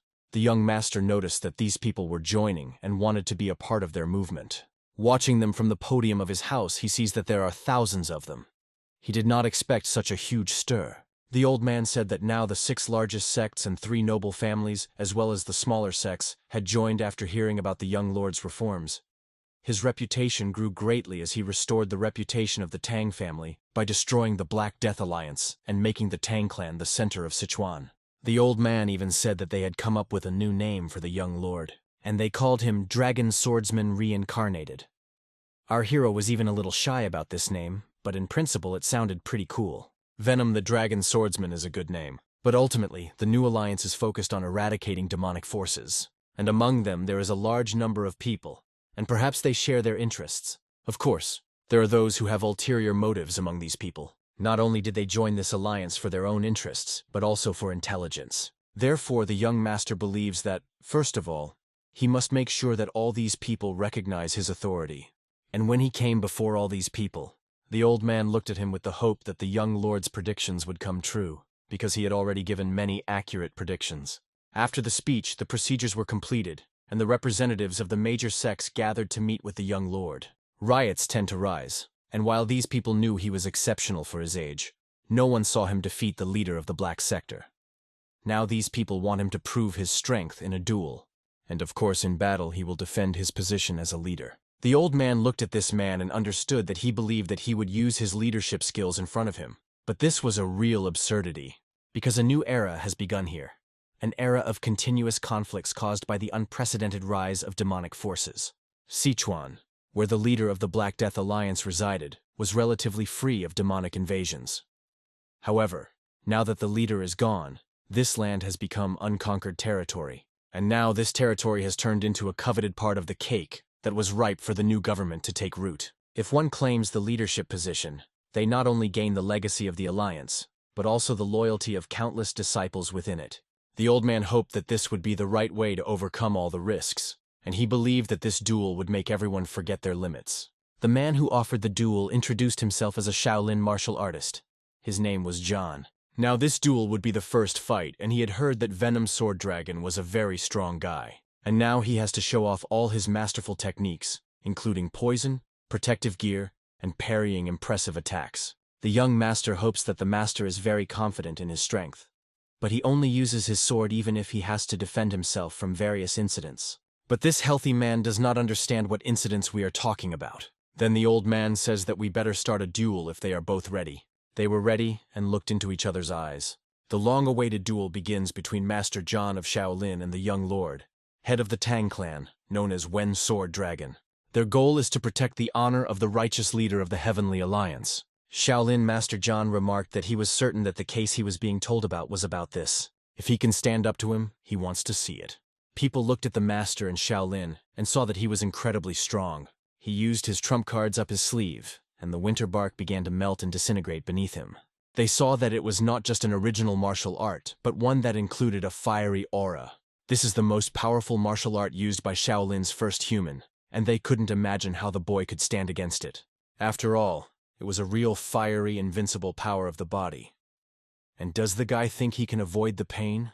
But our hero stood and simply listened to his words, because the Shaolin master did not believe that he could defeat him. This is not just a short battle for the title of leader, it is much more.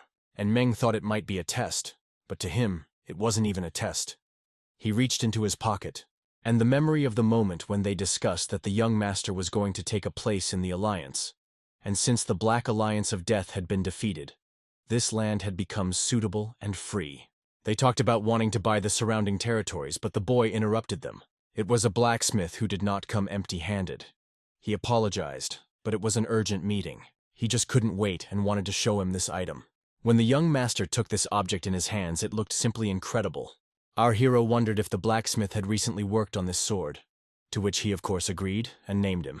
White Snow, Fenk Dragon Dagger, replied the blacksmith.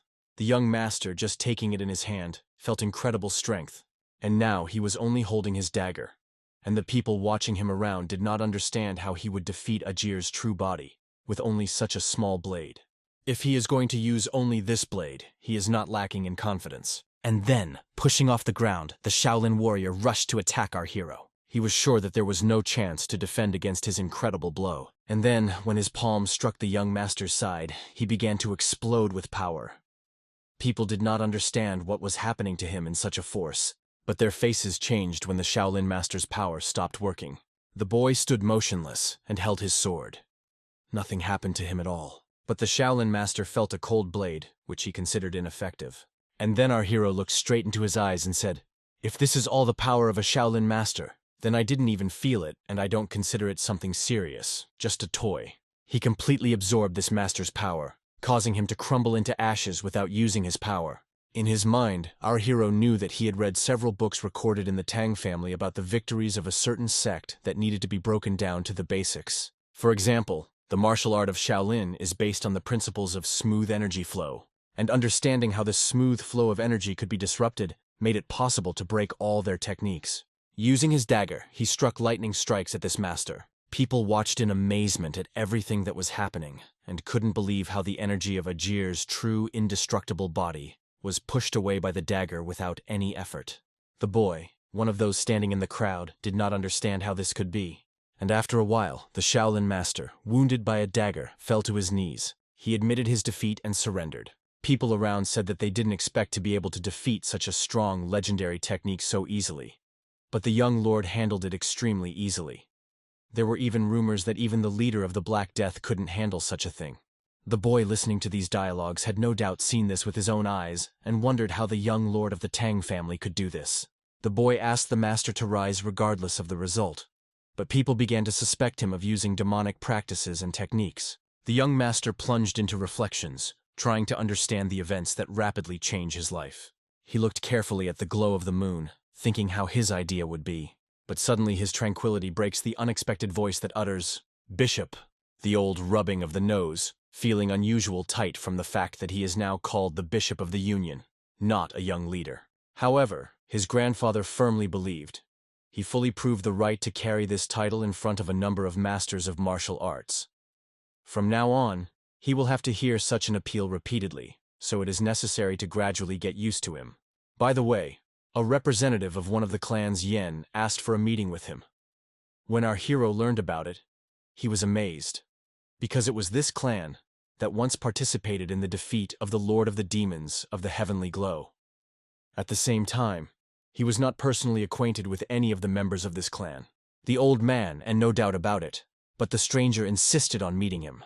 He asked to pass the message in person. His words were as follows: "The demon of the Fees, the dragon's power, and the devastating force," the old man conveyed. Hearing these words, our hero has expanded his eyes. What is it? He soon came across that stranger and immediately asked what purpose he was looking for a meeting.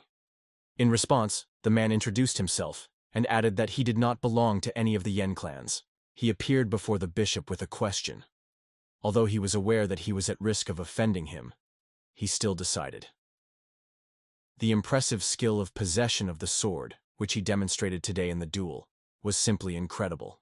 It was a demonic sword technique, created several centuries ago by the most prominent fencing officer in the world. The hero asked the lord in surprise where he knew this technique, because as the young head of the Tang clan, he could not learn such techniques. The man of man broke out with aura, and in his gaze, a powerful energy was lit. He was a little annoyed. Where did this stranger come from, and how did he learn about their affairs? In addition, how did he manage to recognize the techniques he used? It was at that moment that he seemed to see as if he saw through and saw something special in him. He noted that he had mastered the devastating power while having an ordinary human body. But how is it possible? In his head, a young man from the Moan clan could not understand how Bishop only determined his method of cultivation. There was no doubt. He was absolutely sure that the guy was dealing with a demon of the blade. And this young man said that the demon of the blades once belonged to their clan Muyan. He was born out of marriage as the son of the then head of the clan, which made it. His talent manifested it so early that he mastered all the sword techniques of the clan before reaching the age of majority, and it did not go unnoticed. He was said to have already been elected the next young leader of the clan. However, in such circumstances, without seeking any family support, he decided to go on his own. 10 years have passed, and now his name has become known to everyone as a Demon of Blades. Several respectful clan elders searched him, trying to persuade to return to the family. He only said that his sword was not yet complete. After these words, for several decades, there was neither news nor a trace, as if through the earth it failed. But his relatives did not leave attempts to find him, and finally found him. This is where the demon of the blades, which was buried in this place, and in the end, they were lucky to come across the records he inherited. Thanks to these discoveries, they were able to master the art of strength and improve techniques. The bishop is well aware that an attempt to master the power of force without a body with a dragon force can result in death. Despite this, they still decided to study them. But why? He asked.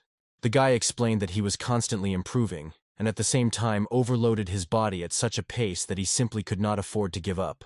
In addition, he was convinced that the demon of the blades had already found a way to overcome this difficulty. However, before they managed to learn about this method, they suddenly attacked the owner of the demons of the heavenly glow. He did not even pay attention to their treasures. Instead, he cruelly tortured and mercilessly killed people, persistently asking them something. It was quite obvious. He was not interested in wealth, but a completely different secret. Finally, his search was successful. He came across the long-awaited records of the martial arts of the Demon of the Blades, and without hesitation took them to himself. This discovery literally shook the young Spondon.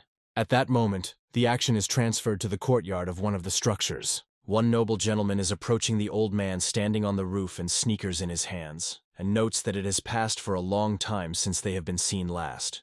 If he remembers correctly, for more than 10 years, as this clan Hun has not been fully destroyed, despite all the territories he captured. But this time, everything will be different.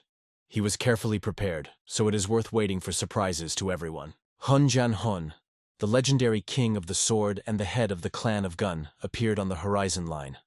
His face was concentrated and harsh, and his eyes were chained to the enemy. He noted that the defeat of that day became a truly painful and instructive experience. And at that moment, the head finally realized that he still relied only on the techniques of hand-to-hand combat. But now his time has come. He first took the sword. However, this destroyer confessed that it was thanks to this man that he grasped the true secrets of the possession of the blade, and at the same time significantly improved his own skill in the martial arts. The old man looked at him, exhaled, and smiled slightly. He became funny. He was about to say something, which in some 10 years of persistent training, he will be able to become a worthy rival. Despite what he understands, the King of the Sword is not an ordinary person at all. He still dares to descend to him, although he realizes to resist such power is not possible. It is with this sword in his hand, icy, relentless. He is strongly approaching the Old One.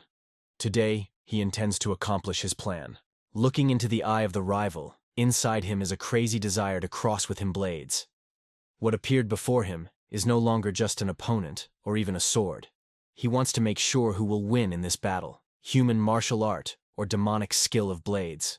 At that moment, the King of the Sword burns a powerful protective aura around him, and it flashes like a flame. He appeals to the enemy, throwing a cheeky call.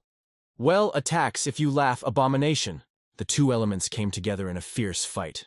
A densely red demonic chakra and a dazzling white energy of the clan of Us Hun intertwined in a deadly confrontation. A powerful aura reigned around, and it was difficult to determine which of them would take the mountain in this intense fight. At that moment, a young leader raised deep thoughts on the events that just happened. He was aware that the demon knew the martial arts of the sword. But for what purpose? He may want to master these skills on his own. If he was the heir to the head of the demonstrative sect, then no doubt had to master the highest martial arts. So why was this a demon of the blade demon? It was this question that spinned in his head. At that moment, the guy who still stood side by side and has not disappeared apologized again. He wanted to find out again. What are the relationships between Bishop and Doman Klinkov? The hero understands that he has to give a decent answer. He explains, although he had never met him personally, one day as a child when he was bullied, a ghostly sword suddenly appeared before him.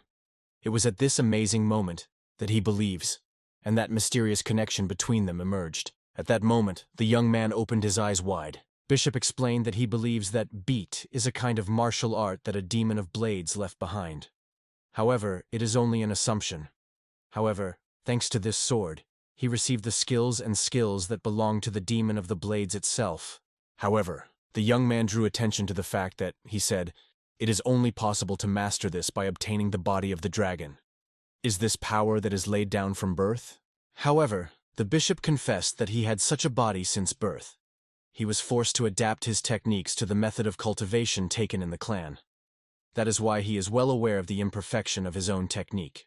However, during the battle with the leader of the Alliance of Black Death, we learned that the main principle of their strategy is able to absorb the essence of unrestrained force. It is difficult to call this technique just a technique. It has long gone beyond Hagen, and is unlikely to be able to an ordinary person. I would not even say that this is a technique that can be easily captured in my presence. Obviously, the young man visited the Lord in search of a method to overcome the excessive rigidity of force, but the wise ruler would advise him to completely abandon such a system of cultivation. The guy with trembling mouth asks whether he really was just told. The hero thinks, if he is well consistent, even in his past life, he knew almost nothing about his teacher. He did not think that once he would have to solve the secrets of his origin. Its existence did not make any sense until the sword appeared in his hands. That is why he now calls himself no other than a sword demon. Then he spoke to the guy that therefore he would have to open a lot of new and go on his own way. From now on, he will turn to him as Yan, which means a vessel full of experience. He gave him a name, but did not open his own. Even on the threshold of death only mentioned the bishop. Then he asked the guy to the question, if you know the name of the demon blade, do not be afraid, tell him now. Although it may seem strange, but the name of the disarmus was also a Muen man. That's such an unexpected coincidence. It was at this moment that our hero returned. That's how it happened. A guy full of conflicting feelings is aware that it's time to move on. He almost decided to listen to the bishop's advice and give up the old method of cultivation. But suddenly, our main character suddenly interrupts him. Whatever it happens, they remain fighting brothers, he confessed. You are not a heart to let go of the boy with nothing. He also seeks to overcome the rude strength and revenge on the lord of the demon of the heavenly glow, if not mistaken. It seems that their union was created for the sake of fighting demons. And so Bishop addresses him with a proposal. Join us, and I will help you fulfill your most cherished desire. At this point, we move to the clan to the Mugun, where the dilapidated building clearly indicates that there was a truly devastating event between its inhabitants. The bloody sword and the bloody hand are overthrown on the ground, and the weapons of one of them are crushed. Before him was a leader, a sword king from the clan of Negan, with a wide-open mouth and a huge wound that cut his body. His figure was powerlessly spread on the ground, as if smeared with dangerous force. Closing his eyes, he realized that on this day, they would not give this a refuge of any chance to escape. Before him, a demonic freak was magnified, which was cold in him with a view that had no hint of sympathy. He was kept only a fervent desire to overcome the King of the Sword in a duel. Only this did not allow him to surrender before, and he really lasted longer than others, because no wonder the King of the Sword is called that way. The once inaccessible wall, which stood at its level, is now destroyed. This means that the arrival of demons into our world has become even closer. That's right, for one night, a devoted guard of the provinces of Anhui, along with their family, disappeared from the face of the earth forever. The news instantly flew all over Branson and Chang'an Mountain. Both the Data and in Shaolin were warned by everyone. The faction leader is destroyed, so everyone should be alert. Everything flew around, and the old man was rushing to the owner with unhappy news. It was at this moment that he hardly hardened his fighters. Have something happened? He asked. But when the old man told him this news, the hero barely believed. It seemed incredible. However, until the demon has yet spread to all members of the Union of Righteous Heavens, they should be acting immediately. Everyone gathered around the table, and very little time has passed since the Jigal family and mine were destroyed. No one could even predict that such a disaster would happen. The fall of a great family to us gun, which no one hoped. They may have been attacked on several sides, the bishop suggested in such a situation.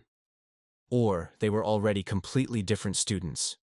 Masters may have reached the possession of a stubborn demon, despite the fact that the demon remained the demon of the heavenly glow.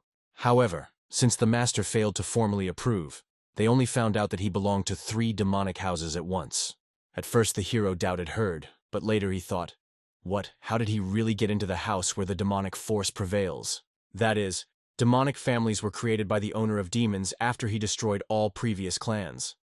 Subsequently, they were divided into 3 main fractions: Guizhou's family, Trivon family, and Tom Som family.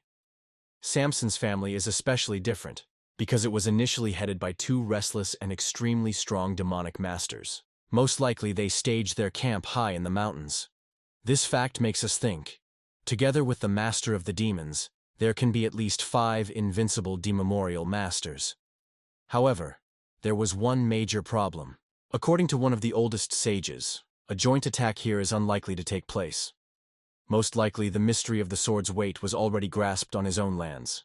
Many soldiers did not manage to move out of place due to the unbearable pressure that they have cuddled. Even if the opponent reaches the stage of Hagen and is at the level of an extremely experienced swordmaster, his movements inside will still remain strictly limited. Moreover, even without this skill, they all remain the leading swordsmen of today, and a common attack is unlikely to change the result of battle with an opponent like him. In other words, one of them expressed the following opinion. The Master of Demons should have extraordinary combat skills in order to resist the king himself on his own. At least 5 non-retaining demonic masters, not considering the Master of Demons who are able to deal with the Sword King. And considering that it may not yet be the upper hand, the situation looks extremely threatening. Initially, the plan was as follows: to encourage Hondun and Kunlun to join efforts to defeat the demonic army together and overthrow the owners of the demons. If the defensive positions on the forefront are securely fortified, is it not necessary to first strike directly by the owner of the demons? However, the main question: will everyone be able to stay at least as long as the fight continues with him? If you lose the initiative, everything will be difficult at the start, and it will be difficult to distribute their own forces. While the young lord was silent, he was suddenly interrupted. Everyone is already waiting for him in Kazan. In his reflections, he realizes that now it is necessary to demonstrate unbreakable determination and a single shadow of doubt. He is the Bishop of the Union, who is going with thoughts, preparing to voice his word. However, it is suddenly stopped. The door is open. A man suddenly breaks into them and exclaims anxiously that something terrible has happened. The hero looks at his outfit and has almost no doubt. In front of him, Taos comes from Kunlun. In this case, the war with the demonic sect should be swept away. Then what prompted him to come here? The bloody warrior barely pronounces the words, calling the name of the owner of the Union of Righteous Heavens, and looks at our hero inquiringly. Are you the one you are talking about? The hero testified to his own identity, which he attracted the attention of the warrior who was in the mackerel. The soldier has tears in the eyes. He pleads, "Save their sect," turns to the majestic owner of Techo and the immortal Kunluni sword. Most have already become victims of mysterious poison. At that moment, something invisibly changed in the soul of the hero. He could not understand how possible. It's just impossible. What poison could cause the same? He recalls the moment when he is stretched into his hands and is silently ordered. In response to his confused question, what is it? Logically, all the only mysterious. He reports that this poison is one of the 10 fatty poisons of the salt of Jova. According to him, in the demonic sect, there are masters who have reached the level of unrestrained demons at the Phagin stage, so they must be ready for it. However, he should hide it from the 2nd and 5th elders. After these words, the leader wondered if he had the right to find out what reason the young owner handed him this thing. Then the hero warned, "Now you should treat restrained and not attract attention, because they say that they probably think of some secret intrigues. And the 4th elder will express the trust of the young owner and follow all his instructions according to this promise, but other elders will remain in their opinion. Therefore, let every effort should be made to poison in any case not fall into the hands of enemies." Our hero was not joke. "What happened?" asks the warrior, noticing changes in his mood. He again asks questions, but the warrior is silent. He is tormented by the thought. What happened to the detachments that their family sent to strengthen their sect? The incredible aura, which began to radiate with the body of a young heir, flooded the surrounding space. Its power was simply striking. Feeling its presence, the warrior cannot understand what a deadly aura was. The dragon suddenly emerges behind the back of the young gentleman, and looking at the boy with a careful look, notes that he dispersed. He advises to breathe immediately and calm down a little. If he continues to commit the same cruelty, everyone around simply cannot stand. Fear will miss them so that they will not be able to move from horror, because they came here not to create new difficulties, but to solve the problem. They would hardly ask him to help him just like that. Instead, they would already voice their charges. So it is better to give them to the end. Having realized his mistake to the spiritual being, our hero apologized. He asked them to explain in more detail what really happened. The warrior was confused, not finding the right words. The fear for a moment jumped him, but he quickly took his hands. Since the slopes of Tanshan Mountain are very uneven and are perfect for the ambush, The Tank family decided to set a security there. However, when they suddenly lost their connection with them and went to check what happened, they found that the support forces were completely destroyed. According to their assumptions, this was the result of a sudden attack, probably on the part of an unrestrained demon master. It was at this moment that the dragon leaned to our hero's ears and whispered quietly, which is important to listen to any story until the end. Meanwhile, the hero reflected in his thoughts.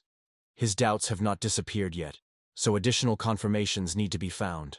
He sharply hit the table, squeezing his fist. His anxiety is obvious. He hints that both the immortal sword and the immortal demon are poisoned. But how did it happen? At the moment when the warrior brings the news of the complete destruction of the Tana, the demonic sect begins the offensive. The left and right envoys are the restless masters of darkness, which are the most trusted assistants of the leader, go to the front. On their part, the Lord of Techo and an immortal demon, the legendary Kulmi Kunluni, appeared on the battlefield. And the clash of these two forces made everyone around him. The battle broke out incredibly cruel and fierce. And more precisely, it was a special creature created with the help of powerful equipment. With every minute their energy increased, and they were constantly approaching victory. But suddenly something unexpected happened. An amazing change that the hero could not understand. The warrior and Ujin said that during the fierce, up to the trembling of the earth, the collision of the masters suddenly broke into battle. Suddenly these two began to fade in their eyes. Even the most powerful warriors of the glorious clan were powerless to fall down without having time to do anything. They leaned before the so-called demon poison, and only its appearance struck them, poisoned everyone to the last and took away life. On the eve of the Great War, a secret assembly took place in the depths of the heavenly demon. The warrior opens his eyes and surprises he finds himself in a strange place, chained to a cold dungeon. He was convinced that everything would be limited to the treatment of his wounded hands. And these scums with demons in the blood, representatives of that damned cult, put forward the conditions of his grandfather. He sincerely hoped that there was nothing suspicious about their intentions. It was then that Tan Moon-chan appeared on stage. When one of them entered, he asked, "Is not the same child from the Tang clan who wants to heal his hand? What is his name there? Moon... something there." "Yeah, exactly. Munch-chan. That's what she said. She is a healer, and it's nice to meet you. It is she who will take care of his healing. Her name is Peksoan." Munshan is looking carefully and suddenly realizes, before him, the famous healer. He did not hope that she would be such a young girl. She approached and asked if he was trusting her, reassuring. They say, "It is not necessary to worry because the sister would take care of him. Most of the usual ways here will have no power at all." And then she wondered if he really felt the image of the one who did so with him. He may have really been angry with him, though it was not an insult in the usual sense. Rather, he felt anger and contempt for this, who brazenly snatched his rightful place. He is immersed in thought. As soon as he heals his hand, will surely pay off the healers. But without any hesitation, she advised to simply cut her out, as if there was no other way out. She also promised to make sure that he did not feel pain until the procedure continues. It is able to connect its veins and vessels so that it will again have the opportunity to master the martial arts. However, its natural potential is too weak, and instead of ambiguous treatment, let it decide to allow her to amputate this hand. This step will only make it much stronger. Menz, with tears moist with his eyes, realizes in his imagination the true madness of this act. He is unable to go so far as to just sacrifice his hand. In his heart, a desperate desire to find another way is born. The girl explains that with the help of mastering demonic art, she will have a chance to restore the lost hand. She also adds that she still lacks inner harmony. However, Sword is aware that he belongs to a worthy Tang clan, and to study demonic arts for him is humiliating. However, the thought does not leave him. And suddenly it really truth? If they learn demonic art, therefore, he will be able to strengthen his hand. The healer assured him that, of course, this is not about any demonic art, he will need to master the immortal demonic art. If he has mastered this force, he will gain an incredible ability to regenerate, which will allow you to recover instantly, even after the most serious injuries. Even if he has cut off his head, he will still survive. In addition, his physical abilities will increase at times. But immortal demonic art is not the knowledge that can be easily captured to simply get rid of 2 masters with 10 poisons. Its value is far higher, so such a fee will be clearly not enough. And then with tears in his eyes, he asks, what to do next? They have long left the clan in the past, but it was impossible for him. He could not and did not want to release his past. But to complete this task, you need to completely break all the ties with the Tang clan, even when it comes to your own grandfather or father. It is an extremely secret martial art, known even in the cult, so he will not allow to leave at least someone in his life, especially those who are able to influence his will. That is why it must be destroyed by all of them. If he desires it, she may immediately return him to her home. The decision remains entirely behind him. When the question of what the young man would do further, he could not hold back and carefully asked, what is it really, if it is true? In his thoughts, he understood that he endured all this only for the sake of revenge, stubbornly clinging to the dream of retribution, although he had just under his nose. He was already on the bottom. For a long time he gave up everything, even me. So he will easily go for it, and will gladly take the chance to become stronger. We go to the tent in which the guy was. The energy invested in the attack quietly prevents him from recovering. Usually by this point, he would have recovered and again rushed into the whirlpool of battle. Moreover, if it stops taking pills that reduce pain, the suffering will begin to break it from the inside before regeneration. It can not only destroy his body, but also cause crazy. He managed to poison the masters during the stage of Kagen, using his own blood and cut off, but he is suppressed by the idea that he could not do more.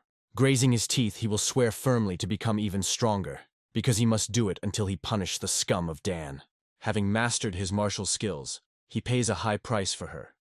Now he is an immortal demonic vessel created to serve this art, accepting all the humiliation that fate brings to him. At a moment when he was greeted with a wonderful healing of his hand, he felt a real uplift. Who would have thought that he has a talent for demonic arts? The supreme cult leader personally granted him permission to study immortal demonic techniques, all of which is absolutely free. And Mon-chan could not even imagine that there was such martial art in the world, immortal and demonic at the same time. All this was made possible by healing from the demonic healer, for which he was infinitely grateful to her. However, it remains unclear why he was here and why was he kept in shackles. But she frankly noted that he lacks elementary inclination. As they say, he was only approached by eternal demonic art.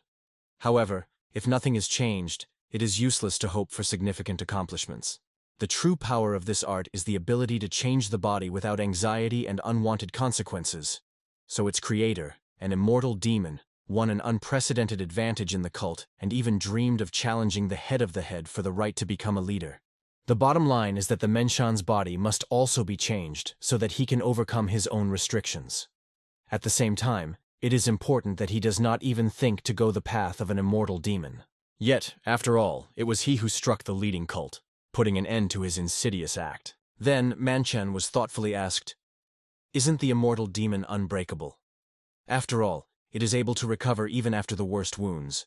Even if he has torn his head, can such a creature die in a similar way?" It became known that immortal demonic art is based on its control of demonic energy. That is why it is powerless against the cult leader, because he has a perfectly possessed energy. So what are their intentions for him? Currently, his immortality is only at such a level that he is able to attach a cut-off limb. However, this is only the third step of skill, almost no different from the state of the puzzle, which was created only so that it can be easily cut with a knife, isn't it? Sword realized that the girl was holding the same game that destroys evolution, and that belongs to her grandfather. Now he wondered, why did she take her into her hands and plan to do next? She sharply drives the needle into his face, having previously stated that he intends to change it. The fastest way to master immortal demonic art is to feel wounded, to go on the border between life and death, and in the process of correcting all the shortcomings that can use enemies to attack, let him completely rely on her. In the clan there is a creature that is called the Lord. If her knowledge is not supplied, this creature has such a spooky force that even one breath or a drop of her blood can kill a dozen people. From now on, it will feed it with this potion even when it seems that it is about to die. Let it not worry. In fact, nothing bad will happen, and it will not perish. If the creature is constantly influenced by poisoning and regeneration, its body gradually changes, acquiring characteristics similar to the poison, and he will remain among the spirits until he rises to the level of the immortal master. This is the path that lasts for a long time. At the moment he remembered how he was transformed. His mouth was suddenly filled with saliva. He pulled her out of him and threw it to the ground, as soon as she was destroying it from the inside, because her body had not yet been completely adapted. Is it realistic to completely adapt to this? Every time poisonous blood escapes from it, everything inside seems to turn upside down, and it is impossible to get used to such a spectacle, at least how many times you have seen it. One of the warriors turned to him, calling, "The master of the poisonous, master of Munchchan," and asked what that means. They captivated several participants in the Kunlun sect cult, but the guy never stopped, why they did it and why they generally needed that prisoner. But even if they unite, this sect is still doomed to death. After all, where to go after their release? You order to immediately destroy all enemies without leaving the living, without giving them any chance of resistance or hope for salvation. And it was then that they rushed outside. The warriors did not stop for a moment. They were well aware, if they were captured, they were waiting for the inevitable death.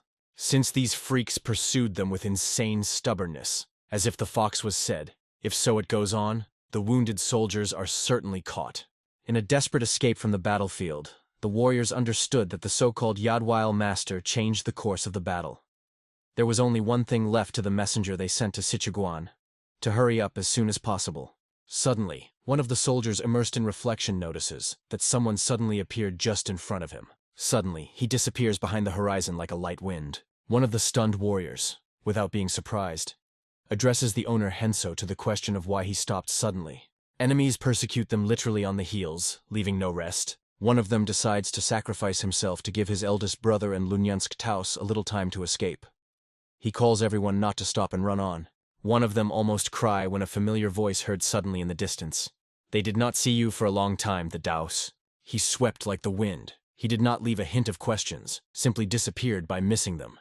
Armed with his stunning sword of the dragon, he rapidly breaks through the benches of the opponents. The enemies that were looming on the horizon, and the eye did not have time to blink, as their throats had already crossed the shot blade. Mr. Henso is confused. He does not understand what happened. He could not restrain his tears when he finally realized their rescuer was not left. He saved them from the inevitable death, skillfully wiring with his sword.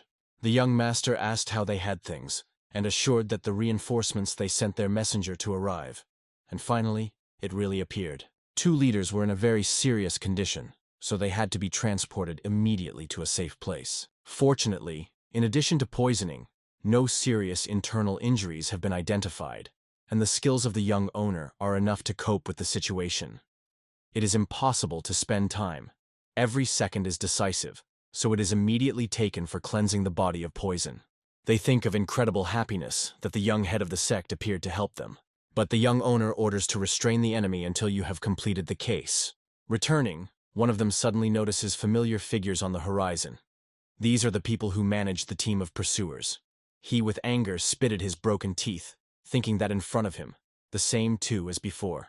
It is the left hand of the cult of heavenly demon Gonten's dream, and Elena Johnny is his right hand. It was rumored that these figures were the most powerful masters of demonic arts from the demonic sect itself. He needs about half a minute to remove the iodine. Therefore, it is desirable that the allies detain enemies, winning him a little time. However, even so, the warriors are worried. They feel that they are not ready to meet these scums in battle. When the sun wandered before the sunset, the left hand guessed their intention to remove the poisons.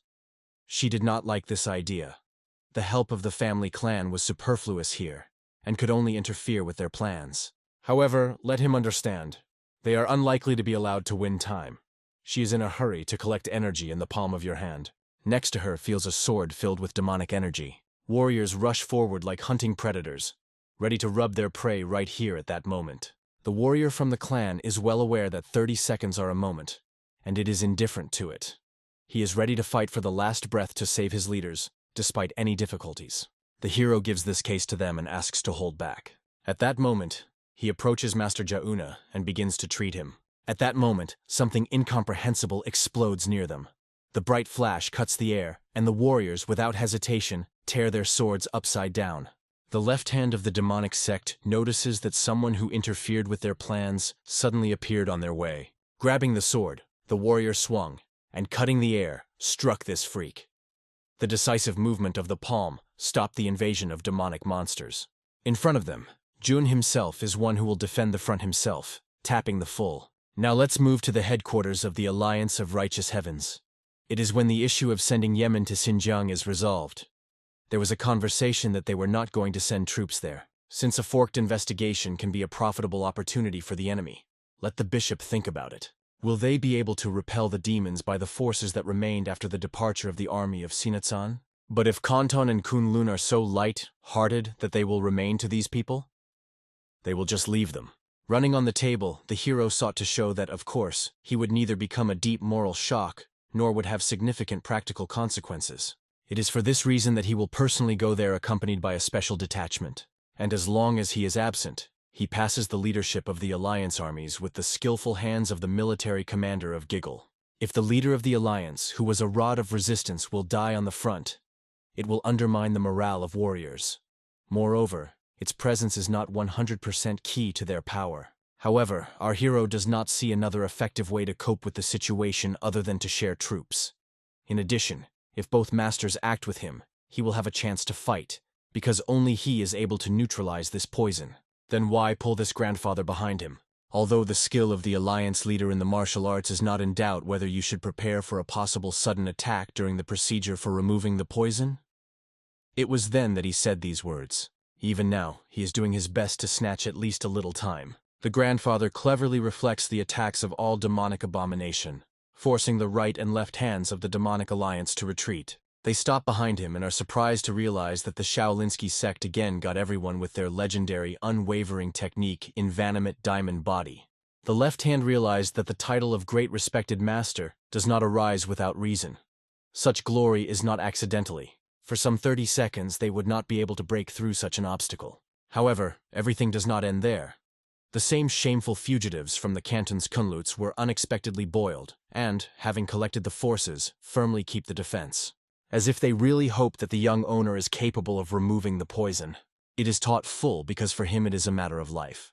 At that moment, demonic freaks realized that their only chance was to break through an unbreakable diamond body to get at least a little time. In addition, the left hand had to change something. She had to operate the technique of using demonic energy. And it was at that moment that she realized, the right hand is already preparing to apply the same technique. However, the Shaolinsky monk does not think to allow them such tricks. He is firmly intended to prevent it. The left hand of the demonic alliance. It is called the hellish palm of the fiery demon. At that moment it seems that the Shaolin monk was in the heart of a bloody trap. She shouts, "Attack him all that you can." She will burn everything around, wrap every piece of earth where he steps. The Shaolinsky monk contemplates them with an expression of full surprise, considering true crazy. Digging the poison, he used a special technique that was perfect for this. Due to the fact that a long time has passed from poisoning, the circulatory system of both leaders is still damaged. In addition, their main combat equipment is in such a state that they cannot return to the battlefield. Although it is poisonous energy, he still hoped that things would go differently. Without any doubt, energy is one of the 10 strongest poisons of the Tang Soul Jova. He remembers the agreement that he came with the elder and doubts whether he had the right to pass on the worthless thing. But who really betrayed everyone? But who is really hiding under the demon? Our hero heard that even the blood that flowed from his wounded hand was imbued with poisonous energy. He only has one question.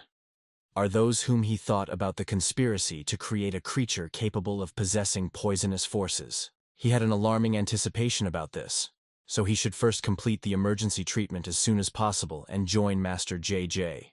But suddenly, somewhere on the horizon, he feels the appearance of extraordinary technique. What could it be? The monk watches this, and in his look, the spark of hope is slowly extinguishing. He watches the frantic, unprecedented power that has arisen from nowhere. This energy does not seem human. Who does it belong? This sword belonged to the dark god of demons. He absorbed and melted the demonic energy to an incredible, marginal level of power. He allows the sinister god to settle in his own sword. And does the Alina monk really believe that his absurd, diamond body is invincible and capable of resisting the holistic power of the evil god? Seeing this, the monk thought and asked himself the question. And it is at this moment that the left hand strikes, the hellish demonic prison of the earth and the flame palms, and the other collapses on the monk, a frantic explosion of a demonic flame, which burns the void itself. It protects from this, covering himself with his body, strong, like a diamond.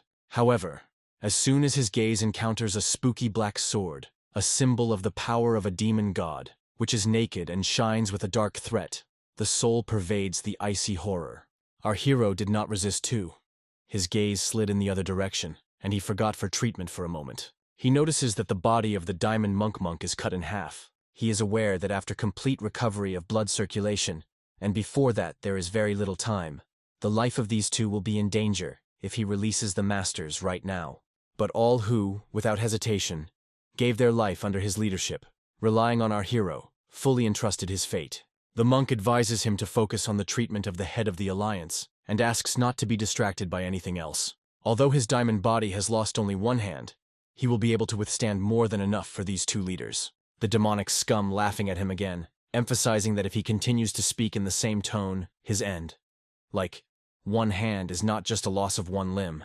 Only they should get to chow. The flames will flash, and it will be ruthlessly torn into pieces, no matter what it would interfere. The spiritual dragon, which is able to see every manifestation of energy from afar, immediately understands what is happening. Undoubtedly, he is a true spiritual mentor. It felt such a powerful energy. It is wonderful what is the power. But suddenly he feels. The energy of the evil spirit suddenly snorts from the sword, covering it. It seemed that the blade itself turns into a real embodiment of a demonic rage. How did it happen? In just half a minute, they turned for warriors into true eternity. There are no signs that enemies will be less, and Master Joun holds, despite the loss of one hand. However, he will soon have to face its boundaries. They are all exhausted after a grueling night escape, and the soldier is already lacking in keeping the sword as it should. It has no idea how much time has passed, but until the cleaning process is completed, everything will remain unchanged. Will they have the strength to keep up and survive? Soon the protagonist approaches him and says that he goes back. From now on, he takes care of everything he needs. A warrior from a tears pleading not to tell him that the masters are already dead. However, he noted that, contrary to his expectations, they were incredibly quickly coped with the removal of the poison. All this was made possible by their hard work and endurance, which supported the order. Now he takes the situation in his own hands and will bring the matter to the very end. Whatever the efforts of Master JJ, he still failed to resist these demons. They sounded, worried about how much more this stubborn guy can hold, even after his hand losing. It seems incredible. But as soon as they get to him, his death, the death of the whole faction and the inevitable end, will become inevitable. Suddenly, a dazzling ray broke out before his eyes. The incredible radiance of Cyan's sweat sweeps past them, blinding everything around. Devils, freaks, and notes do not have what happened here, because all their subordinates were destroyed immediately in just 1 second. They may have a sword of this size, so they should remain alert. He turns to his demonic left hand. Soon, Master Ja joins our main character. He sincerely apologizes for his little late. So my speech is completed. And it was at this point that the demonic freaks finally realized everything. The surprise was so stunned that they lost the gift of language. Even the words could not be uttered. Master Jia was overwhelmed by joy when he saw his opponent's size easily, trying to resist inevitable. When the master talked to our hero, he had already paid attention to his bold and inconvenient words, which were heard in front of the young owner, the head of the alliance. Once upon a time he heard these words from him, and now he seeks to justify them, to clear Lans from the demonic sect once and for all. Our hero catches his gaze and realizes with pain. This courageous warrior lost his hand even before the decisive battle. What a real tragedy is. But nevertheless, the strength of these freaks does not compare with the internal energy of the master, and this means that they are probably accessible to a weapon or a means that can neutralize prohibited true coolline. He was in no hurry to conclude, but still formed his opinion based on their energy. After all, he promised himself not to repeat such mistakes. Still, it is a terrible loss when the scum on their own skin felt what a real loss was. Our hero suggested finding a way to return to Master Ja, a lost hand. Even the death of these two scums is unlikely to quench my rage. At that moment, his blade spilled throughout the forest, as if a powerful wave that covered every corner. His virtuoso blows with the sword made these rags lightly bounce in different directions.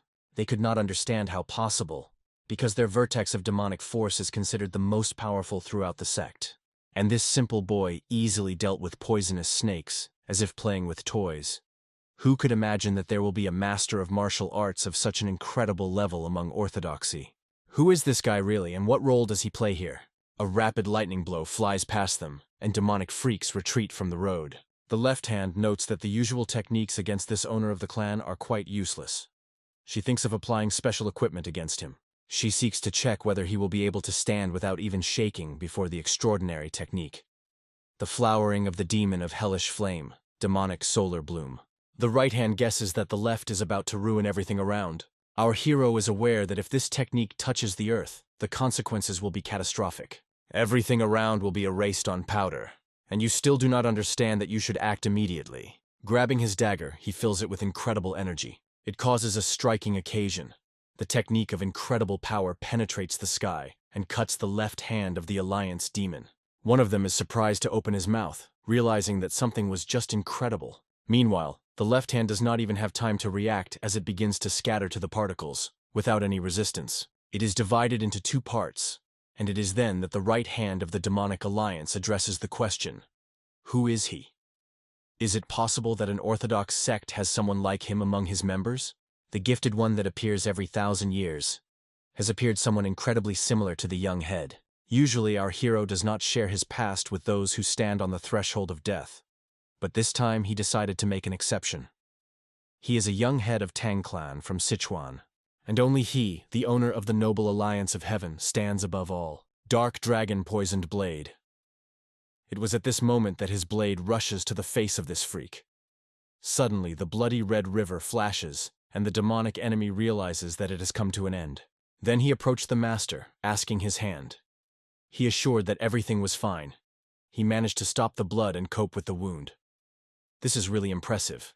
The master once again demonstrated his incredible skill. He was filled with admiration that the young owner was able to defeat the right and left hands, significantly weakening the fighting power of the demonic sect. Master Jazz does not regret that he donated his own hand for the sake of such a result. The hero understands that he had to act carefully, and is aware of his guilt.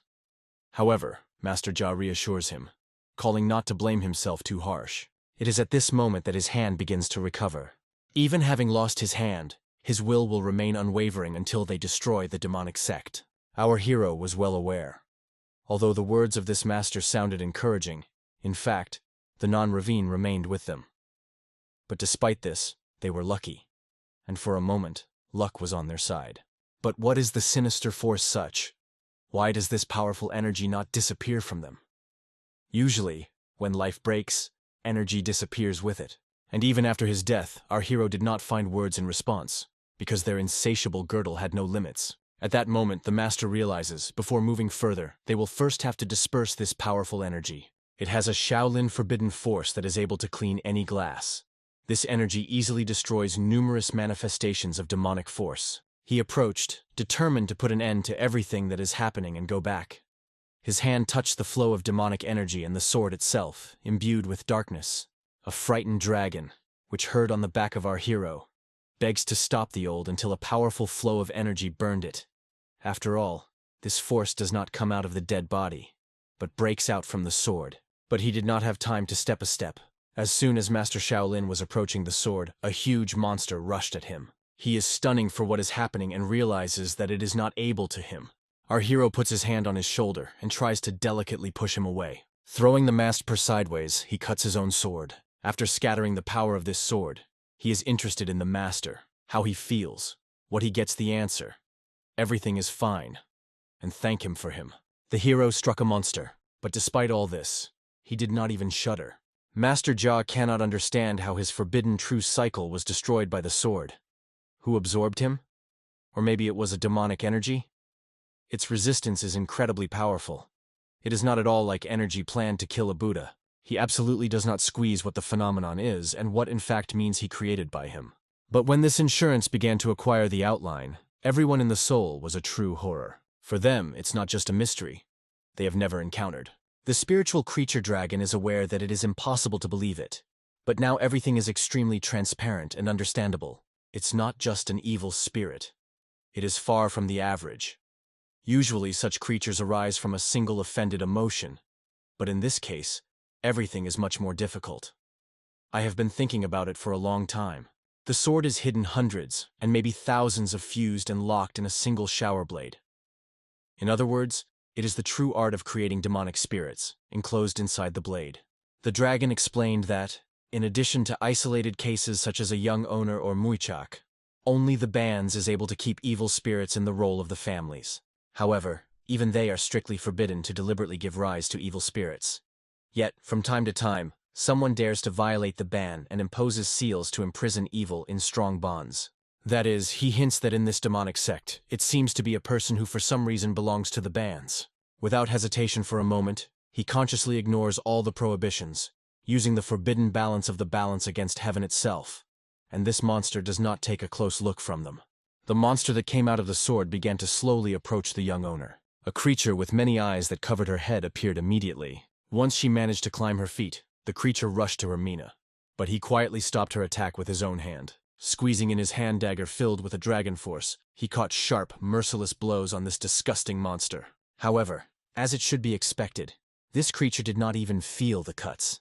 It seems that it is completely formed of steel, and any harm to her is just indifferent. Moreover, this phenomenon completely ignores the physical Ron, but the character's own physical attack remains quite effective. Of course, their blows do not produce any result, because in fact, evil spirits are the embodiment of human thoughts, explains to him a partner. At that moment, a creature from the other world extended the help of help, promising to take the situation under its full control. In response to the protagonist's question, the spiritual creature was filled with powerful energy. She confessed that he once reminded her of someone important, which is why she would now use this resemblance as a source of poisonous power. It is also a sinister spirit that has been living in this world for over 1,000 years. Its appearance is usually accompanied by a thick fog, which suddenly envelops everything around. The people did not even notice where he came from, and did not understand what was happening. The evil monster and no idea where his victim went. It is briefly ordered. Without unnecessary chats, you need to deal with this monster as soon as possible. At that moment, the dragon is not just filled with force. It has reached the limit when he is ready to make his fate. In his own image, he takes the form of a formidable, powerful dragon that appears in front of 7 pathetic freaks. As for a newborn creature, the indicators of this dragon are really striking. But despite this, it is still inferior to the ordinary ominous spirit by the level of strength. Anyone who has just bought strength and suffers for millennia cannot even match him.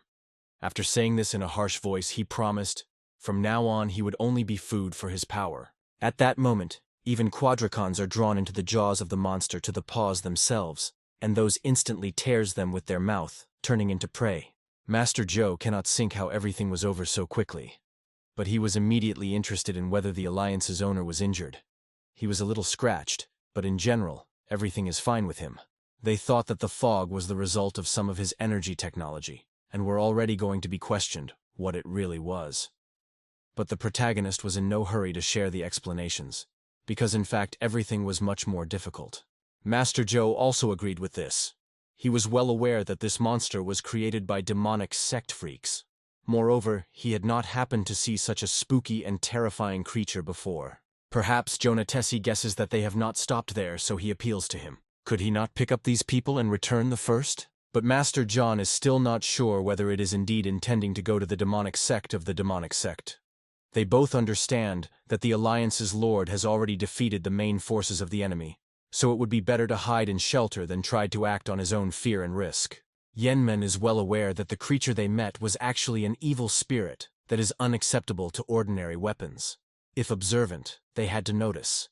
He had to resort to energy equipment instead of a sword. This suggests that one of the demonic sect deliberately gives rise to evil spirits, and it is shocking a young man who stood next to me. However, it cannot be ruled out that the demonic sect units are still heading for their goal. In addition, the poisonous demon has not yet been recognized. If it is really about someone related to the family there, the young owner will be able to quickly call him. The idea does not seem meaningless. It thinks that right now, while in their main order appeared, there is a chance to strike these scum of a decisive blow. It became obvious to everyone, although the guy immediately dropped. Master Joe understands that although the abilities of the young master are undeniable, he was destined to lead the Alliance. Therefore, he appeals to him to be extremely careful and vigilant, to act prudently and confidently, as he seems to be a true Alliance leader. Our hero confidently promises to return with joyful news. Giving a promise, he suddenly disappeared, dissolving in the air, and immediately came to business. Master Joe just smiled back. He noted that he expected, because he knew that he would not listen to him and would certainly try to interfere. Some of the demonic sect can be dangerous, however, not for the Alliance. Therefore, he advises to gather the wounded and return back as soon as possible. Although the Master Yahello was ordered to his subordinates, he was well aware that the anxiety would not leave them away. After all, no one knows how many demonic masters of the level of Kagan oppose them, as well as how many more forces are hidden in enemies, except for the leader of the demonic sect. But instead of hesitation, he will choose to wait and keep the belief that the owner of the alliance, he will be able to return whole, unharmed, and without any defeat. It is at this moment that we move to the main citadel of the Supreme Demon. He appeared to be a demon that radiated a poisonous essence. He confidently goes through the hall, filling the space with the confidence of every step. Next to him was a healer who greeted him and said with a smile that she had already heard of his impressive victories on the battlefield. And finally you became a real follower, reaching a demonic level of skill. She also said that the head of the Masters of Poisons from the clan Young was proud of this news. Meanwhile, the guy's thoughts were anxious. Should he call this person his father? He returns again and again by his thoughts until the moment, a few days ago, after Tan Munchen turned into a poisonous demon. He was greeted and introduced to the owner, and then reported that this young man was a poison master from the Young family. It supports their sect, and from now on, it will protect the situation of Munchen. He warmly congratulated his mentor, wishing to thank him sincerely for his support and facilitating his status. The man put his hand on his shoulder and suddenly laughed. He did not even say that he would leave the Tan family. He just doesn't have the opportunity to wear this name. The man decided to admit it, so from that moment he orders to forget about the Tan family and live under a new name, Young Munchen. Munchenan immediately agreed, contacting him as his father. He just laughed at this. They say he did not have such children.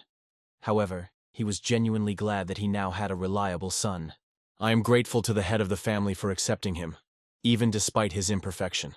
In any case, the healer is convinced that from now on, the threshold of true accomplishments, and the head of the sect will certainly celebrate his merit. He already thought what award would like to get. But just what? He shared his reflections.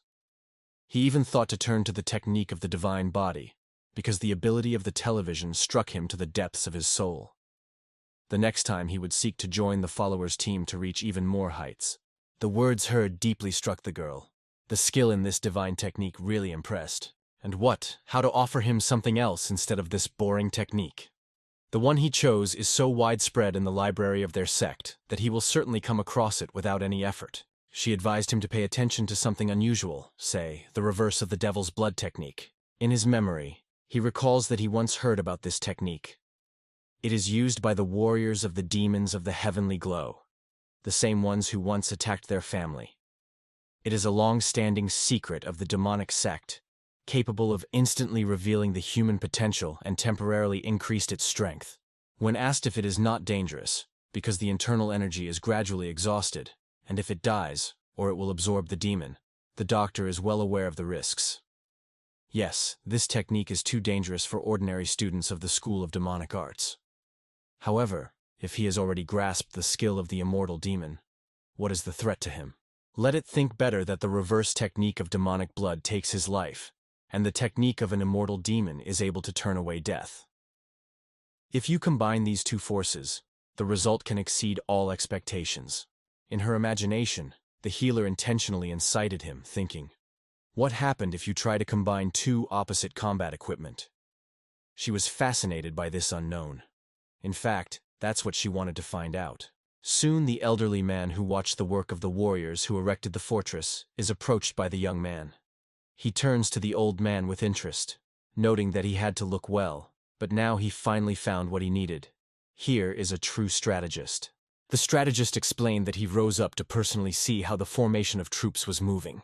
This man noted that everyone is working tirelessly, and acknowledged that such effectiveness was the merit of the strategist of his newly created organization. After all, more than 2,000 people were able to gather and go on the road in just a few days. It is really lightning mobilization. Finally, they reached the ruler of the alliance and mentor Jauna. Now he is talking, touching the topic of human fates. At that moment, the strategist hopes only one thing, that they have managed in time and were able to save them. Since the alliance's head will heal those two Taus and return them to the forefront, in total, the alliance will be 6 Masters Wagon. The Lord of the Demons of the Heavenly Shine controls 5 elite demonic masters, so if they retain their combat capability, the pressure will slightly fall. Until the Alliance's Lord intervenes, the main thing is not to let the outlook of the heavenly glow to escape from control, and at the same time keep his own power ready. But when we look at Jigal China, it becomes obvious that he had no idea. It will pass a lot of time before the merger with Tanyan will become a reality, but the idea that he will return only after the implementation of something is unthinkable. Just demolish the roof. It was at this moment that the demonic sect headquarters happened that will change all ideas and hopes. At that moment, the action is transferred to the headquarters of the demon cultire, to Xinjiahong Tianshan. The Yad demon stood in front of his owner, who praised him for his successfully completed task. Now he deservedly wore the title of one of the pointed demons. Due to its significant contribution and support for both the main assistants, their sect made a significant breakthrough in the central plane. It is understandable that such an important and honorable work should receive a decent reward. The owner slowly gets out of his throne, approaches the insidious demon and asks what he wants, who has a secret desire. In his reflections, a poisonous demon realizes that this is his first personal audience with a sinister sect, and everything happens at all as he imagined under the influence of a demonic aura. His subconscious tension releases dark energy, and this leads it to a real shock. It was at this moment that he realized that he wanted to get the original and ask him directly to him.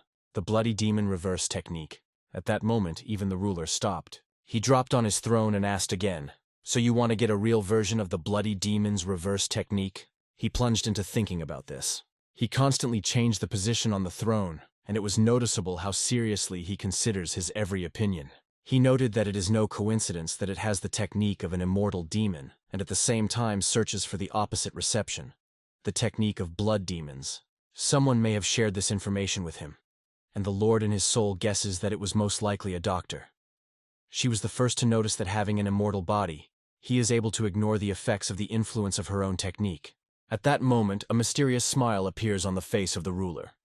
He does not waste time, takes the case. There is no original version of the reverse of the blood flower technique. First of all, it is a special technique used by individual masters, activating the acupuncture points to direct the flow of demonic energy.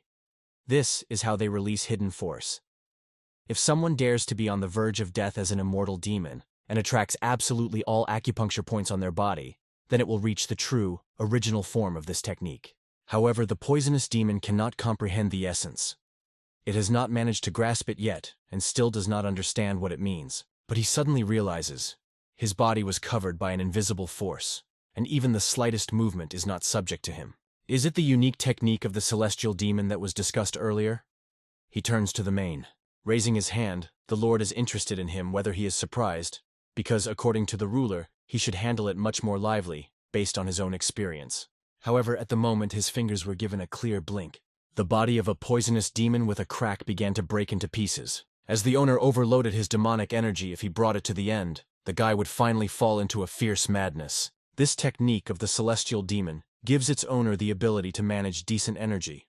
Having mastered it to the end, one gets the opportunity to fully control all the delayed power of his sect, gaining the power of life and death over each demon.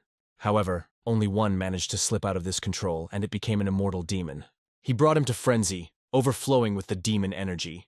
It did not hurt his body, but released a hidden power, turning him to an immortal monster who is not able to control himself. The poisonous demon could not understand whether he became an unmanaged monster. Then what happened to an immortal demon? After all, he had to hear that he had won and destroyed the first chapter. The heavenly demon acknowledged that he did not clearly explain it to the scum, so he used the demonic reverse blood technique. As a result, having received the excessive amount of hidden energy of the reverse of the bloody demon, it could not withstand his own regenerative abilities, and eventually self-destroyed. So, if he seeks to master this technique, he should bring the reverse of the blood demon's technique to its greatest border. This will become a real, original form of reverse technology. But if he does not manage to activate all the acupressing points of the reverse technology, then in order to get a force equal to the immortal demon, he will have to endure the same rage through which he passed. The ruler addresses him, noting that if you have not yet mastered the art of the immortal demon, it will only speed up your death. Do you still seek this technique? The Yad demon bows to the pounds and confesses that he agrees. He seeks it because he realizes that he should at least increase his power a little, and he will be able to take revenge on the scum of Dance Yemen. And even if he had 100 times to risk his own life, He would go without hesitation again and again for his purpose. Therefore, he appeals to the ruler to give him real reverse equipment. At this time, while sitting in his tent, the main strategist intensively reflected further actions for the army. He noted for himself one moment that seemed strange to him. The army of the Dark Lord Destruction, under the leadership of the owner of the demons of the heavenly glow, after short clashes with the families of masters of martial arts, could not move even a step forward. He did not think, is it possible for the Dark Lord of the Destruction and the owner of the demons of the heavenly glowing were defeated in a duel with the Sword King? And if it is still involved in this, what is it necessary to do then? Suddenly, a warrior ran up, excitedly asked for hastiness and reported that something urgent had happened. Master Young appeared not by accident. He brought urgent news. The Dark Lord of Destruction and the owner of the demons of the heavenly glow suddenly changed their location. At that moment, the strategist was the excitement of such a force that his heart broke into the abyss of anxiety. Due to the report of their attack on Shaolin, Shaolin's monks met them with rage, wondering their boldness. How did they dare so far? Will these bravers survive after dare to appear here and challenge the Shaolin sect itself? It was then that the immortal demon listened with a serious look, as the monks warn him. If tyranny does not stop, it will already be a crime, not only within the martial arts, but also become a national guilt. However, the Kaolinsky monk jumped by surprise such an answer. He did not expect to hear it. The real question was whether they really thought that, and it aroused anxiety in it. It is obvious that for their respected emperor in the first place are practicality and security, not Buddhist principles. At that moment the monk suddenly realized he was in front of his legendary sword, which once belonged to their defender. Hardly catching up with his sword, he exploded with incredible force, and like a lightning, this powerful energy struck the monks. One single blow was enough for them all to fall down. They all fell to the ground, stunned and unable to understand what happened. There's no help to wait for anyone. Of course, even if someone hurried to them at the rescue, it would still have no sense. None of the monks will live today to meet the evening moon. Lifting the sword to the sky, he inspires his warriors to move forward. This is such a strategy. The document clearly stated that the government should not interfere with business related to martial arts. It turns out that the imperial court decided to leave Shaolin alone with his fate. It was something incredible. He immediately appealed to Master O.K. Young with an order to gather troops as soon as possible. Even if they are a little late, they will still have to go to Shaolin. But suddenly, a hack UN appears on the horizon, known as a swordmaster, and coldly says that all these efforts are in vain. It is unclear for what reason, but the holy sword suddenly appeared here. Why is he here and what exactly asks Chkan's dream? Maybe he is a strategist of this alliance? They are absolutely not necessary to go to Shaolin, and even more so direct their troops. That is, the strategist is well aware that the alliance hints that he is ready to leave Shaolin to his or her own. However, is the holy sword really strive for it? He would not dare to such. But not only the owner of the demons of heaven moves, the demonic forces also begin the offensive in the province of Shanxi. And at that moment they came to them. The offensive unfolds in all directions. It is the three demonic genera that follow the will of the winner of the heavenly glow. Among them Samson. They were declared before the united righteous and demonic sects about conducting the great war. This means that the long-awaited day for the demonic sect has finally come. Demons from the Somso clan, which came from Shenzi, slowly poured tea on the cups, while the awareness of the inevitable great war between the righteous and demonic sects strengthened in her thoughts. The baby Murin was looking forward to this day. He was informed that many accomplishments need to be achieved and expressed himself to impress his own father. This grand war should decide which of the three young leaders will be the next head of the demonic path. That is why she is worried, and considers her duty to ask him about it. She is interested in the defender of the owner of the demons of the heavenly glow, whether their son is the most likely contender for the role of the heir. Him Ren still cannot understand why she is so worried about it. Perhaps his support as the right hand of the ruler of demons seems not enough? Since it is not a common thing for his mother, she just wants to hear a sincere answer from him. He is convinced that among all the contenders of three demonic families, the young leader is the most talented. If he succeeds, his position as an heir will strengthen and become unwavering. However, my mother had no idea what success and what aspects he leads. But when he uttered these words, she was literally stunned. Did all this concern the destruction of righteous sects in Sonya's Som? It is the destruction of Skansen and Chonin sects, as well as the victory over their leaders will open his way to power, and then he will become the next ruler. The cult of the demons of the heavenly glow was attacked, and the dear imperial yard announced that it would not interfere in the affairs of the martial arts world. In the Hua clan, which comes from the Shanxi province and is known as one of the three powerful demonic groups, a ceremony of the soldiers on a campaign has already begun. The world of martial arts again rolled into the virus chaos. Did it all happen in just one day? If so, how can you react at all? The young leader should return as soon as possible. After all, now on his shoulders lies all responsibility for the fate of the Alliance. Arriving at the place, Sinzin recognized in the same plane in it, endless spaces where neither water nor trees are visible. Before him, a real wasteland, a ruthless infertility, whom the hero had never met in his way. The dragon learned that this locality is called Tigramagan, abandoned, sluggish, and inanimate land. Once upon a time, they won the February Dragon G Luna here, and after that epic battle, this place turned to a fruitless wasteland. There are dragons capable of having the energy of 5 elements. Qin Lun, in particular, managed thunder and lightning outbreaks. Fire, earth, water, metal, tree. Each of these elements had its grandeur and power. Other elements were considered dark, devilish. Dragons also had power, conquering one of the elements.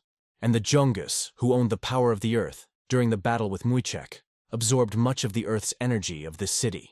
To stop this, the Taos has created a magical circle that redirects energy to another place. If this circle remained intact, it should still have been acting. The questions were no longer, Yungra has already been destroyed, why not keep magic and why not release it yet? The spirit is definitely not sure, but he remembers that one of the twos persistently opposed the removal of the seal. He believed that such a step could seriously threaten the safety of ordinary people. This Taos belonged to a demonic cult, and was known as the one who challenged the heavens themselves. Despite its dark belonging, its power and abilities were far superior to other Taoists of that era. In fact, he was able to create a magical circle on his own, so neither the second Taos nor none of Samidosa dreamed of interrupting him. However, he chose a completely different way, far from the usual canons of Taoism. Most likely, he had his own secrets and special intentions. Instead, he strengthened his own power with the help of magic. He chose another way. He conquered his spirits and ghosts, turning them into obedient servants. It was because of this that he managed to avoid heavenly punishment, even despite the use of prohibited techniques. In other words, he used the prohibited technique without a shadow. If they accidentally fall under the effect of its spell, they should be extremely careful. But what amazing concern was manifested by the spirit. Is he really worried about him? However, the spirit confessed that he is concerned about not so much the fate of Moon as his own existence. If Moon dies, he would disappear with him, because his soul is inextricably linked to the life of the boy. In principle, such a decision was fully in line with the character of our hero, so he wondered how infinite this desert stretches. At the moment when the space seemed boundless, the owner of the demons noted that the poisonous demons suddenly began to move slower. He warned him again, "Do not move away from me more than 3 steps. For several hours, they have been wandering the endless desert in search of a way to return the demonic blood. It seems that they are finally approaching its very land. But suddenly the surrounding panorama disappears, and he can no longer tread where they are. It is probably another intricate element of the magic barrier. The poisonous demon is aware that the weather conditions are important that he watched during the battle for the title of junior owner. Soon the bishop announced that they got the destination, and his breathing froze in the anticipation of something unusual. Before their eyes was a giant gate, unknown and majestic, topped with a large black seal. Wonderful. But how could the gate in the middle of the endless desert appear at all? However, the bishop noted that it was not time to be surprised. He takes the seal out of his pocket and presses it to the door. As soon as he spoke to open and attach the seal to the door, the fire immediately broke out of it. The doors opened slowly, and in the air there was a spooky, glittering sound. At these gates, incredible energy raged. When I first saw a demon, I just couldn't believe it. On the other side of the gate, another reality unfolds, as if you fall into an unknown alien world. He studied the poisons in the Tang clan and met many different plants, but for the first time. Bishop said that this place was his training room many centuries ago. It was he who created it with the help of his first teacher, the one who was able to embody the imaginary world into reality. Only the descendants of his kind, baptized with blood, can open these gates. Here no one is able to interfere. Let him train here. When it reaches the peaks of combat skills, the power of our sect will grow many times. The poisonous demons sincerely and infinitely thanked the Lord for his mercy. But soon Bishop commanded, "Speak forward." Suddenly something unknown began to emerge from nowhere. The ruler has not met with Fanlu long ago. The teachers met creatures that resembled deer with human traits. Friendly Olonolids who were the first to get his eyes. The poisonous demon could not understand what it was. Gimme wren or deer? And maybe they really look like? They have learned from the mantle that should help him with training, and this order should be fulfilled. And Bishop assured that he would personally prepare a poisonous demon from a Fan Lu and support him in everything. He turned to this young man again, asking whether he suddenly changed his thoughts. Once his words came, the heavenly technique of the demon flared in the eyes of the ruler, and directed simply to a poisonous demon. It was the immersion in an unseen darkness that struck a poisonous demon and forced him to hold his breath in front of such force. What an unbearable pain that goes into no comparison with what he felt during the unrestrained rabies of demonic energy. Immediately, Constantine twists wild, unbearable pain. It seems that his joints break and turn in unimaginable directions. In a moment, he changed his shape, losing his resistance under his feet, and heavily fell down. The veins seemed to be on the surface of the skin, and the joints were terribly twisted. It seemed that every bone in his body broke. The owner reassures, if the immortal demon was able to survive, then it is also able to survive. He advises not to fall in spirit and hope for the best, but he sincerely believes that great successes are waiting. Then he left this place, carefully closing the door behind him, leaving a poisonous demon that squeezed on the ground and shuddles with pain. When our hero approached the seal of the seal, he had no idea that it was at the place, but the spirit of creature felt. They were exactly where it was needed. It was a turnout dragon, and a powerful earth barrier is a huge magic circle created specifically for the destruction of Galoon. And Pet feels this magic as something alien and unusual. It is really impressive. And the spirit also immediately noticed this power. His insightful look covers the surroundings, and he clearly feels at least 100, if not thousands, spirits and ghosts have accumulated in this place. It is likely that they feed on the remnants of Galoon's strength. Most likely, it is another fake work of rebellious heavens. They do not shy away from any means and do not know the obstacle if it allows to multiply their power. I had no idea that thousands of spirits were able to be imprisoned in a similar way. He expected a lot, especially on the eve of the battle with a demonic cult, but he did not think that he would have to unravel such a complex mystery from the very beginning. If these spirits are similar to what he is already dealing with, and they are not affected by physical strength, then it will be not easy to defeat them. However, it was at this moment that a creature from the spiritual world, widely outlined and letting saliva, watched the predatory prey. She was well aware that it is worth devouring them all, and her strength will grow to unprecedented heights.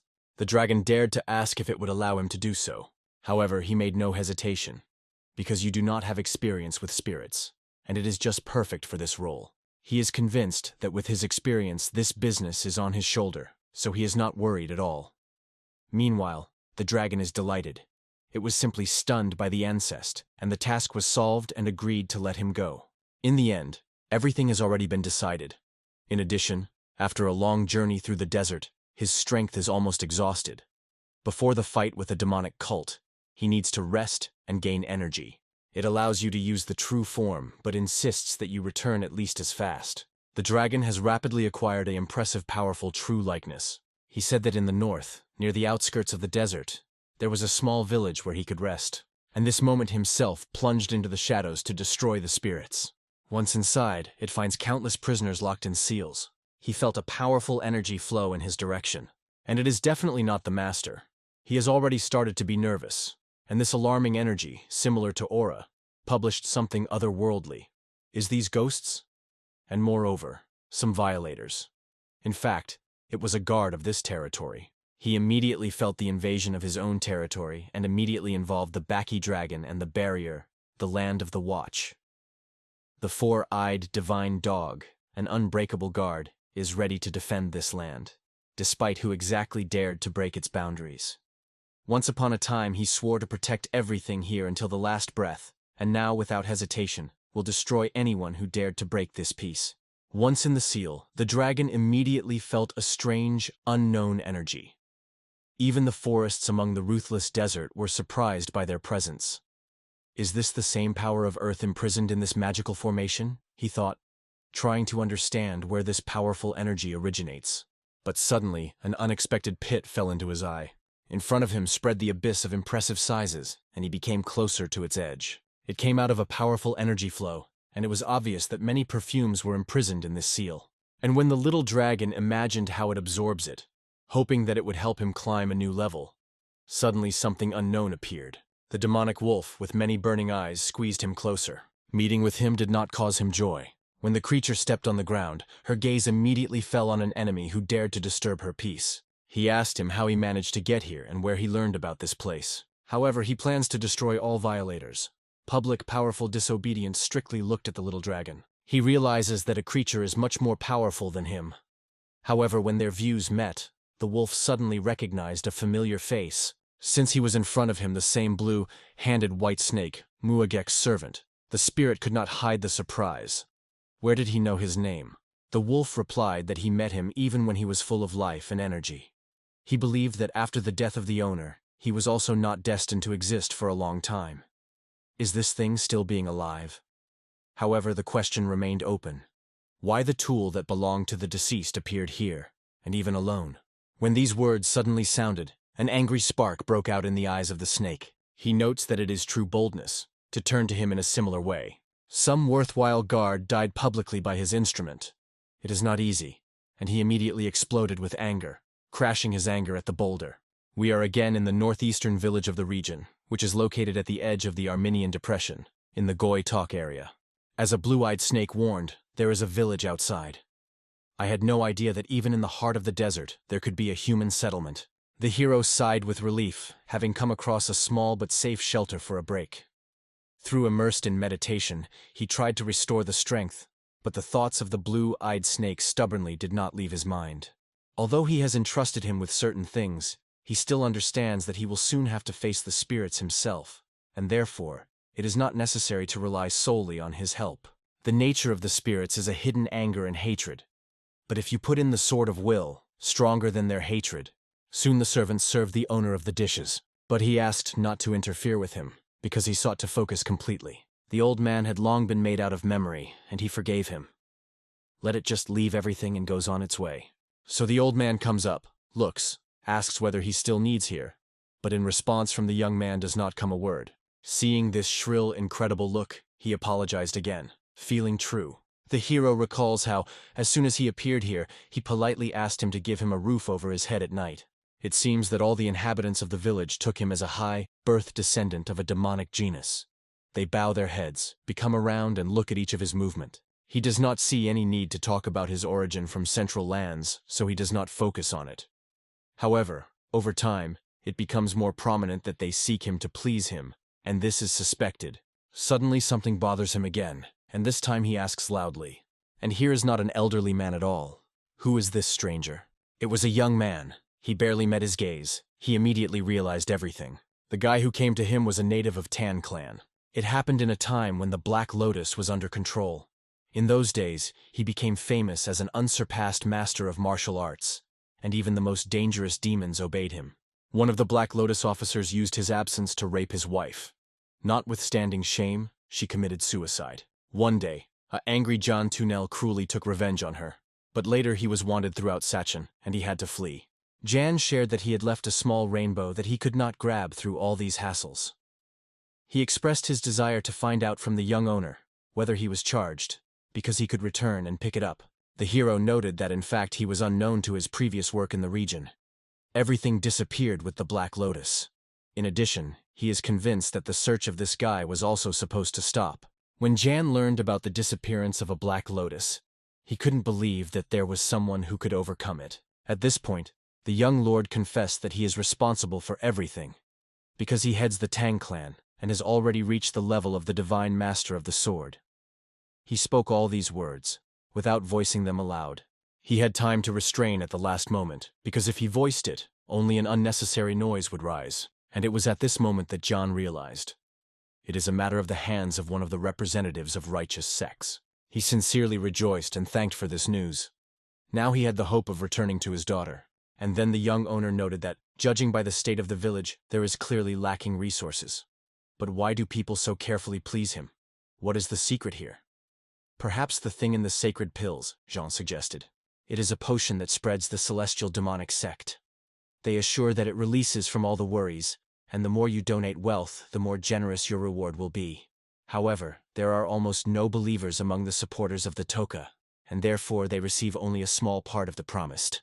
Another misery was that these pills were simply extremely, but at the same time instantly caused a powerful addiction.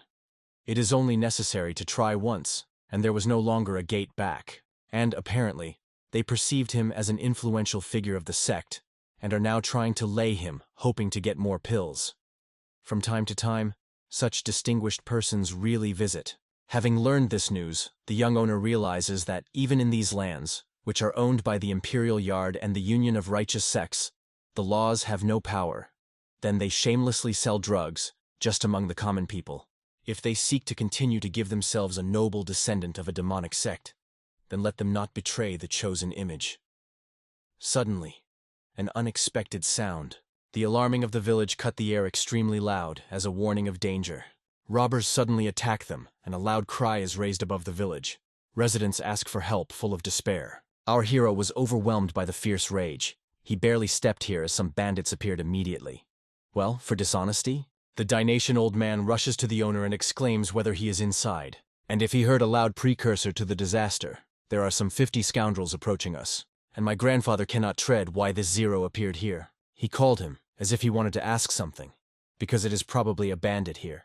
The young master is raised. The grandfather suggests that in case of danger, they have a special shelter, and advises everyone to gather there.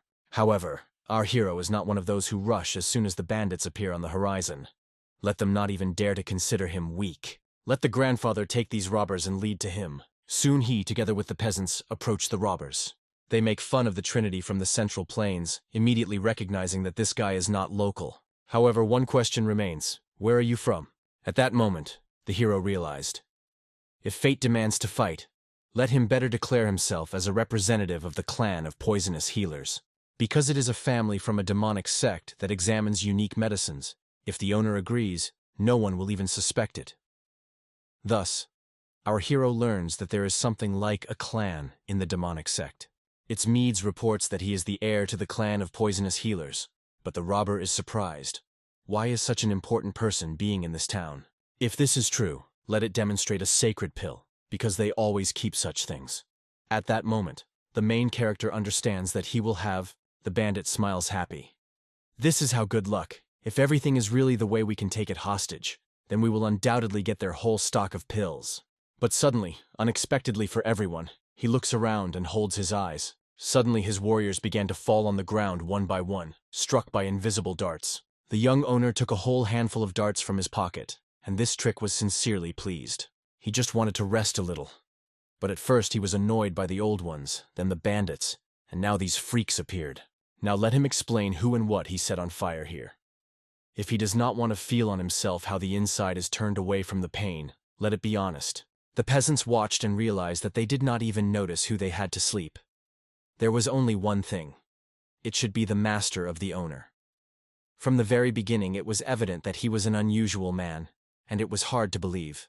The bandits did not intend to go so far, but is he hiding his true strength? The warrior falls to his knees and begs for mercy. Just leave them life, and he will comply with any of your orders. The owner was right when he argued that they were really sent. It turned out to be pure truth. He explained that it was the village headman who told him about this event. At that moment, the elder stopped his breath, realizing that he could wait further. He, in despair, exclaims that it is all not true. How could he even do so with a young master? It is better to kill him, and his tongue will be punished for these worthless words. Bon, without holding back anger, exclaims that this insidious older is a real scoundrel. After all, he stated that a naive philosopher appeared in the monastery and suggested to kill him to take possession of all the wealth and shrines of the monastery. And he assures the owner, who maintains a close relationship with the village head. And together, they have repeatedly selected the people of the monastery with such fraud. The headman shares with them information about travelers passing past their lands, and tells about one of the merchants. And then the prey is honestly distributed among all. If these trophies were used for the benefit of the village, it would have long lost their poverty. And the bandit as evidence proposes to search the house of old age. They say, that is where many treasures can be found. The elder suddenly explodes with an angry cry. Why did you give me, scum? People from the village have already surrounded him. So the elder was probably well aware of what was happening here, and they deceived everyone who has sincerely trusted him all this time. They are guilty that the young man and guards died at the hands of robbers. This is the bitter and harsh truth. The gloomy, dissatisfied faces of the people he annoyed silently turned into a devastating question to this cunning grandfather. How did he just think of such? Suddenly Hero throws a poisoned dart. The elder, with a dart protruding from his head, falls to the ground and, barely breathing, squeezes. He has no other way out. There was no way to save the village. The young owner is surprised how you cannot feel shame in such a situation. The blow at such a speed is almost impossible to notice. That's why it remained unharmed. The bandit quickly realized that even among poisonous craftsmen, there are rarely a similar effect. He decided that it was probably a random coincidence that happened before him. He understands that in the family of poisonous young people, the yolks have long used deadly weapons, greased poison. Probably he comes from this kind. But as soon as he was about to be called, as a sudden dart hit him directly into his head. In addition, he carefully manifested himself in everything. So despite his modest appearance, he remained surprisingly noticeable. He continued to skillfully stretch out that he had not stopped until the finale, thus deprived all the abomination even a chance to open the true face of the hero. Unfortunately, with the snake disappeared and Ginghos. When everything was carefully checked and reported old age, it became obvious that the bandit really told the truth. He turned out to be right. Here were indeed hidden unheard of wealth. How many years these treasures were buried from human eyes. Now money will be enough for every resident of the village to not only provide themselves with, but also to move anywhere. The young master instructs Joe to distribute all these treasures between people the way he sees fit, because he has many important things himself now. Although this young man was surprised by how Gen Mana dealt with all the bandits, he was indifferent. In fact, these people did not mean anything to him, because he will have enough gold from the fortress of Blackhaired. He did not worry at all. However, having received a remuneration, all the inhabitants of the village unanimously decided to move. Without a Black Lotus, there was no point in staying here. So they decided to invest money in the ground in the Central Plains and start a new, calmer life. All this was made possible by the young owner. Now everyone can do their own business, and the master can finally be able to go in search of their daughters. Our hero extends the boy a small bag in case of an unexpected meeting with bandits. Inside, needles, generously greased with deadly poison. It is extremely cautious. Even the slightest touch can impress. Although this traveler and saw a lot in life, he received a gift sincerely, and he did not know how. Despite all this, he wondered, does the gentleman come from the Tan family? And finally, our hero confessed, he is Yemen, a young gentleman of the noble Tan. The guy suspected that he was not an ordinary person at all. But when he found out that the young gentleman was coming from such a family, it struck him to the heart. However, the thoughts of the hero were circling only around the snake. He was in no hurry, looked surprisingly calm and confident. It struck me so much that I decided to allow him to act on my own. However, the question remains, what really happened?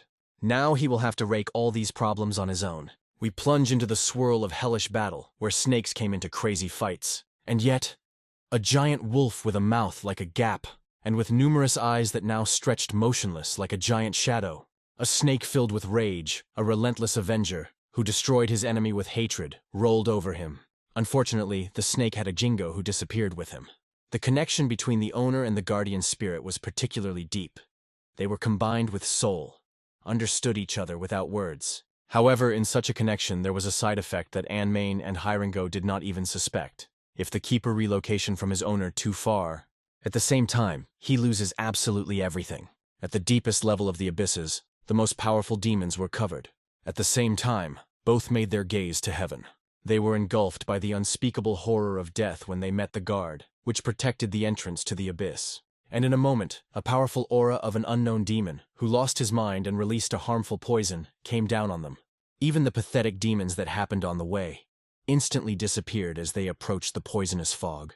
They were aware that if you do not act in no way, they would inevitably die. Therefore, there was no better way out of this situation. It was like eating each other for the sake of at least to strengthen your own strength. It is difficult to resist when your power is inferior to the insatiable enemy's vigor. At that moment, Manhwa appeared, a demonstration demon. They greedily devoured each other, forcing the demon to scream with pain, and one of them strictly forbade anyone to surpass him. one of the demons, imbued with suspicion, and at the same time, could not believe that Samokashina was really killed, because she was recognized as a powerful creature. If this creature has fallen, what force lies in this snake? The demons did not have time to think. It was time to escape. Accidents absorb each other. They were gaining strength, but what waited for them? Suddenly Chonin, the supreme demon, a lightning demon, stopped Sikavrin and proclaimed that this prey belongs only to him. Release the frog and get out of here. The demonic tiger threw a demonic tiger. Then I will love you to die without suffering.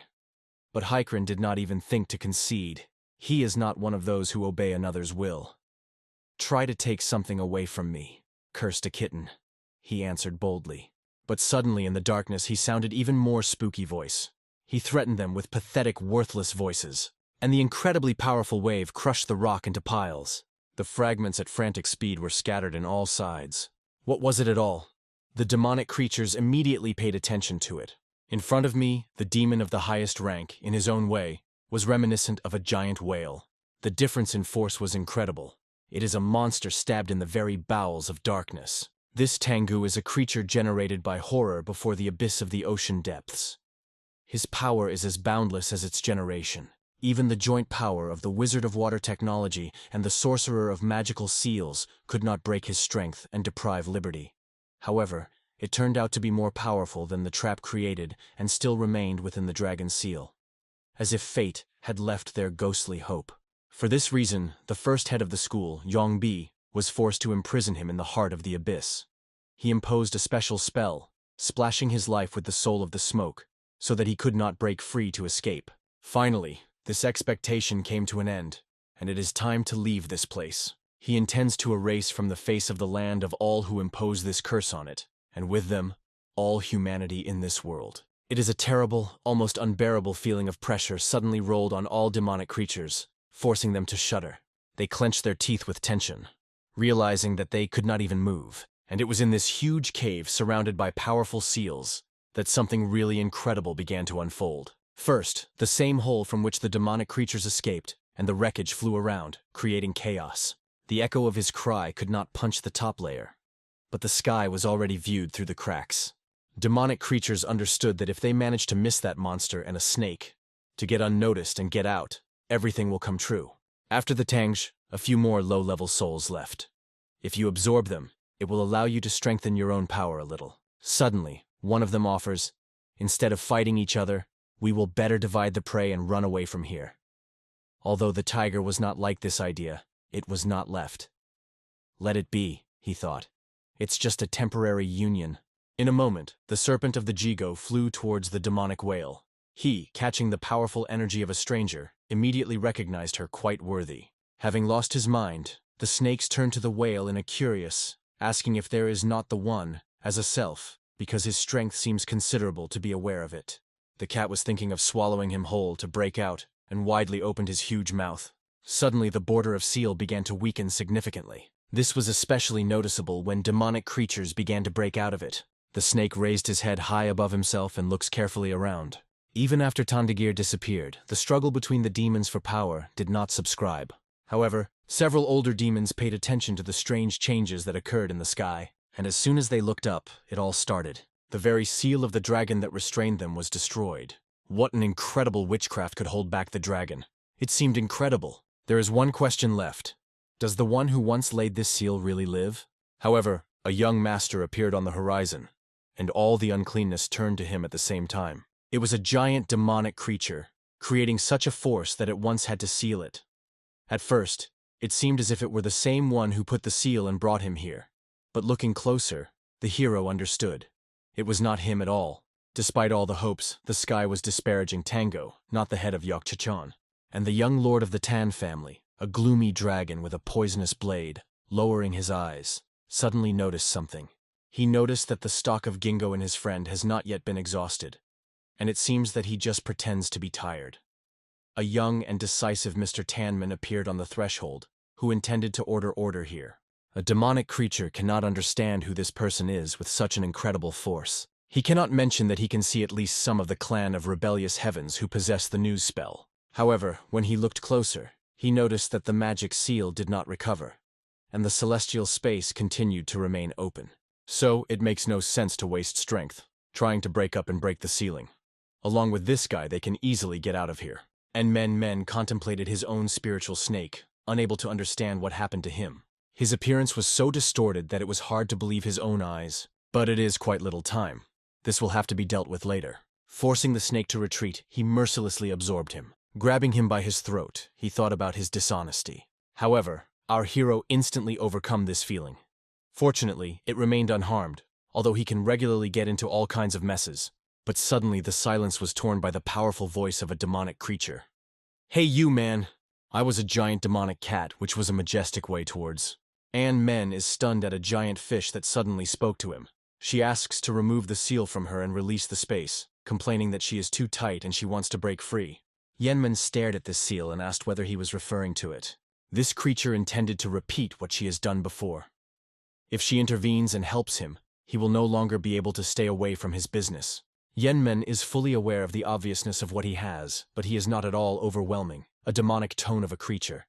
And suddenly he will refuse? The creature threatened him that he would regret. And at the same moment the giant cat forced everyone to listen to him. The sky turned over them. Let the nonsense already leave. Now they have a real opportunity to escape. Let them once and for all wipe this person from the face of the earth, and free up the way for themselves, breaking out. Yenmen is surprised to watch this insatiable, greedy, tirelessly gathers many spirits, which one by one emerge outside in bizarre images and most incredible forms. The guy notices that more than 1,000 of them have come around, and understands that they can no longer be restrained. There is no point in trying. He only looks carefully at them, and it seems that he will still have to test their technique in his own experience, which he saved to fight the demonic invasion. He picks up the dagger and skillfully rotates it in his hand, preparing for the attack. Raising his hand to the shoulder, he prepares for a powerful blow. The bright outbreak of his strength is rapidly rushing to demonic creatures, wrapping everything around with an energy of energy. Even this gigantic demonic creature cannot understand that it has just arisen around. Who is this guy? What is wrong with him? And where does he have such a sword? He notices that some incredible energy has come around, but does not understand where it came from. Yenmen is well aware. Now is not the time to ceremony with enemies. If he really wants to overcome them, he must strike an accurate and decisive blow, just as his teacher once instructed. This technique affects the spirit, one of the 3 fundamental components of the human essence. Its basis is wave impulses, and initially it was created as a response to the martial arts that rely on inner strength and magic. It harmed the Essel itself, which consists of energy of any shape. Seeing the sword flies in his side, the demonic creature did not believe his own eyes at first. Did this guy really dare to throw his weapon from him? He gathered all his incredible power in the sword blade and directed it simply to the opponents. At a moment when the sword cut the air between the demonic faces, the hero thought that if you reduce the distance between the warriors and attack them with a single wave, and then strengthen this attack by the energy of the sword, then the blow would become much more powerful. This will open access to a unique equipment called Cutting Pulse. At the same moment when the sword blade touched the ground, demonic creatures flew all the way, as if fragile toys under the pressure of his strength. Another moment, confident in his own power, the demonic beast suddenly spread his mouth with surprise. The seal disappeared with him, dissolving in the air. The earth turned exactly where the seal once stood. In a moment, a powerful wave of explosions from receiving the young owner rose around. The demonic monsters flew all over. It was incredible for them, because they lived in torment for so many years. So much effort has been made to get out of this mark, and now all this turned out to be useless. At the same moment, everything around flew into the priests, and our hero met this scene with a harsh and piercing look, stopping his gaze on these creatures. Only the fragments of spiritual creatures were past his face. A little time passed, and a complete silence reigned. Lords himself began the awakening of this senseless snake. It was time to lift. He shakes him and walked where he got, forcing him to get up as soon as he ordered. The snake does not understand why Yemen found himself here, and for what reason he touches him. However, when he looks down, he notices many demons. What happened to them is difficult to understand, but one thing is clear. A real feast has opened, because so many creatures can be absorbed. It immediately blows with excitement. Many unspoken thoughts rage in the mind. Is he really without a good, and his master cleared it all? Didn't you ask him about it? The protagonist confirms that everything happened. However, he explains, The spiritual creature symbols were so confident in his own power that she did not even realize what really happened. The hero asks if someone else noticed this situation. Django shares the story of how he encountered a mysterious guard. Hardly starting the battle, he immediately lost consciousness, and now, overflowing with shame, apologizes. However, Ian Main considers the most important that they remained intact. It is enough to spend time on nonsense. It is necessary to hurry, because time is enough. However, Django is convinced that it is worth waiting for a little departure and enabled him to spend the remains of his energy. If he goes to her question, he will be able to find out a lot. The young ruler carefully took him for the snake's cheeks and confessed that he had exhausted all his inner strength to destroy all enemies. Now he wants to spend a little more time to completely absorb their essence. But they do not stay here for a long time, aren't they? He has a conscience in general? The young owner is questioned. But the snake looks at him touchingly, with a pleading look and innocent face. Will he be able to change his mind? Noticing that it is not possible to persuade the MA, he decides to play another card. He proposes to teach his secret technology. Such an unexpected invitation instantly ignites his curiosity. It is at this moment that he proposes to our hero to master the technique of rain of 10,000 heavenly colors. The harsh look and hard tone is interested in where he is familiar with her. He confessed that before he was branded into this vessel, Muyen Huk had time to convey this art. He commanded that if someone once finds him, let him share with him this technique and become his faithful servant. He understood that he was simply not going to obey the order, but it is his only chance to save. Although he desperately resisted the imprisonment in this vessel, he remained closed in it for over 1,000 years. Man finally realized that he was a spiritual keeper. That's what the ancestors predicted. But why did he not share the secrets of this technique with him before? And then, with an innocent smile, you said that you seek to exchange it for your own freedom, because you are only tired of being an instrument that is imprisoned once after the happiness of future generations. Now he finally accepted his fate and is ready to support his master as many times as it would not be needed. And it is at this moment that the young owner is interested in how long it will take, and the spiritual keeper understands. He finally agrees. So it is time to take the real likeness, although in the soul of the hero still remains a slight shade of regret. In vain, he probably listened to all these complaints. The spiritual snake assures that it will take very little time, only a minute. He rises in all his beauty, flows to heaven and eagerly seeks to swallow these souls. He absorbs their power, destroying enemies and becoming even more powerful. However, the hero feels some discomfort when it comes to such topics. He is not very convenient to discuss them. Fortunately, his spiritual keeper largely supports and helps to overcome this inconvenience. And it does not perceive it as a simple tool for its own purposes. Django looked at him and just said, "Thank you." At that moment, his body began to change into something unknown. The skin slowly slid with flaps, opening something brilliant and incomprehensible. Our hero notices how his partner suddenly darkens, as if he was absorbed by a thick darkness. It changes dramatically, filled with a completely new likeness. He bows to the Lord and reports that he has absorbed everything he needed, so he had nothing left to do here. His scales are now quite different, and our hero in delight decides to give him the name. However, the horns remained unchanged, so Django insists, let his old name remain. He has completely changed, becoming a majestic and serious spirit of incomprehensible power. And now he sincerely thanks Yemen there for his kindness. This moment was forever etched in his memory, as well as the words that came from him. The snake decided to open a veil over his past. He was once called Sanri. Then he was a demon that devoured the lives and strengths of others, and absorbed all their energy deep into the ground. But in his way, Muengek, who, together with the monks, managed to capture him and imprison him in the ancient code. However, not among poisonous plants or dangerous insects, but among the same demons as himself. In this city, where hundreds of demons will be drawn among the streets, they have to destroy each other to survive and become more powerful. In the end, he was the only one who was able to survive it and remained alive. From the same time, it turned into a true code in this world. Its essence has changed, and people began to call it a blue-eyed white snake. Hearing this story, I have come to the conclusion that it is reminiscent of a warrior's path, which reaches the highest level of skill. The snake agreed, noting, "It really seems, but there is a difference. Demons in their nature oppose the very essence of nature. Comparing them with each other, it becomes obvious. Their art is much closer to demonic combat technicians. It is rumored that when the demon is being improved, it soon reaches its limit. However, it does not feel any darkness in the snake. It may be a consequence of the absorption of its strength. The snake confirms that the more power is absorbed by his ruler, the higher his level becomes.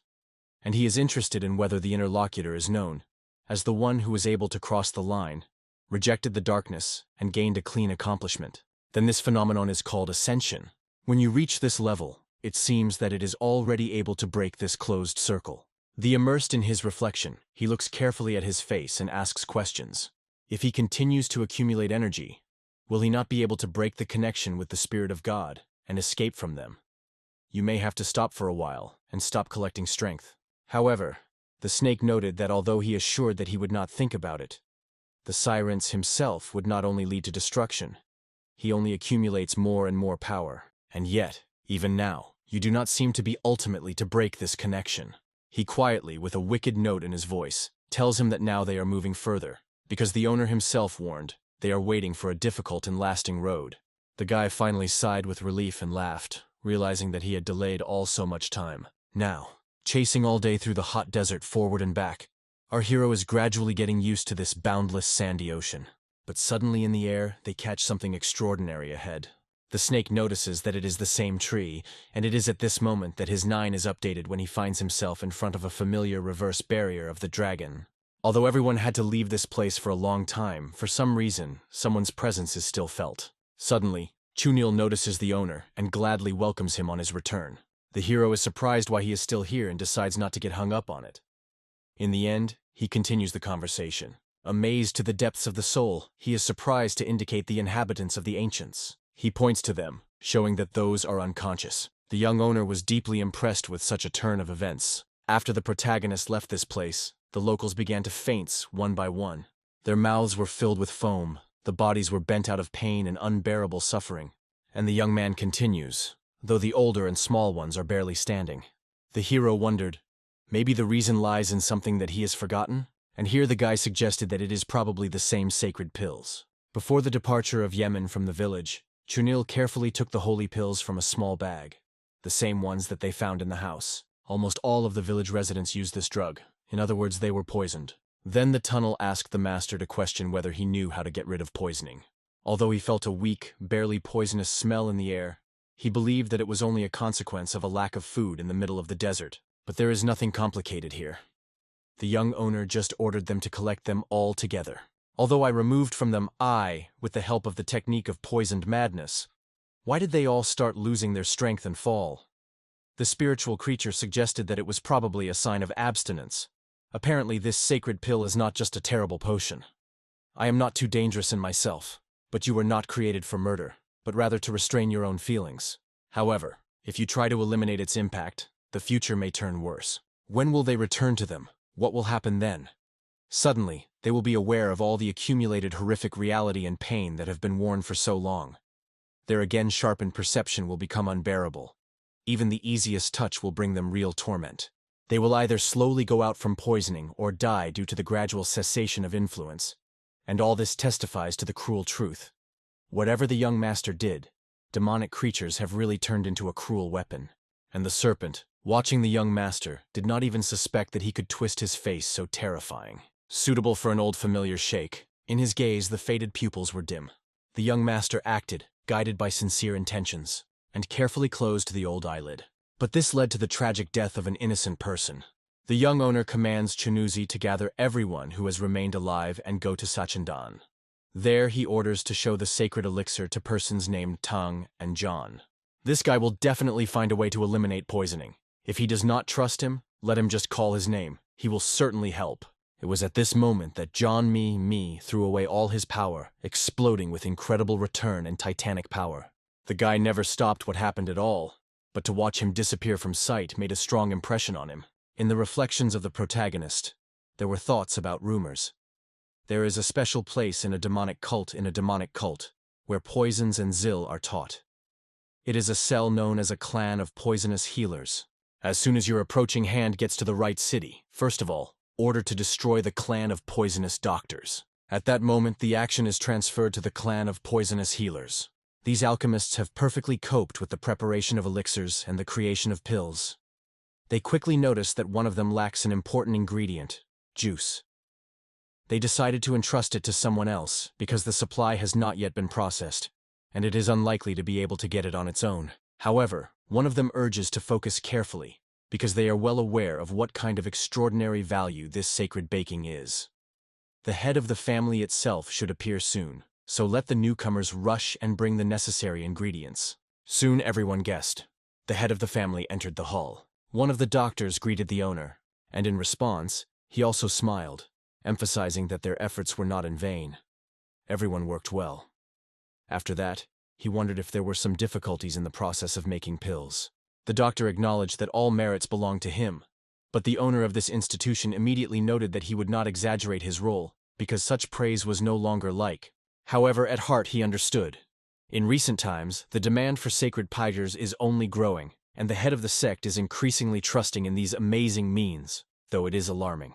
In addition to all, recently the Munchins accepted him as their son, and the boy actually exceeded all expectations. Who could imagine that he will be able to remove 2 agency masters on his own? Although their clan is inferior to the influence of, say, such a group as Masao Kansen or Magon Hekakron, if they continue to develop their strength, in the future they are completely desired. Once poisonous doctors will rise and become the most powerful clan on the demonic path. However, suddenly his reflection was interrupted by a young man who, apologizing for his delay, unexpectedly asked how the young owner Munchin was going on. The Lord confirmed that he is now studying directly in the heads of the sect. After all the achievements, the head was really satisfied with him. But why does he ask about it at all? The doctor also assured that everything is fine with him, so everything is well, and there is no reason to worry. But from the moment he last swallowed the pill to shade the pain, a long time has passed. This drug anesthetizes, muffled any pain and suppressing the sensation. However, the basis for its creation was the sacred pill. Its medicines have a much more powerful analgesic effect.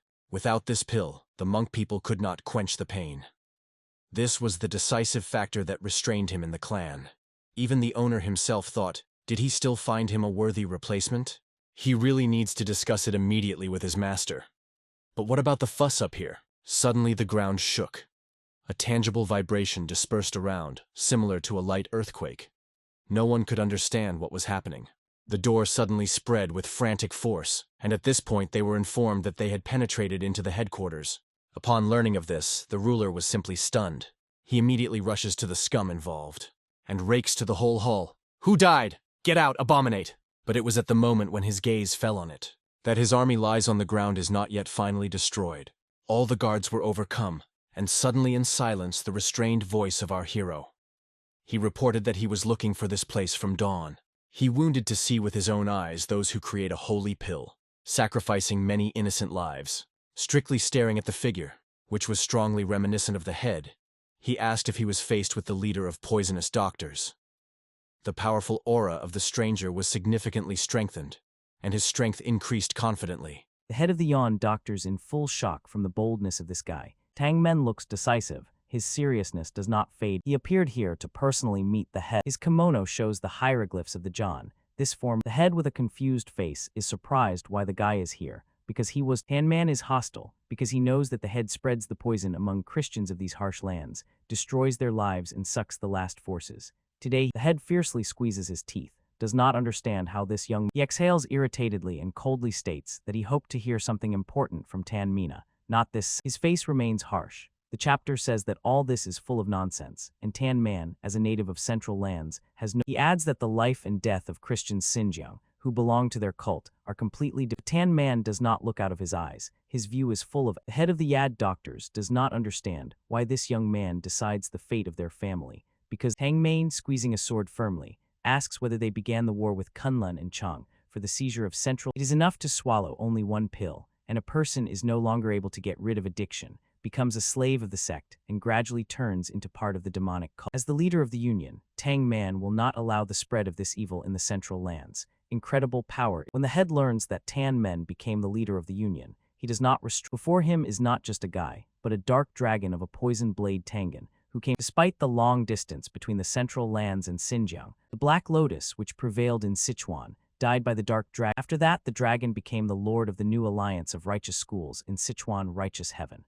However, even when they hear these amazing news, the reason is that the junior demonic cult teacher, Jin Chanhek, has already started acting. Without strengthening the righteous, even with a shock on his face and tears that drained from his nose, the head could not understand. It comes to his eyes that if Tan has made his way here, he probably had all. Tang Man remembers these pathetic opponents that he has already fought. With a confident look, Tan declares that he had killed them all, because it was not pointless to leave the lie. On the face of the head begin to roll drops of sweat. Tang Man, squeezing a sword that radiates unearthly energy, asks whether the foolish issues of the chapter. He rotates and suddenly notices something unusual behind. Standing on a bloody battlefield, Tan feels that numerous auras of demonic energy are rapidly approaching. The head of the Yon doctors is angry that the guy caused a stir on their lands, and even other families were able to send help. The head retires his weapon from the inner pocket and evilly states that after the death of their guards, on his face anger, fiery balls are burning in his hand. He still does not believe that his guards could really die. He throws these balls towards Tan Mina, announcing that this is where the end. Tang Man stands shocked, a thick magical red smoke that explodes from his eyes are filled with horror when he realizes that he had fallen into it. Consciousness begins to dim because the poison acts on it completely differently. His sword weakens, magical power loses. In a panic, Tan closes his eyes, trying to protect himself from the poison that spread. Behind him is a snake that does not understand what is happening to the guy, whether the fog really has. The serpent suddenly remembers that this guy does not perceive. The head with an Echidine smile explains that it was only a pill, which Tang Man is almost losing consciousness, covered with his hand, and the head believes that the young man from the Tang. The head looks satisfied, explains that this poison is quite safe for the body. It acts as a medicine, but greatly Suddenly, the head notices that someone else. This arrives the elite of their demonic warriors land and say loudly that they came when they hear a noise. Their faces are harsh, everyone breaks. The whole army is aggressive. Warriors surround all the yards, occupy even roofs of homes, leaving. They squeeze the ring around the Tan Mina, not giving him any chance to escape, and the guy still stands. The head of the Yon doctors feels true when he sees help. They arrived on time. The blonde barely holds on his feet. His head becomes dizzy. Seeing him, the warriors do not understand why the leader of the righteous heavens himself. Does he not? The head calmly explains that he detained him and forced to breathe the smoke of the pilly. Usually this pill helps with pain, but in a healthy body it causes problems with the sensations. This is what happens to Tan Men now. He realizes that the guy's consciousness is almost fading. His figure becomes. Warriors grabbing the swords are attacking the attack because they run up from all sides, attack the guy and completely. The Tan Man is not frightened. A light smile appears on his face. The attackers rush on all sides, but suddenly the boy starts to break out a powerful. In an instant, everyone sees how the guy disappears just from the place.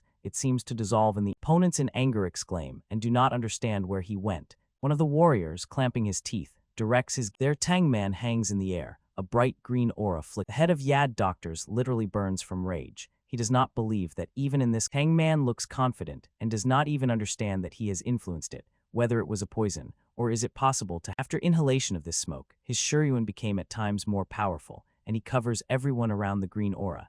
Holding a pad in his hands, Tan realizes that he can now try the equipment he has. It begins to twist rapidly in the air, emitting deadly light with it. One of the attackers in despair does not understand how Tang Man begins to parry in the air. It is mastered by a new force. It produces. The guy uses internal energy to secure these needles. He directs the needles after the flow that he sees through the. The warriors look up because something is switching in the air. Tan Man opens a portal from which a green energy, similar to space waterfall. Deadly needles cover the whole army, leaving them no chance of salvation. The head of the Yad doctors is shocked to see. It is a real. Going down to the ground, Tang Nan Man said that he had come here to destroy the head, but did not even wait for him. The head of Yad doctors in shock does not understand. Tan Mana, with a confident look and frantic energy, is ready to finish every. Pianich Van Pinel immerses a person in the world without pain, but if you use it wrong, even the best potion becomes poison if you exceed the dose. This is how Pianich Van can cause addiction. However, the deed of the dance is impregnated with a P. After taking this remedy, the dance of the Genman, it resembles the effect of a powerful stimulant,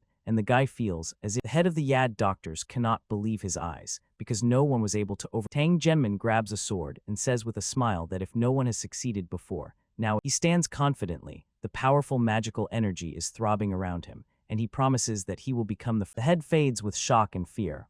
He is raging inside him. He does not know what to do because he does. Despite the absence of the teacher's permission, there is no choice. His whole figure flashes anger, and he begins to turn into a real demon with fire. The head of the cry rushes to the Danman. The Tanman realizes that it is necessary to act, can be his only chance, and insight, which may not. He understands that the flows that now envelop the enemy, not the illusion. In his gaze, a real insight. It is the movement of his sword from the past life, when he reached the highest level of art, and the dance focuses, fills the sword's movements with true energy. He stands confidently, the sword in his hands glows with incredible force, and at this time the head of the poisonous doctors is already approaching him. But in the next moment, the space around them is penetrated by bright blue energy lines that form a magic barrier. The Tang Genman quietly holds. The head of Yad doctors does not believe the eyes, because the guy did not even wave his sword. In the next moment, the head of the head is broken by an explosion. The pieces, a powerful wave of energy that covers the entire space. This explosion instantly spreads throughout the clan, destroying. The snake behind the back of the Tanman is stunned. One technique. After this attack, no trace of life is felt.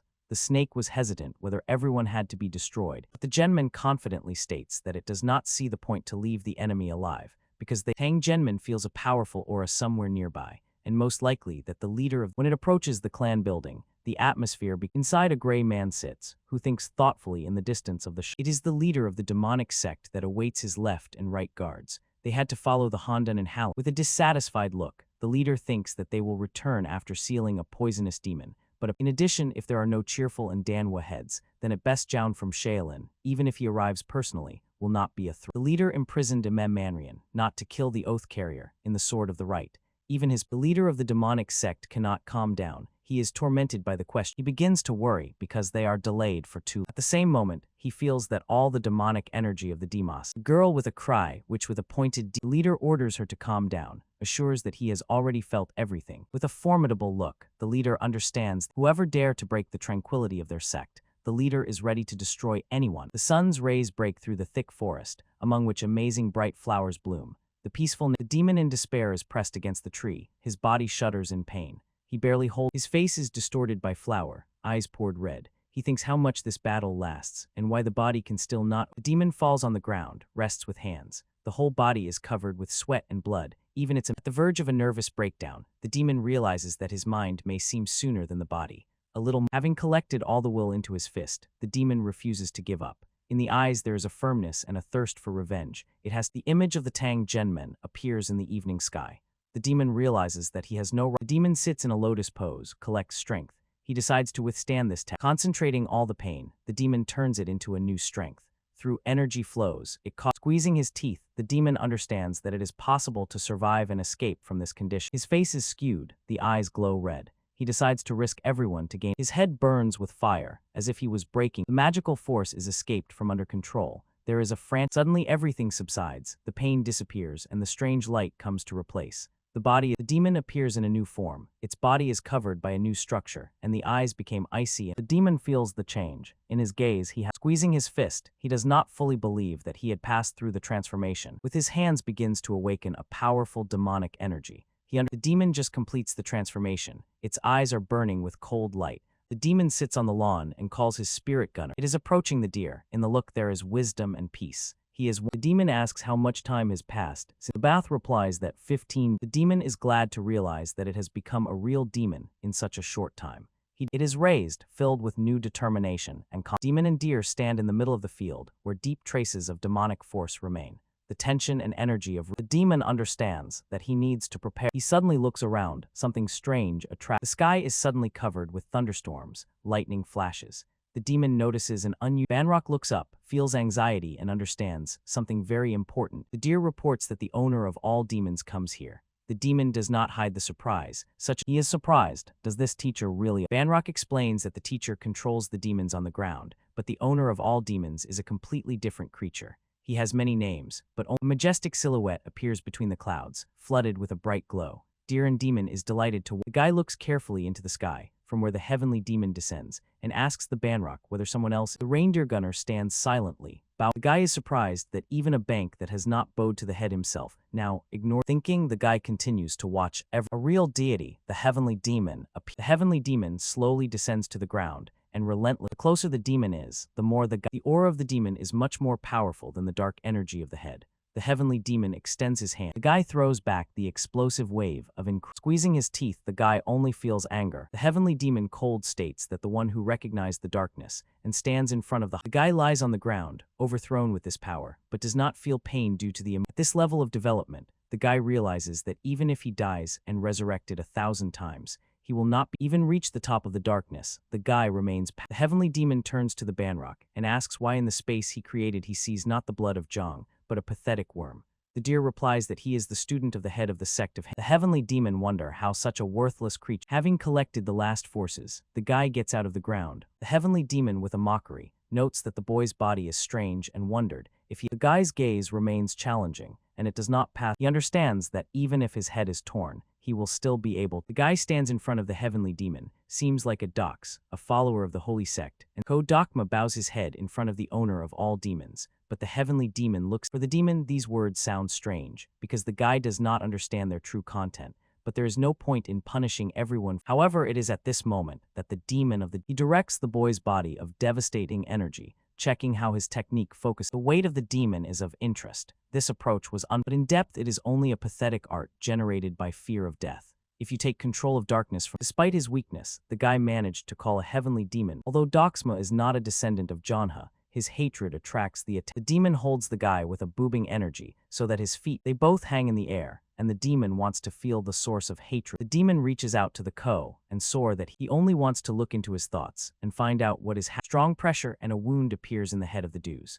The demon notices that the boy's body is soaked in stronger poison. Even the blood became poison. The heavenly demon requires that the hero reveals to him the story and fate of the Ko. His reincarnation and enemies fly before the heavenly demon. It turns out that he is a descendant of. The demon is aware that he is in front of the heir of the legendary blood.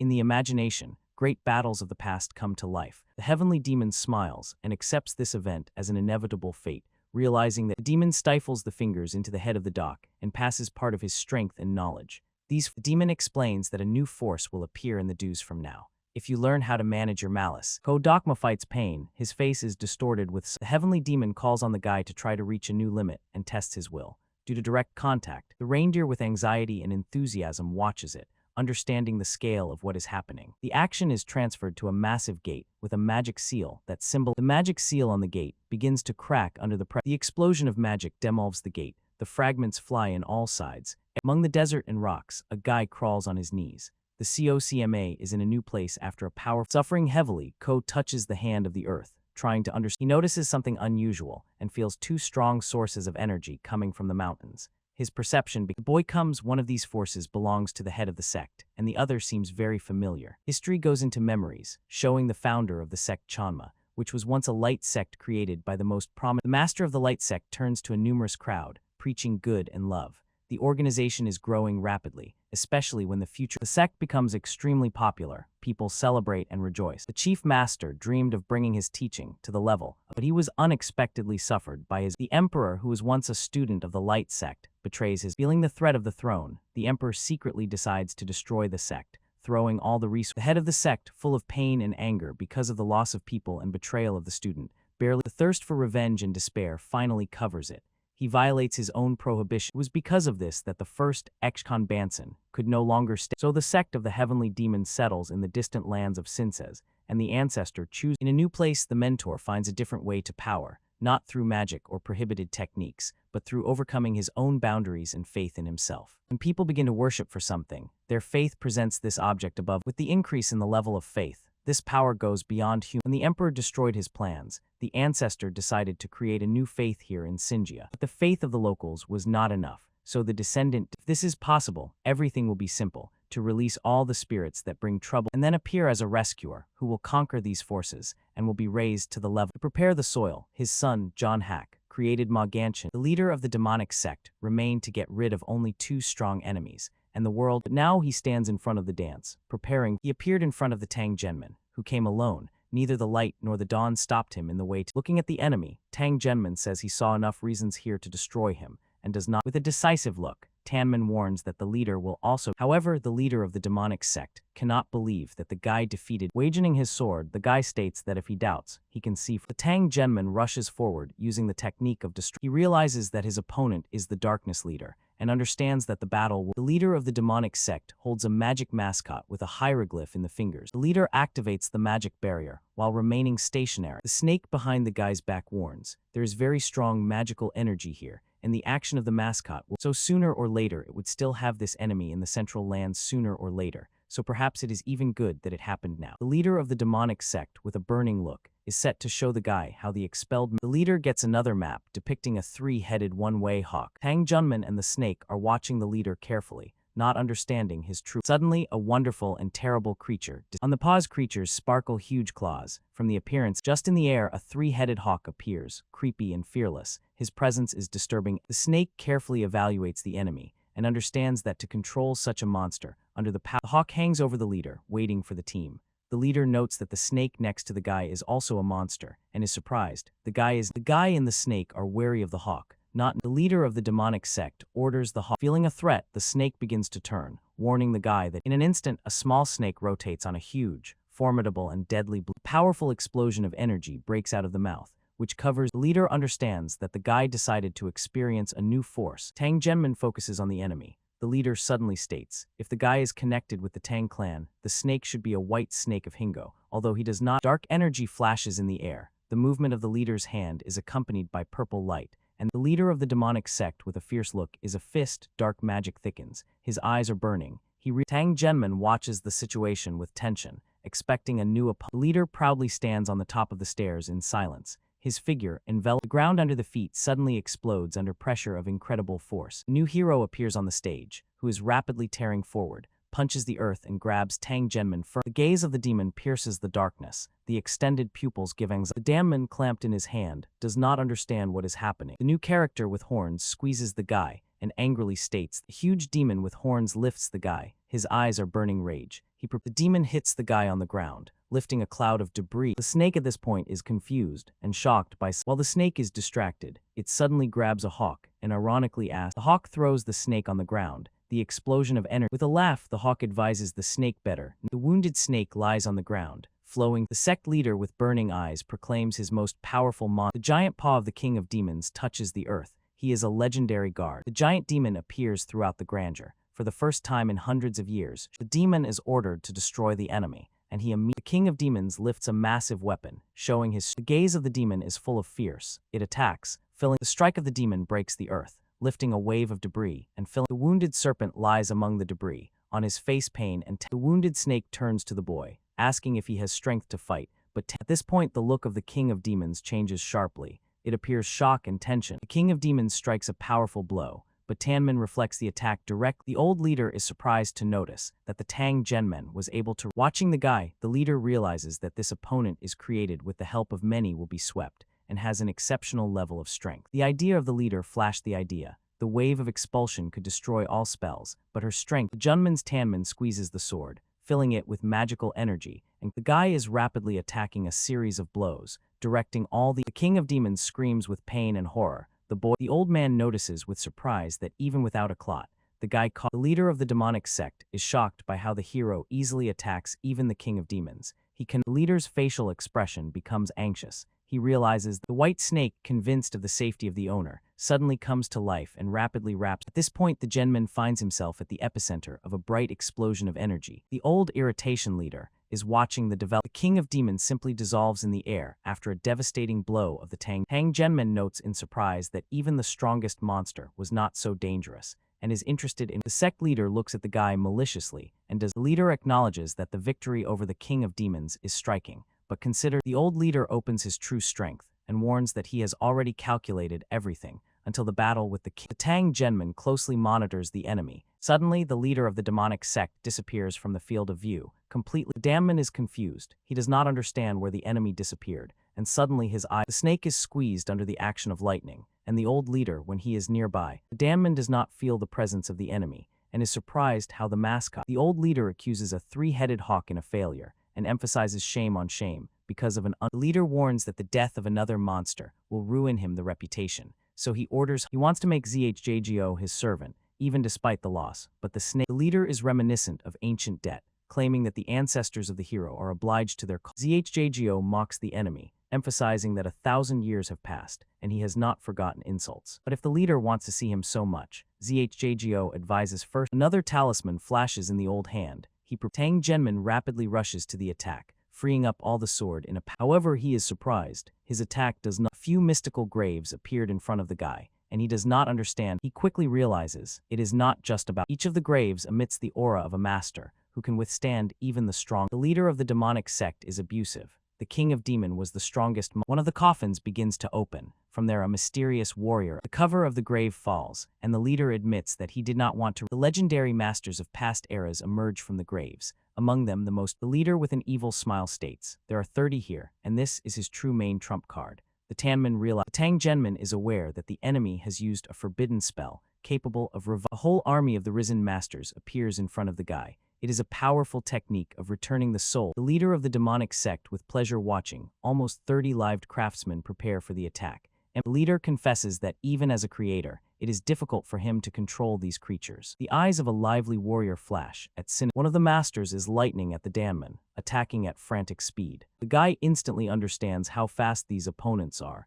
and the unexpected blow of the master cuts the dance in half. The energy wave passes from the force of blow. The body of the Tang powerful explosion lifts clouds of dust. From the impact, the Danman flies into being in tension. The guy evaluates the situation, preparing for the next. In the next moment, his look becomes even more serious. He feels a new threat. Immediately, 3 ruthless warriors rush at him from heaven, each armed with death. Without hesitation, the Danman activates his technique. His blow cuts the air, and he manages to repel the attack. The decisive look of the boy testifies to the maximum concentration. The rivals are destroyed from a powerful blow. Landing on the tile, the guy leaves behind the wreckage and is ready to meet. But his look is suddenly filled with hope. He is already a flock of risen masters ready to it. Even in this situation, the guy does not lose coldness. He instantly disappears from the place of the explosion, and in flight cuts his zombie warrant does not show pain even. It impresses the Danman because he had just cut off his hand, and the enemy did not even shudder, and immediately the guy realizes that once these creatures are inanimate, the zombie warrior again encroaches on the dance. But the guy is ready. The Danman grabs the enemy with his hand. With a confident look, he orders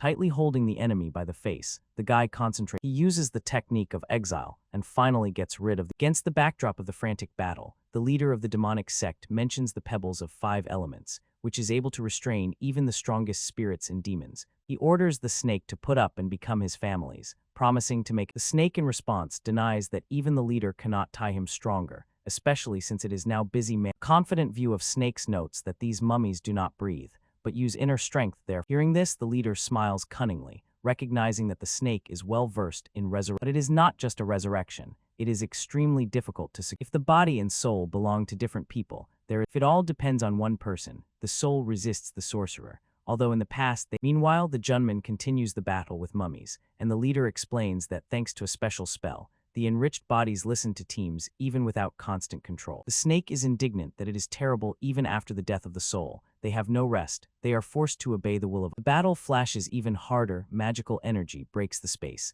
The strength of demons comes from the absorption of vital energy.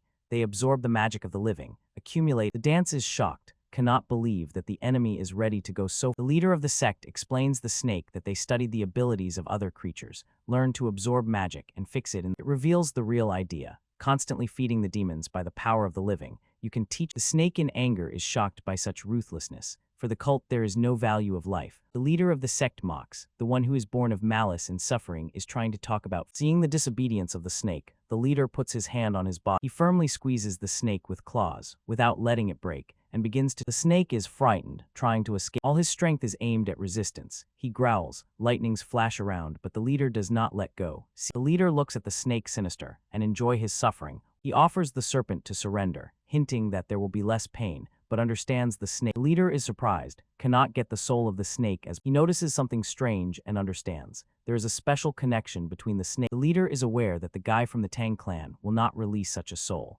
so he decides. The serpent with the last forces resists and says that the leader recognizes that the power of the Tang Genmen is, but even such force is not boundless. How long will the Danman will stand in the battle? Tang Genmen realizes that fighting with such opponents is incredibly difficult. Even if they cut their arm, the number of enemies does not decrease, and in order to finally defeat everyone, you destroy each individual is too long and dangerous. The only way out is to use powerful technique to destroy. Such a risky reception can give enemies a chance to attack, because simple attack does not solve the problem with internal force, because then you can remain. As a result, you will have to use the most powerful equipment, leaving. The hero is looking for another way to solve, but time is suddenly he hears the voice of a snake, the snake suggests that you need to use all your skills, put experience. The Danman must gather freedom, all his energy and experience in desperately reflecting. The guy understands. It is worth relaxing for a moment, and the explosion of magical energy sweeps enemies, forming a blind. At this time, the sect leader is still trying to conquer the snake. The leader is convinced of his victory, noting that the snake has lasted. But suddenly in his eyes, there is the whole crowd of resurrected enemies he managed, exhausted and suspended in the air. Tang Genmin releases a new wave of power that covers all opponents with bright. The leader of the demonic sect is watching the events without understanding. Its wards fall under the pressure of a powerful wave, unable to. Danman feels his will and life filled with heaven. For the first time, he recalls how Zhuhai explained that the technique of Manhwa means flowers covering the sky, when thousands of energy blades penetrate enemies. The guy remembers the phrase from the book, the true essence of each technique. He remembers how the teacher taught to put his soul into every movement of the sword. This is the true. The hero understands that he was too fond of form and tech, and only now it is realized that the real power is not only in technology, but in investing your life path and belief. Even if the technique looks the same, everyone sees something in it. The hero realizes that he perceives this technique, not. The Junman recalls that his ancestor put into technique but the guy himself is a follow from a sword that fought from the past. At that moment he illuminates the understanding. He puts everything he has. Here is a real man is a complete sky, full of an incredible energy, begins to radiate from the eyes of the Tanman. He understands that floral rain. Everything is wrapped in green fog around. The sect leader does not understand what is happening, but it is at this moment that the Tang Genman block. He feels his special technique, the sword of the full sky. The whole space around is filled with its strength, and the hero himself. In the eyes of the Tanman, confidence and unbreakable determination. The leader of the demonic sect frowned, clearly dissatisfied. The space was instantly filled with the technique of the full sky sword. The protection of the strongest masters could not stand. The leader could not believe his eyes, whether the guy really used the legendary. The snake watched with delight, remembering how Muchek. But every time he saw this technique, there were 3 opponents left in front of the guy who could still move.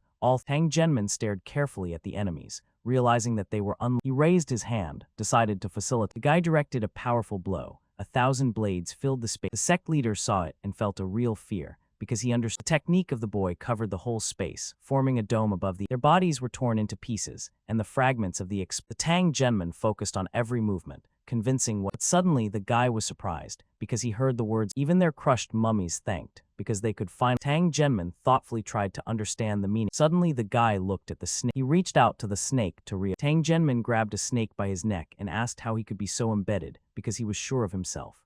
The serpent was justified, they say. The guy kept the snake in front of him, saying that if he had not changed the technique of rain of celestial flowers. Smiling, Tang Genman noted that a real smile appeared on the face of Hiringo after the guy's. At that moment the Genman was a little upset, and confessed that it would be better if the snake gave the equipment before the fight.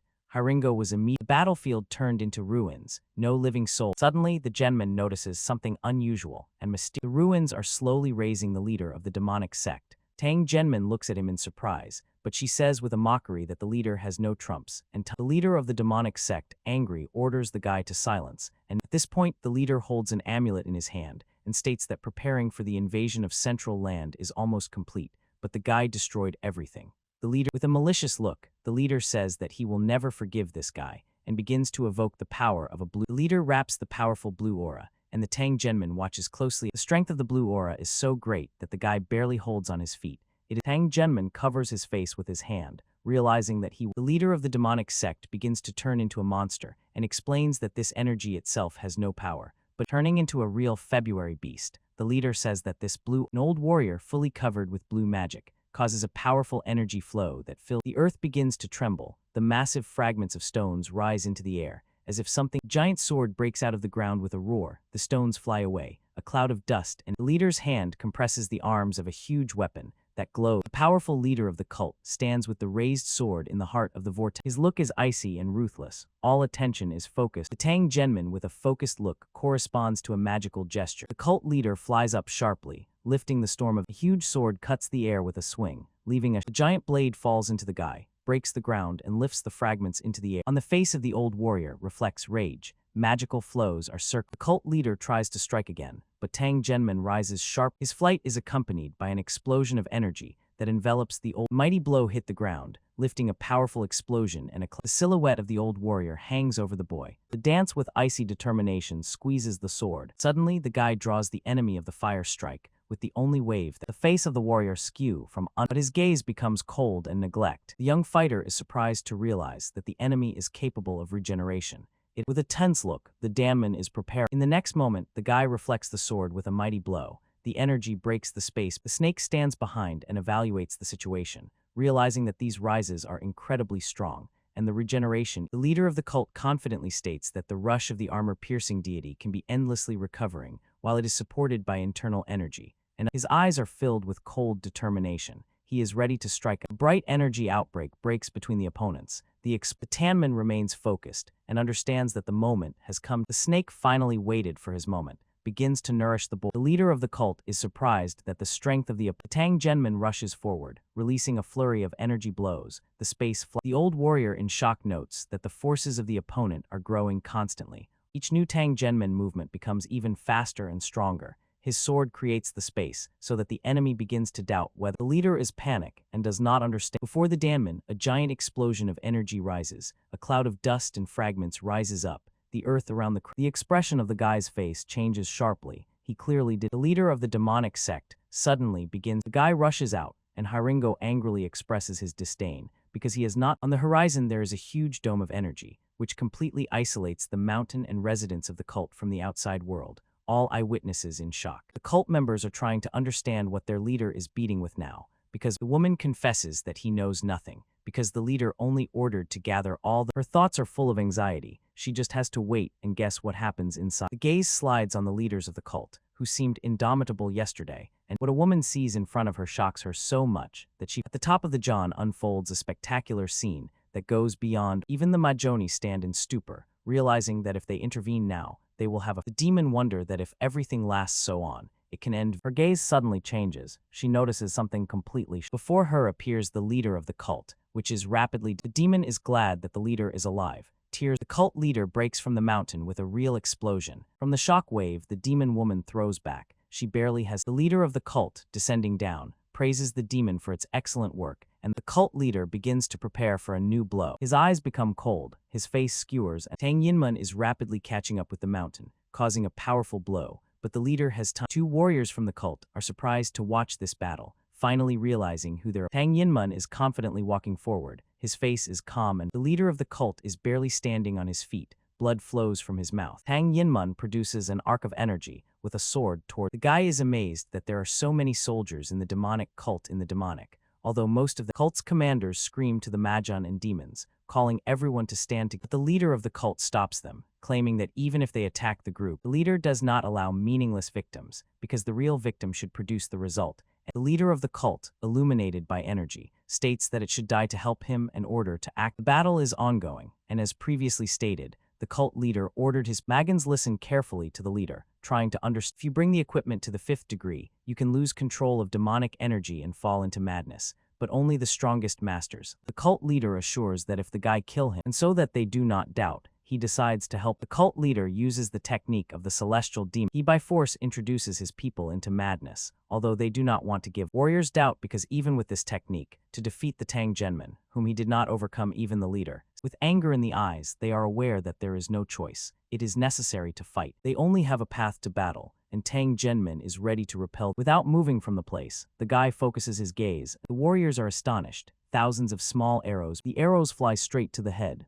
Danman strikes such a powerful blow that all the Magans are destroyed. This was even more angered by the cult leader, because even the reuptake technique. It is then that the cult leader notices something on his hands, an unconscious woman demon. He is surprised why her protection could not. The leader does not understand why the demonic energy of the is his own strength so exhausted that he is not even able to maintain. The Tang Genman is confidently facing the leader, saying that he clearly wanted to win. Suddenly, the guy breaks from the place, leaving the explosion of energy. Realizing his eyes flash into green light, and he swings to. Feeling danger, the cult leader begins to call for the technique. At this point, the incredible power suddenly rejects the guy is struck by such unexpectedly. He does not understand if the enemy still has so much energy. It is here that he sees a strange whirlwind of red energy, which twists in the air, and the sky around begins. The Tanman stands alert, ready to repel the attack, but cannot understand whether it is another trap of the cult. The guy begins to feel amazing energy that in looking back, the Junman's Tangs casts back, and he sees the demonic energy escapes from dead. All this energy is directed simply. The leader holds a demon woman in her hands, saying that he wanted to save her at least. He carefully closes her eyes with her. The leader's look is full of anxiety, but for the sake of peace of this. At that moment, the forces return to the leader. He instantly the Danman is shocked, seeing the enemy. He understands that to win you need to focus all your power on one attack to destroy. If the enemy has withstood the previous stroke,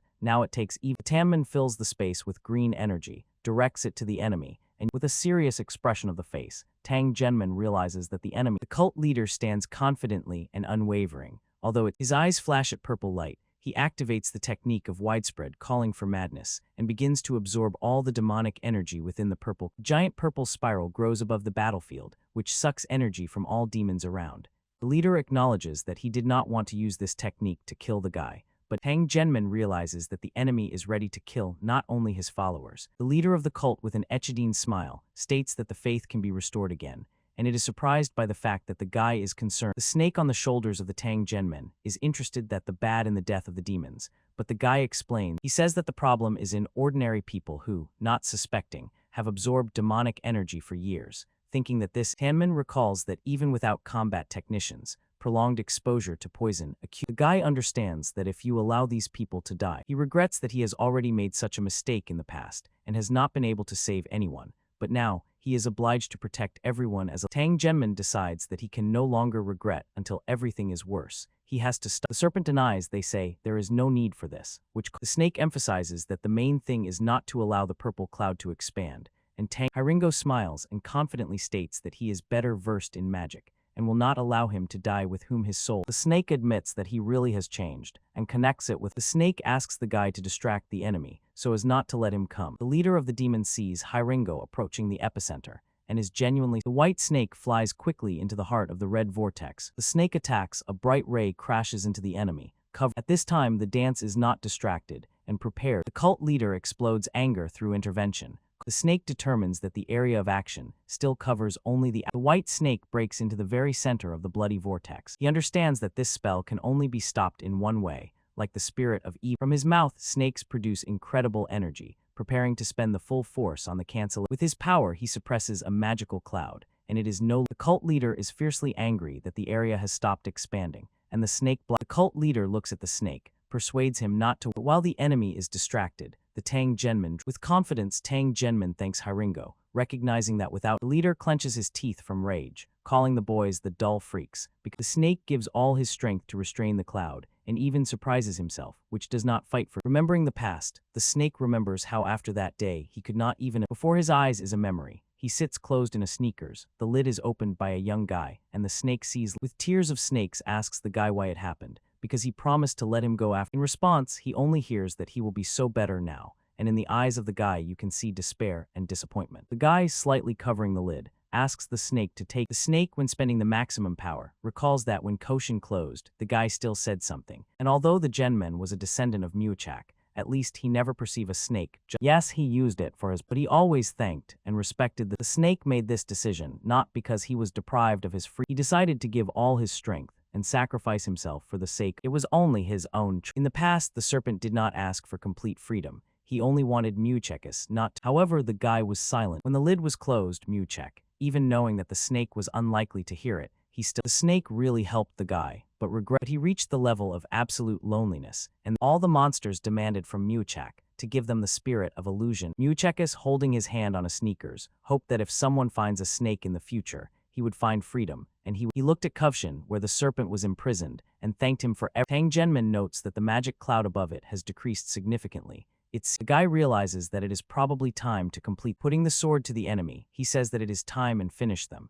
but the clan leader begins to stop him, warning that if he kills him now. Tang Genman watches the leader closely, suspecting that tricks can. The leader with the fury reminds that the guy came here through the Sitsiang desert, which leads through a demonic. In the middle of that desert is the seal that holds the spirits and monsters, and the leader can remove the barrier at any time by releasing monsters to freedom, bringing chaos to all the central lands. The leader continues to press. They say, if the Tang Genman kills him, he will jeopardize everyone. Suddenly, the words of Tanman are shocking the leader. He confidently says. The guy looks at the leader with distrust and demands to remove the protection, because he does not becomes more angry with the leader. He does not understand where the guy. With a glowing smile, the leader states that if the guy insists, But suddenly shock and surprise appear. He does not feel the energy of formation, loses any power. Clan leader is confused and shocked, and Tang Genmin asks if he really does not understand what has happened. Tang Genmin emphasizes that it was Hingo who was able to revive as a black snake, thanks to the— At this point, the leader comes that the snake has absorbed all those— Tang Genmin at the same moment causes a powerful blow that thrusts the leader of the clan flies in the air with a distorted face. The head of Yad doctors with a confident and evil look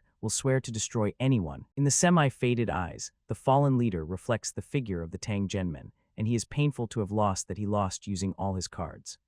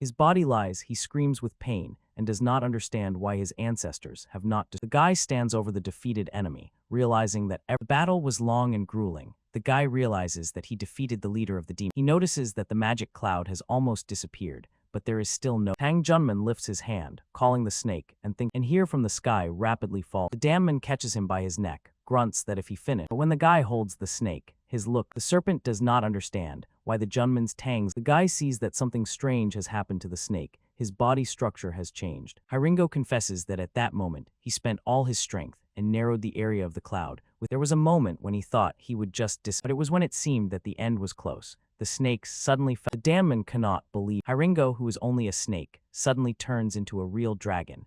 Damman recalls that the dragons are born from the energy of heaven and earth, so he suggests that his snake has— Hiringo thinks, for the first time he sees how the spirit turns into a dragon. Perhaps it is his next stage. The Tang Genman is interested in whether a snake has new abilities and whether he can use poison. But Hingo's face appears sadness, because he just begins the path of the dragon, and it is unknown whether it will be a great advantage. But the serpent thanks Tanman for having become his lord, and in such a short time. The Damman is confident with the serpent on his shoulder with confidence. They have completed their affairs, not even knowing. Suddenly, the Junman stops, noticing that the body of the killed enemy begins. The guy's vigilant look tries to see the mysterious figure. The feeling of anxiety. New character appears in the bloody glow, holding the crushed body of a cult leader. The leader of the clan realizes that it is a demon poison, but does not. A powerful opponent with a frantic force breaks the earth, lifts a blood. The demon examines the leader's hand with magical seals, and recognizes that the blood of truth— Feeling the taste of this blood, the demon immediately feels a splash of its own power. He returns to the Damman. I would even like to thank— The Damman, in shock, does not understand who is in front of him,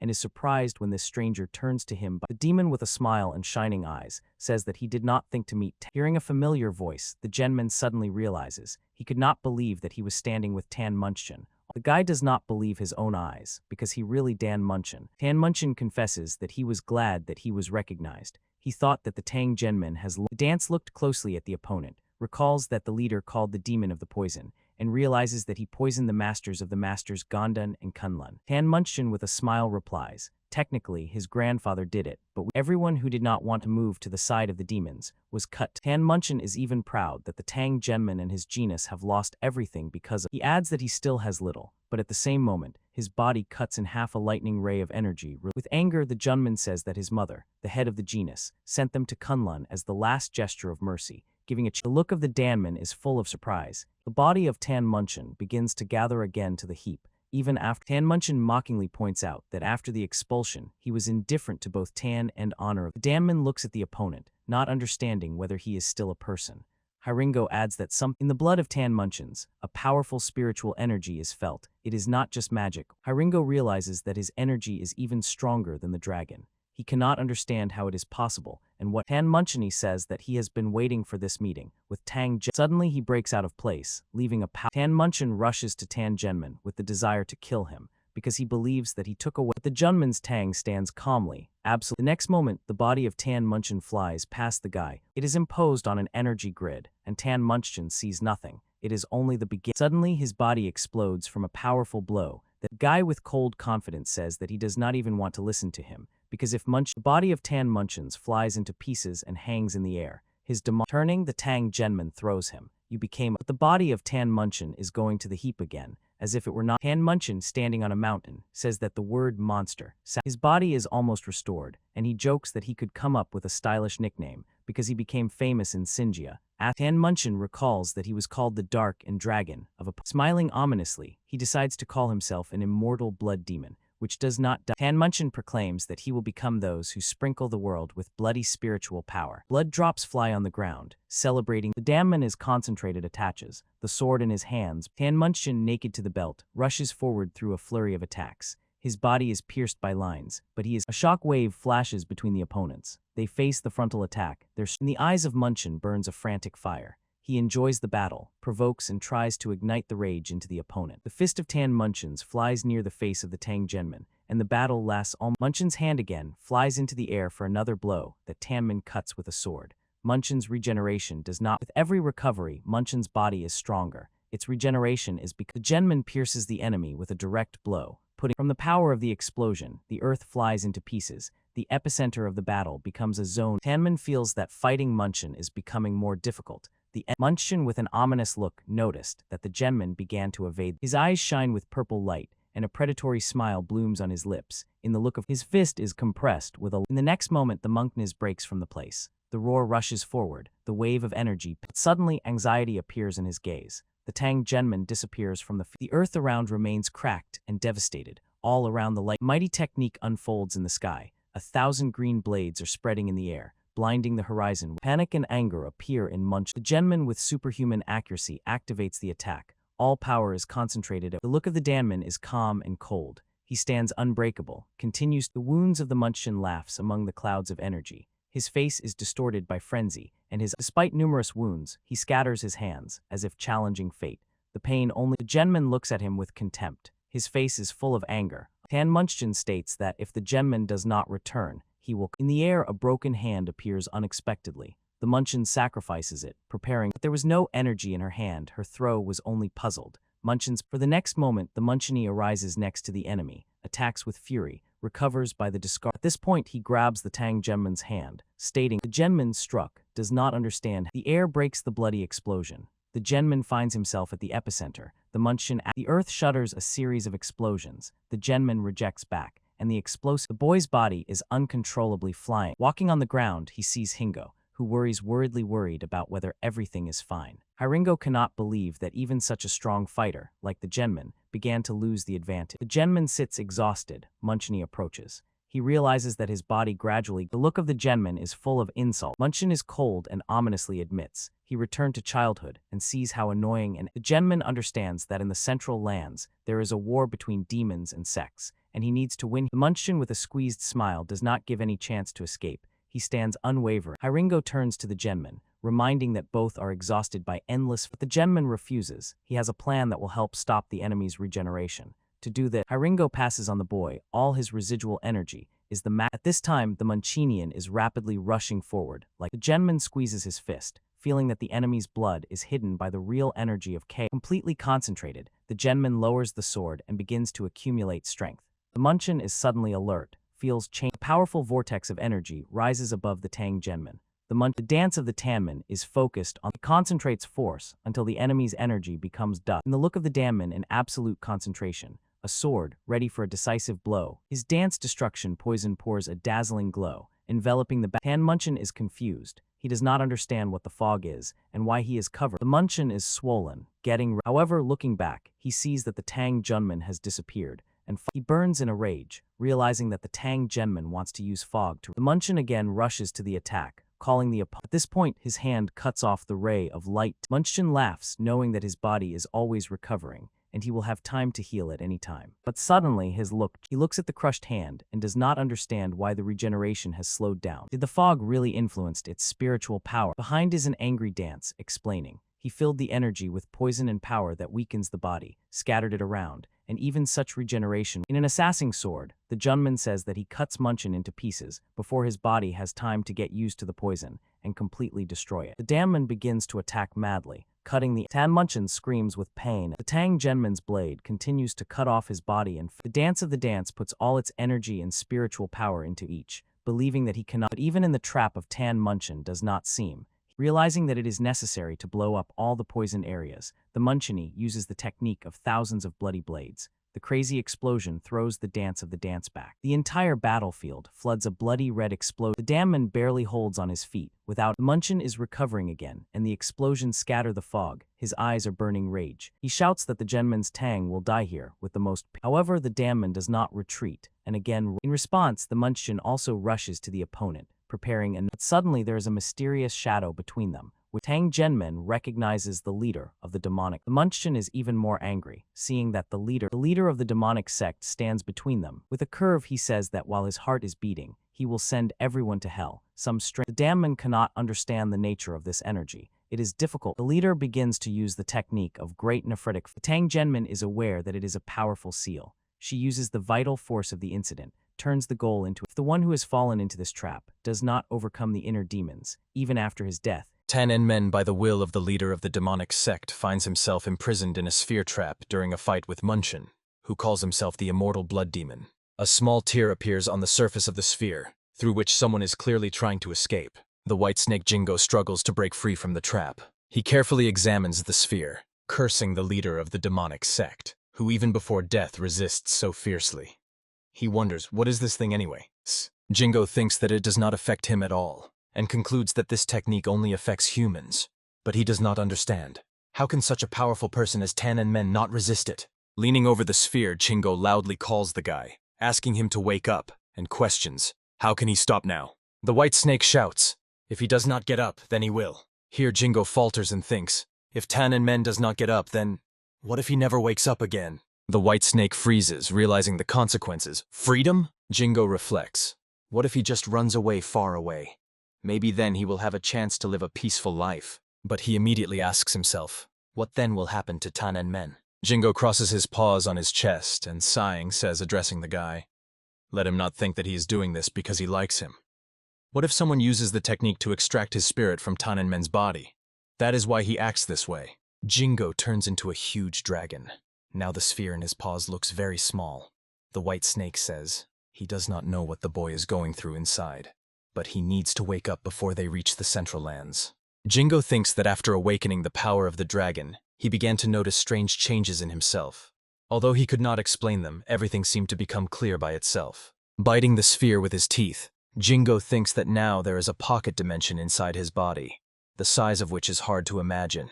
The dragon swallows the sphere, which passes through its throat in a lump. Jingo looks back at the second sphere, where Munchan is located, wondering if maybe he should take him along too. But he is stopped by the thought, what if he brings the one whom even Tan Men could not handle to the Central Lands, and then he gets free? Jingo decides that this is not the most urgent matter right now, so Tang Men must understand. He says, addressing the guy who cannot hear him now, not to blame him when he wakes up. Taking off and rushing forward, he thinks it's time to return to Sichuan. Meanwhile, in the large hall of the mansion, where the immortal sword of Unity Teho and the immortal demon of Kunlun Gokun lie in beds, people are bustling about. A moan escapes from the lips of the man whose forearm is being bandaged. Henso from the Gondung sect thanks the man who finished the bandaging. He says their help saves him again. In response, it is said that this is merely the healer's duty. Before heading to the Union, Henso stopped by the Tan house to treat his wounds. The head of the house kindly allowed him to use the medical hall. The man recalls how shocked Tan Jihye was when she heard that the alliance leader went straight to the lair of the demonic sect. Henso thinks that no matter how strong Tan Men is, he will remain a child to his mother, someone to worry about. He mentally asks the leader to return safe and sound. Dark poisonous arrow. Behind the mansion, mountain peaks are visible in the distance, above which white clouds drift across the blue sky. Tan Jihye sits with her hands placed on the table in front of her. She reflects on her son, wondering, what is his behavior? a late stage of teenage rebellion. She thinks that the further it goes, the more reckless things he does. She wants to support her son, but she feels he is drifting away. Tang Jihye believes that he should remember that there are those who care about him. Slightly glancing sideways, the woman asks, "What happened?" She is informed that guests have arrived. Tang Jihye is a little surprised. Guests. She invites the visitors to come in. The girl who entered, stumbling, says, "Greetings to the lady." Commander of the honor guard Tan Won-jin, sticking his head out from behind the door, thinks with delight how beautiful she is. The guest introduces herself, giving her name. Her name is Tan Miso. Tang Jihye cannot hide her surprise. "So, the girl says she was with Tan Yon-men?" Tan Miso answers, "Yes, he saved her when she was on the brink of death due to damaged meridians. After that, she wanted to repay his kindness, but the opportunity has not yet arisen." The girl says that she heard from the wounded that the young master is fighting the demonic sect alone. Tan Miso says that in such a situation she cannot just sit idly by because she is weak. Therefore, she wants to be useful to their clan. The head of the Tan house replies that something comes to mind. Lowering her head onto her interlaced fingers, Tang Jihye says, "Could she call her mom?" Tan Miso exclaims in surprise, "What?" Realizing, the woman replies that she is joking. She laments that her son is dating such a sweet girl, but still hasn't introduced her. Tan Miso's cheeks blush. She explains haltingly, "It's just that they are not yet." Admiring the girl, Tang Jihye thinks, that guy. How could he hide such a treasure from his mother? Meanwhile, Tan Miso quietly says, "It's not that she is against it." The head of the Tan house reflects. Maybe if he has a family, he will start behaving more responsibly. Tang Jihye asks the slightly confused girl, "By the way, if her meridians were sealed, does that mean she is a descendant of the Ice Palace of the Northern Sea, which formed an alliance with the Tan house in the past?" The woman clarifies, "Were the meridians of the 3rd or 5th level?" A quiet reply sounds, "No, 9th level." Tang Jihye's eyes widen in surprise. "What?" Looking at the girl, she thinks that even in the Ice Palace, the appearance of a bearer above the 7th level happens once every few hundred years, and this girl, not being a direct descendant, is a 9th level bearer. Tang Jihye ponders. Moreover, if she has healed from the ceiling, she asks the girl, "She wanted to be useful to the clan, right? Then there is an excellent way." Tan Miso asks excitedly, "Really?" The head of the Tan house, smiling, replies, "Yes." Then she inquires, "Does the girl want to study martial arts?" Tan Miso is surprised by her suggestion. She asks, "Her? To study martial arts? Isn't it already too late to start?" Tang Jihye, smiling broadly, says, "But if the girl studies them, she will be able to make a good impression on Tan young men." In response, an astonished exclamation is heard. "What?" The woman says that, as a mother, she worries about Tan and men, but she cannot be by his side forever. When he becomes the head, there should be more reliable people around him. She explains to Tan Miso, who is listening attentively, those who will be able to protect the clan and support it in difficult times. Tang Jihye, fixing a hopeful look on the girl, adds, "If she doesn't mind, she would like to train her personally." Of course, the choice is up to Tan Miso herself. For a moment, silence reigns. Then the girl, bowing, exclaims, "She asks the lady to teach her." Tang Jihye smiles contentedly. She thinks such a daughter-in-law must not be lost. The woman suggests starting training from tomorrow. At that moment, the sound of running footsteps is heard in the corridor. Tang Jihye tells the girl to come here in the morning.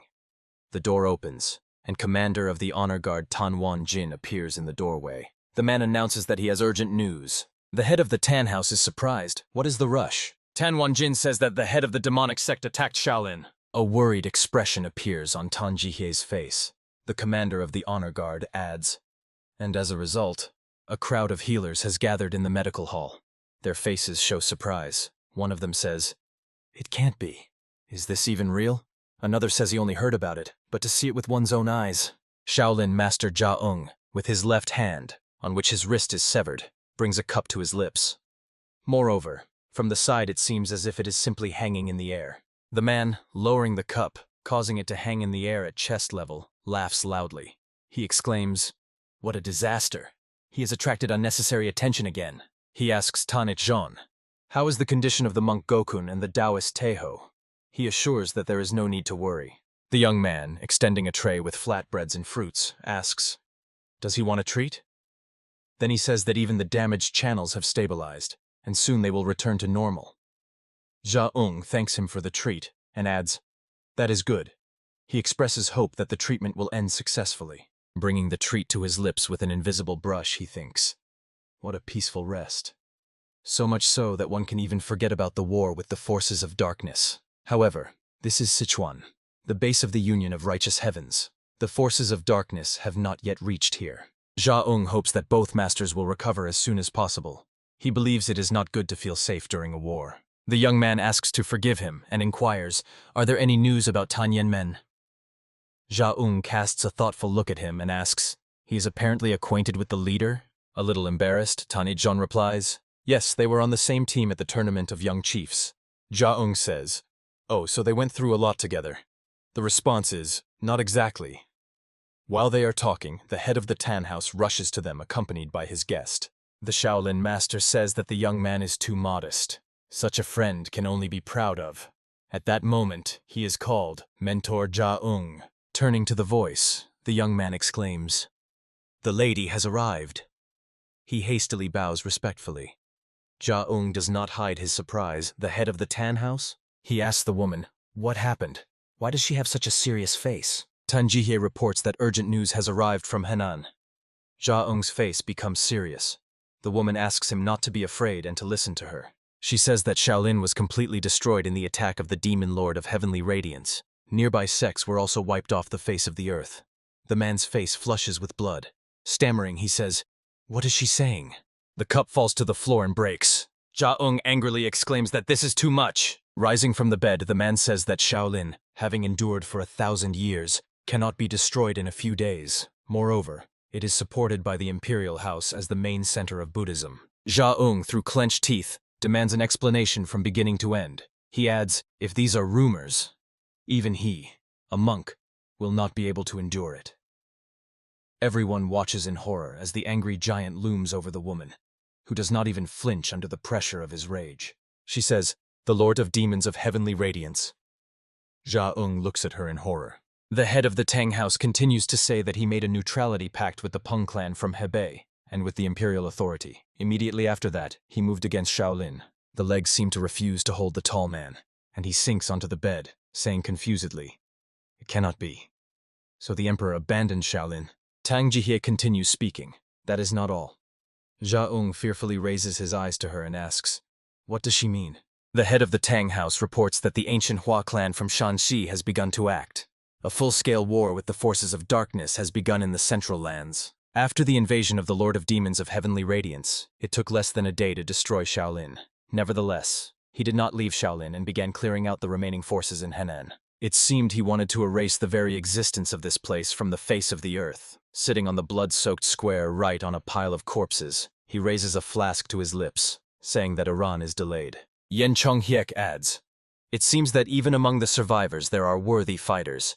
He decides that he will deal with them himself. After all, it is on his way. The Lord of Demons of Heavenly Radiance glances aside, saying, he did not expect them to be delayed so much. He tells the people standing before him that the highest monks of Shaolin, who have renounced worldly life, appear only in moments of mortal danger to the order. Looking at the stern faces of the high monks, he asks, but isn't it too late for such an appearance? He thinks aloud. Apparently, they have all reached the highest level of internal energy. His lips stretch into a smirk as he says, he was bored, and they came just in time. Raising his sword before him, the Lord says, I wonder if they can entertain him. One of the high monks, an old man with eyes shining with golden energy, rushes into attack. The Lord easily dodges the strike. The monk, preparing to deliver a new blow, spreads his arms wide to the sides. Yen Chonghyek, smiling cheerfully, says that he is fast enough, but he leaves his sides open. The Lord strikes with a sword, enhanced by his own energy. The radiant stream hits the elder's chest. A surprised expression appears on Yen Chonghyek's face when he sees that his sword did not even wound the opponent. Deflected. The blade is caught by the elder's bent arm, which is enveloped in a golden aura. The Lord looks closely at his arm, saying, golden energy protecting the body. So this is the indestructible golden Buddha technique? The high monk replies, yes, the flow of true breath in the right direction. Such protection cannot be pierced even with the power of the demonic cult. Without taking his eyes off the opponent, Yen Chonghyek says that he feels the monk's technique dissipating. If he only defends, he will achieve nothing, right? The second high monk soars into the air and rushes toward Yen Chonghyek. The old man raises a fist, enveloped in golden energy, intending to strike. He uses the white step fist technique, and the giant fist rushes toward the Lord. Yen Chonghek, still holding the sword extended in his hand, which is held by one of the monks, looks curiously at the huge energy fist. He exclaims, "Oh, this is the white step fist?" The Lord says that this technique allows releasing a wave of energy that covers distance while maintaining the power of the strike, but the fist is already dangerously close to him. Yen Chonghek easily stops the giant fist ready to crash down on him with one hand. The senior monks are amazed. He blocked the white step fist with one hand, using that very indestructible technique. The Lord shifts his attention to his sword, which the first opponent continues to hold. He says he has long been curious why masters always talk about energy flows and intentions. Suddenly pulling the sword out of the grip, Yen Chonghek asks, "Isn't it simpler just to crush the enemy with absolute power?" A surprised exclamation escapes from the lips of the monk stunned by his strength. Clenching the sword emitting black streams of energy, the Lord says, "Does he seriously think that just putting in more power will have the same effect?" Yen Chonghek says, "Like this, for example." He swings the sword using the severing technique. The severed body of the elder falls onto the square. The Lord says, "This is why he likes the ghost sword technique. It is simple. Cut, stab, destroy. That is the essence of martial arts." A crooked smile lights up his face as he says, "Yes, it falls a bit short of the white step fist, but if you put in 5 times the effort, it will definitely reach, won't it?" One of the senior monks thinks, "Nonsense.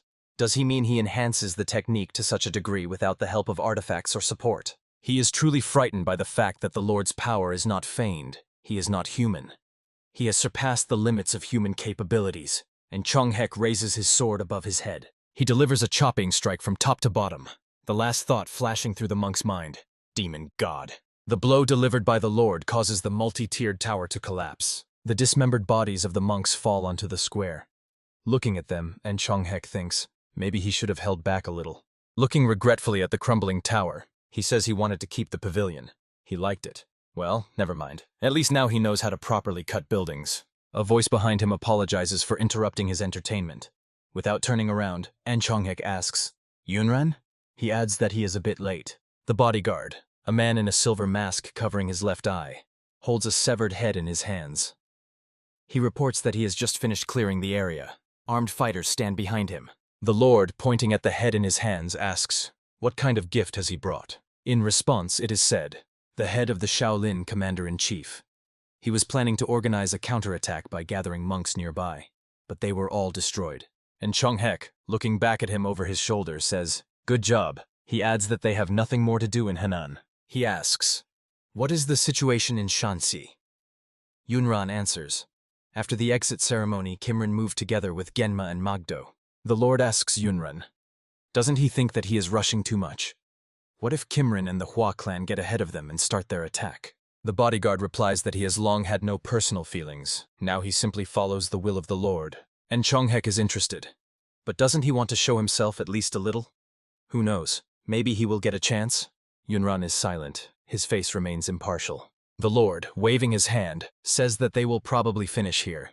Walking across the square strewn with dead bodies, he adds that it is time to return. The bodyguard and the squad of warriors silently watch him go. Shaolin, which for a millennium was the center of the martial world, has finally disappeared. The split pavilion remained standing in the square as a reminder of this event. This news quickly reached the Tang clan in Sichuan province, greatly alarming the head of the Tang house, Jihye. Even before the news of the attack on Shaolin arrived, the Alliance of Righteous Heavens had set up camp in the Zusen Mountains. Because of the Hua clan army's advance, sending help was out of the question. The military advisor of the Righteous Heavens, Zhengel Changshin, studies the document he holds in his hand. After receiving news of the Hua clan's troop movement, he sent envoys to Huashan and Zhongnan. It is necessary to convince both great clans to stop the Hua clan's advance. The military advisor reflects that although Huashan and Zhongnan are in the same province and have strained relations, if they unite their forces, they can hold back the advance. He thinks that recently a young warrior from Huashan became famous for his talent. If Okin and Hagyu join, a squad of 5 masters can be formed in Shanxi. The advisor continues to ponder. In the Hua clan, there are only 2 strongest masters. If you look at their strength, they have every chance to win the battle in Shanxi. He believes that if they only face these 2, there is no reason to retreat in the battles for Shanxi, and the remaining forces they can transfer to Henan. Surveying the numerous tents, the advisor mentally adds, although it depends on how things go in the south. He thinks he will have to hope that they can convince the heads of Huashan and Zhongnan. Huashan. At the foot of the majestic mountains stands a luxurious mansion. An indignant voice is heard. What did he say? Okay, Yang exclaims, addressing a woman he calls sister. She refuses to cooperate? Did she even listen to him? The woman replies, yes, she heard everything. He says that troops were simply deployed, and no one from the Hua clan has attacked anyone yet. Oken, the Huashan master, asks, so why should they be the first to rush into battle? Does he want them to fight alongside the scum of Zhongnan? The man bows his head. He never thought it would be easy, but just mention Zhongnan, and Oken is already boiling with anger. In the past, at a friendly meeting, one of Huashan's disciples was insulted by a group of Zhongnan disciples. In retaliation, she beat them. Later, when the Zhongnan master learned about this, he took revenge on Huashan. And so it went. Tit for tat, quarrel for quarrel. Okay, Yang thinks. But is now the time to stir up old grievances? He says that even the head of the Namgun clan was defeated by the demon lord of heavenly radiance, and now Shaolin has fallen too. He asks, if Shaolin is destroyed, won't they be next? Oken sits on a chair, arms crossed over his chest, with a displeased look on his face. A voice is heard asking permission to say something as well. Oken asks, what does Chongmen want to tell? Next to her sits a young man with green hair, a direct disciple of Master Huashan. He tells OK Yang that he understands his concerns, but does not think that Shaolin will give up so easily. He admits the possibility that even the demon lord of heavenly radiance might be defeated. Chongmen suggests waiting for news before taking action. The man replies that he is too reckless. If they wait for Shaolin to fall, it will be too late. Chongmen asks if he really believes that the fall of Shaolin means the power of the demon lord. Maybe Shaolin has just become weak. His words anger the man. The young man, smiling, continues, Huashan is a completely different matter, right? If they were attacked, he would show the power of Huashan. OK Yang thinks that Chongmen is a genius who has reached the peak at such a young age. He would have proudly believed in his confidence before, but now he finds it hard to believe that Chongmen and Tang men are the same age. The man sighs. The young man still needs to mature. Once he thought that Chongmen could compare with the head of the Black Death Alliance or the Demon Lord of Heavenly Radiance. His thoughts are interrupted by Oken. She categorically states that Huashan will never act together with Zhongnan. If they want help, they should crawl themselves and lick their feet. The man rising from the table replies, understood. OK Yang says that then he is leaving. The woman asks, where is he going? The answer is, since she refused, he will go ask for help from Zhongnan. Oken shouts angrily, what is he doing? OK Yang throws over his shoulder. If she is not going to change her mind, then she should not stop him. The man says that today he is here not as a disciple of Huashan, but as an envoy of the Union of Righteous Heavens. Oken replies that she hasn't heard such bold words for a long time, and she asks, does he want her to teach him a lesson? Suddenly they freeze cautiously. Oken asks, what is this energy?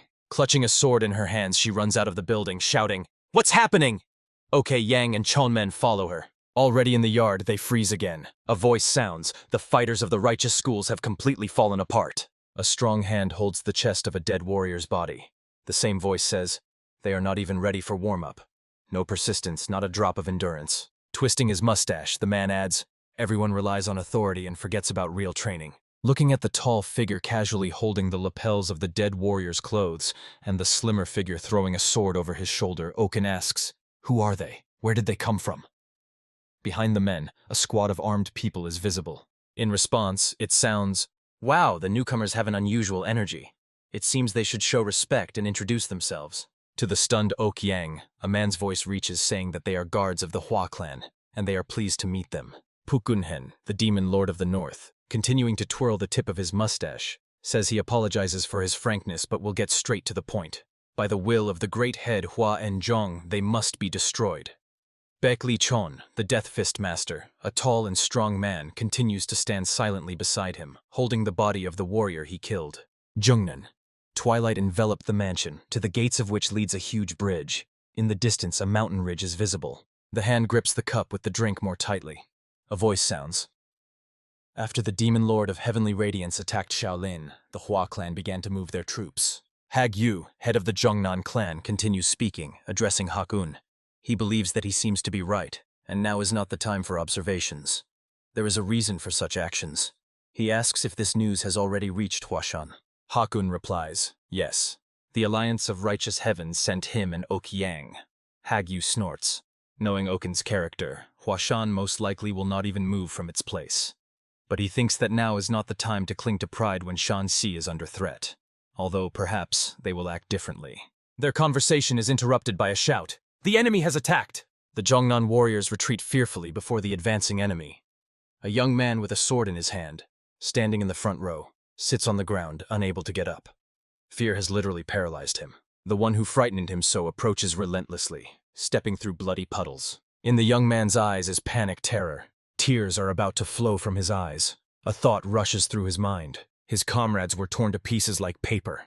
How could this have happened? He remembers his fallen friends. Older brother Yencheng was always so cheerful. And Harem, with whom they trained this morning, now lies on the ground in a puddle of his own blood.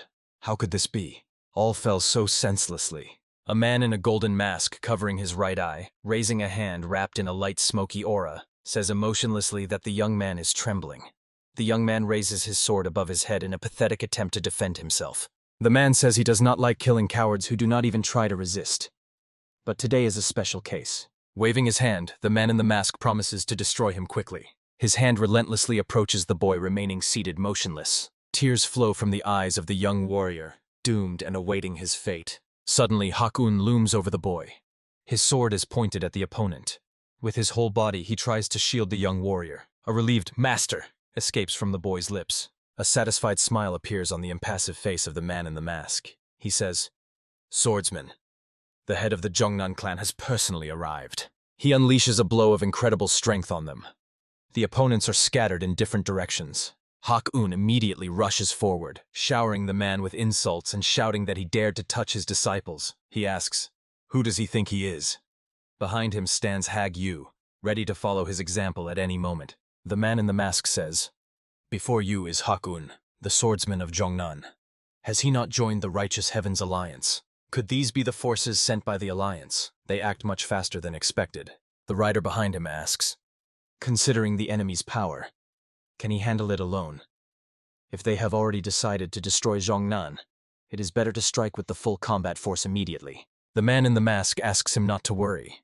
He says that when masters who have reached a certain level fight, numbers do not matter. He asks to trust him and just watch what happens. Nodding to the warriors accompanying them, he says to surround and eliminate the retreating ones. He adds that all the glory for destroying Zhongnan will go to the master. Huamuran, prince of the demonic clan from Shanxi, says, "If Gim Ren said it, then so it shall be." Hakun snarls through his teeth. How dare he utter such nonsense with his filthy mouth? Jim Ren answers, "Nonsense or prophecy, he will soon find out. Well, now he will show what he is capable of." Both Hakun and Yu feel how grim his fighting spirit is, and it worries them. Around Jim Ren, a red-black deadly aura literally explodes. He soars above the square. The man shouts, "All the better. The murder of 2 Zhongnan masters is an even greater achievement." In the eyes of Jim Ren, radiating the glow of inner energy, madness flares up. A crooked smile reveals 2 rows of snow-white teeth. He says, "Since that's the case, let them all attack at once. He cannot stand delays." Streams of deadly energy emanate from his body, spreading over almost the entire area. Yu tells Hakunu to lead the disciples to Huashan before the encirclement ring closes. He, not hiding his surprise, asks, "What? Isn't it better to break through together?" Looking at the mad smile of the enemy surrounded by powerful streams of deadly energy, the head of the Zhongnan clan answers, "No." He thought he had studied all the top masters of the demonic triangle, but he does not know this masked man. He does not know who he is or how strong he is. Yu adds, "If he is really alone, then what about the other masters?" Hakun says that they surely headed to Huashan. The head of the Zhongnan clan agrees. Correct. They struck simultaneously at 2 points. The strategy is simple. Destroy one of the clans and force the other to flee. Yu adds, now that they know the enemy forces are divided, they must send reinforcements to Huashan and defeat them one by one. The red-black deadly energy transforms into a multi-headed dragon fiercely launching an attack. Yu rushes towards the enemy. Hakun exclaims, "Brother!" Jim Ren raises the hand from which crimson streams of energy emanate, preparing to strike. The head of the Zhongnan clan decisively swings his sword, deflecting the attack. Yu shouts to Hakun that he entrusts the disciples to him. Momentarily hesitating, Hakun orders all Zhongnan warriors to follow him and turns in the direction opposite to where the fight is happening. Jim Ren says that even 2 would not be enough, and he alone wants to confront him. He asks the tensely frozen clan head, ready to deflect an attack at any moment. Did he really not feel the power from the first strike? Hag Yu, looking at the smirking opponent surrounded by a red-black aura, thinks, that's for sure. His demonic art far surpasses his internal strength. He wonders, how could he have been hiding all this time?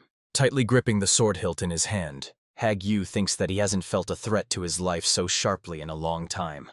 But he must hold on until the disciples are safe. Holding the sword with both hands and raising it before him, the clan head declares, for daring to underestimate the sword of the Jongnan clan, he will pay. Opening his mouth unnaturally wide, Jim Ren laughs. Excellent! Let him truly entertain him. One of the fighters who came with Hua Murin shouts, in pursuit! Not a single one of Jongnan should escape alive. Hakun, running last, notices the pursuit and mentally curses. As expected, they are already being chased. A young man running ahead of him exclaims, Mentor? But Hakun orders not to look back and to run. A man looking back and gritting his teeth says he will cover them. Behind their backs, a powerful explosion is heard, resulting from the collision of red and blue energies. Hakun is worried about Hag Yu's fate and mentally asks Heaven to protect his brother. The invasion of Shanxi began with the destruction of Shaolin on several fronts simultaneously. Huashan and Zhongnan are ablaze with fire. Meanwhile, peace reigns in the Chong Mountains by the Xin River. Jingo, in the form of a dragon, rushes forward, mentally cursing and scolding Tang and men. He thinks that when he was with the guy, the Xin River seemed smaller to him. Who knew it was so huge? After all, he is a snake and not used to long flights. Mentally, he addresses Tang and men, who is trapped, saying that it's time for him to wake up. The young man, with closed eyes, stands motionless in the sphere, but then his eyelashes fluttered and his eyes opened. Tang and men looks at his hands in confusion, mentally asking, what happened? After all, he was fighting the cult leader? He remembers that then, a strange technique of the head of the demonic sect fell upon him, and asks, has it dissipated? Above his head hangs an orange sky, and the sun rolls toward the horizon line, barely peeking out from behind the rocks. The guy asks Jingo, how much time has passed? His eyes widen in surprise as he sees that he is in a desert area, and far ahead he can see a rock split in two. From his lips slips, here, could it be? No, it is impossible. A voice reaches him. Since ancient times it was believed that of the 7 principles of the sword, only one brings it to the limit. Speed, power, whirlwind, mountain, point, sharpness. The voice continues to sound. But this is the path of commoners, unable to reach the true limit. Because it is difficult to cope with the recoil that the principle of power carries. The guy sharply turns his head to the side. He sees a man as if about to do push-ups from the ground but frozen, slightly raised above the ground, holding a huge boulder on his back on which a man with a sword sits, continuing to speak. So they run towards softness, escaping pressure. But frontal struggle with force is the path to absolute power. Tannen Men wonders, is this a scene from the past, a dream? His gaze stops on the man with the sword, to see his master again. He assumes that maybe, subconsciously, he longed for those days. The guy continues to stand confusedly, watching them. The master, without turning his head to him, calls out, Hey, you! He asks. Why is he staring there like a thief at someone else's training? And anyway, how did he get here? The guy, ashamed by his words, lowers his head. The eyes of the bald man, sparkling with yellow lights, glare menacingly at him from under bushy eyebrows. The master says, if he does not answer clearly, he will cut him down. Stunned Tan Yenmen realizes that this is not a memory. The master asks, how did he get here, and adds that he should answer carefully if he does not want to lose his head. Tan Yenmen cannot believe that this is not a dream. With eyes wide in surprise, he looks at the man. The guy thinks. The master sees him and even talks. Could it be that he really got into the past, and this is not a memory? He understands that he needs to make something up. Confusedly spreading his hands to the sides, the guy says that he is Tan Yenmen from the ActionToon clan. The man, clearly not satisfied with such an answer, raises his sword. The blade's tip whistled almost at the guy's face, and he, barely managing to dodge, hurriedly adds, he heard that a great swordsman lives here. Another swing of the sword, and a powerful energy flow crashes down on the guy. The master reminds, he asked how the guy came here? The man, holding the weapon in front of him, looks at his reflection in the polished blade of the sword. After the master's demonstration of power, a deep ditch formed in front of the guy who stepped aside. The man asks, did he see that strike? Tan Yenmen thinks. He completely forgot that the teacher has a peculiar character. Most likely he got angry that he dodged the blow. He believes that he has no other choice but to show his technique. Maybe the master will be interested. He gropes with his hand in the secret chest pocket. Shaken, Tan Yenmen freezes. His dagger is gone? The guy thinks. And not only him, he also does not feel Jinho's aura, so... Meanwhile, the master, showing a predatory smile, says, "Interesting. Is it a coincidence, or did he really understand the direction of his strike?" The man adds that he will have to take a closer look at his skills. In the guy's head flashes, "Got you."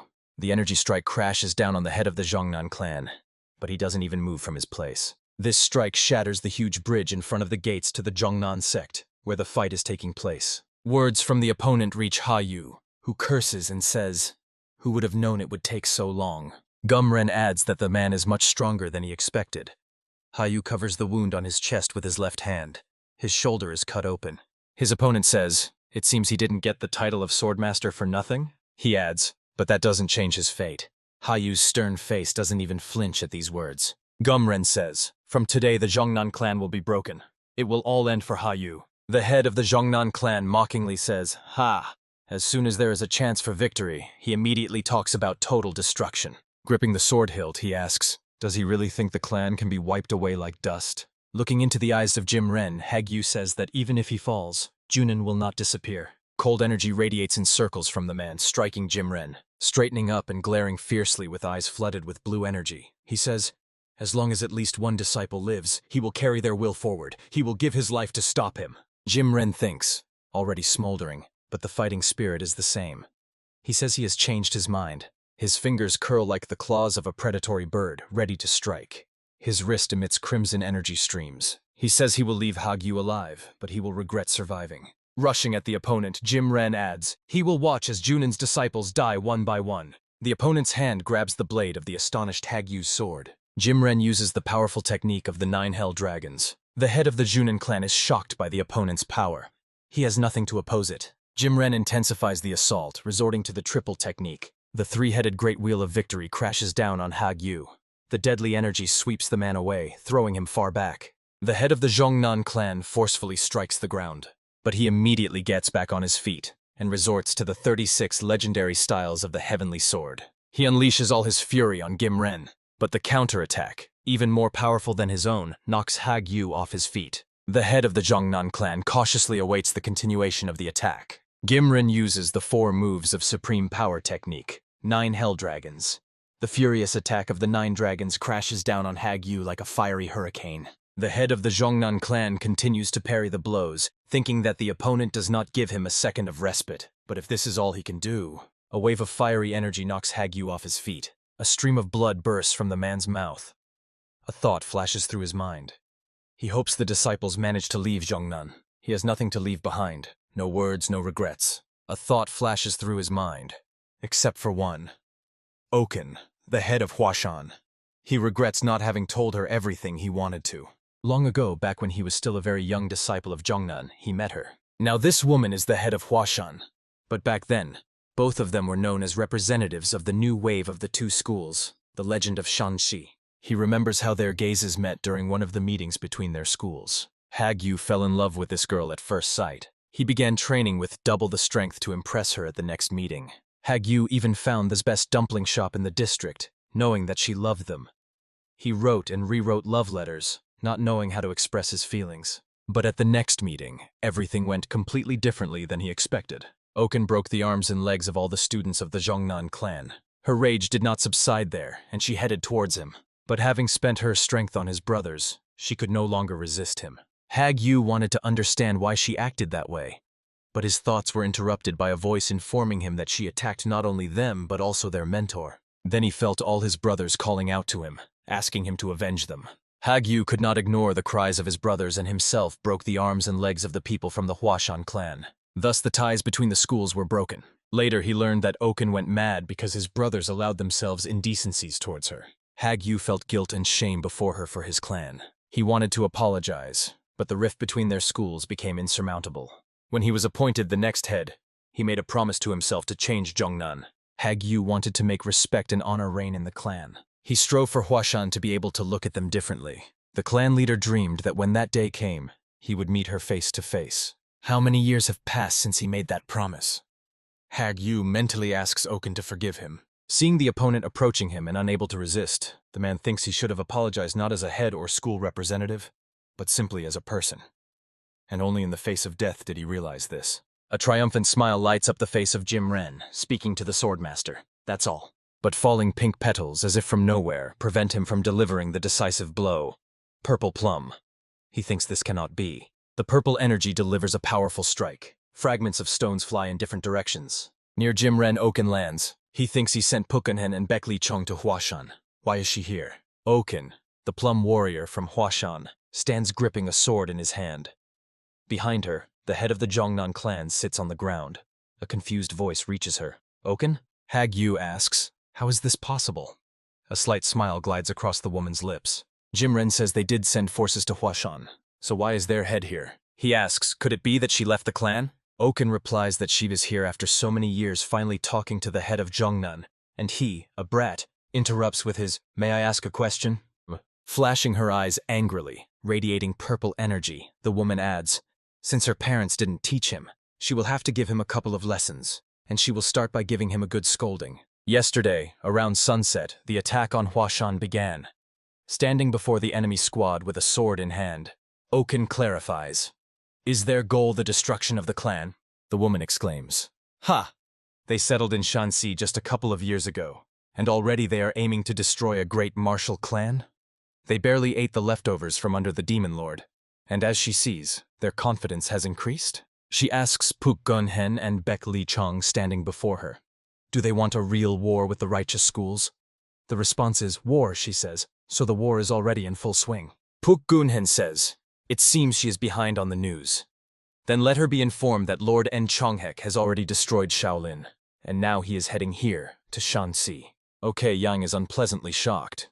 Could it be that even Shaolin did not withstand the onslaught? The man thinks that, despite Shaolin being the main stronghold of martial arts in the Celestial Empire, it still fell so quickly. The woman's hand involuntarily clenches into a fist. She sent warriors to assess the situation, but, it seems, they were late. Events are unfolding much faster than expected.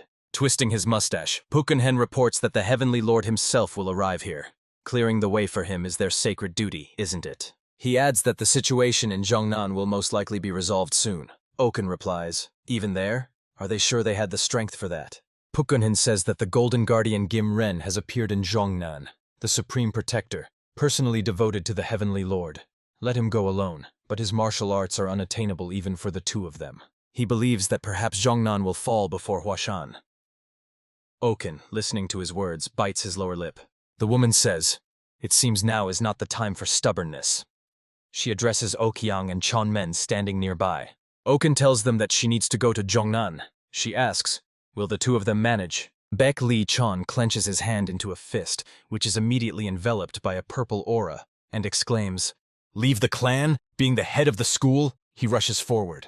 Attacking the woman, he says that she cannot leave. Let her die here along with everyone else. A huge fist rushes straight at Oken, but meets the hilt of Chunman's blade in its path. The green-haired youth, smiling serenely, says that they have no objections.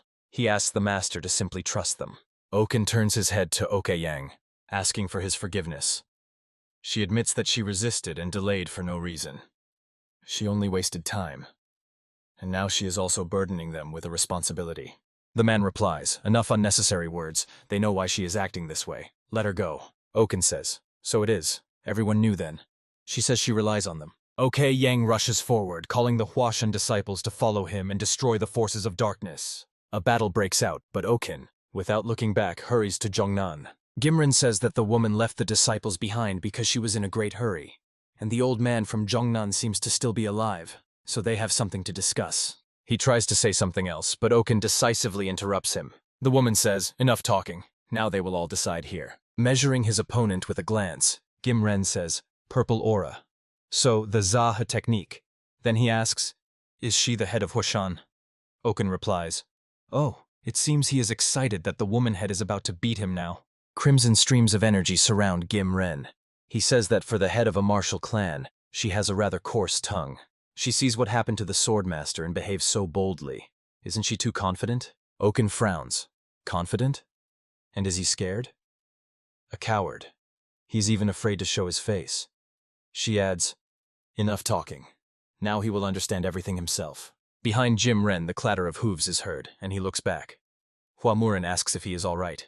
The man says in surprise, young master? Oken soars upward and raises her sword above her head, using the technique 24 Swords of the Blooming Plum. A dense cloud of aura envelops her. The prince of the demonic clan, galloping at full speed, shouts that he saw purple energy flare in the sky. Could it be that Huashan sent reinforcements? Oken, landing, swings her sword, resorting to the technique 15 moves. Jimren jumps on Hua Murin, shielding him with his body and asking the master to forgive his rudeness. The internal energy of Oken, released by her, floods everything around. The woman used the technique Falling Plum Blossoms against the opponents. Shaken, Hagyu, as the haze dissipates, asks, "Did she want to cut him too?" Oken curses. Looking at him, the woman says, "Does he really think she can't handle internal energy at her age? She didn't cut him. And anyway, let the old man not pretend." Jimren calls out to the woman, calling her a plum warrior. Stunned by Hua Murin's fall, he sits on the ground. Jimren, rising from the ground, asks, "Does she even know who is in front of her? How dare she?" The woman replies, "He is the heir of the Hua house, right?" Jimren is surprised by her awareness.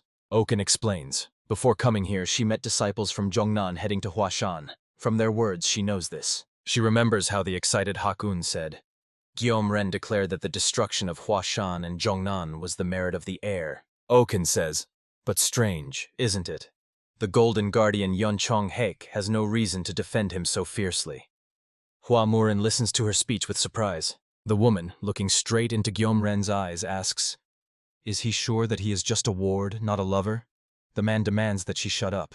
Killer energy shoots up to the sky like a pillar. The angry Guillaume Ren shouts, "Stop talking nonsense, he will destroy her." Oken replies that he is the one babbling too much. It was enough to press a little, and he himself blurted out that he is the son of the head of Hua. Guillaume Ren is ready to rush at her at any moment, but something still prevents him from doing so. The woman adds, "If he dies, Yun Chonghek will hold him accountable for it, and that means he is also a corpse." She says it will be fun, doesn't he think so? Guillaume Ren's face is distorted with anger. He shouts that this is cowardice, and she still dares to call herself the head of the righteous clan? Smiling, Oken asks again, "Cowardice? Does he even think with his own head?" Everything he is saying now is one continuous vulnerability. Guillaume Ren's face turns crimson. He cannot find words to respond to her properly.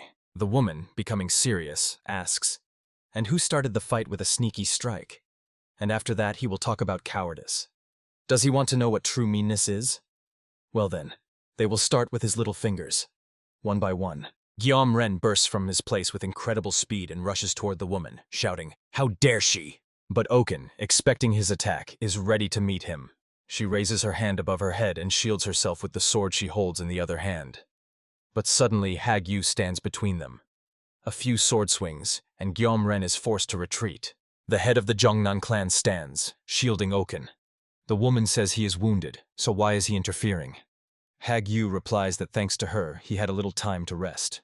Casting a glance at her over his shoulder, Hagyu adds that as a man he cannot be a burden to a lady. Oken, rushing forward, says, "Ha! When he was young and strong, he only ever beat women, and now suddenly he has become polite?" Hua Murin, continuing to sit on the ground, looks fearfully at Oken approaching him. In Jim Reina's head flashes the thought, if the Plum Warrior does not intervene now, it will be possible to get rid of Hagyu. But Hua Murin will not withstand her attack. Oken swings the sword, and the young man freezes in horror, unable to move. The sword relentlessly descends, but Jim Ren shields Hua Murin, and Oken's blade slashes his chest. Streams of crimson energy emanating from him strike the woman with force, throwing her backward. Frowning, Oken says to Hagyu standing behind her, "That's right, the target is indeed this guy." Jim Ren clenches his teeth tighter, thinking, if the fight drags on, they will lose. He asks Hua Murin to forgive him, but they are forced to retreat. The young man shouts back, "What is he talking about? With his abilities, they can handle them." He falls silent in surprise when the response is that for Jim Ren, his safety is the most important thing. Jim Ren says he admits defeat, but let them know that Lord Yenchonhek will arrive very soon. He adds that then they will regret not dying by his hand. Oken asks, "And who said they will let him go?" This time she will definitely blow this youngster's head off. Hagyu places his hand on the woman's shoulder, preventing her from acting rashly and allowing the opponents to escape. Oken is surprised. What is he doing? Why is he protecting them? The head of the Zhongnan clan replies, "Because this youngster is the weak link, and thanks to him, they are still alive." The man says, if Oken had killed him with that blow, then Gim Ren would have desperately done anything. Lowering his head, he adds, yes, maybe they had a chance to win if they had fought together, but leaning on his sword with one hand, he sinks to the ground. Oken asks anxiously, is he really okay? Hagyu replies, no, he injured his leg and now he is only slowing her down. The man asks her not to worry. If he restores his chi a little, he will be able to move normally. Oken sighs. Helping him to stand, she says, he sure likes to show off. He says in surprise, head Oken? The woman throws his arm over her shoulder, helping him walk. She asks, will he even be able to walk? The legendary Shenchi dragon is no longer the same. Hagyu, laughing, says it is long overdue to stop recalling ancient nicknames. He thanks her and apologizes. With a displeased expression, Oken replies, it's not like she came for Jongnan. She just had to do it as the head of the righteous clan. Hagyu asks, does she remember that tournament? Oken gives him a surprised look. The man says that he has long wanted to apologize for what happened back then. She sighs in response and presses her lips together. Hagyu adds, it's good that he managed to say it before dying. The man looks at her tenderly. Oken replies, yes, whenever she remembers it, she wants to break the legs of all the students again. Hagyu looks disconcerted. What? What did they say? If to all the students, then to him too it means. Oken replies, nothing special, just a bit awkward. The man mentally wonders. What did the guys say to her? They never told him anything afterwards. Meanwhile, Oken says that they found her love letter that she wrote to him and laughed wildly at her. Hagyu, still struggling to move, leaning on her shoulder, absent-mindedly says, a love letter. He says he understands her. He would have gotten mad too. He also used to write at night. Suddenly he realizes the meaning of her words, and startled exclaims, what? A love letter? Oken, sighing, says, all right, she uses light step. The woman picks up the confused Hagyu in her arms and tells him to hold on tight. He tries to object and demands that she tell more about the letter, but Oken, not listening to him, soars upward and swiftly rushes over the mountains. Meanwhile, a battle is taking place in Huashan. In the square in front of the mansion, there are many dead warriors. The walls of the house are partially destroyed. Yang rushes forward, raising his hand to strike and shouting, coming! He and Cheonmen bravely defend Huashan. The enemy's blow causes the green-haired youth to start coughing up blood. Another blow throws him far back. Yang, turning his head to him, anxiously shouts his name. Pukunhen asks, isn't it too reckless to look away during a fight? Bringing down a huge sword on Yang, he adds. The enemy is right in front of him. The swordmaster thinks that the level of the opponents exceeded his expectations. This is not the level that Cheonmen, barely starting on the path, can handle. Scanning the battlefield, he realizes that the other students are also pushed back. He thinks that if this continues, the losses will be huge. Looking at the breach in the wall where the young man fell, Yang mentally asks Cheonmen to be alive. A hoarse groan escapes from the young man's mouth, and the man mentally rejoices. He is still alive for now. Cheonmen thinks that having reached the peak of martial arts so early, he was confident that he possessed talent equal to the head of the Black Death Alliance, or the Demon Lord of Heavenly Radiance. But now he understands that expression on Yang's older brother's face. Lack of combat experience led to a much greater gap in skills than one could imagine. A big guy, wrapped in a crimson aura, approaches the young man, asking, is it over already? So fast. He says it's boring. Baek Lee Cheon, looking at Cheonmen trying to get on his feet, says, the age is not bad if you think about it, but he is still a green youth. Squatting, the Death Fist Master says that the young man has no more chance to show his abilities. Pushing off the ground, Baek Lee Chong makes a giant leap, saying that he will die by his hand today. From above, the giant crashes down on Chongmen, intending to strike with a fist to crush his head. The youth tries to dodge the blow. His attempt amuses Baek Lee Chong. Laughing, the man asks, what kind of ridiculous movements are these? The blow throws Chongmen aside, but he continues to clutch the sword in his hand. Looking at the tumbling youth, the Death Fist Master says that he has no sense of shame. He is pathetic. Does he really want to live that badly? Chongmen freezes in a kneeling pose and bites his lower lip. Baek Lee Chong continues to mock him, saying he looks like an insect and it suits him. The youth thinks that insults from the opponent annoy him the most. Red sparks flare in Baek Lee Chong's eyes. He says it's time to end this. Some noise distracts him from Chongmen, and squinting to the side, he wonders, what is that rumble? Pukunhen and Okyang also freeze. From the lips of the Lord of the Northern Demons comes the question, why all of a sudden? Hak-un, pointing the way with his hand, shouts that the forces of darkness are right in front of them, and orders the students of Yungnan to attack them. The warriors rush forward, running alongside them. Hak-un urges them to help Huashan destroy these demons. None of those present can understand why the students of the Yungnan clan are here. Young wonders, could Gyomren have been harmed? But that can't be.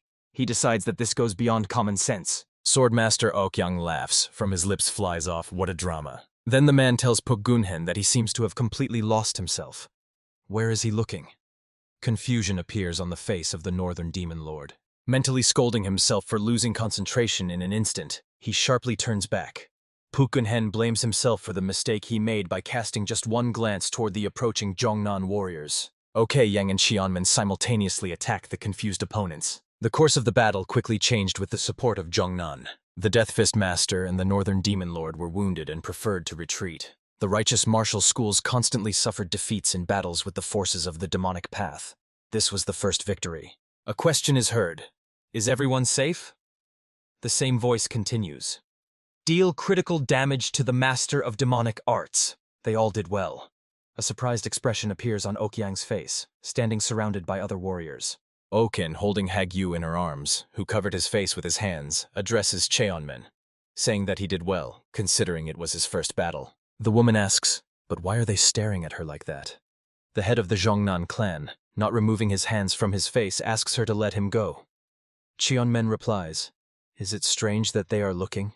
Sitting down at the table next to Hagyu, Okin suggests to those sitting opposite Yang and Hakun to summarize. Cheonmen stands behind the men, listening to the conversation.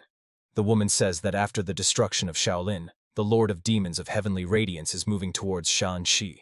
Although they pushed back the power of the Hua House, the price was high. Leaning on the shoulder of Hagyu, surprised by such impertinence, the woman, gesturing intensely, continues to speak. Moreover, besides the known masters of demonic arts, no one knows how many strong warriors obey the Heavenly Lord. She adds, especially the one called Jim Ren. They forced him to retreat by threatening the life of the future head. Okin says, but if he and Hagyu had fought to the end, they definitely would not have returned alive. Yang thinks, well, if even a master of that level says something like that. Hak-un gloomily thinks that he managed to match two masters of Hwagen, crossing his arms on his chest, which allowed Hagyu to take a stern look. Okin says that now they have only bought a little time, but the situation as a whole remains difficult. Soon the enemies will regroup and attack again.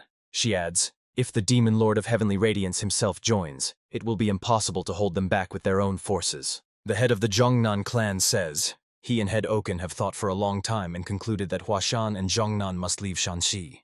Hagyu says that Shanxi is the symbol of their schools. It is their homeland.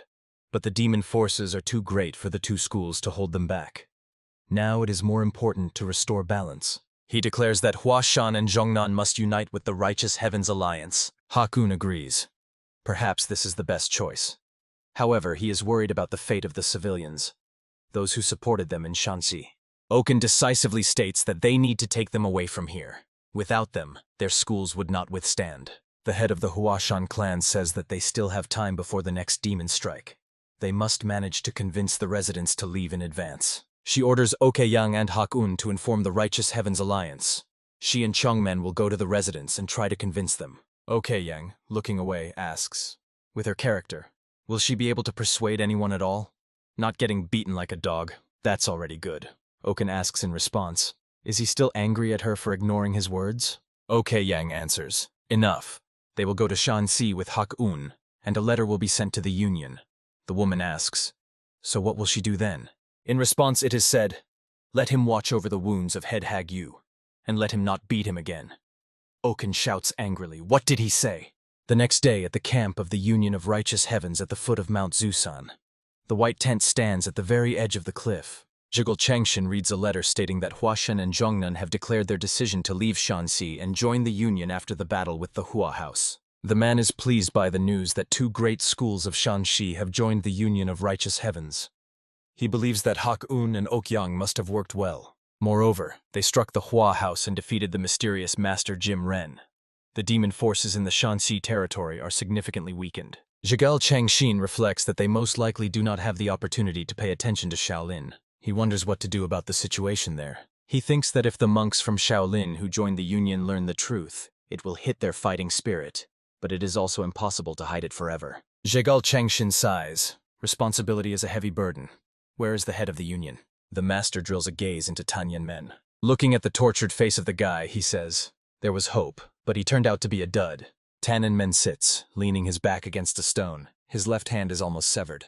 Blood flows from the horrifying wound. The master, turning away from him, says, "A waste of time." He glances over his shoulder at the boy. Men says that it seems this really is not reality. The teacher continues to look at the boy. A green glow blinds the eyes. Men uses the technique sword and grass, erasing the very sky. His wound heals in an instant. Even the torn clothes are restored. He is on his feet again. Men, throwing his hand forward, says that then the master's strike was much more painful than this one. The boy thinks that his strength and body are gradually recovering. He realizes that this is abnormal. Men concludes that the real body takes on the entire burden. When his master was alive, the boy never defeated him in a duel. And when he felt he had become stronger, the master had already left this world. Seeing the master's face again is pleasant for the boy, although his smile slightly frightens Men. The teacher, smiling bloodthirstily, raises a sword before him. The boy takes a fighting stance, saying, "If this is the wall that must be overcome to break free from here, then he must prove that the student has already outgrown his master." The master and Men, fighting, perform incredible somersaults over the rocks. The boy raises his hand up, intending to strike. A powerful stream of energy rushes past him. Behind his back, an explosion sounds, making him look back. Men looks puzzled at the many shining particles swirling around him.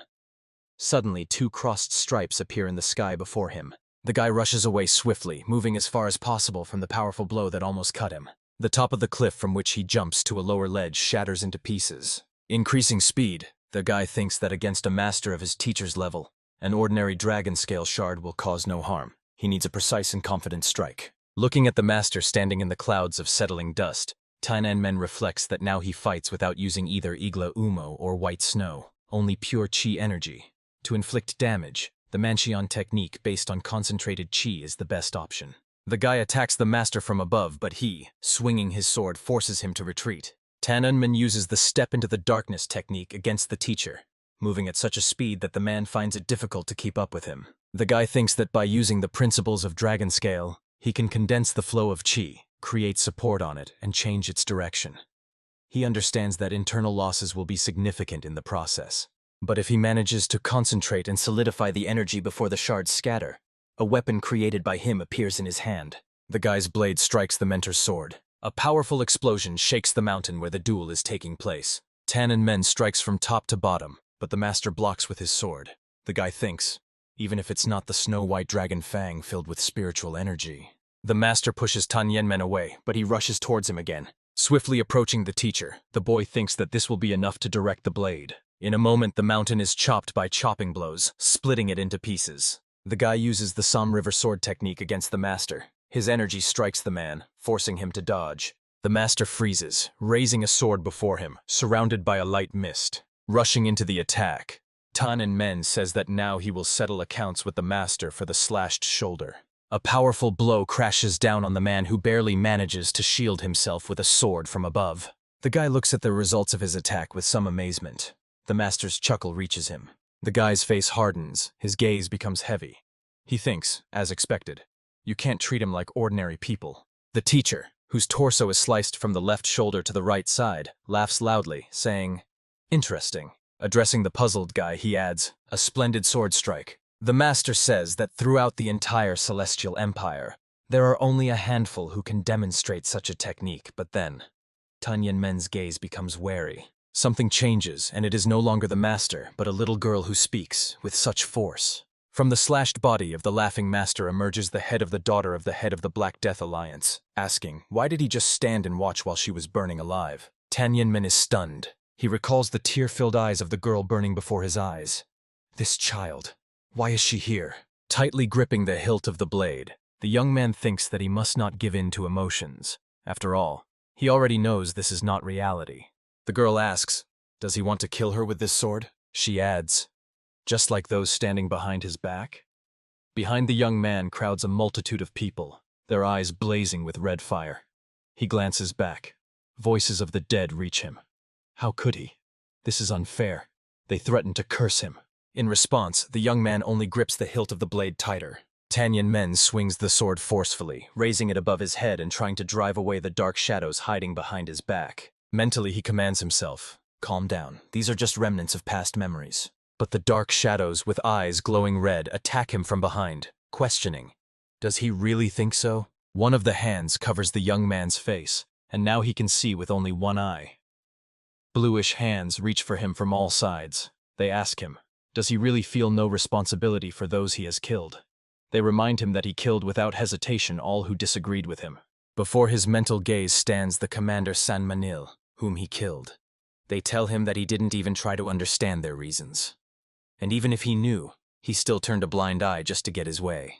Before the young man stands a master, and beside him a girl has frozen. They tell him not to turn away. He is held not by the power of enemies, but by the weight of the grievances and sorrows of those he himself killed. He lowers his eyes and sees that he is standing ankle-deep in blood. A voice, insistently sounding in his head, says that he is not being drowned by an external enemy, but by a swamp of doubts, guilt, and pride that he himself has bred within. The girl looks at him sorrowfully, saying that this is his own demon. His sima is guilt for past deeds. The dead try to immerse the young man in blood, but he pulls his hand up, trying to break free from their grasp. Mentally, he admits, yes, he really knew it. He remembered what he was like. Since memories from his past life returned to him, he began to solve everything by force. He did this both in his past life and in this one. He never tried and didn't even think that it was possible to act otherwise, although he swore that this time he wanted to live an ordinary life. He no longer resists and falls straight into the blood. He lies motionless, looking somewhere upward.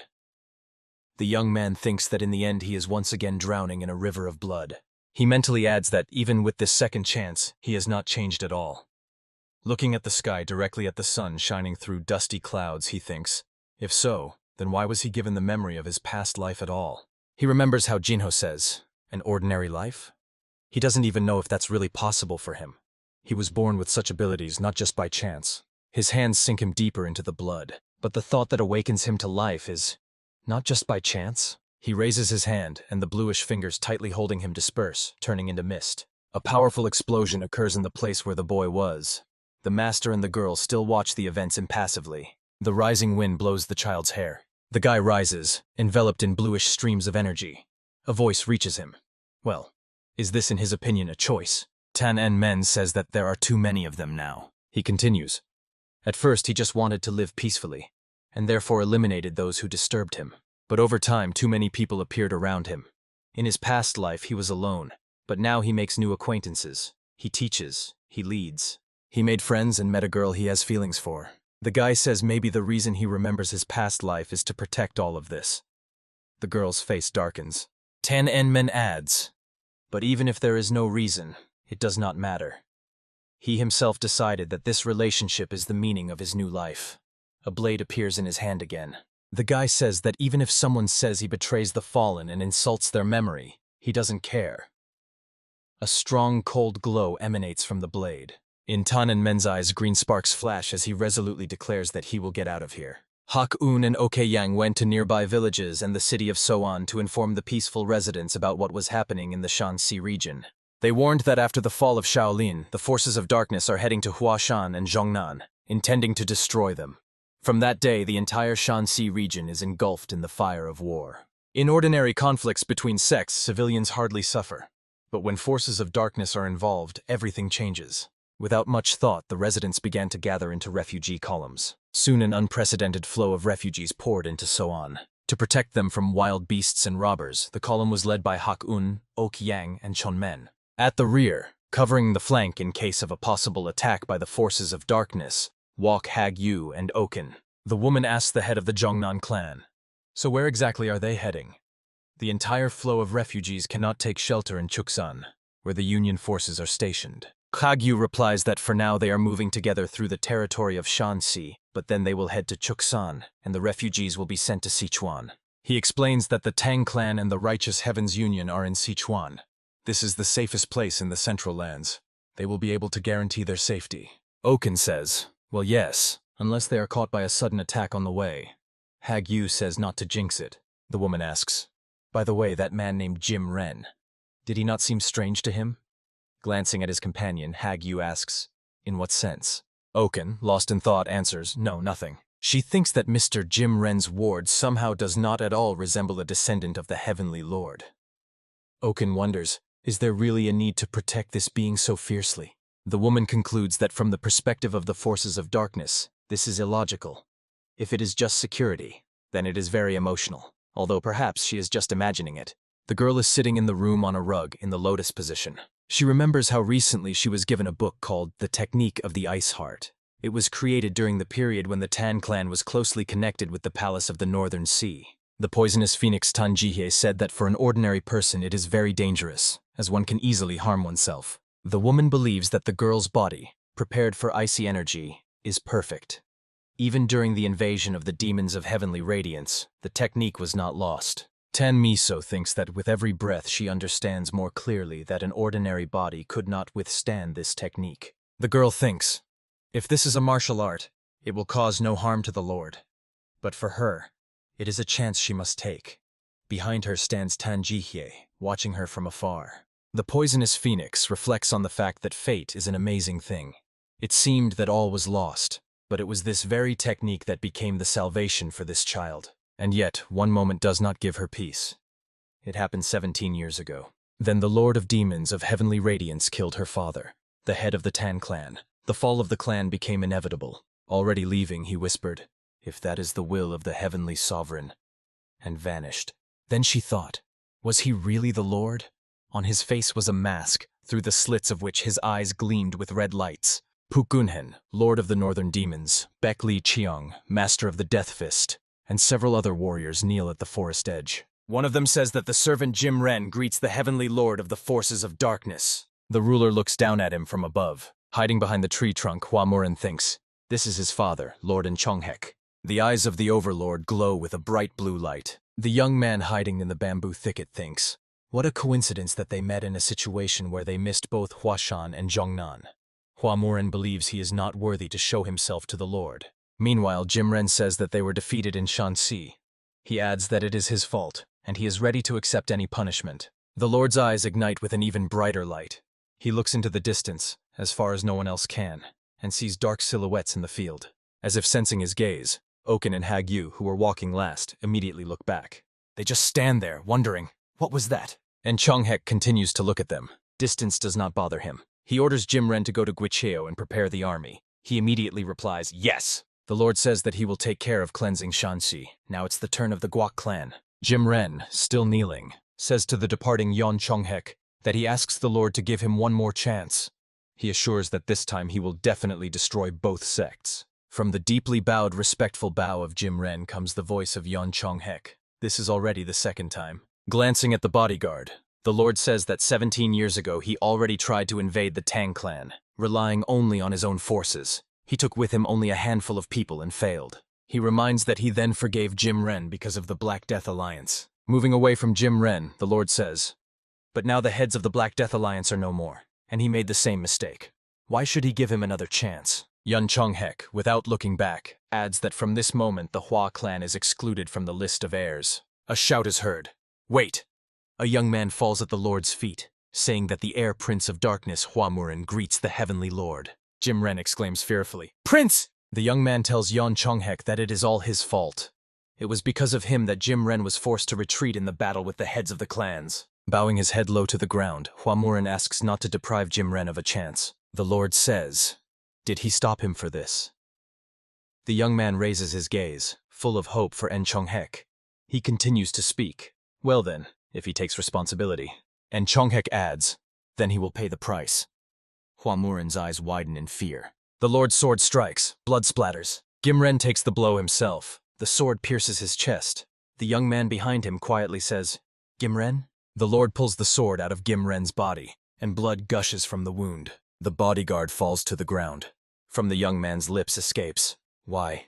Hua Murin shouts desperately, Jim Ren, the Lord says coldly, fool. He gave his life for the child. Tears flow from the eyes of the young man, disbelieving the misfortune that happened. The Lord says he raised him like his shadow, but he remained weak, giving way to attachment. Turning away from the young man and Jim Ren's body, he walks away with the words, well, whatever. Hua Murin hears his words. They say parents pay for the mistakes of their children. The stunned young man realizes that he is not a descendant of the Heavenly Lord, but Jim Ren was his true father.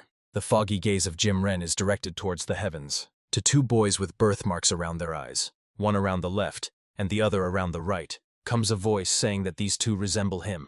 He takes them. Yen Chonghek, the junior lord of the cult of the demons of heavenly radiance, says that from this moment they are his personal guards. Many children were sold to the cult to gain power. Among them were twins, and he chose them specifically. He gave them a secret technique, medicine, raised them to the limit of their abilities. They became his shadows, wearing golden and silver masks. The brothers fought for the junior lord of the cult of the demons of heavenly radiance. They lived as reflections of Yen Chonghek, and one day he gave them the order to produce an heir. He ordered them to use conquered girls from fallen clans. Yen Chonghek said that these children would continue his bloodline. It was an order devoid of meaning. An heir from the personal guard? But the word of the one who will become the sky of the power of darkness is law. He entered the chambers where an embarrassed girl awaited him. Jim Ren had no questions for her, no feelings. For him it was only an order. And yet, when 9 months later, he held the newborn in his hands, something trembled in his heart. He experienced a feeling he was not supposed to know, like a shadow. Tears appeared in Jim Ren's eyes as he looked at the child. And precisely because he was not supposed to, he wanted even more desperately to call the crying boy his son. He never could say that word to him, but he swore. He promised himself that until the day he became the new lord.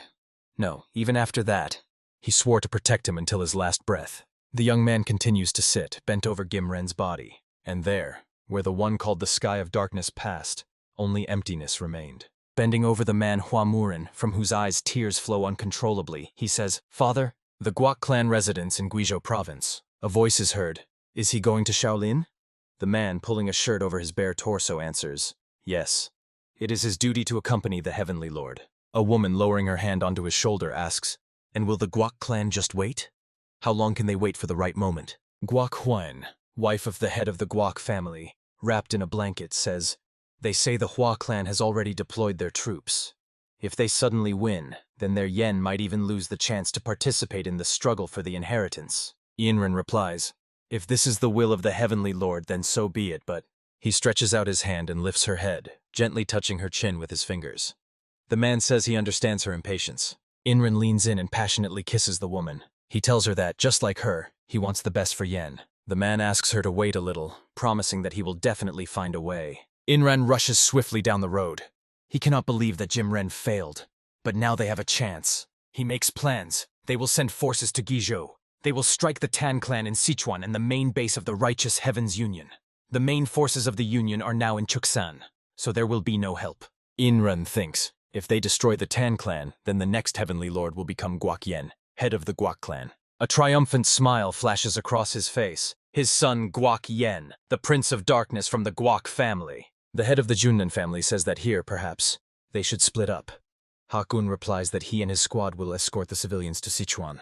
Hagyu agrees, fine. They will meet in Chuksan. The head of the Yongnan clan, Oken and Chonmin, rush forward, leaving the convoy with civilians behind. Hakun, watching them go, mentally hopes they will meet alive. Oken, Yang, Chonmin, and Hagyu run along the road at incredible speed. The woman asks the head of Yongnan, "Will Hakun manage alone? What if their column is suddenly attacked?" Hagyu replies that Geum Ren and the fighters of the Hua clan have severe injuries. They need time to recover. Hakun will have enough time to get away. He adds, even if they run into bandits, they will handle it. The gaze of the Lord of Demons of heavenly radiance weighs on them. They feel the clouds gathering above their heads. The head of the Jungnan clan realizes he was not mistaken. What he felt earlier was not an illusion. Someone is pursuing them. He understands that this someone is monstrously strong. A man blocks their way. He says, "You only just realized?" Too late. A drop of sweat rolls down Hagyu's cheek. He thinks that compared to the combat energy level of this man, Gyum Ren is simply insignificant. He recognizes this man. The Lord of Demons of Heavenly Radiance says he almost fell asleep from boredom while waiting. Oken says in surprise, "The Lord arrived in Shanxi much earlier than they expected. How did he learn the route and get ahead of them?" Chon Men is shocked by the power of this man. He understands that the Lord is on a completely different level, and he has nothing to oppose him. The young man starts to laugh, despite the danger. Chon Men is surprised. Did he really think he was on the same level as him? The head of the Jungnan clan understands that even without entering the fight, the outcome of the duel is already clear. If they go against the Demon Lord of Heavenly Radiance, they will simply die. He decides that he must give a chance for at least one person to survive. Hagyu's hand rests on the sword hilt. He decides to sacrifice himself to buy time for his companions to escape. Looking somewhere to the side, Yen Chonghek says that the civilians are heading to Sichuan. He adds that they are not interesting to him. The Lord says that he only cares about them, those heading to the Union forces in Chuksan. Hagyu is unpleasantly surprised. Yen Chonghek knows their plan down to the smallest detail. Moreover, he notices that the Lord talks about the refugees as if he sees them in front of him. Hagyu wonders, does his perception cover all of Shanxi? Yen Chonghek says that initially he wanted to kill them, but changed his mind. Smiling, he adds that he will spare their lives, for now. The head of the Yongnan clan, frowning, asks, what is he plotting? The Lord asks again, plotting? Nothing. The sky above their heads turns crimson. It seems that twilight has come. The face of the Lord darkens. Taking a step forward, he says he can cut them all down right now and catch up with the column of refugees. It will take less time than they need to drink a cup of tea. And Chonghek lowers his hand onto Hagyu's shoulder, saying that he simply does not want to do it. After all, he does not kill without reason. Everyone is shocked that they did not even notice how he approached them. Flashing his eyes, the Lord says that they can rush into battle as much as they want, but if he wishes, he will capture all the central lands in 2 weeks. And Chonghek continues to speak. But this will be boring. To feel the taste of victory, the battle must be intense. He admits that this is exactly why he postponed the fight with the head of the Black Death Alliance. He wanted to meet him when they both reached their peak. The Lord adds, and he, they say, died at the hands of the current head of the Union of Righteous Heavens. If so, then this guy will become his new entertainment. OK Yang is stunned by the Lord's revelations.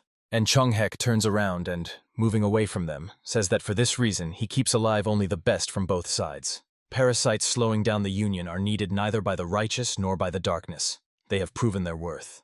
The Lord glances at them over his shoulder, saying, so let them live, but not take a step beyond Shanxi. If they try to leave, they will die.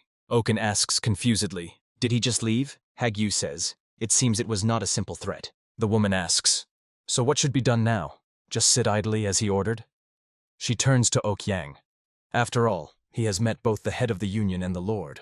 Oken asks, does he think Tan Yen-men has a chance? Ok Yang answers that he really possesses a power that is hard to even imagine, but he admits that he cannot say for sure that Tan Yen-men will win. The ruler stops. And Chonghek, without turning to them, says, maybe leaving all 4 alive was excessive. The Lord laments that Jim Ren messed up all the plans, suddenly appeared, and died by his hand. Oken and Hagyu are shocked. He killed such a valuable person? And Chonghek raises the hand holding the sword. He says that it is still better to kill for balance. He will have to leave at least one person here. His choice falls on Oken, and the woman stands unable to move. Suddenly Hagyu appears before her. He takes the blow himself, and his sword, with which he tried to shield himself, shatters into pieces.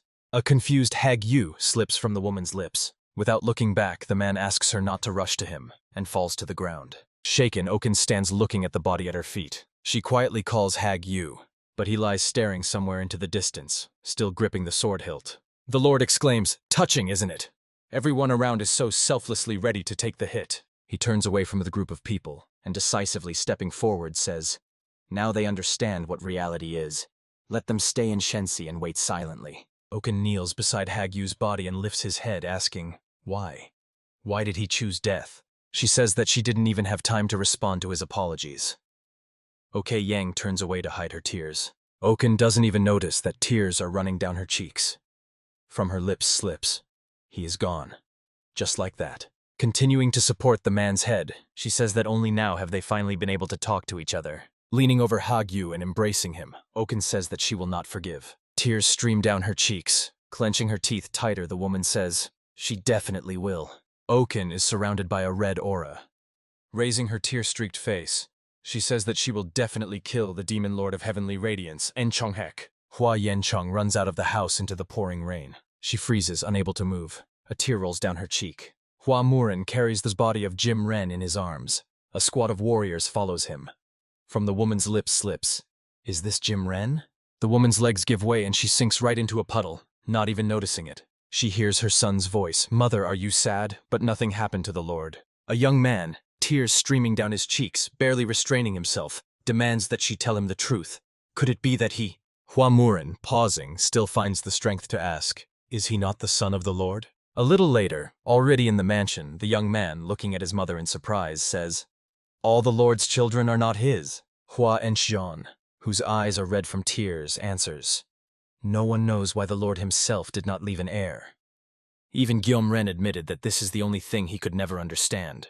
She recalls how, pressed against the man's shoulder in the dim bedroom, they talked. And Gyom-ren says that, serving the Lord for more than 20 years, he often felt as if the Lord lived in another world. He believed that perhaps it was not that the Lord did not want to, but that he could not.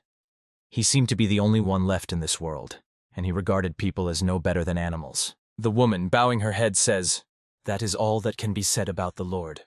Hwa-muren, slightly stumbling, asks, "Did Gyom-ren speak about him when he was with her?" He listens to her answer with surprise, of course only about him. She says that at first she was afraid, because Hwa-muren is a child born by order. The woman continues, Gyom-ren told her that if it was about him, he was even ready to disobey the will of the Lord himself.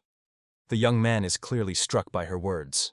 He recalls how Gyom-ren, with a slight smile, said that all the credit for the destruction of the central lands would be his. Looking back at Hwa-muren, Jim-ren says his well-being is the most important thing to him. Dead Jim-ren lies on the ground, and a bloody stain spreads on his chest. The woman says that Jim-ren would never regret protecting him. The young man can no longer hold back his sobs. Hwa-muren recalls moments when Jim-ren was beside him. He lived with the thought of earning recognition from his father, whom he had never seen. And now he understands how naive and shameful that was. His hand, lying on the table, involuntarily clenches into a fist. The young man blames himself. He didn't even realize that his father had been nearby all this time. He addresses his mother, but the crying woman interrupts him, saying that now, since he lost the struggle for the inheritance, everything is over for their family. She raises tear-filled eyes to her son and says, "But no matter what happens." The woman says that to her, her son will always be her pride. Hwa-muren asks permission to take his leave and leaves the room. Tears dry up. Hwa-muren's face becomes resolute. Red sparks flare in his eyes, and his aura turns red-black. The Guak family. A woman sits by the mirror, applying blush to her cheeks with a brush. Suddenly, the door bursts open, and the person appearing in the doorway asks permission to interrupt her for a moment. Guak Huan immediately jumps up from the chair with joy on his face, shouting, "My husband!" Running up to him and looking into his face, the woman says, "He personally arrived here." Could this really be what she thinks? Inren replies, "Correct, the Guak clan finally has a chance." He reports that all the clan's forces are preparing to act. The headquarters of the Righteous Heavens Union in Chuksan. From a tent standing on the edge of a cliff, a voice sounds. How long do they intend to ignore his opinion? A question reaches Jigal Changshin, who is immersed in reading papers. After the destruction of Shaolin, does he think Shanxi will survive? Most likely they fell even before the news reached here. Master Son Qian, the Holy Sword from Wudang, shouts that they need to move to Wuhan and prepare together with Wudang to attack the Demon Lord of Heavenly Radiance. Jigal Changshin says that the connection with the Shanxi forces that were coming to them has been cut off. Sun Cheon triumphantly exclaims, "See, didn't he say so?" Jigal Changshin casts a stern look at him, asking, does he find this situation amusing? Is he glad that the connection with the allies was severed? Sun Cheon looks confused. Stammering slightly, he replies that this is not what he meant at all. Jigal Changshin, drilling him with an angry look, asks, does he want at least Wudang to survive? Let other schools fall as long as they themselves make it to Wuhan. Barely restraining his anger, Sun Cheon says that his interlocutor should be more careful with his words. He admits that he might have misspoken and warns that he will not tolerate further insults. Jigal Changshin, looking at him, thinks how easily he radiates a deadly aura. The strategist wonders, can such a person be trusted? Earlier, from the group of monks gathered in front of the tent, voices are heard. What did he say? Shaolin destroyed. Jigal Changshin answers, yes. Alas, they could not help. The situation in Shanxi is too severe. He asks for forgiveness for delivering this news to them too late. He adds that if anyone wishes, they may leave the Union. He admits that it is his fault and will not blame anyone. The monks stand stunned by his words. Jigal Changshin falls to his knees before them and, bowing his head low, asks for their forgiveness. He feels shame before these people. A question reaches him. How can he bow his head before the villainies of the Demon Lord? Raising his gaze, he sees that all the monks have folded their hands in prayer, and one of them says, just the fact that he told them the truth is an honor and a reason for gratitude. They assure him that no one blames him. Let him simply lead the Union with dignity. Tears well up in Jigal Changshin's eyes. A monk, whose face is distorted with grief, makes incredible efforts to hold back tears. He says that their anger over the destruction of the school will be used in the upcoming battle with the demonic clans. Recalling this conversation, Jigal Changshin thinks, and for the fallen, they cannot accept Sun Chong's offer. He says aloud, the decision is final. They will not go to Wuhan. Sun Qian exclaims, "Hey, Commander! So what, will they stay in Chuksan to wait?" Jigal Changshan answers, "Of course not. They have already decided where to march." Sun Qian looks confused. "March?" The reply sounds, "Yes. Just received a report that the Guak clan troops are heading to Sichuan. They clearly intend to strike their headquarters, knowing that the main forces of the alliance remain in Chuksan." The Holy Sword from Wudang asks, "Does he want to leave Wuhan undefended and go defend Sichuan?" The commander replies, "No, they use their march as a chance." Jigal Changshan says they will strike directly at the Guak clan itself. Zhonhe. Snow-covered peaks are visible above the greenery of the forest growing at the foot of the mountains. Frightened men and a woman holding a crying baby stand frozen, awaiting their fate. A voice sounds, "If they cooperate, no one will die." One of the men curses silently. This is Kunlun clan territory. He wonders, why is a gang of bandits operating here? Armed thugs in animal skin clothes say, "Just hand over all valuables, and no one will be harmed." The man, clutching a pouch in his hands, thinks that he has almost no poisons and needles left, which his master gave him. He wonders, can he defeat them all? He resolutely raises his sword before him, thinking, no, he must. He must deliver everyone to Sichuan. The bandit, throwing a spiked club over his shoulder, is amused by his gesture. He asks, "What? Does he want to fight?" "Well, all right. They will start by killing 3. Suddenly, a huge dragon head with a wide-open fanged mouth appears above him. The bandit, now looking pitiful, says confusedly, not believing his eyes, "A dragon?" Jingo, in the form of the azure white dragon, scatters the bandits in different directions with his tail. The man with the sword in his hand freezes, unable to even move. He turns his head to the side, wanting to understand what happened and where the dragon went. The man says confusedly, "Something just flew by. Could it really be a mirage?" But he clearly saw it. He exclaims, "The dragon is heading to the Central Lands." Meanwhile, Jingo, whose eyes are filled with cold blue energy, swiftly moves toward the target. Jingo, flying over the forest, rejoices. Finally, he has reached the Central Lands. If this continues, tomorrow he will reach Sichuan. He says, the faces of those people he saw earlier seemed familiar to him. The dragon glances back to the place where the sphere trap is inside his body. He feels strange energy in the space. Jingo wonders, what is happening there?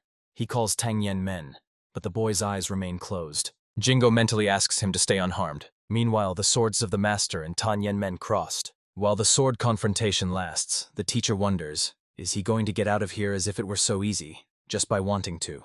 The master laughs. He says, even if the guy strengthened his heart, it only means that he did not fall before the inner demon. Tan Yen men silently drills him with his gaze in response. The teacher pushes his sword away, and his hand rushes upward, while the guy's sword rushes downward. The man says, but this is not yet a victory over him. They simultaneously soar above the mountain peak, considerably damaged by their actions. The guy leaves behind a rock split into 2 parts, and at that moment the master blocks his way. Yellow sparks burn in the man's eyes, and his mouth is wide open. Laughing, the master asks, does he think he can leave?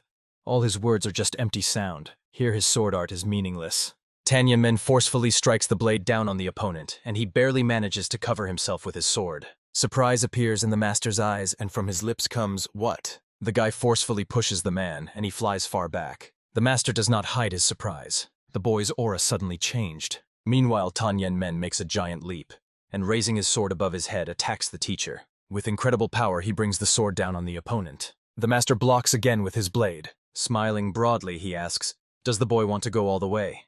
Good, if that is his wish. The teacher falls silent and looks intently at Tan Yen men's face, wondering, could it really be him? The man understands. The boy's strike was special. It was not a sword technique, not a move, not a style. It was the only strike in which he put all his will. It was the path to unity, born in the moment of complete self-abandonment. The master says, so that's it, the highest level. Tan Yen men again raises the blade above his head, holding it with both hands. Green energy blazes in his eyes. The boy brings the blade down on the opponent. His strike cleaves the master's body in 2 halves. A powerful pillar of energy bursts from the teacher's body and rushes to the sky. Tan Yen men freezes, looking at the opponent and awaiting further developments. He hears the teacher's laughter, and then his voice. Indeed, his heart no longer wavers. The man says that this is not enough yet, even if he has recognized his sins and looked himself straight in the eye. The master, despite his body being slashed, laughs, saying that fighting the inner demon is not so simple. Stunned, Tan Yen men wonders, is he seeing an illusion? Clenching the blade in his hand, the young man thinks that this technique undoubtedly fills the entire space with spiritual energy and strikes with one powerful blow. A pillar of energy surrounds the master, growing wider and wider. Tan and Men understands. This is the great space. Looking at the slashed head of the laughing teacher, he reflects. The master's spirit. Could it be that he has grasped the greatest secret of this power? Tan and Men decisively rejects this assumption. No. He sees an enormous human figure appear behind the master, looking down on them. Looking at him, Tan and Men thinks that this is yet another obstacle on the path. The young man believes that if he controls the great space born in his own imagination, then such an appearance is quite natural. He looks at the giant figure of the ancestor, Mwengek. Shaanxi, a district near Hubei. White clouds drift over the mountain peaks. Oken kneels before a fresh mound of earth. She lowered her hands onto the grave and froze. Ok Yang and Chonmen stand beside her. The man tells her to get up.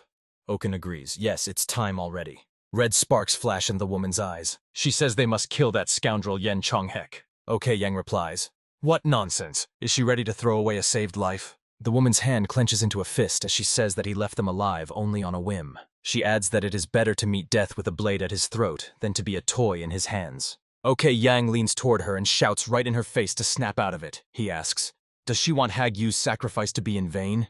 An angry grimace distorts the man's face. He says that now they only need to avoid his gaze and escape from here. Oken casts an indifferent look at him. The man clenches his teeth tighter, thinking, no. Her eyes were not the eyes of a person ready to die. They were the empty, desperate eyes of someone who has nothing to lose. A man approaching them asks, are they from Huashan and Zhongnan?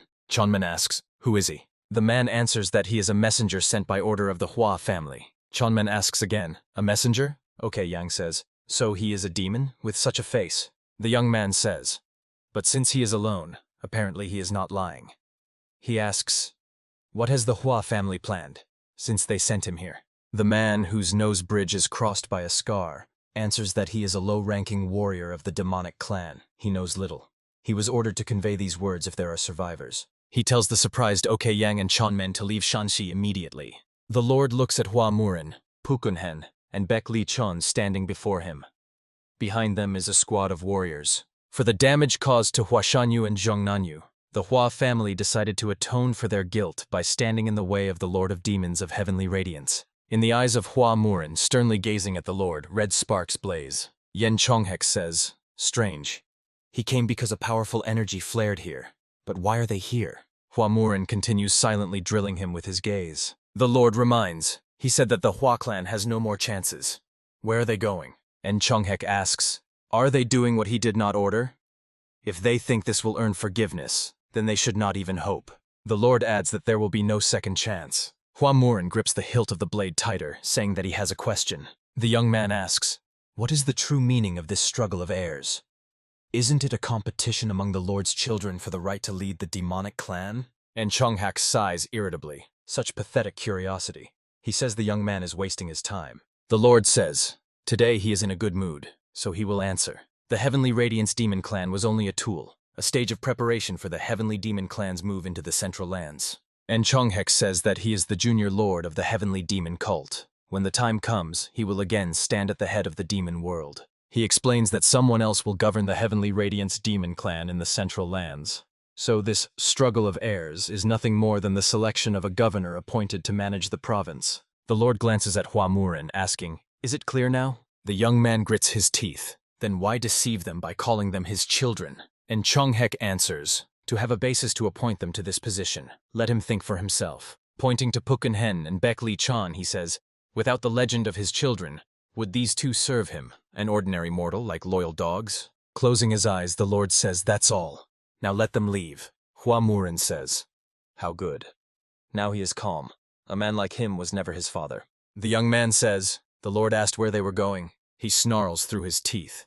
They went out to avenge the death of his father, Jim Ren. He insults An Chonghek. An Chonghek, standing with a sword in his hands against the squad, says, to avenge? He says, however, it is clear. The Hua clan will lose everything anyway. The Lord asks Pukunhen and Baek Li Chan, and why are they here? The Lord of the Northern Demons answers, because they are disappointed. Remembering the slain Jim Ren, he continues. For decades they served the Lord, and when they became unnecessary, they were simply discarded. He says that the Lord lied and used them without the slightest remorse. At the same time, he recalls how En Chonghek tells Hua Murin that without the legend of his children, they would not have served him, an ordinary mortal, like loyal dogs. Pukunhen asks, how can one follow such a man? Looking sternly at En Chonghek, the Lord of the Northern Demons says that he followed the demonic path all his life and was proud of it. But today he realized what a fool he was. The ruler laughs, covering his face with his hand. Ha! They came for power, and now they talk about justice? Jim Ren and all of them have completely lost their minds. En Chonghek says he thought they would serve a little longer. Well, it seems there is only one thing left. Removing his hand from his face, he says, they will all have to be killed. A black-blue aura thickens behind the Lord as he declares that by sunset, the Hua clan will be wiped off the face of the earth. Hua Murin thinks. His aura alone presses as if it will tear them apart right now. The Lord slowly approaches the youth. His dark, ominous aura seems to have even dimmed the sun, as if death itself is approaching Hua Murin. The voice of Pukunhen reaches him. Do not relax. The Lord of the Northern Demons says, even if they fight with full strength, they have no chance against the Lord. Baekli Cheon says, let him not forget his goal. The youth remembers the moment when he left his mother's chambers, mourning Jim Ren. Hua Murin loudly says that he is no longer the heir. The youth adds, and he is not his son. He says to the kneeling Baekli Cheon and Pukunhen, so let them not bow to him. The Lord of the Northern Demons asks him not to speak like that, even if he lost. The Master of the Death Fist adds, however, the bond between teacher and student remains. The men continue to kneel, bowing their heads low. Hua Murin asks, even if he rises against the Lord? Hua Murin says, he knows he cannot defeat him. But seeing his father's death, he cannot remain inactive. He declares, if he can even slightly disrupt his plans, he will bet everything on it. Pukunhen answers, if it is his choice, he will follow him. Baekli Cheon says, he too, even if it is the path to death. The young man thinks, yes. Those who trust him are beside him. He shouts for everyone to listen to him. Hua Murin tells the warriors that now they will begin a battle in which they have not a single chance. And yet they follow him. He thanks them. Veins bulge on his face as he declares that the Hua clan will not live under the protection of the Lord of Demons of the Heavenly Radiance, even if later they are called fools. Rage changed the young man's face beyond recognition, making him look much older. Hua Murin says he would rather die a fool than live a life of lies. He asks the demons of the Hua clan to become as foolish as he is. He himself, Baekli Cheon, Pukunhen, and their squad rush at the Overlord. Okay, Yang asks, internal split? He thinks, while they were standing here, did those ones bite each other? So, now is the perfect time to act. Oken asks, schism? Excellent if the demons start fighting each other. A woman, drawing a sword from its sheath, says, in this chaos, Yeon Jonghaek will have a weak spot. She declares that they will destroy not only those who attacked Huashan and Zhongnan, but Yeon Jonghaek himself. She calls out to the sweating envoy, hey you! The woman asks, he was there when the Hua clan attacked Huashan, right? Okay, Yang gives her a strong slap. He asks, is she going to kill the one whom even 4 masters dared not attack? Cheonmen and the envoy silently watch what is happening. Okay, Yang asks her to come to her senses. He says, it's impossible. When they come, no one from the Hua clan will remain. Oken asks, and what does he propose? She says that Hagyu died right before her eyes. The woman grabs the man by the chest. He stands without resisting while she fiercely shouts in his face. And her revenge? So since she is weaker, she has no right to revenge? Okay, Yang says, let him look down. Oken asks confusedly, what? Following his gaze, she sees a fragment of a sword lying on the grass. A woman asks, is this the sword of Hagyu? Okay, Yang says that they are the only ones who can carry it away and fulfill the head's will. He adds, if they die too, there will be no one to keep his memory alive. Right now, they need not revenge. Okay, Yang convinces Oken that their task now is to survive. The woman carefully picks up the sword fragment with the hilt. A man says that they must survive so that his sacrifice is not in vain. Oken, crying, clutches the fragment to her chest. Okay, Yang hugs her by the shoulders. Standing behind them, Chonmen looks back at the messenger, asking, isn't he coming? Looking at the grave, Oken asks Hagyu to forgive her. She cannot do otherwise now. She promises that when the war ends, they will give him a grand funeral. Looking at the mound of earth and the hastily placed tombstone, she adds, so that everyone in Huashan and Junin remembers him. She sharply turns around and rushes to her waiting companions, saying, let's go. They take off from the spot using the light step technique. A huge spiked club strikes the ground. Baekli Cheong, having lost all limbs, lies helplessly on the ground. The voice of the Overlord reaches him, pathetic. Pukunhen, pinned to the ground by a sword, lies with arms spread wide, looking with eyes that see nothing at the sky. The Overlord says, they decided to unite their forces, and that's all they are capable of? The Overlord's hand squeezes Hua Muren's throat, whose face and neck veins bulge. Yeon Chonghak asks, did they not understand from the very beginning? The glade is strewn with the bodies of dead warriors. Above them rises the figure of the Overlord, holding Hua Muren on an outstretched arm.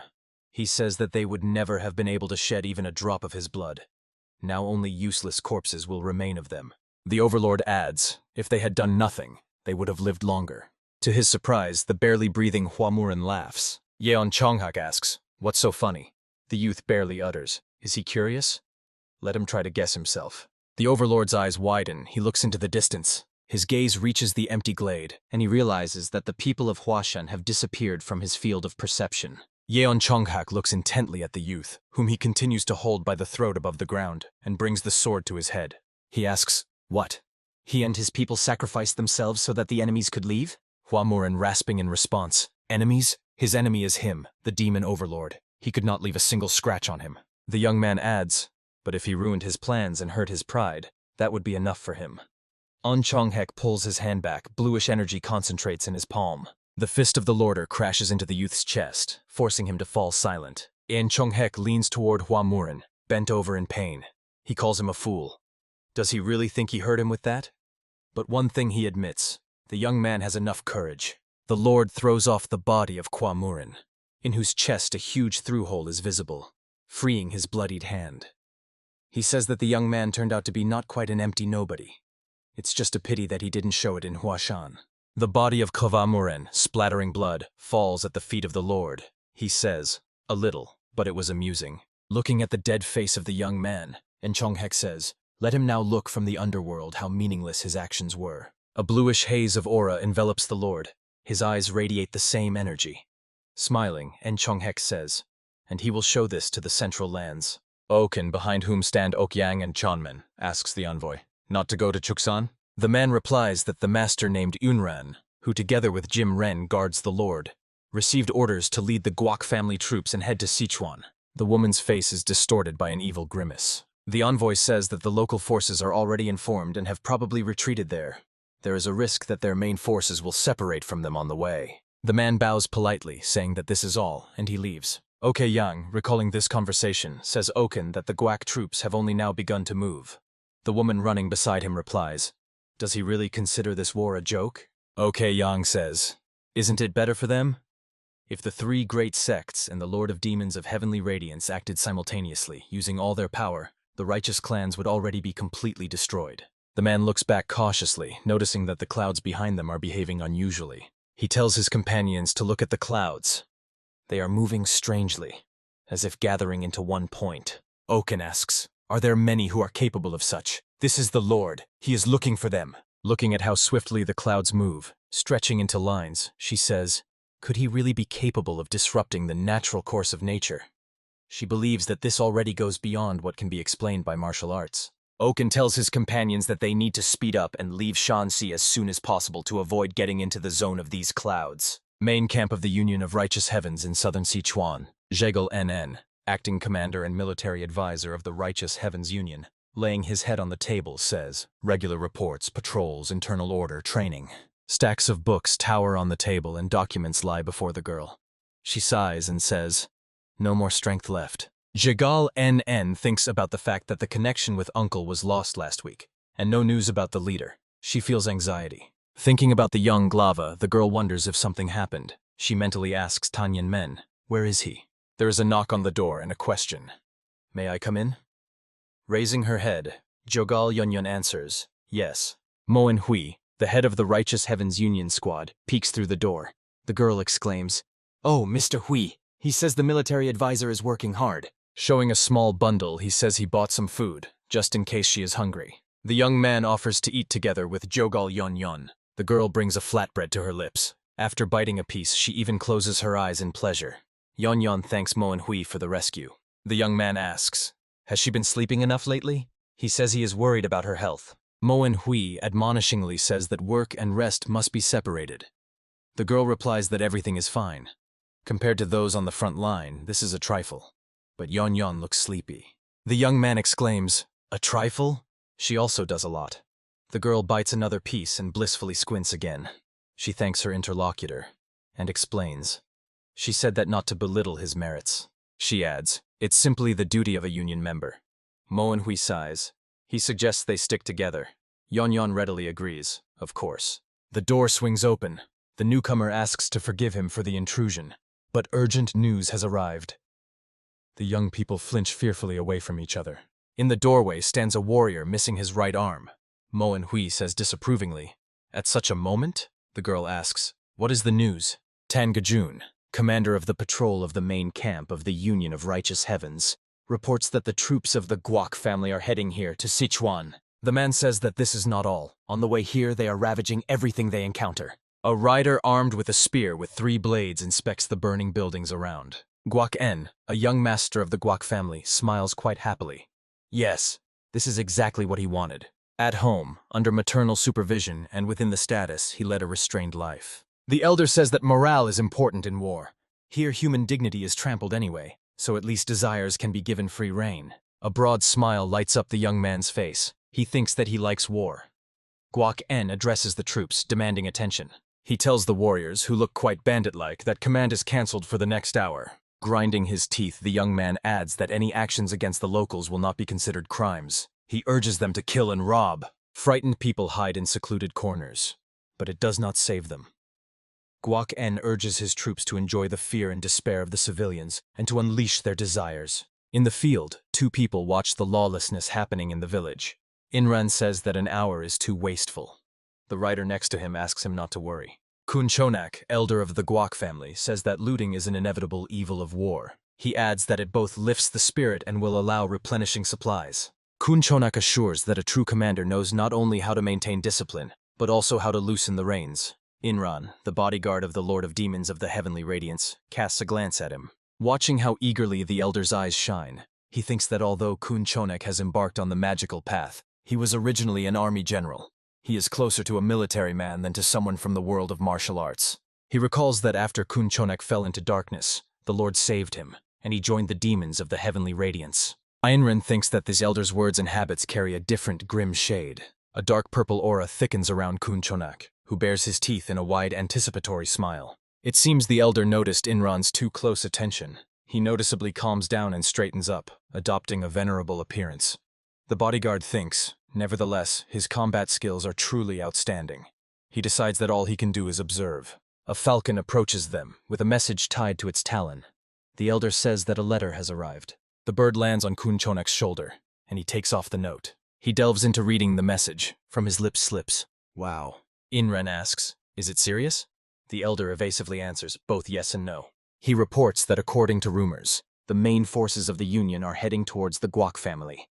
Inran says, "Really?" This news makes him ponder. Kunchonak says, since it is too late to defend, they want to strike the army and force them to retreat. He adds, "A good strategy for the enemy." Glancing at Inran, he says, "Everything is going as the commander predicted." Guok writes a message. As Kunchonak said, the Righteous Alliance troops are indeed moving towards the Guok family. Following his advice, they withdrew forces from key points, leaving the enemy confused, and secured the support of the Liu family. It is especially important that the elder Binsol Papa Bek Su-Ren herself arrives. She is the strongest subordinate of the Lord. This help is extremely valuable. Judging by how the Lord behaved with the Hua family, this time he will probably stay aside again and watch. Now it all comes down to who will be the first to take the enemy commander's head. Inran reads the last lines in which Guok Huayan asks him not to worry about her life, and to destroy the Union and the Tan clan. He thinks tenderly of the woman, Huayan. Even if it is part of the plan, her life is still at stake. He believes she is remarkably resilient. He is thinking about the fact that Binsol Papa's help is very unexpected. He is called by the elder. He says, since the lady said so, they must go without doubt. If they crush the weakened Tan clan and the Righteous Heavens Alliance, then the next ruler will be the young Lord Guok En. Inran agrees with the elder. Yes, he is right. Looking at the rider galloping towards them from the burning settlement, he thinks that now is the perfect time to create merits for Dayen. If they miss the chance, they will become like the Hua family in Shanxi. Inran thinks that it is necessary to act quickly. They need to destroy the main forces of Tan and the Righteous Union. Elder Kunchonak shouts, "All troops, attack!" The army, led by Jigal Yen, accompanied by Moen Kui and Tang, rushes forward swiftly. Dead bodies lie in the square. A voice sounds, "Is that all?" The reply is, "It seems so." Guoken curses and says that he has only just begun to warm up. He sits on a horse, looking at the killed peaceful residents and several of his subordinates, one of whom holds a trophy in his hand. A necklace. Guoken sighs. What a pity. Very much a pity. The man standing next to him says that he foresaw this and ordered to tie up a couple of pretty women. The young man casts an interested glance at him and exclaims, "Oh!" The man points with his hand at 3 captives sitting on the ground and tied with ropes, the ends of which are held by a fierce-looking warrior. He says he carefully selected them, so Guoken will not be disappointed. Let him relieve fatigue after the battle. Red sparks flash in the young man's eyes. Licking his lips lustfully, he smiles contentedly. Guoken says that ignoring the diligence of subordinates would be rude. Staring at the captives, he says, "Well then, who to start with? He is called Master." The warrior says that Elder Kun Chonak sent a letter. He reports that the army of the Righteous Heavens Union is moving towards the Guok family residence. He adds, and orders him to continue the attack on their camp. Guoken says discontentedly, "What? The enemies are coming to their home?" Glancing at the frightened captives, he says that there is no choice. At such a time, one cannot let desires ruin everything. He orders the warriors to kill the women, saying that they are only unnecessary problems. Guoken turns his horse around, pleas for mercy rush into his back, but the young man's subordinate, waving his sword, silences the captives forever. A squad led by Guoken follows the road. The young man raises his head to the sky, regretting that he didn't get to have a little fun. Although they were in a hurry, it probably wouldn't have changed the situation much. A dissatisfied grimace appears on his face. He thinks that even if his mother risks herself, he should at least pretend to be conscientious. Guoken believes that opportunities will not disappear. People are watching the squad from behind the bushes at the edge of the forest. A surprised expression appears on the young man's face. Noticing some object on the road, he looks closely at it and realizes that a rope is sticking out of the ground. At that very moment, the rope rises sharply and blocks their path. The frightened horse rears up. From Guoken's lips escapes, "What the?" Several more tightly stretched ropes burst out from under the ground. The ropes covered with thorns injure the fighters accompanying Guoken. A squad of warriors appears from the forest, attacking the trapped enemies. Guoken grips his spear tighter and, hurling insults, strikes one of the warriors, exclaiming, "They dare to mock him?" The warriors who attack the squad are stunned, even if they are elite fighters. To cut a person in half with one strike? It seems he has reached the highest level. Guoken, around whom a deadly aura thickens, raises his spear again. He says, "To use such vile tricks, where do they come from?" The path of the young man is blocked by the people who attacked the squad. One of the warriors replies to him that to talk about vileness while being part of demonic forces is astonishing hypocrisy. Guoken is urged to remember the atrocities he committed in Sichuan, and they add that there is no time now to say anything more. Jigal decisively declares that his tyranny will end here. As a member of the Righteous Heavens Union, raising her hand with the fan before her, the girl says that she will stop him. Guoken's fighters are behind him, separated from him and each other by barbed ropes. Jigal stands opposite him, surrounded by her warriors. The young man freezes. In his head flashes, "It can't be." His breath even stopped for a moment.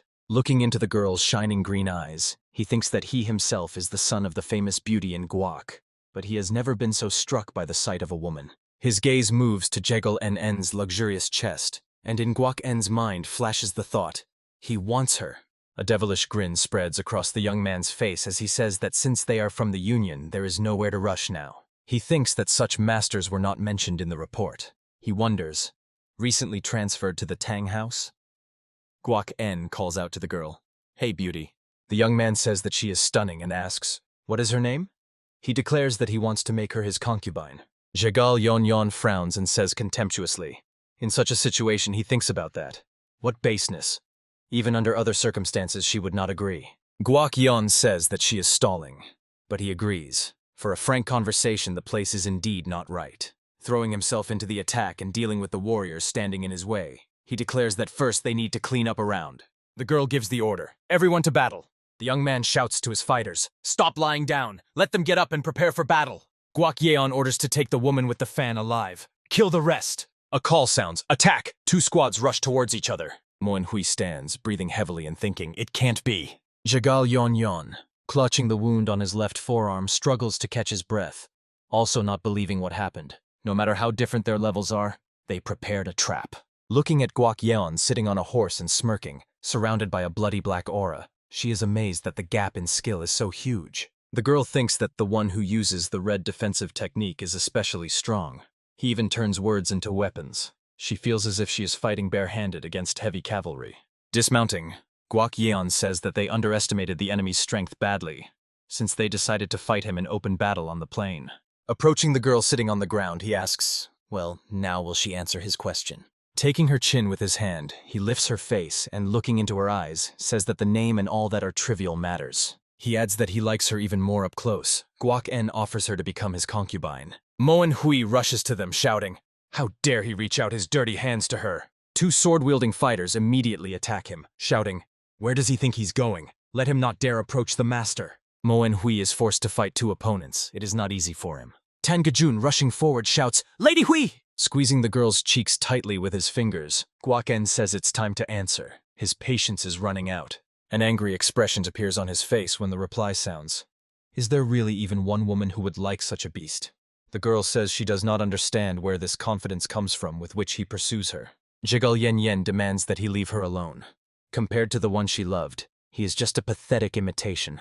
The young man, smirking, says, is that so? He declares the conversation over, and squeezing her cheeks even harder with his fingers, with his free hand tears the clothes on her chest.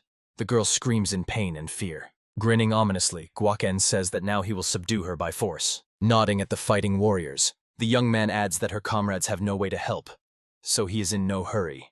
They can even play a little. An anticipatory smile wanders across his face as he says that he does not like submissive women. This will be even more fun. Squeezing her eyes shut tightly, Jigal En mentally begs the young chief to help her. The girl opens her eyes and joy appears in them. She sees snowflakes falling from above. Guak En looks at her puzzled. He asks cautiously, what? The girl looks up with a slight smile. The young man says in surprise, snow? Guak En wipes the snowflakes that fell on his face with his hand and says, yes, he is not mistaken. Looking at his hand, he wonders, how is this possible? It is not winter now. A female figure suddenly appearing next to Jigal En thrusts her palm forward, delivering a powerful energy strike that throws the young man far back. Guak En tries to protect himself by covering his face with his hands. His subordinates shout fearfully, Master! The young man, lowering his hands from his face, thinks that the technique is simple, but the internal power in it is colossal. He wonders, who is this? All the fighters freeze and look at the woman. The same woman, passing by Jigal Yonyan sitting on the ground in torn clothes, asks to forgive her for being late. She says she rushed immediately as soon as she saw what was happening. She admits that she still hasn't fully gotten used to the light steps. Astonished, Jigal Yonyan cannot take her eyes off her. Tang Miso, a disciple of the head of the Tang house from Sichuan, taking a fighting stance, asks the warriors of the Righteous Heavens Union not to worry. She will protect them. Earlier, Tang Miso sits on the floor of the room in a lotus position, surrounded by a light mist of glowing aura.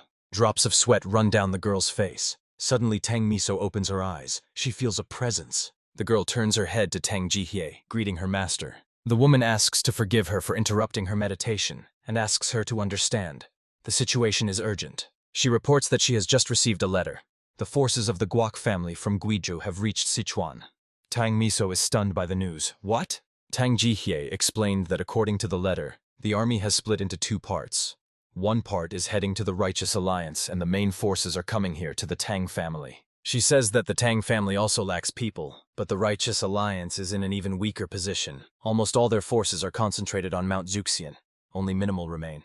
Tang Jihye asks, so could she go to the Righteous Alliance as reinforcements? Tang Miso is confused. Her? But will she have enough strength? The girl asks. And most importantly, if the main forces are going here, shouldn't she stay?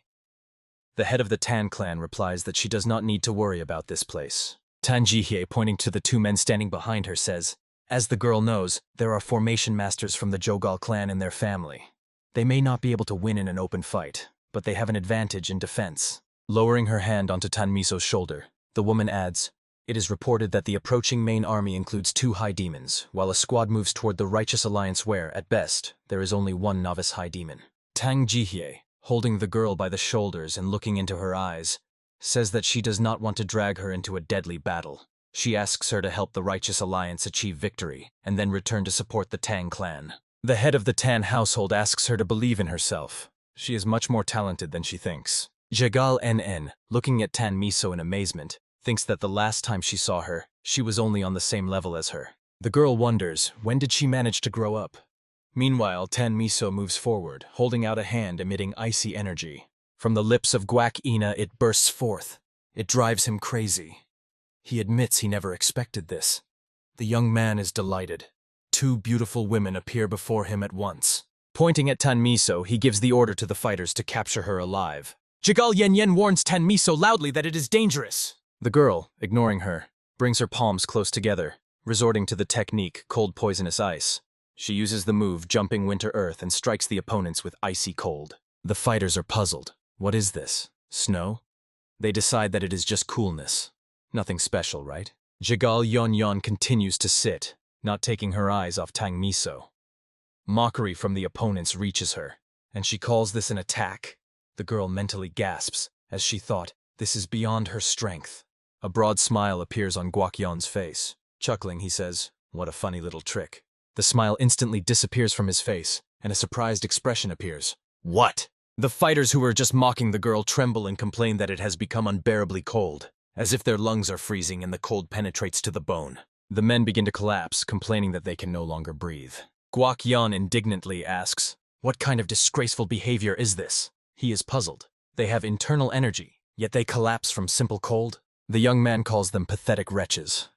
Tang Miso's voice reaches him. But he is no different from them, right? Guakyon is unpleasantly surprised. What? He looks at his hand covered with a thick crust of ice in horror. The girl explains that cold poisonous ice not only burns the skin, it freezes the internal energy. Moreover, with each second it penetrates deeper. Tang Miso says, if he does not want to lose his hand, he should retreat immediately. She warns that she has been studying this technique only recently. Looking sternly into the opponent's eyes and concentrating shining energy between her palms, Tang Miso adds, therefore she still does not know how to control its power. The head of the Tang house walks across the square. Commander of the honor guard Tang Wan-jin respectfully bows his head and says, welcome. The woman asks, what is the situation? He replies that all troops have completed preparations for battle. They can set out on her command at any moment. Tang Jihye says that in the main forces of the enemy, there are two high demons, the great spearman demon Kun Jonghak, who was sent to the Guok family from Guizhou, and the one called the Silver Wolf, right? The woman adds, according to their intelligence, it was this Silver Wolf together with the Lord who destroyed Shaolin just a few days ago. His combat skill is impossible to assess. They say since he wiped Shaolin off the face of the earth, his power itself cannot be measured. She says that fortunately Master Zhaong is on their side. Perhaps this will balance the forces, but the situation still remains unfavorable for them. Tang Wanjin asks, is there still no news from Masters Gokun and Taeho? The woman shakes her head negatively in response. She says that both have regained consciousness, but the clan leader recalls his visit to Taeho. The man, without looking her in the eyes, asks for their forgiveness. He reports that they have recovered from their wounds, but apparently, due to poison, their internal energy circulation is impaired. Taeho, gritting his teeth, admits, if they go out to the battlefield in this condition, they will only be a burden. Tang Jihye is forced to agree with him. It seems they still cannot rely on their strength. The woman tells Tang Wanjin that for now they should hold the defense and wait for reinforcements. A warrior runs to them, shouting, urgent news! He reports that they have received word from scouts monitoring the troops of the Guok family from Guizhou. The warrior says excitedly that just now from the main enemy forces. A shocked expression appears on the woman's face when he reports that the demon lord in the silver mask has left the ranks and headed to the Righteous Alliance. The day before, Kun Chonak rides a horse at the head of the troops, holding a spear with 3 blades. Inren walks beside him. The elder says, so there will be no support from the Tang family, no ambushes, no traps on the way. He believes that at this pace, even before dawn, Inren interrupts him. He apologizes, and says that from here he must go to Guokyen. The elder, looking somewhat condescendingly at the one he calls Lord Silverwolf, says that the young lord has mastered his technique of swift armored cavalry. He asks, isn't the road to the Righteous Alliance safer than this? Are his worries excessive? Inren replies that he would like to think so himself. He shows an insect resembling a caterpillar on his palm and explains that from the reaction of the Go it is clear that something has happened. He believes that for the Tang family troops, 1 elder of the great demon spearmen will be enough. Inren adds he will join young Lord Yen. Using the light step technique, The man immediately takes off from the spot. Watching him go, Kun Chonek thinks he is going to watch over his own son. He believes this overprotection is excessive. Officially, the young man is the son of the Lord. He recalls the Hua family from Shanxi. The elder thinks that in such a situation, the children seem to be fighting the war for them. Guakyen is attacked by a warrior, but the young man, despite one hand, in which he holds the spear, being frozen, surrounds his body with a crimson aura, which allows him to defend against the attack. Gnashing his teeth angrily, the young man hurls insults. If he had mounted a horse and used the swift armored cavalry technique, those scoundrels would have already been swept away. He desperately repels the attacks, shouting, "Out of the way!" Tangedjin retreats, thinking that the young man is losing patience more and more, and his movements are slowing down. He believes this is due to the ice techniques. From behind, a shout reaches Guakyen. Let him take another hit. He doesn't have time to react, and ManHwa strikes him in the back. The squad leader thinks that thanks to the support of the Tan family, even the soldiers cannot intervene.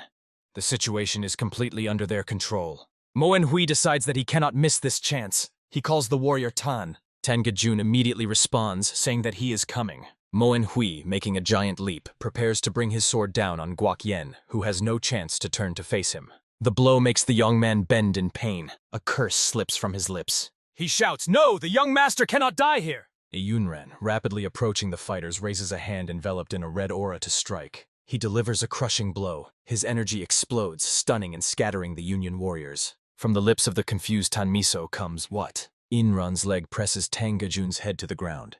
He says, "It can't be that such insignificance managed to defeat the young master." He holds ManHwa by the extended arm, squeezing his throat with his fingers. Inran, looking at Tangmiso, says, "So the madness of Go was caused by the ice technique?" Guakyen says that the Silver Wolf arrived just in time. Inran throws back over his shoulder. Let him first free his hands from the cold. A drop of sweat slowly crawls down the girl's cheek. She is shocked. Silver Wolf? This man is the demon lord in the silver mask? She wonders, but why is he here if he was supposed to be with the troops heading to the Tang family?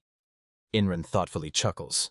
He tells the girl that the depth of her martial art is small, but he senses an immeasurable amount of inner energy in her. Inran, surrounded by a red haze of energy, says, "And this icy aura around?"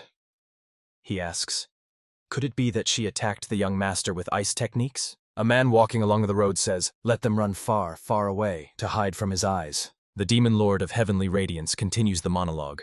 They will have to run without rest beyond the central plains. He stops before an unexpected obstacle, a huge boulder. Waving his hand, the lord easily throws it aside. He looks a little surprised. From his lips slips, "Oh ho."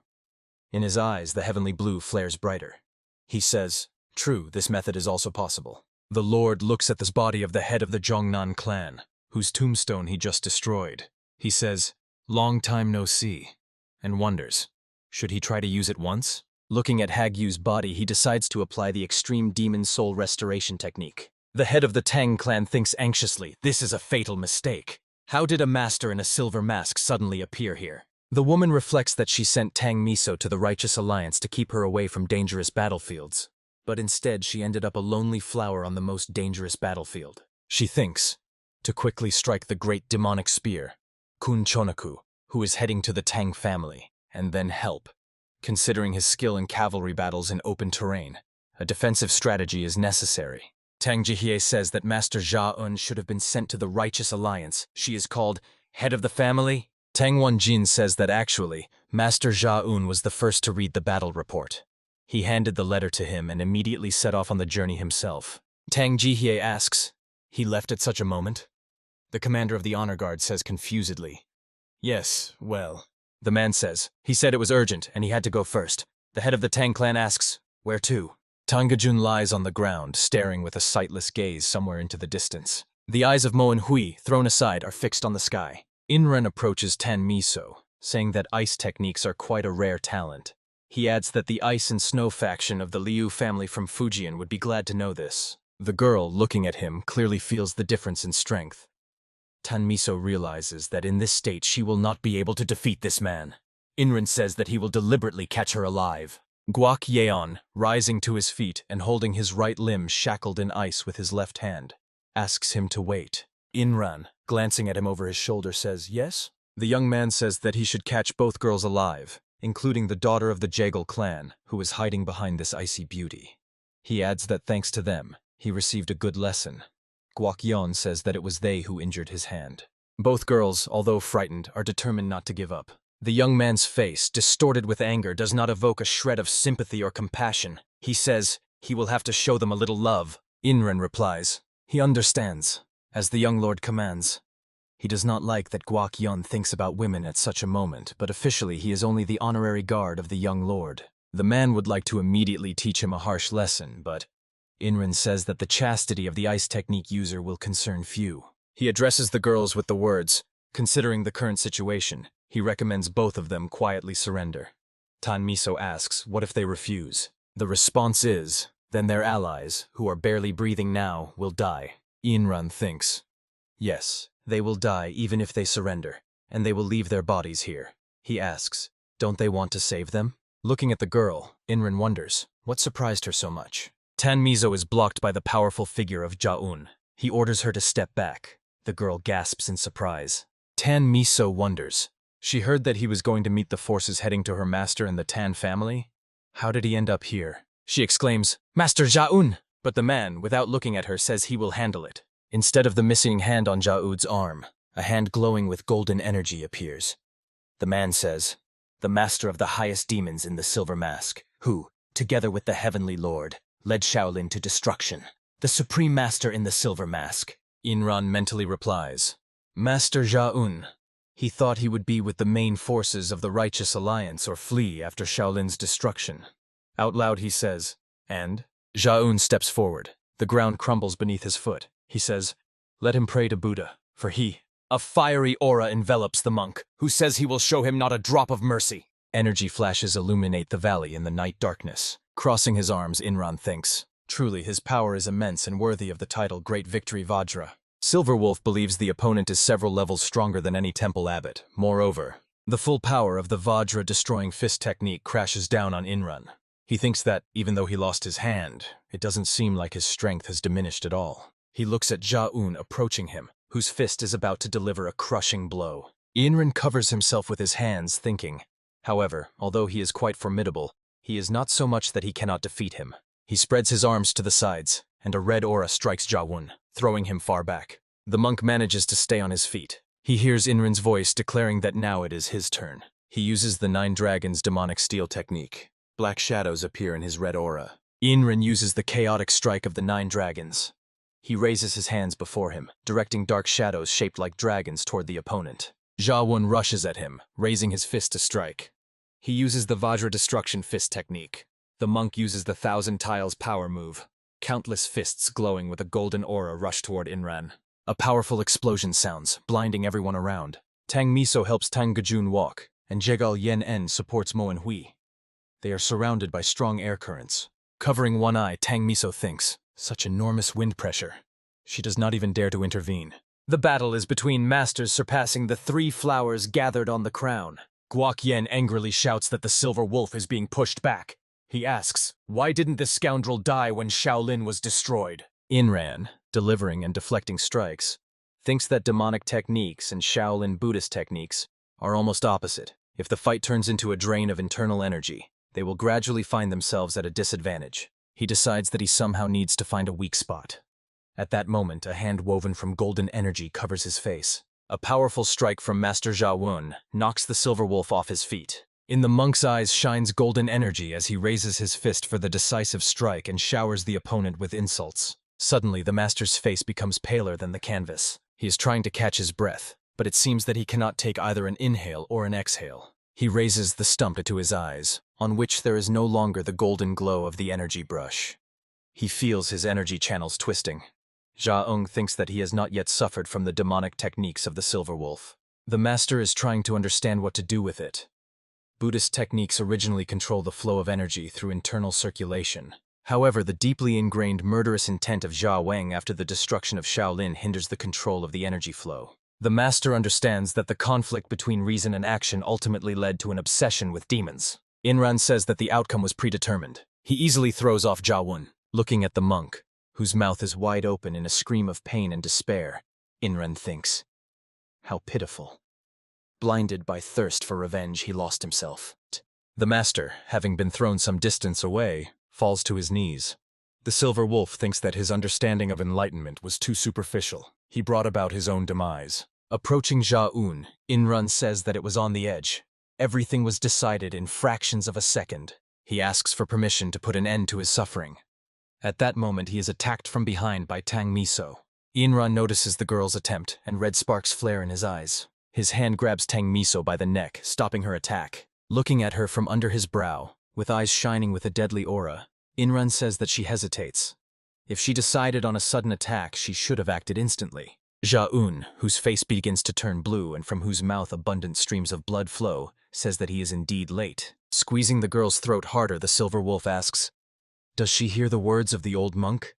It seems he is spouting nonsense after falling into demon possession. Unaware that a green aura is flaring behind him, Inrun tells the girl she should be grateful that he is not planning to kill her yet. At the last moment, the Silver Wolf senses something wrong and swiftly turns back. He looks at the monk, bowed low to the ground, and wonders, "What is that? The energy that rushed past nearby?" The corners of his mouth slowly droop down. He looks at his slightly trembling hand, thinking about the unknown energy whose pressure he felt, albeit fleetingly. He believes that this presence can rival the Heavenly Lord. From Ja-un's mouth, along with streaks of blood, a hoarse laugh bursts out. He asks, "Isn't the Alliance leader too late?" Inrun hadn't recovered when Tang and Men had already cut off his fingers with a dagger and freed the girl, whom he is now holding close. Tang Miso, whose eyes are about to overflow with tears, clings to his chest. The young man soothingly says, "It's all right." He asks for forgiveness for arriving late. He thanks each of the Union warriors present for enduring until this moment despite the trials, and asks them not to worry anymore. All allies look at him with hope. Tears glisten in the eyes of Jigal and Guaken watches the events from afar. Inrun looks dismayed by this turn of events. Casting an angry glance at him, the leader of the Righteous Alliance, Tang and Men, says, "Because now he is here." Inrun drills his gaze into the back of Tang and Men, who has turned again to the girl pressed against his chest. The Silver Wolf is stunned. Even having reached the level of an extreme demon, he did not feel his presence until he was very close. He realizes that before him stands the leader of the Righteous Alliance. With eyes shining from tears, Tang Miso gazes into the young man's face. She asks if it is really him. "The young master?" Tang Men replies, "Lady Miso." With tenderness, he runs his thumb over her cheek and says that unlike their last meeting, her control of internal energy has become more natural. It seems she has been working hard. The girl answers, "Yes." But in the end, she couldn't help. Her words painfully hurt the guy. Even Lady Miso had to intervene. His absence must have become a heavy burden for her. The red aura emanating from Inrun, already ready to rush into battle, reaches them. Silver Wolf thinks. His instincts tell him that the guy is dangerous. Even if it leads to mutual destruction, he must kill him here and now. He tells Guak Inu to go to Kunchonak. He will not be able to fight and protect him. The young man is stunned. What? Is the guy really that strong? Tan and Men, looking at Inrun, thinks, a silver mask. He is on a higher level than these messengers of light and darkness.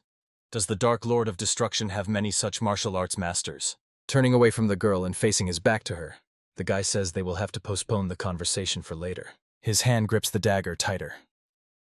Tan Men thinks, all right, it doesn't matter how many there are. Raising the dagger before him, he says, the silver mask will be first. The boy wrapped in shining streams of energy stands opposite Inrun, surrounded by a red aura. The collision of two opposite energies leads to a powerful explosion. Silver Wolf attacks Tan Yenmen in a leap. Blood flows from Inrun's mouth. He mentally curses. The difference in their internal energy is colossal. It will be impossible to fight and escape at the same time. Silver Wolf understands that he will not be able to escape. This guy will become an obstacle for the master. He realizes that his chances of victory are practically zero. Red energy flares in his eyes, and the aura becomes red-black.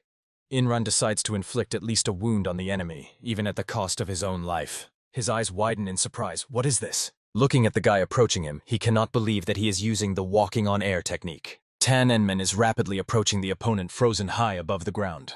The face of Inrun is distorted by an evil grimace. At the same time, hopelessness appears in his gaze.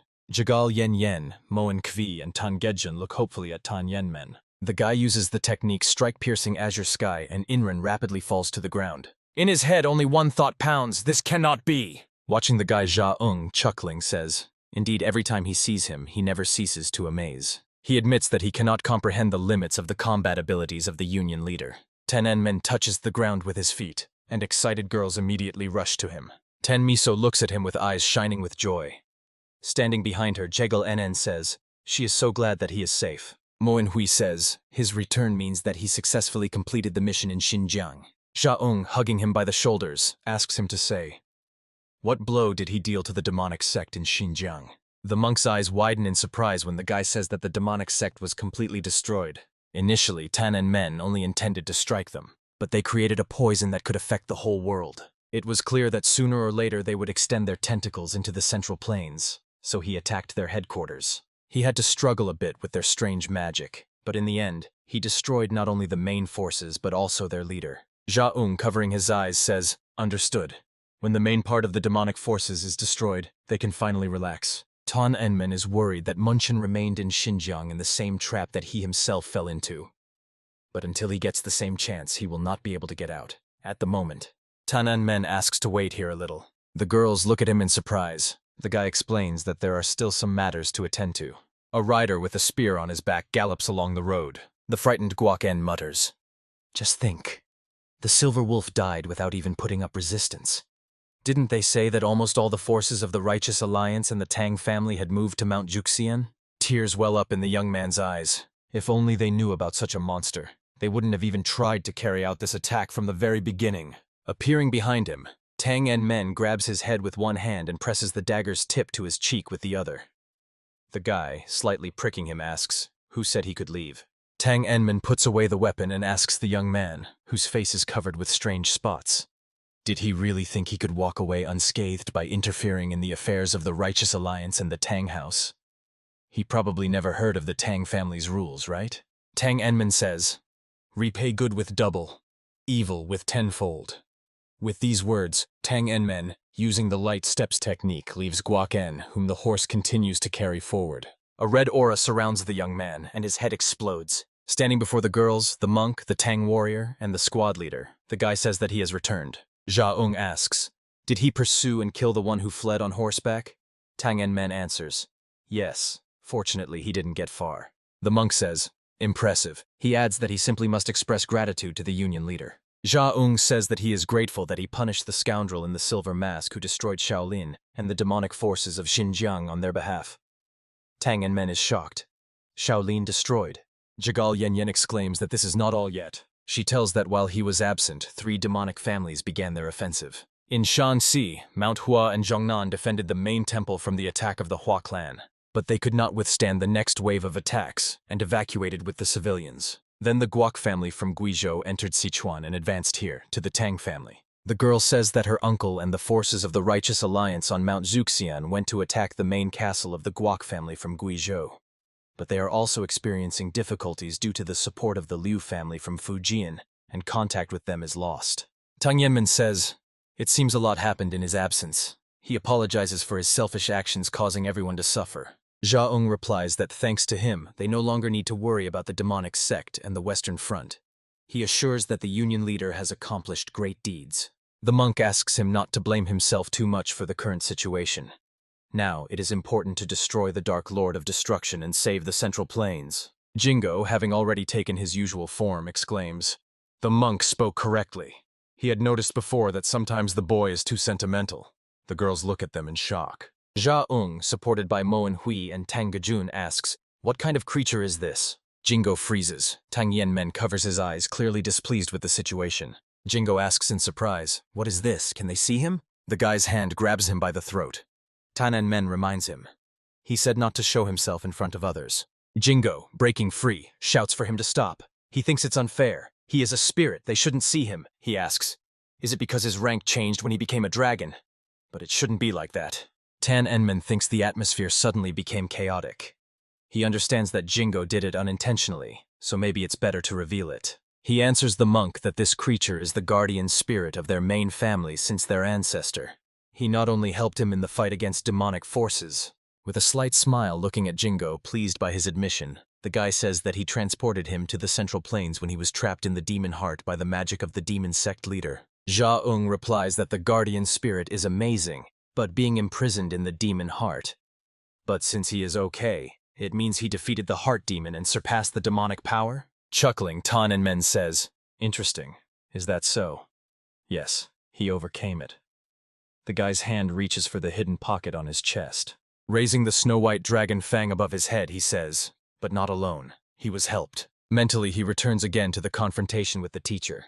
Tan En Men flies forward swiftly. His eyes are filled with green glow. He chases the master, trying to strike him with an energy blow. But the stream of power hits his chest, knocking the breath out of his lungs. The blow throws back Tan Yenmen, who is choking on his own scream. Anger flashes in the boy's eyes. He clenches his teeth tighter. His feet touch the ground, and he even manages to keep his balance. The teacher immediately rushes at the guy, intending to strike him from above. Muengek also attacks Tan Yenmen, who has just repelled the master's attack. Green energy sparkles in the boy's eyes. He resorts to the technique Power of Destruction and swings the clicker in front of him. The falling dragon scale technique is used against him. Frequent energy bursts strike him, and he is forced to grit his teeth harder. Against the backdrop of the sunset sky, on the edge of the cliff, a dark silhouette is visible. The girl, behind whom a ghostly figure of the leader of the heavenly demon sect looms, says that it takes too much time. Usually by this point the will is already broken, and the person would have become crippled. She did not expect that this attachment to life would be so strong. At this time, Tan En Men, who is being hit by frequent energy strikes, screams with his mouth wide open. The girl says that it will end soon. If only he had given in to the heart demon back then, maybe it would have been easier. The girl and the teacher watch the splash of blue energy where the boy stood. Now he is fighting all the emotions inside himself, fear, pressure, all of them. The girl says that the fight with the heart demon is a fight for enlightenment. However, there is a limit to what can be overcome alone. The girl's gaze becomes surprised. A terrible explosion, provoked by a flash of energy, shakes the mountains. The blow throws the guy onto a rock, causing it to crack. He is exhausted and wonders, how long has he been fighting? How much longer is left? He sadly thinks that he sees no end to this. Tan En Men understands that the more doubts arise, the stronger the heart demon becomes, and the doubts do not cease. Looking at the teacher and Muengek, who has soared above the ground, waiting for him with swords in their hands, he thinks that he is forced to fight against those close to the strongest in the world. Tan En Men wonders, what else can he do? Muengek's face loses its indifferent expression and becomes determined. He rushes into battle. The teacher follows his example and rushes toward the guy. A thought flashes through Tan En Men's mind. Mom, Lady Miso. They are probably all waiting for him. He mentally asks them to forgive him. A voice reaches him, ordering him to raise his head and look forward. He sees Yu Gilchjun, the head of the Black Death Alliance, rapidly approaching. A powerful explosion forces the teacher and Muengek to stop. They freeze and watch the guy and the head of the alliance expectantly. Yu Giljung asks Tang Enmen, does the man who defeated him fight against something similar? He orders him to stand up and explains that it is not his strength or endurance that breaks here, but his heart and will. Without looking at the guy, the head of the Black Death Alliance says, in other words, if he gathers himself, he can simply leave this place. Tang En Men is surprised. What is this? Is he imagining things? Looking at the man standing with his back to him, he says, Lord of the Black Death Alliance? The guy asks, why is he here? The answer is that he was not the only one trapped in the Heart Demon prison. He raises a hand that slightly blurs, as if made of liquid, and says that the remnants of his consciousness are here. The Snow-White Dragon Fang is also here. Of course, he almost exhausted all his spiritual energy to enter his mind world. The head of the Black Death Alliance reports that he saw everything the guy went through. He tells the surprised Tang En Men that he does not understand why he suffers here when he handled the absorption by the Heart Demon so well. Yu Giljung, whose face also blurs slightly like a mirage, adds, just think, the guy still trembles before illusions. Watching this is painful and exhausting. He says he will lend the guy his power, and streams of energy rush to Tang En Men. His eyes widen in surprise when the Snow-White Dragon Fang appears in his hand. The teacher and Muengek rapidly approach the boy, gripping swords in their hands. He also tightens the hilt of his Snow-White Dragon Fang. A loud explosion echoes between the rocks. A powerful stream of energy, mixed with stones, strikes the attackers. The master says, the one whose will was broken rises again? How? Tan Yenmen raises the Snow-White Dragon Fang, saying, he said his heart trembles from illusions. Now he sees and understands. He rushes at the opponents, green energy splashing in his eyes. The boy says that now he can truly put an end to this. He realized that, essentially, this heart demon is not a trial caused by training. Tan Yenmen understands that he was awakened by malice aimed at binding him in chains. The images of his master and ancestors are only a part of this heart demon. The master's head is almost half-cleaved, but he doesn't even notice it. Tan Yen Men thinks that one must cut not the illusions before the eyes. The boy decides to cut the world itself, created by the will that seeks to suppress his will, and break it. Tan Yen Men strikes the surrounding space, slicing through the mountains. His strike shatters the master's figure into pieces. One of the shards contains the teacher's face. It drills into the boy with a stern gaze. The master says, finally he has found the point to strike. He adds, by the way, this sword technique is clearly based on annihilation, but its power far surpasses the original. He is asking the guy who has not yet recovered from the fight. Did he give him a name? Tan Yen Men answers the teacher. Sky-splitting annihilation. He says he was filled with determination to cut through a world overflowing with foreign will. He adds, filled with a will that does not belong to him. He explains that he created it by combining the teachings of the master and the principles of the flower rain of myriad heavens. Green energy leaves the boy's eyes. The master's face gradually becomes blurred. It seems to dissolve into the air.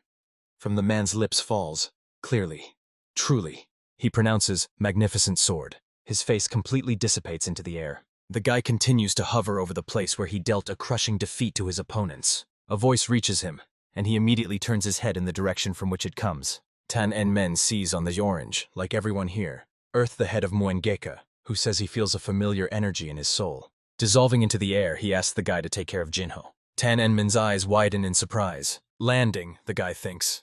What was that just now? The illusions of the heart demon spoke as if they were real. He answered without even thinking. Moreover, did the ancestor's words mean that he saw in Jingo not just a tool?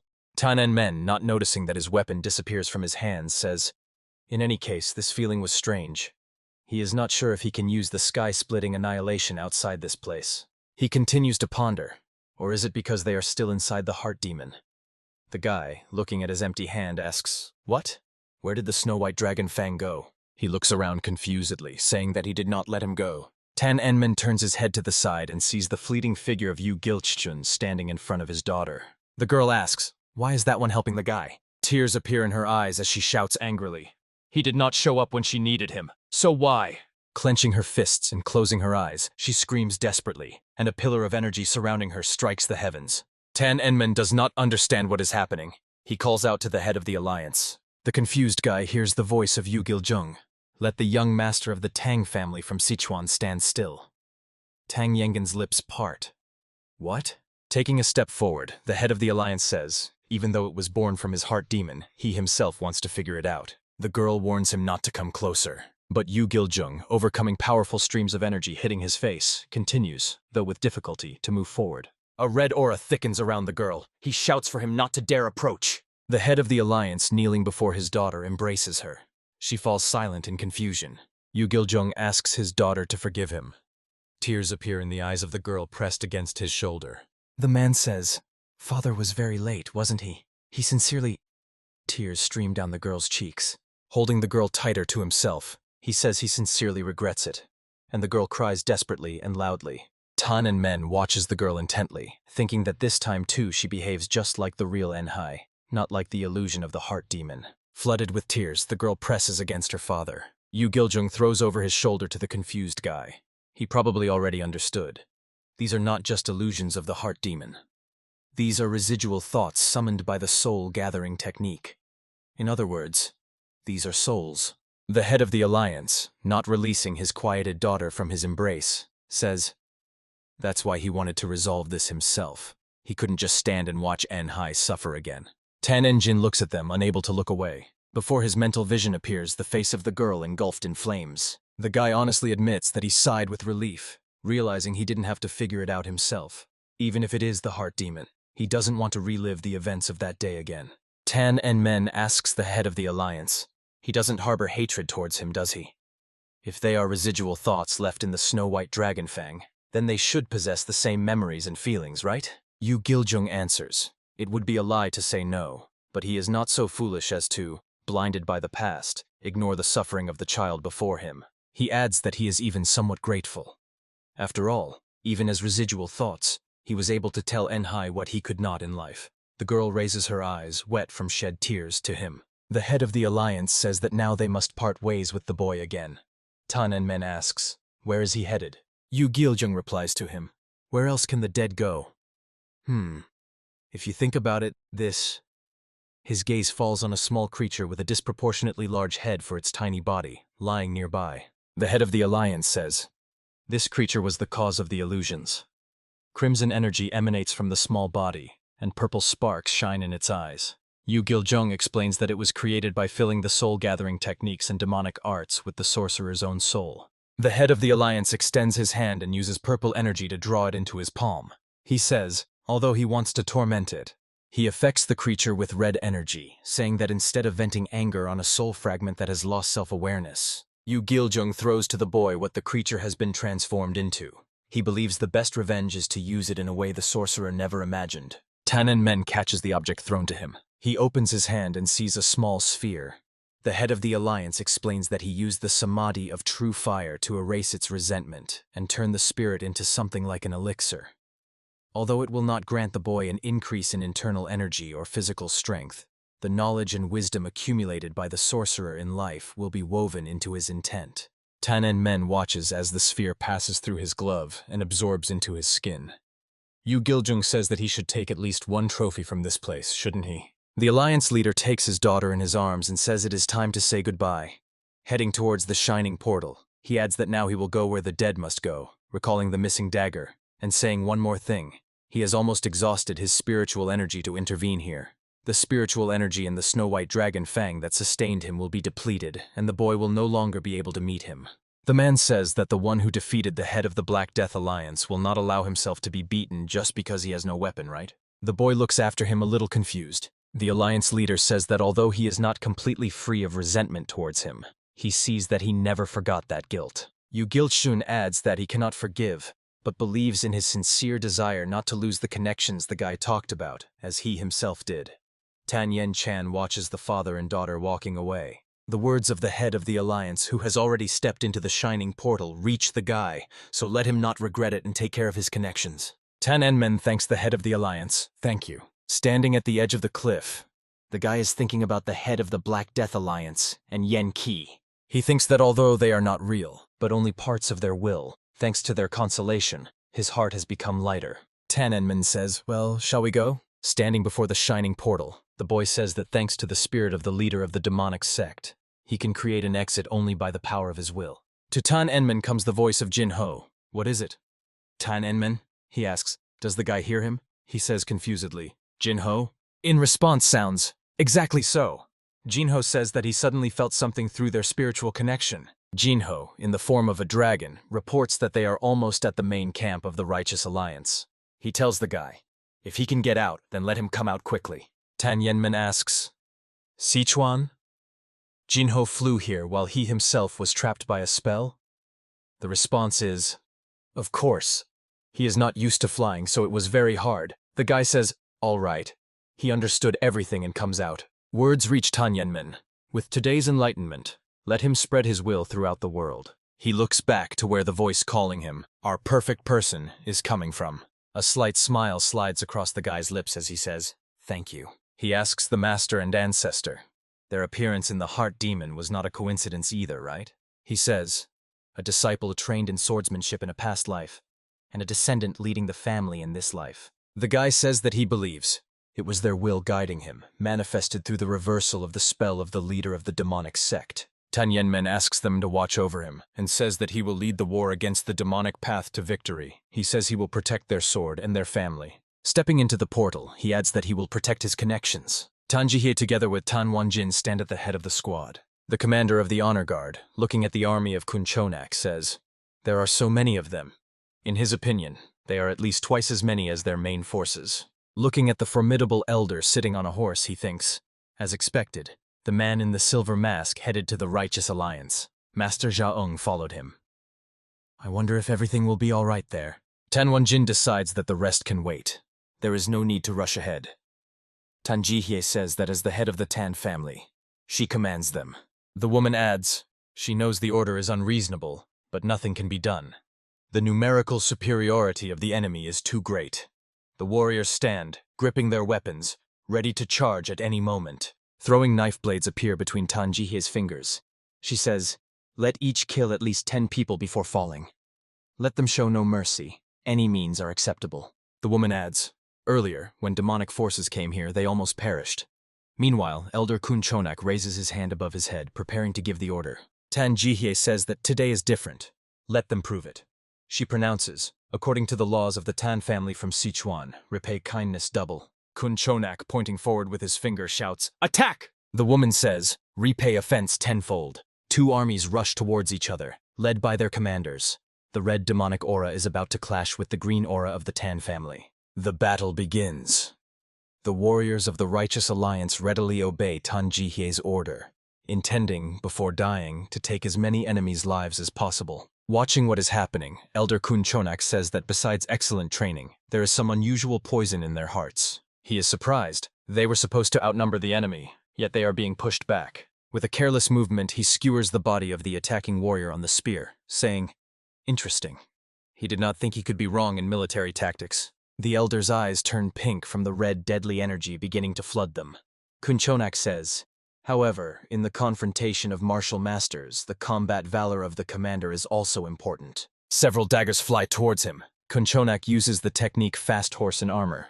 Tan Jihye, who threw knives at him, attacks the elder again from above, who is riding a horse. Swinging her hand, the woman thinks this is the very technique fast horse in armor, which, they say, was created by the Imperial Army. As she heard, it is an incredible wall of energy. The elder mockingly says, "Ha! These pathetic throwing daggers will not pierce his defense." Tan Jihye throws the daggers again. The knives thrown by her hand stick into the ground. Looking at how the daggers stick around him, Kun Chonak says, "Ha! What is this? Could it be that she did not hit even once?" The woman, smirking, says, "I see. He thinks she missed?" The knives rise above the ground and begin to spin. Whirlwinds rise around the rider. The head of the Tan clan uses the energy technique Flying Dagger, and simultaneously the dance of the soaring flower. The woman says, "The clash of three flowers in a crown-level battle represents a collision of energies.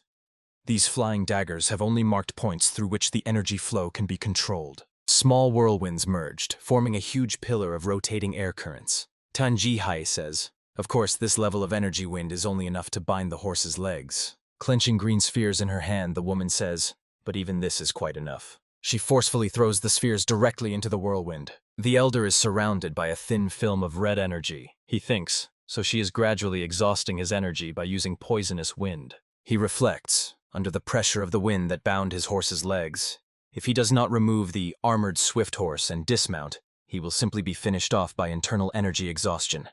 Is that what she thinks? Proudly straightening his shoulders, Kun Chonak mentally addresses his opponent, saying, "Let me show the true power of the armored swift horse." Tan Wanjin shouts that the clan head has bound the enemy commander's legs. He calls on the warriors to destroy the remaining deserters of the demonic sect. The fighters of the demonic cult look around in confusion. The warriors of the Righteous Alliance pounce on the opponents who have lost their fighting spirit. The head of the Tan clan thinks that they fight better than she expected, just as she thought. Recalling the ancient battle that nearly destroyed the Tan family, she reflects on the fact that after the defeat by the Dark Lord of Destruction, they did not neglect training. She also takes into account that the recent fights with the Black Death Alliance did not go in vain. Tan Jihye thinks that all these warriors were tempered by real combat experience. Suddenly, from the vortex she created holding Kun Chonak, something shot upwards. The head of the Tan clan looks on anxiously and realizes that it is Kun Chonak's spear. Joy is written on the elder's face, thinking that the fast horse in armor technique was originally designed for chaotic battlefields. Every damage blocked while mounted on the horse accumulates as energy and can be released with a single strike. He uses the fast horse in armor technique and simultaneously the explosive shock spear throw. The head of the Tan clan, rushing forward, shouts angrily. Does he seriously think she will miss this? She throws daggers at the flying spear surrounded by a red aura. The woman realizes that the trajectory not only does not change from the flying daggers, but the energy in the daggers also dissipates. What an enormous concentration of internal energy this is. Hovering over the battlefield, Tan Jihye thinks, if this hits the ground, the damage will be catastrophic for both her warriors and the enemies. Looking at the spear, she decides that she must block it directly. The woman orders all troops to evacuate immediately from here. Tan Wanjin raises his gaze to her and asks questioningly, "Head of the family?" He sees an approaching spear emanating red energy. It slips from his lips. What is this? He hears the woman scream again. "Everyone evacuate!" He stands, unable to move, and thinks, what colossal internal energy. Even if they run now, can they really escape? He understands that in this situation, it is too late to run. Tan Jihye rushes after the spear. The woman's eyes widen in fear. Tan Yunmen appears above the battlefield. With one strike, he changes the spear's flight trajectory, and it soars upward. A flash is visible high in the sky. A powerful explosion occurs. It seems the entire sky is engulfed in flames. Tan Wanjin recognizes the leader of the Righteous Alliance. He looks at him almost reverently. Tears appear in Tan Jihye's eyes. The woman exclaims, "He has returned!" Kun Chonak is stunned. Impossible. He deflected the explosive shock spear throw from the fast horse in armor. The final attack in one move? Who is this guy? Meanwhile, Tan Yunmen, landing, says, "So he is the commander controlling these demonic warriors here." The elder, sitting on a horse near a fluttering flag stuck in the ground, asks, judging by the clothes, "Is the guy from the Righteous Alliance?"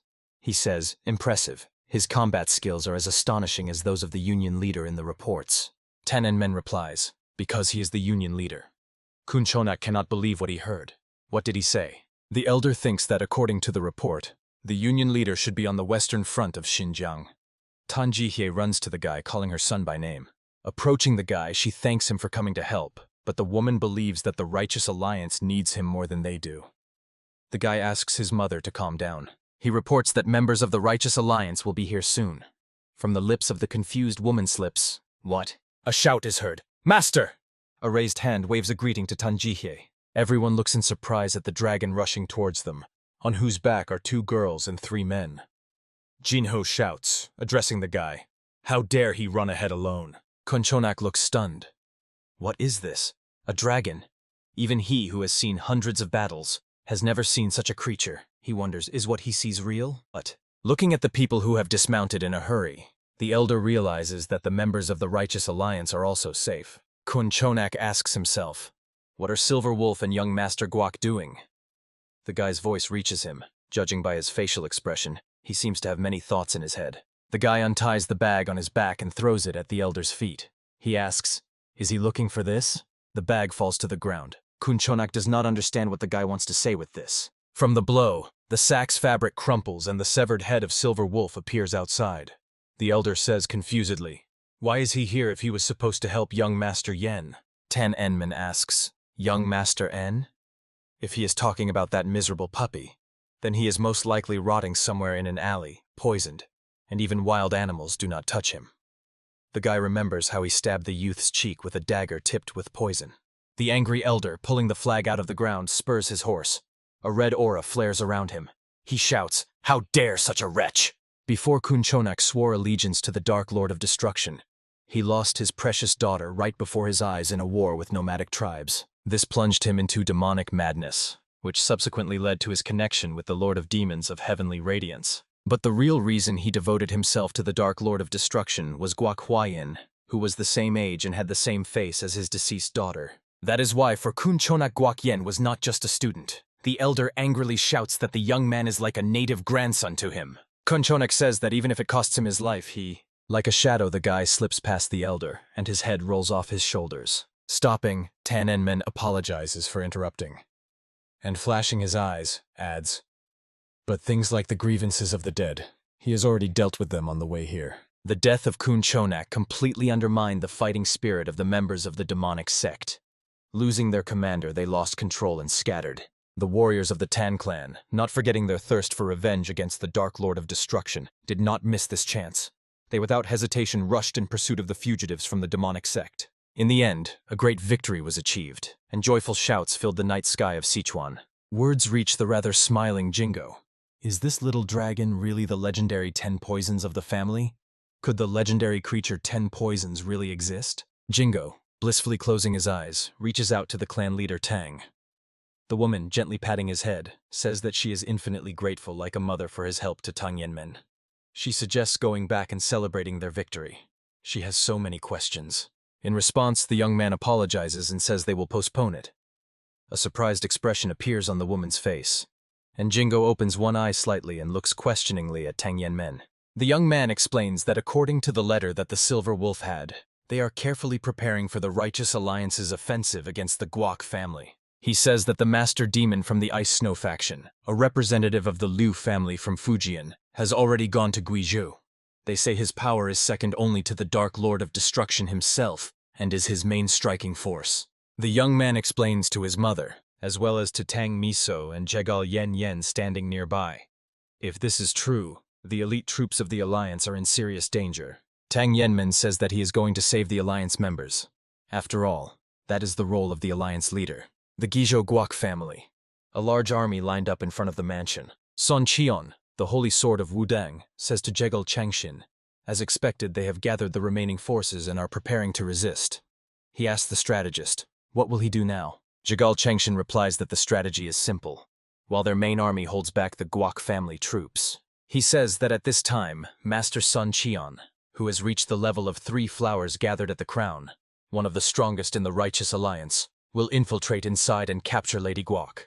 Sun Cheon, standing in the twilight at the edge of the forest next to the strategist, and surveying the enemy camp, replies, but even if they manage to capture Lady Guok, what if Kun Chonak and the Master in the Silver Mask return? Grimacing and baring his teeth, Sun Cheon adds, if the Union leader, whom the strategist trusts so much, does not return by then, they will walk right into the trap themselves and be completely destroyed. He says that they brought all their forces here, even those who guarded their main base, relying on the strategist's judgment. Jigal Changshin assured that they had good chances of victory without the participation of demon masters. Frowning, the strategist asks him not to worry. He says that unlike some others, their union leader never breaks his word. Sun Qian asks Jigal Changshin, is he still holding on to their previous argument? He adds that he is just worried that he places excessive hopes on the leader. The strategist confidently replies that he will definitely come.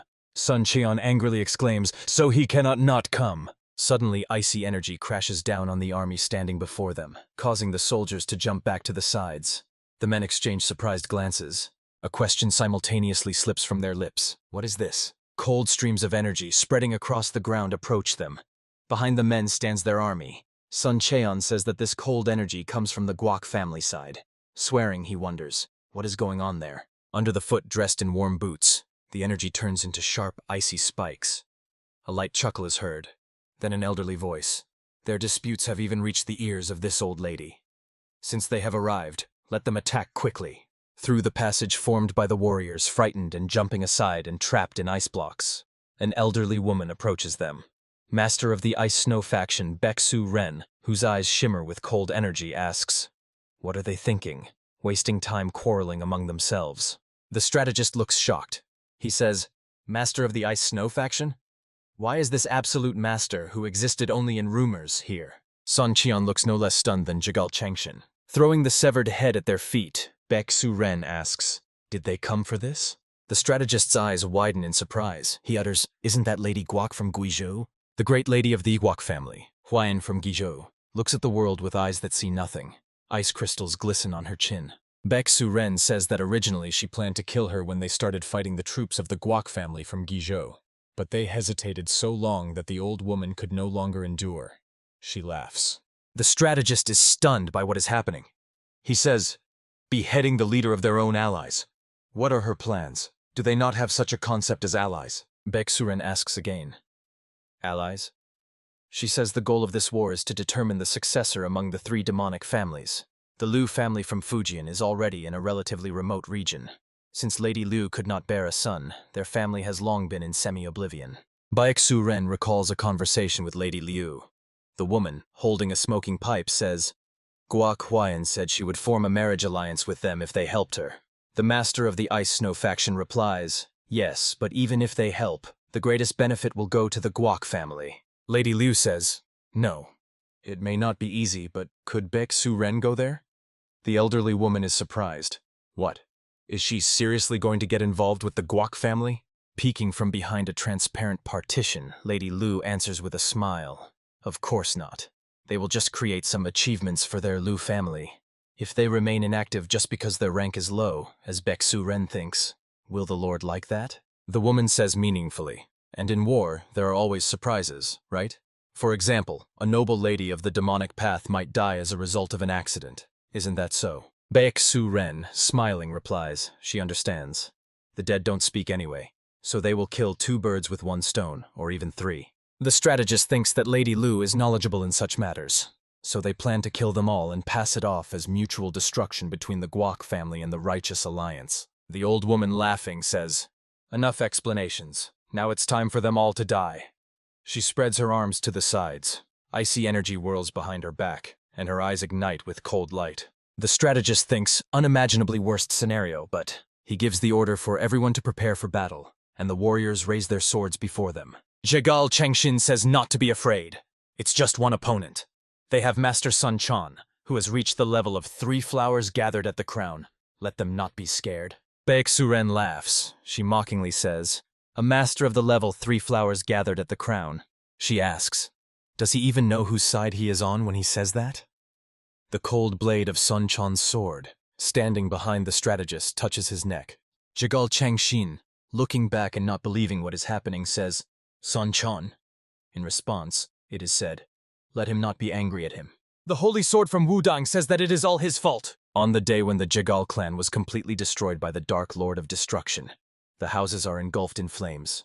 The demon lord of heavenly radiance, at whose feet lie dead people, slightly turning his head towards the army led by Sun Chan, says, "The Wudang sect, these turtles have finally appeared." The lord orders them to stand still, surrounded by the glow of blue energy, and Chonghek says he does not intend to destroy them all yet. Sun Chan feels with his whole body the existence of a wall between them that people cannot overcome. The lord says he cannot just let go of those who have come this far. He addresses Sun Qian with a question. Is he said to be the strongest in the Wudang sect? He asks Sun Qiang if he wants to fight him. He promises to spare the others, except for him, of course. The holy sword from Udan falls to his knees, saying that he surrenders. Sun Chan asks for mercy. The ruler says, "How boring." Well, that's not bad either. He addresses Inran standing behind him, and he immediately responds, "Yes." The silver wolf throws something on the ground near Sun Chan. Pointing at the little bug, he orders the man to swallow it.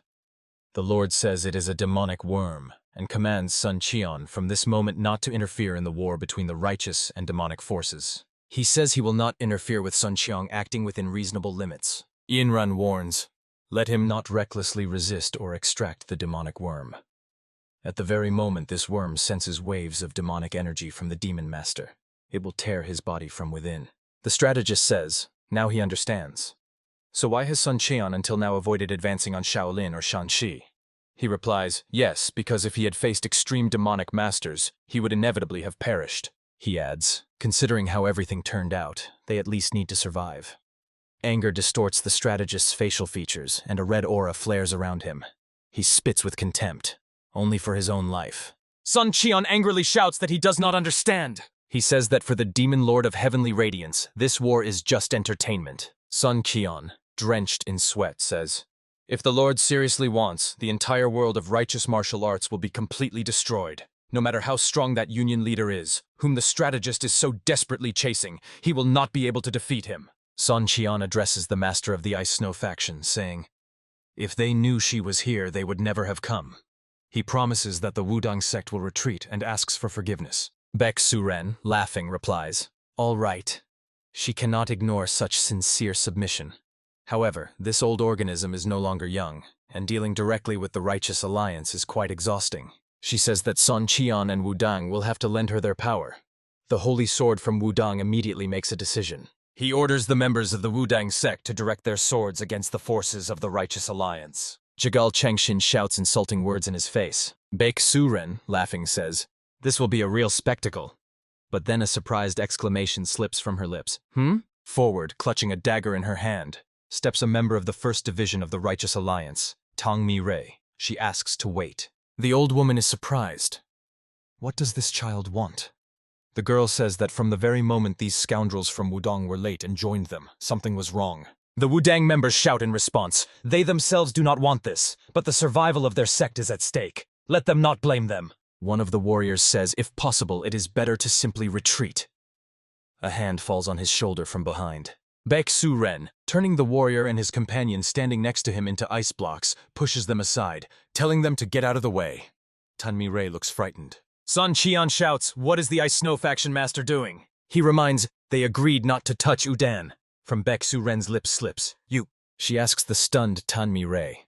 She's a descendant of the Ice Palace bloodline, isn't she? Ice Snow faction master Baek Suren is the absolute mistress of ice arts. The reason she embarked on the demonic path, becoming known as the master of extreme demonic power, was not widely known. But she was connected to the fall of the Northern Sea Ice Palace. one of the 5 great secular powers. Born with strong seeds of yin power, she achieved such great accomplishments that she was chosen as the youngest heir of the clan. One day, feeling the limits of ice techniques based on yin energy, she decided on a dangerous step.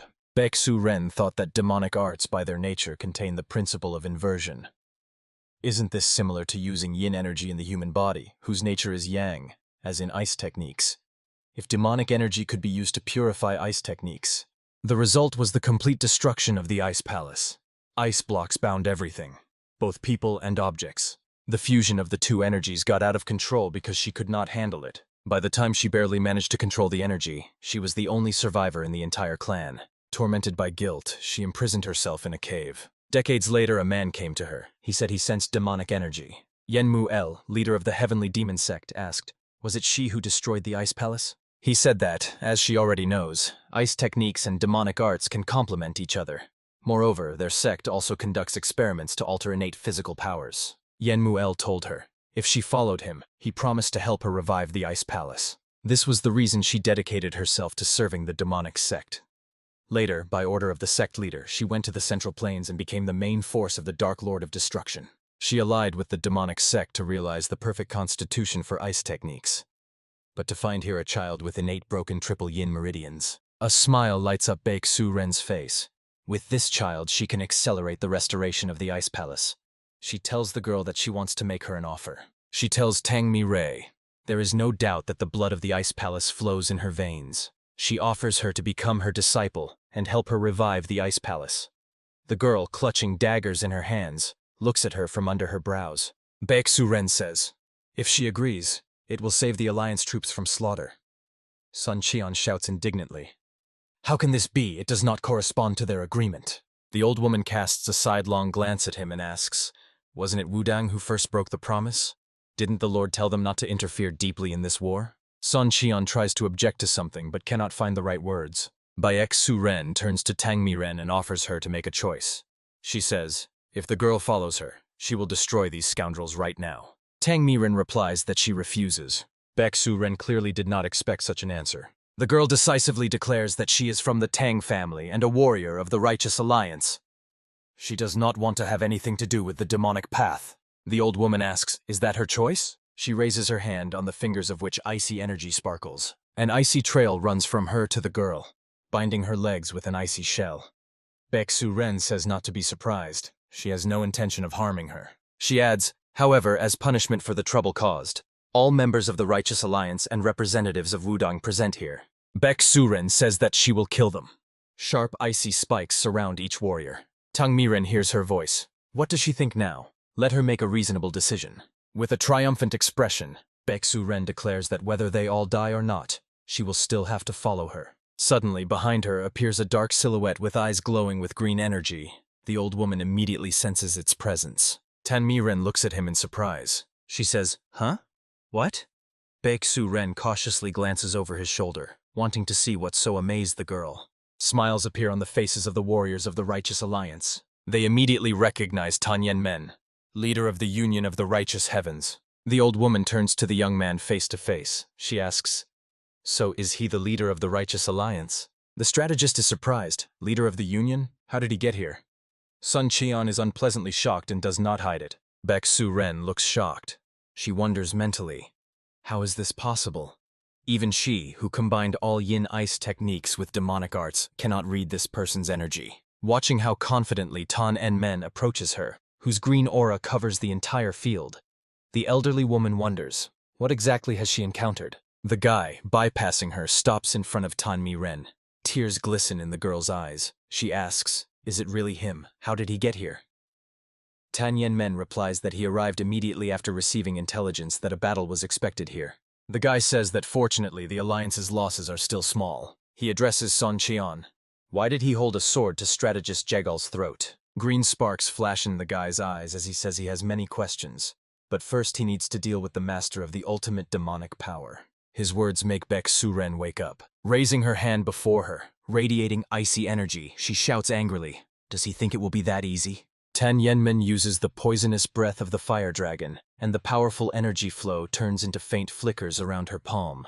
Baeksu Ren is dismayed. What energy? Impossible. Heat that opposes yin cold.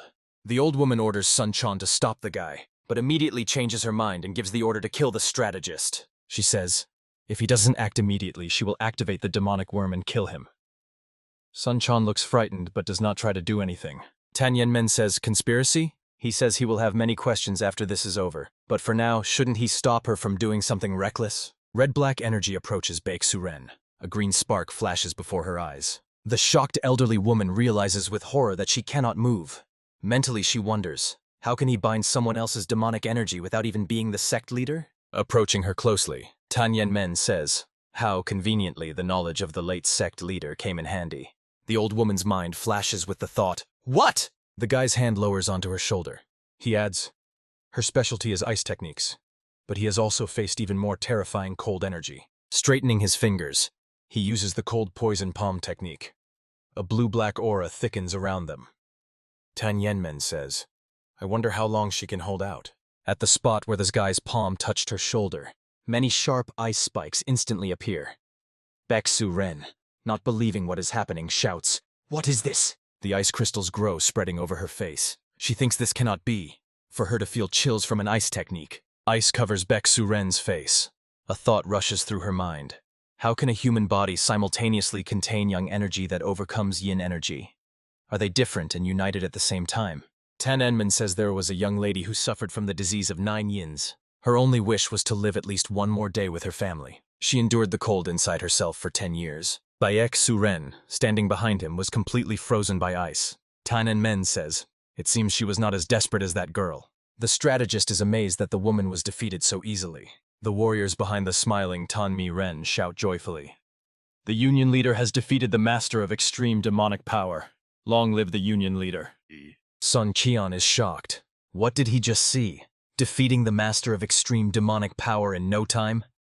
Tan Enmen's voice reaches him. Well, now that the obstacles are removed, the guy turns to him, suggesting to end their conversation. He asks, why did he put a sword to the strategist's neck? Sun Cheon only stares back in fear. Tan Enmen, gripping the blade's hilt, says, considering what the Ice Snow Clan master said before dying, he suspects they made some kind of deal. Looking sternly at Sun Cheon, the guy says, if so, can he consider it a betrayal of the alliance? The man realizes things are very bad and mentally asks, what should he do? Suddenly, a voice explains that it was just a minor conflict. Sun Qian looks amazed at the strategist who says that the Ice Snow Clan has proposed both sides to retreat. There were disputes about whether to accept it or not, that's all. The astonished man listens as Jigal Changshin tells Tang Yenmen that Master Sun Quan only thought about minimizing their losses and that there was no secret deal with the enemy. So he asks not to give it any importance. Tan Enmen asks, and because of this, all Udan warriors pointed their swords at the Alliance members? Pointing swords at him, a representative of the Alliance, and his members is the same as challenging him personally. The guy asks the strategist, is he asking for forgiveness only because of his speech? Lowering his eyes, the strategist answers, that's right. He says that the people of Udan were simply following the will of Sun Quan. Would it not be right for the Alliance leader to acknowledge their loyalty? The warriors shamefully lower their heads. Tan Enmen continues to bore a hole with his gaze into Jigal Changshin. The latter continues to speak. If his anger really does not subside, why not postpone everything until the end of the war with the demonic path? The strategist says, just as he changed after meeting the leader of the Union, the same will happen to Sun Quan. The guy sighs. It turns out he has no choice. His hand falls on the shoulder of Sun Quan, who is afraid even to stir. Patting the man on the shoulder, Tan Enmen says that this time he will turn a blind eye. Let him be grateful to the strategist. As if remembering something, the guy adds, and... Sun Qian glances at him fearfully. The guy's palm strikes Master Uden in the solar plexus. Bending over in pain, Sun Qian sinks to the ground at the feet of Tang Enmen. The strategist, rushing to them, exclaims anxiously, Union leader? Sun Qian feels nausea and vomits the contents of his stomach onto the ground. Jigal Changshin freezes. What is this? The guy replies. He felt foreign energy in this man's body. Pointing at the insect struggling in the vomit, Tang Enmen says, he thinks this could have been the catalyst for the split. The strategist says in surprise, he knew everything? The guy explains, he realized it when he put his hand on his shoulder. Turning to the Wudan warriors, he says that in any case, as the strategist said, he is postponing the punishment, so they can relax. Extending his hand to Sun Qian, Tang Enmen apologizes for being a bit rude. Offering his hand, the man replies, no, he saved his life. The guy helps him up, and Sun Qian sees with horror a green aura in his stomach. He understands that the poison is gathering in the dantian. The guy whispers to him. The strategist seems to have sincerely forgiven him, but he has not. Green lights ignite in Tang Enmen's eyes. He adds, in another situation he would have killed him without the slightest hesitation. Let him consider himself lucky that it ended only with this. He warns the man to be careful in his future actions, if he finds out anything strange about him. The guy promises to wipe the Udon school off the face of the earth. Sun Cheon only stares back fearfully. Turning away from him, Tang Enmen says that they are returning. The strategist addresses the Righteous Alliance, calling everyone to gather. Following the Union leader, he says they are returning to Sichuan. The warriors of the Righteous Alliance, led by the strategist and Tang Enmen, return to Sichuan. In Tang Miren's mind, the voice of Baek Su-ren sounds. The old woman calls to her, addressing her as a child who inherited the blood of the Ice Palace. The girl looks around fearfully. Huh? What is this? Her gaze falls on the old woman encased in a block of ice. The same voice speaks again. These words are meant only for her. She should not be afraid and listen carefully. Tang Miren looks at her fearfully. Baek Su-ren asks her not to make noise. She will die soon anyway. The old woman says, although everything ended like this, just because their paths diverged, her desire to revive the Ice Palace was sincere. Above the girl's head, 2 blue auras in the shape of small spheres flare up and rush toward her.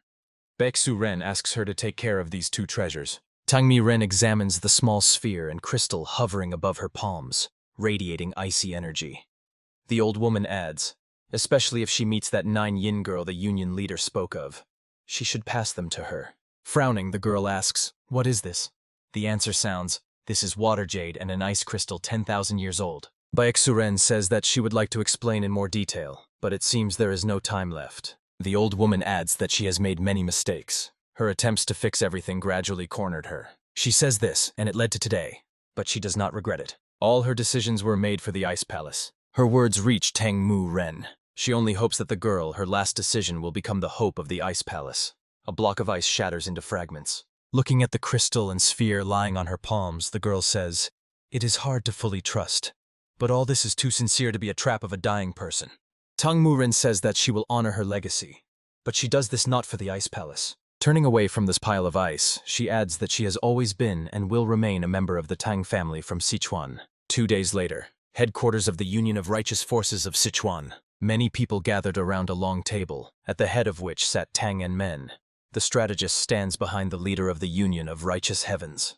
After the war with the 3 demonic families, all remaining key members of the righteous sects gathered in one place. Jia Ung, sitting next to the head of the Tang clan, listens attentively to Tang Enmen's speech, who says that they have gone through many trials, but he is glad to see that they are all alive. He says that he gathered them all here to report on the current situation and decide how to act next. The strategist says, Master Gokun from Kunlun and the Taoist Taiho are still recovering.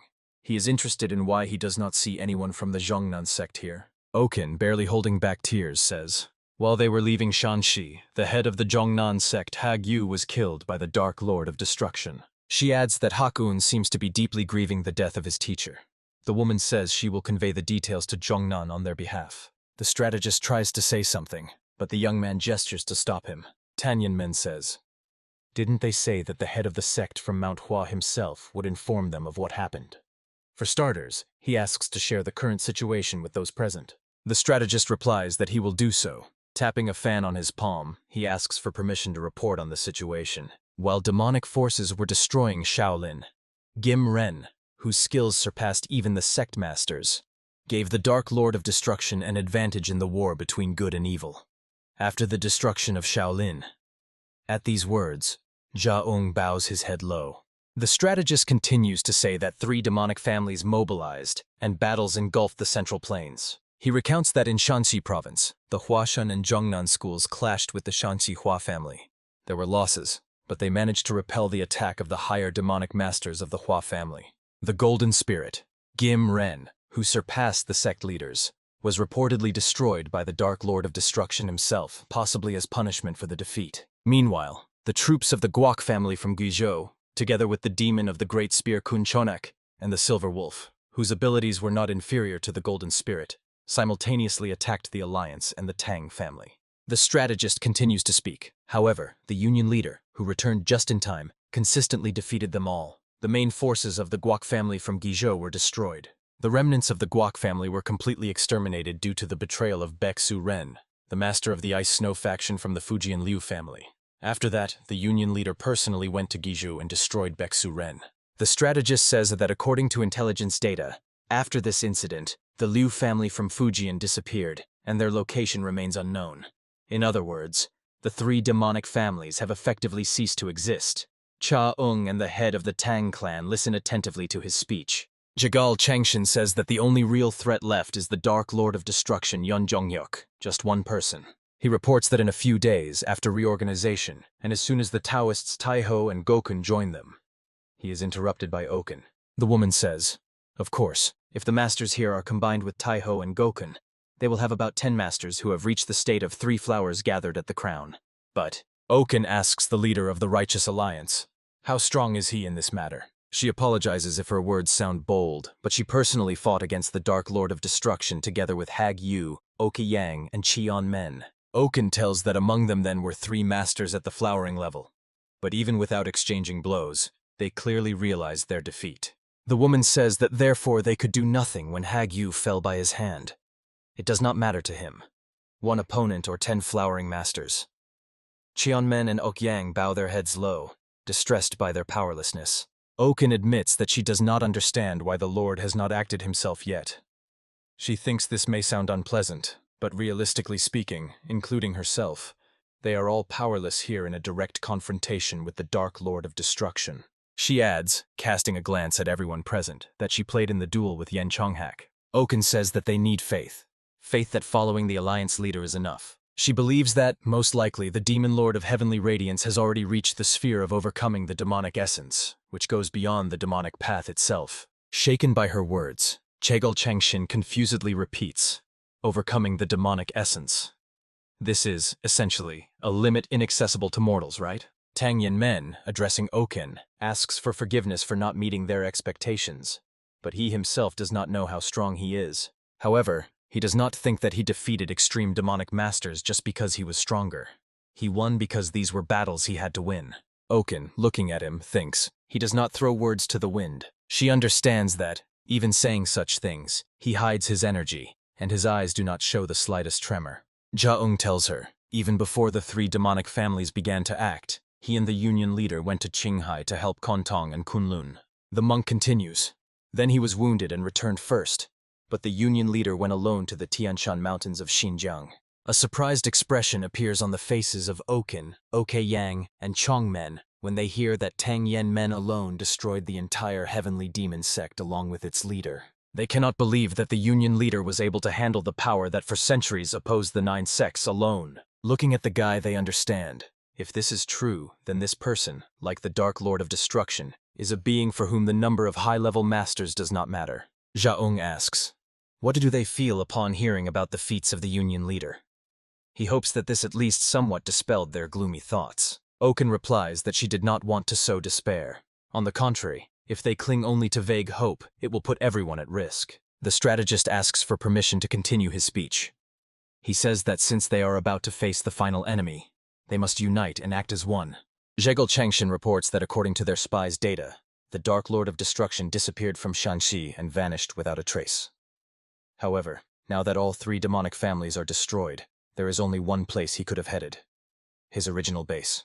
He says that the original base of the Dark Lord of Destruction must be the former apartment of the Murim Alliance. Scanning all those present, the strategist adds, as soon as their main forces complete regrouping, they will gather on Mount Zuxian, and then they will move towards Wuhan.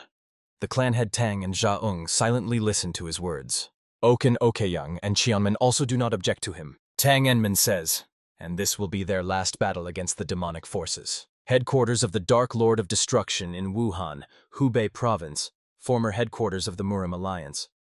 Clouds have thickened over the multi-tiered mansion. Lightning strikes the peak of the mountain located slightly behind the building. The Lord is seated on a throne, the back of which is cracked in a careless pose. Behind him are visible mountains and a darkened sky. He asks the man fallen prostrate at the foot of the stairs leading to the throne, "Are they all dead?" And Zhonghek says, "The Great Spear Demon, Kunchonak, Silver Wolf, the entire Guok family from Guizhou destroyed?" And even the master of the ice snow faction Baeksu Ren? The Lord asks, what is the Liu family from Fujian doing?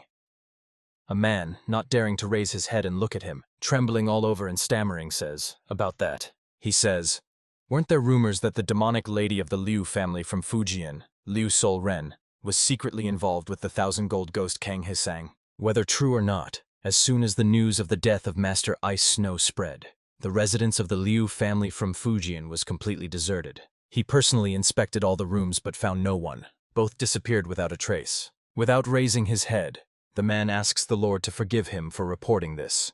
But after a series of defeats, everyone fled. He is the only demonic follower left here. What should they do now? Yen Zhonghak bursts into loud laughter. Then he says that those who enjoyed power under his name not only suffered defeat, but also fled. And now the only demon left is a third-rate scum like the one currently before him. The Lord believes that there is no one among them who is even slightly useful. He adds that, however, it does not matter anyway. A small spark of blue energy flares at the tip of his index finger. The Lord says, even if the 3 demonic families and demonic elders were defeated, he will simply restore his strength to deal with these nobodies from the orthodox sects. He intends to use the great resurrection technique of the ultimate demonic soul. Sweat streaming down the face of the kneeling man drips onto the floor. Suddenly, powerful energy streams burst from the ground, and the man, straightening his back, covers his face with his elbow-bent arm. His face distorts with a grimace of fear, and from his lips escapes, what is it? Coffins rising from the ground? The coffins line up in a row, and for a few moments silence reigns. Then the lids of the coffins open. The Lord watches the events dispassionately. Looking at the mummies hidden under the bandages, he says, 5 people, not 30 like his father's. On one mummy's forehead is visible the same mark of belonging to the Zhongnan sect that Hag Yu had. And Zhonghek says that quality is more important than quantity. A slight smile slides across the Lord's lips as he tells the 5 revived dead that from now on they are his swords. 20 years ago. On the edge of a cliff overlooking the estate stands a man. Behind him is a man kneeling before him. To Enmu Yel, the leader of the heavenly demon sect, a question is heard. The man, calling him father, asks, has he found him? The kneeling man hears in response, yes, young head of the sect, no, my son, on Zhonghek.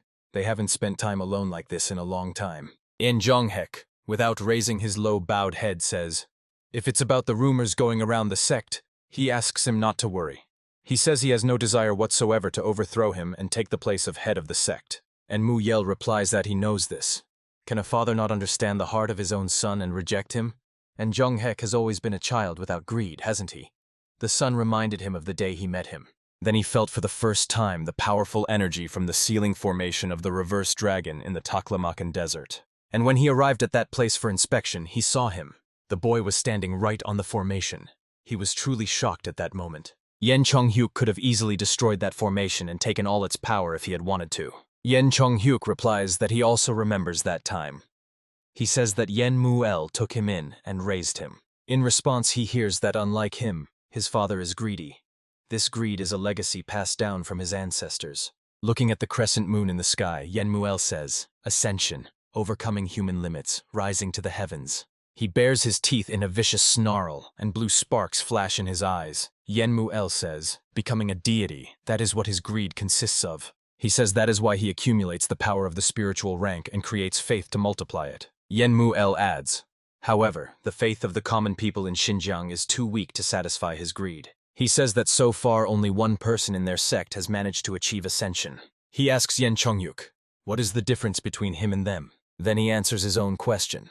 After a short reflection, he realized that the path to the Central Plains is the answer. He adds, but as long as 9 sects and 5 great clans of the Central Plains remain strong, it will be difficult for their sect to advance there. Enmuel asks in Chonghek, won't he help him, using these current rumors as a pretext? He suggests leading those who follow him to the Central Plains. En Chonghek asks to weaken the forces of the righteous, isn't it? A smile appears on his lips as he says, if that is his father's will, then he will gladly do it. The Lord pronounces, ascension, no people, weak creatures chasing empty dreams. Looking at his hand, he says, what is so great about seizing this insignificant land of the Central Plains? Why strive for it from generation to generation? Clenching his hand into a fist, he adds, what they will ultimately gain is only death, disguised as ascension. Turning away from the dead he raised, On Chonghek says, but he cannot simply give up the desire of his whole life. At least he needs to pretend that he is fighting for it. The Lord pronounces, "Now the end is truly near. By tomorrow's sunset, he will erase the righteous alliance from the face of this world." An excited Tang Mi-ren exclaims, "A direct disciple of the head of the family?" She angrily questions her sister. Since when? And why is she training alone? Tang Miso laughs and promises to talk about it with the head of the family. Tang En-men tries to maintain an indifferent appearance. Clearing his throat, the young man tells Tang Mi-ren that the office is no place for idle talk. He reminds her. She said she wanted to discuss something with Lady Miso. The girl answers, "Yes, that's correct." Untying the ties on the pouch, she says that it concerns this. Tan Mi-ren explains that the old woman who possessed ice techniques, whom they met in Guizhou, gave it to her before she died. Tan Mi-ren, showing the interlocutors the items received from Baeksu-ren, says that according to the old woman, this is water jade and an ice crystal 10,000 years old. The guy says thoughtfully, "Master of the Ice Snow faction." He asks, "Did she do anything suspicious when she handed her those things?" Tan Mi-ren replies that she also had some doubts, but everything seemed sincere. After all, it was her dying request. Remembering how the transfer of the water jade and ice crystal of 10,000 years happened, she says, "That old woman said she was from the ice palace of the Northern Sea, and that she lived all this time to restore the ice palace." Tan Mi-ren adds, "After all, since they got it from a former enemy, she would like him to take a look himself." Tan Yen-men, sitting at the table with his arms crossed over his chest, replies that he does not sense any demonic energy. Tan Miso asks his sister, "Did she say ice crystal of 10,000 years? Tan Mi-ren is surprised. Does she know what that is? Handing the book to her sister, Tan Miso says, "This was written in the notes at the end of the martial arts manual given to her by the head of the family." She adds that a 10,000-year-old ice crystal is a priceless artifact passed down in the ice palace. It is not a simple medicine for the spirit, but helps those suffering from meridian blockages overcome this condition while preserving the yin constitution, and transmits this yin constitution, without meridian blockages, for at least 3 generations. Tan Mi-ren cannot hide her surprise. If this is true, then it is truly an incredible artifact. Isn't it perfect for a sister who has the state of 9 yin? Tan En-men says, "If so, then Lady Miso should get this crystal." The girl is surprised by his decision. Smiling, the guy says, "Yes, of course, Lady Miso may not be interested in restoring the ice palace. But the fact that the blocked meridians are not passed on to descendants is undoubtedly a wonderful property, isn't it?" Tan En-men adds, "Of course, if in every generation someone like her appears, it will be wonderful." Tan Miso says, "Yes, she will take him." The girl, slightly blushing, says, "Then and now." She thanks the young sect leader for his care. Tan En-men, a little embarrassed, replies, "No, it's nothing." Tan Mi-ren watches them with curiosity. Smiling, she thinks, she wishes they would do this somewhere else. Nevertheless, she supports them. Tan Wan-jin enters the room, saying that a visitor has arrived. The guy looks surprised. A visitor? The commander of the honor guard replies, "Yes, a group from the Cheongchan sect requests an audience." Tan En-men says, "The Cheongchan sect?" He heard that the Black Death Alliance destroyed them, but it seems their clan survived. He asks, "So what is their purpose of visit?" Tan Wan-jin answers with a slight hesitation. He reports that they want to join the Righteous Alliance. Already outside the office, stepping into the courtyard, Tan Mi-ren stretches, putting her hands behind her head. She says to her sister, "Joining now, after everything. Isn't it too bold to show up after the war with the 3 demonic sects ended?" Turning to Tan Miso, the girl says, "By the way, about studying martial arts. It's not because the head of the family." She asks, "Is it not because she is Tan En-men's mother, and the sister wants to make a good impression on her?" Surprised by her words, Tan Miso exclaims, "What? No, that's not it." Smiling, Tan Mi-ren inquires, "Really? There wasn't even the slightest hint of such calculations?" In response, Tan Miso says shyly, she cannot say that they were completely absent, but the main reason is that she wanted to prove her strength. The girl says, she felt that if she just stayed in place, their worlds would become too different, and she would not be able to stand next to him with her head held high. She asks her sister, who looks at her tenderly, "This is a bit calculating too, right?" Tan Mi-ren replies, "No, not at all." Sitting at the desk in the office, Tan Yen-men says to the person standing before him, "So, they want to join the alliance, but why should they accept them?" Il Yep from the Cheongchan sect answers, "Of course, to the current Righteous Alliance, it may seem like they were just observing the situation and now are joining the winning side." Tan Yen-men says that they understand their position well. Nevertheless, they must want something in return for joining, right? Yep says he will answer frankly. He says that they want to restore the lost Changchun sword technique, the Four Seasons technique. Tan Yinmin looks at him thoughtfully, mentally repeating after him, the Four Seasons sword technique. Yep explains that decades ago in the Changchun sect, there was also a master who reached the flourishing stage, the divine sword Jia Ren. At that time, he was among the top 10 strongest in the world. Although he was not the creator of the Four Seasons sword technique, he improved it and raised the depth of execution to a new level. Yep says, but one day he suddenly left the sect and disappeared. After that, they were involved in an incident with the Qiansen sect. They were attacked by the Lord of the Black Death Alliance, which led to the destruction of Changchun. Yep, bowing his head, adds that this man took all the secret scrolls of Changchun, including the Four Seasons sword technique, and they were powerless to stop him. The surviving disciples gathered again to found a small martial arts school and tried to restore Changchun, but Tan Yinmen, without waiting for continuation, says, without proper secret scrolls, it is impossible to fully train the next generation. Inherited techniques alone cannot maintain a full sect. Yep, falling to his knees, says, he heard that although the head of the union is from the Tan clan, he has a deep understanding of sword fencing. He asks to help them restore the Four Seasons sword technique and revive their sect. Yep, pressing his hand to his chest, says, although they helped little in the recent war, in the future endeavors of the Righteous Alliance they will take a leading role. Tan Yinmen thoughtfully looks at the man, reflecting that they tried their best to restore the sect under difficult conditions. Their determination seems sincere to him. However, if the Lord of the Black Death Alliance destroyed the secret manuals, it means he completely ruined the sword technique. He tells Yep that he understands his sincerity well and promises to help restore their sect. He will help them as much as he can, and in restoring the Four Seasons sword technique. The young man warns. However, ahead lies a decisive battle with the Dark Lord of Destruction. Their conversation is interrupted by Tan Wanjin appearing at the door. He asks to forgive his intrusion and reports that he has urgent news. He says that they have been attacked. Tan Yinmen looks alarmed. An attack? Where? Tan Wanjin answers, right here. They are heading to the headquarters of the Righteous Alliance. He says that unknown masters are approaching from different directions. They indiscriminately slaughter their warriors, advancing forward. Tan Unman wonders, weren't the demonic forces completely destroyed? Unknown masters? Jingo, not fully showing himself, appears on the boy's shoulder only with eyes and mouth. He asks, does Tan and Men feel this energy? It's the same spell they encountered before. His words make the boy startle. What, really? Jingo says, yes. It's the same energy as in that spell used by the head of the demonic sect.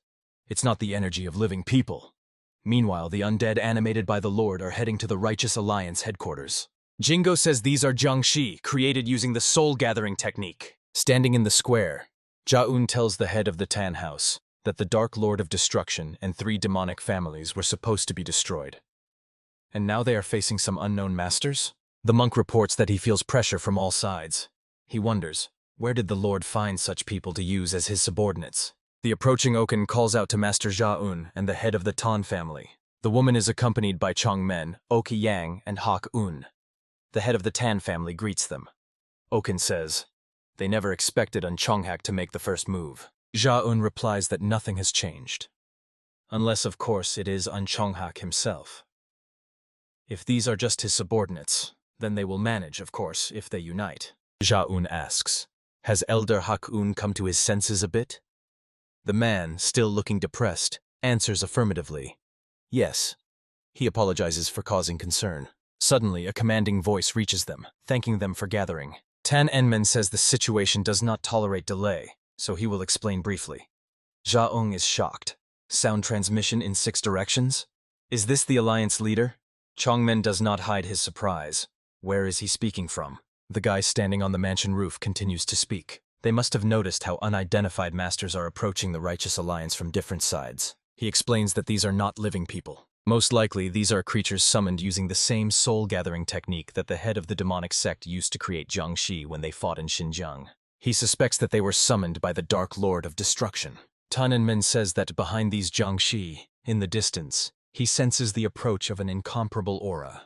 The guy looking into the distance where mountain peaks are visible says that it must be the Dark Lord of Destruction himself. Oken's face distorts into a grimace of hatred. She exhales, and Chonghak. Tan Enmen continues to say, if this is the same technique of creating Jiangshi that he saw in Xinjiang, then they have preserved almost all their martial arts and strength since they were alive.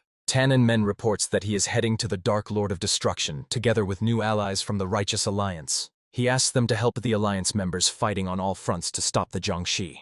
Men says this battle will end the war with the demonic path. He urges them to show their true strength. After the leader of the Union's order, the main forces of the sect split into squads and went to search for Jiangxi.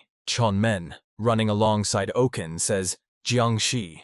Honestly, it's hard to believe. The woman replies, they are dealing with the demonic path faction. She admits that even she finds it hard to believe, but they are quite capable of such things. The young man says, and yet, to have not the slightest respect for the dead, that is truly cruel. Oken replies, that's why they are called the demonic sect. No wonder the martial arts world has rejected them since ancient times. Oken's gaze becomes wary. She stops. Chonman freezes beside her and asks questioningly, Master?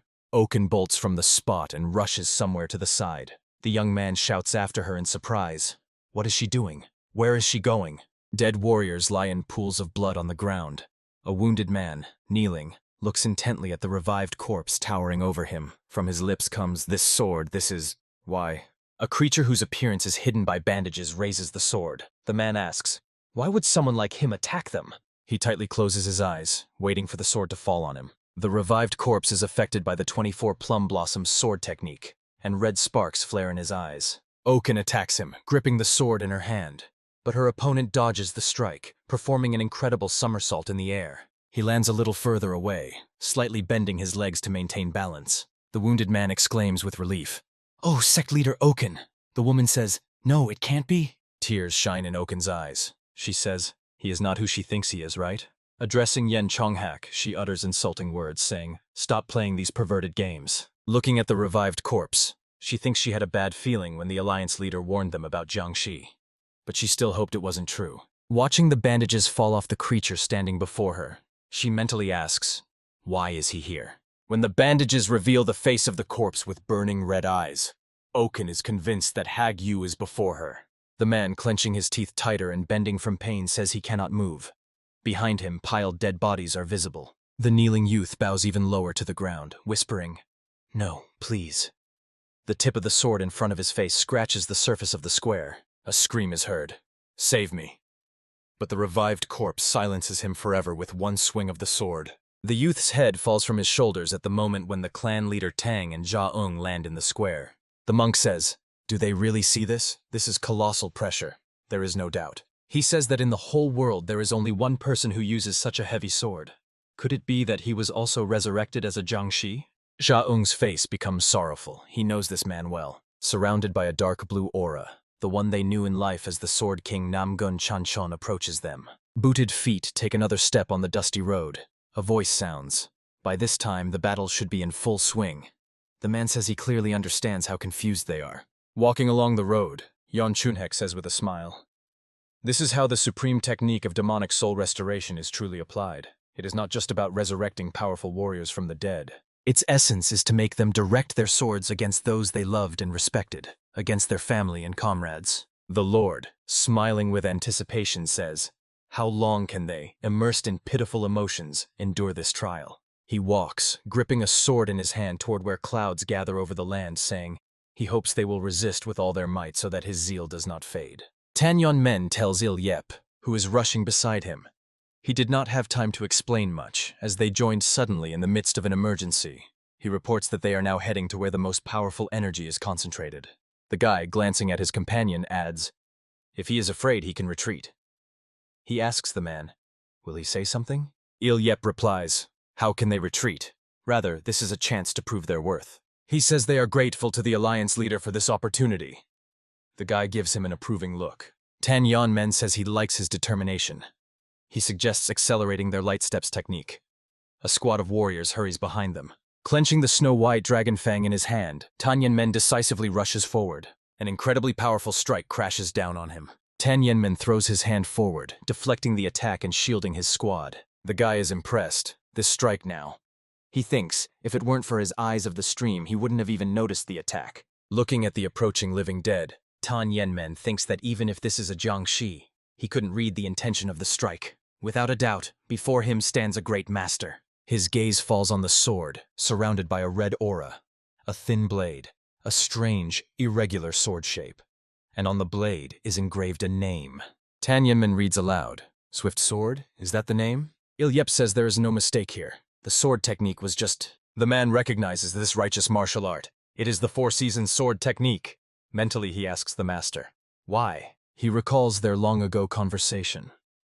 Jia Ren says that recently the actions of evil forces in Sichuan have become unusually suspicious. He must intervene personally before something irreparable happens. The divine sword tells the still very young Ilyep to dedicate himself to training with the senior disciples until he returns. Smiling, Jia Ren adds that he is the future of their righteous sect. Ilyep, suppressing the sobs bursting from his chest, says these were the master's last words before he disappeared. He exclaims, "Master Jia Ren, why him?" Tang Yanmen casts a glance at him, thinking, understandable. The disappearance of the divine sword of the righteous sect was connected to the Dark Lord of Destruction. The radiant energy rushes towards them, making the guy flinch. Tang Yanmen deflects the attack with a swing of his blade. He thinks, again, only the eyes of the stream could catch this attack. The revived dead man holds his sword in front of him, using the technique, River of the Inverted Sword. Tang Yanmen thinks that he couldn't read the intention at the moment of the strike at all. He wonders, is this the essence of the four-season sword technique? The guy, rushing at the opponent, says, "This is getting interesting. Maybe he should learn a couple of moves." Ilyep, addressing Master Jia Ren by name, asks, why did he appear before them in such a form? Tang Yanmen thinks, could this really be Jia Ren? Could the Lord have done this to him? Meanwhile, the revived dead man, flashing red lights in his eyes, raises his blade above his head, preparing to strike. He makes a swift sword thrust. Tang Yanmen deflects the blow with the snow-white dragon fang. The guy's companion shouts to the master that it's him, Ilyep. Could he really not recognize him? Tang Yanmen meanwhile thinks, amazing. This time he followed the movement of the sword from the very beginning. And yet the guy failed 3 times in a row to catch the opponent's strike plan. He thinks that this is undoubtedly the essence of the four-season sword technique. He tells Ilyep that, unfortunately, their master Jia Ren is already dead. What stands before them is only a Jiangshi, created using the soul-gathering technique. Clenching the sword in his hand, he adds, however, this turned out to be a fortunate opportunity. He had the honor to personally witness the demonstration of the lost four-season sword technique. Tang Yanmen tells Ilyep and his warriors that as the alliance leader he commands them all. He orders them to watch the duel carefully. Obeying the alliance leader's order, the members of the Chongchan sect watched the fight between the two fighters attentively. A duel began between the dark dragon of the poisonous blade and the divine sword. It was a battle of superhumans, where the sword strikes flashed so fast that the human eye could not catch them. However, strangely, Tang Yanmen focused on blocking the strikes of the divine sword. After about 20 seconds, the warriors of the Righteous Alliance understood their leader's plan. Martial arts masters from the Chongchan sect realized the Alliance Lord's intention. He wants them to memorize every movement of the four-season sword technique. Undoubtedly, this was indeed part of his plan. But the longer he faced this sword technique himself, the more mysterious it seemed to him.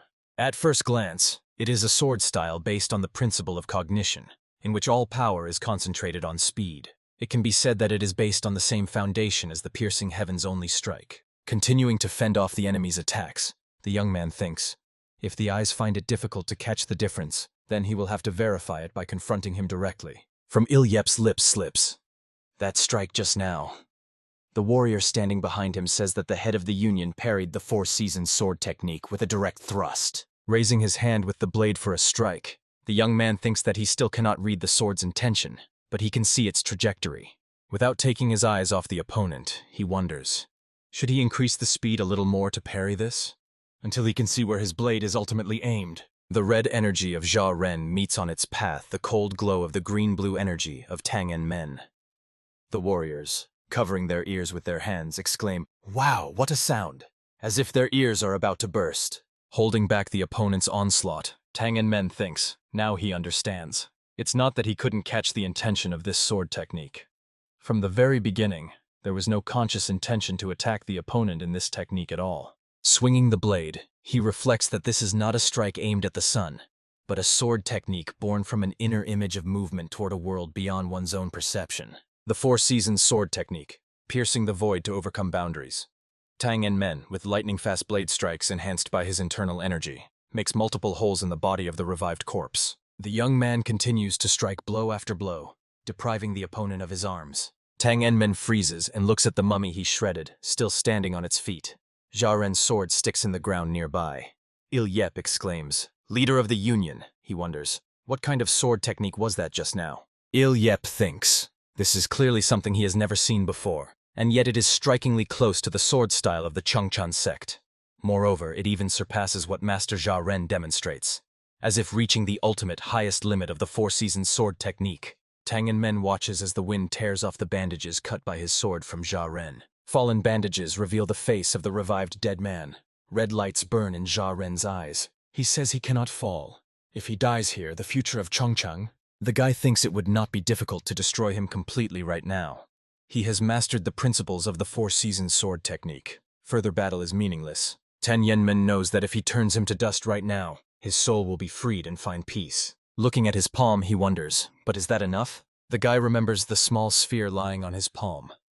He thinks, in the thoughts of the demon sect leader, which he extracted from the heart demon, were stored knowledge and memories of all kinds of demonic arts. He recalls how the sphere absorbed into his palm, and reflects that, according to that knowledge, physically destroying an opponent to free his soul does not dissipate the accumulated resentment and malice in the heart. It remains untouched. Tan Yenmen's hand touches Jia Ren's forehead. The guy says, "Let him show him." He asks him to show what unrelieved regret he still has. More than 10 years ago, the Chongchang sect, 15 days before the Black Death Alliance invasion. It all began with Jia Ren receiving 2 letters. The first letter brought news of the destruction of the Qingcheng sect by the MA sect. It called for a joint response against the Black Death Alliance in honor of the alliance with Qingcheng. The second letter was sent by the head of the Black Death Alliance. It claimed that the attack on Qingcheng was revenge for his adoptive father and contained a warning. If Chongchang supports the condemnation of Imei, then the next target will be itself. Jia Ren is pondering. He has heard a lot about this incident. Officially, their sect was supposed to join the joint response, but Qingcheng was clearly wrong. Crumpling the letter, he decides that he must meet with the leader of the Black Death Alliance for negotiations. He is obliged to save Chongchang from unnecessary bloodshed. Heading to Sichuan for this purpose, he was stopped on the way by one man. He turned to him with an unusual request. Jia Ren asked in surprise. He wants him to give him instructions in the art of the sword, he clarifies, with a sword in hand. Jia Ren's gaze falls on the man's sword, mentally noting, his grip is disgustingly careless. And Chonghak, throwing the sword over his shoulder, asks, does it seem strange to him? He says that recently he has become interested in fencing. He adds that Jia Ren does not need to worry. He will not accidentally kill or injure him. Gripping the sword hilt, Jia Ren replies, fine, let him then show his skill. The duel with the man who called himself only from the Yen family, and did not wish to reveal his true name, did not last long. Knocking the sword out of the man's hands, Jia Ren says this is already the 13th defeat in a row. About a dozen swords stick in the ground behind his opponent. However, perhaps seeing his enthusiasm for learning, he spent more time with him than planned. Once again disarming the man, Jia Ren asks, does he still want to continue? The skills of this man were truly terrible. But what was astonishing was that even this ridiculous fencing was rapidly gaining frightening power. Jia Ren's sword is pointed at the face of the unarmed man. He thinks that perhaps this is a fortunate encounter with a promising talent even before the martial arts world learns about him, until he discovered his true identity. The man from the Yen clan says that his swordsmanship is truly profound. Smiling admiringly, he adds, with such a situation, when will he even be able to take revenge on the head of the Namgun clan? Jia Ren frowns. What did he say? Yen Chunhak goes after the sword knocked from his hands and asks, well then, maybe they will have another round. Meanwhile, Jia Ren is pondering who is in front of him. A man from the Yen family who fought the head of the Namgun family? Yen Chunhak, the Dark Lord of Destruction? Jia Ren decides that he must kill him right now. He soars into the air and launches an attack. Yen Chunhak still stands with his back to him. Behind Jia Ren appear 2 bodyguards of the Dark Lord of Destruction. From the mouth of the divine sword, streams of blood burst through clenched teeth. The bodyguard's hands penetrate his chest, causing his bloody coughing to convulse. The bodyguards step back, and blood spurts from Jia Ren's chest. Yen Chunhak glances over his shoulder at what is happening behind him. Looking at the men, one wearing a golden mask, and the other a silver mask, Jia Ren thinks in shock. Could they have been hiding their presence all this time? How could he not have sensed people of such caliber? Jia Ren falls to the ground. A voice is heard asking the master to forgive them. They intervened because he was trying to harm him. Yen Chunhak replies, it's all right. He was just considering whether to kill this man. His sword technique turned out to be too profound. A smile slides across the lips of the Dark Lord of Destruction as he addresses Jia Ren. He did promise not to kill him by accident. He adds that he gratefully accepts today's lesson in swordsmanship.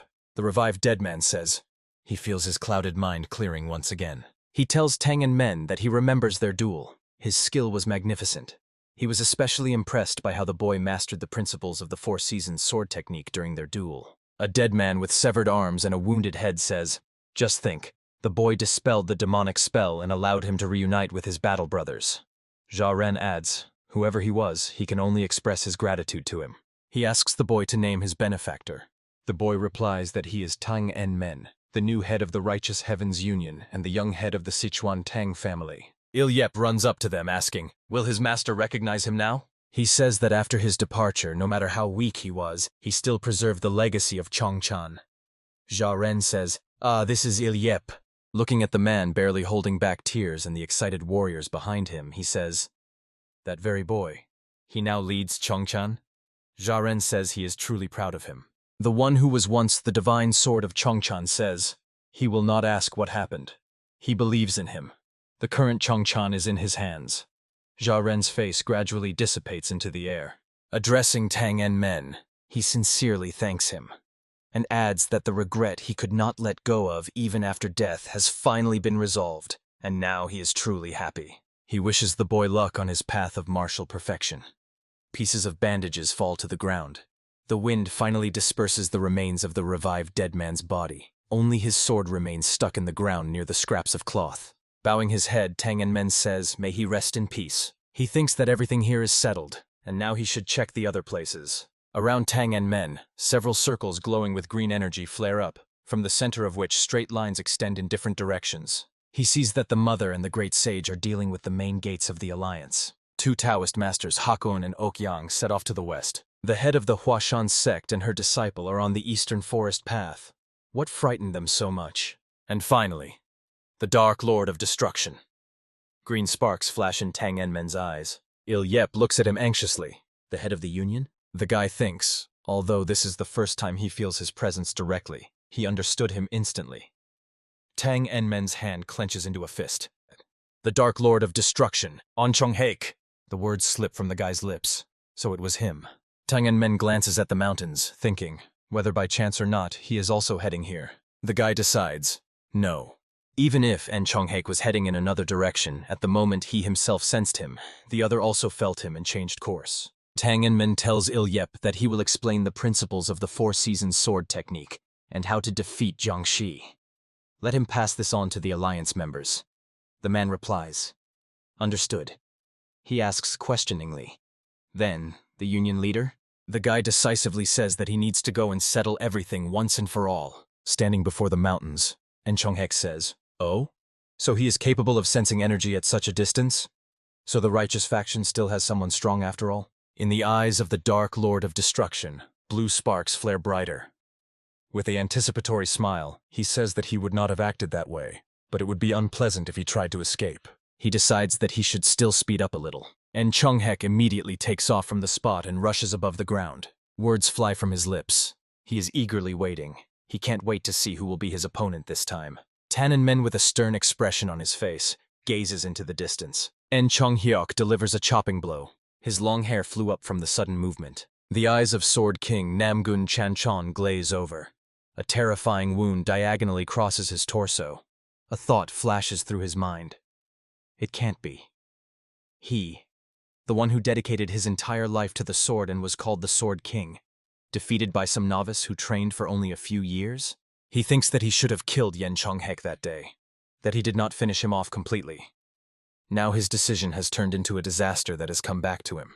Already falling, Namgun Chanchon thinks that it cannot end like this. Looking at En Chong Haek's back, he realizes that he cannot just let him go. Clenching his teeth, he commands himself, "Get up! Move!" The living dead swings a sword emitting a dark blue aura. He thinks he cannot lose to this man. Sha-ung, covering himself with his hands, shouts for everyone to step back. He throws one hand forward, using the Vajra indestructible body technique. The golden shining energy strikes the opponent. The counterattack throws the monk far back, making his feet plow a winding trench in the ground. The warriors are stunned by what happened.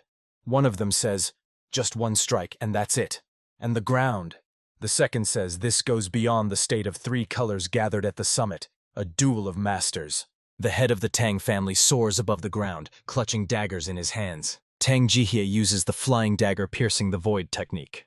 She throws the daggers and rushes at the opponent, throwing her crossed hands forward. She uses the flying tiger claw grip technique. Numerous strikes fall on the head of the revived corpse. Jaeung sees that the opponent is open and raises a palm shining with golden energy for a strike. He throws his hand forward, applying the divine fist of 100 steps technique. And the one who was once Namgun Changchon is thrown far back. He falls forcefully to the ground, and dust clouds rise at that spot, obscuring the view. Tang Jihye, landing next to the monk, asks, "Did he defeat him?" Jaeung, still standing with his hand extended forward, on the palm of which golden energy still burns, asks her to look herself. The woman replies, "If he says so, then it is clear what will happen." The dust settles, and the residual traces of energy dissipate. Before them stands the unscathed living corpse, clutching a sword in his hands. Jaeung, clenching his teeth harder, says that the energy barrier of the head of the Namgun family is too strong for the attacks of the poor monk to break through. The only moment when his barrier weakens is when he swings his sword. Watching the approaching enemy, he adds, "To parry his sword strike essentially means to surrender." Tang Jihye asks him to create another breach in the defense of the head of the Namgun family. Jaeung asks, "Does she have a way?" The woman shows the blade hidden under the long sleeve of her dress, saying, "Yes.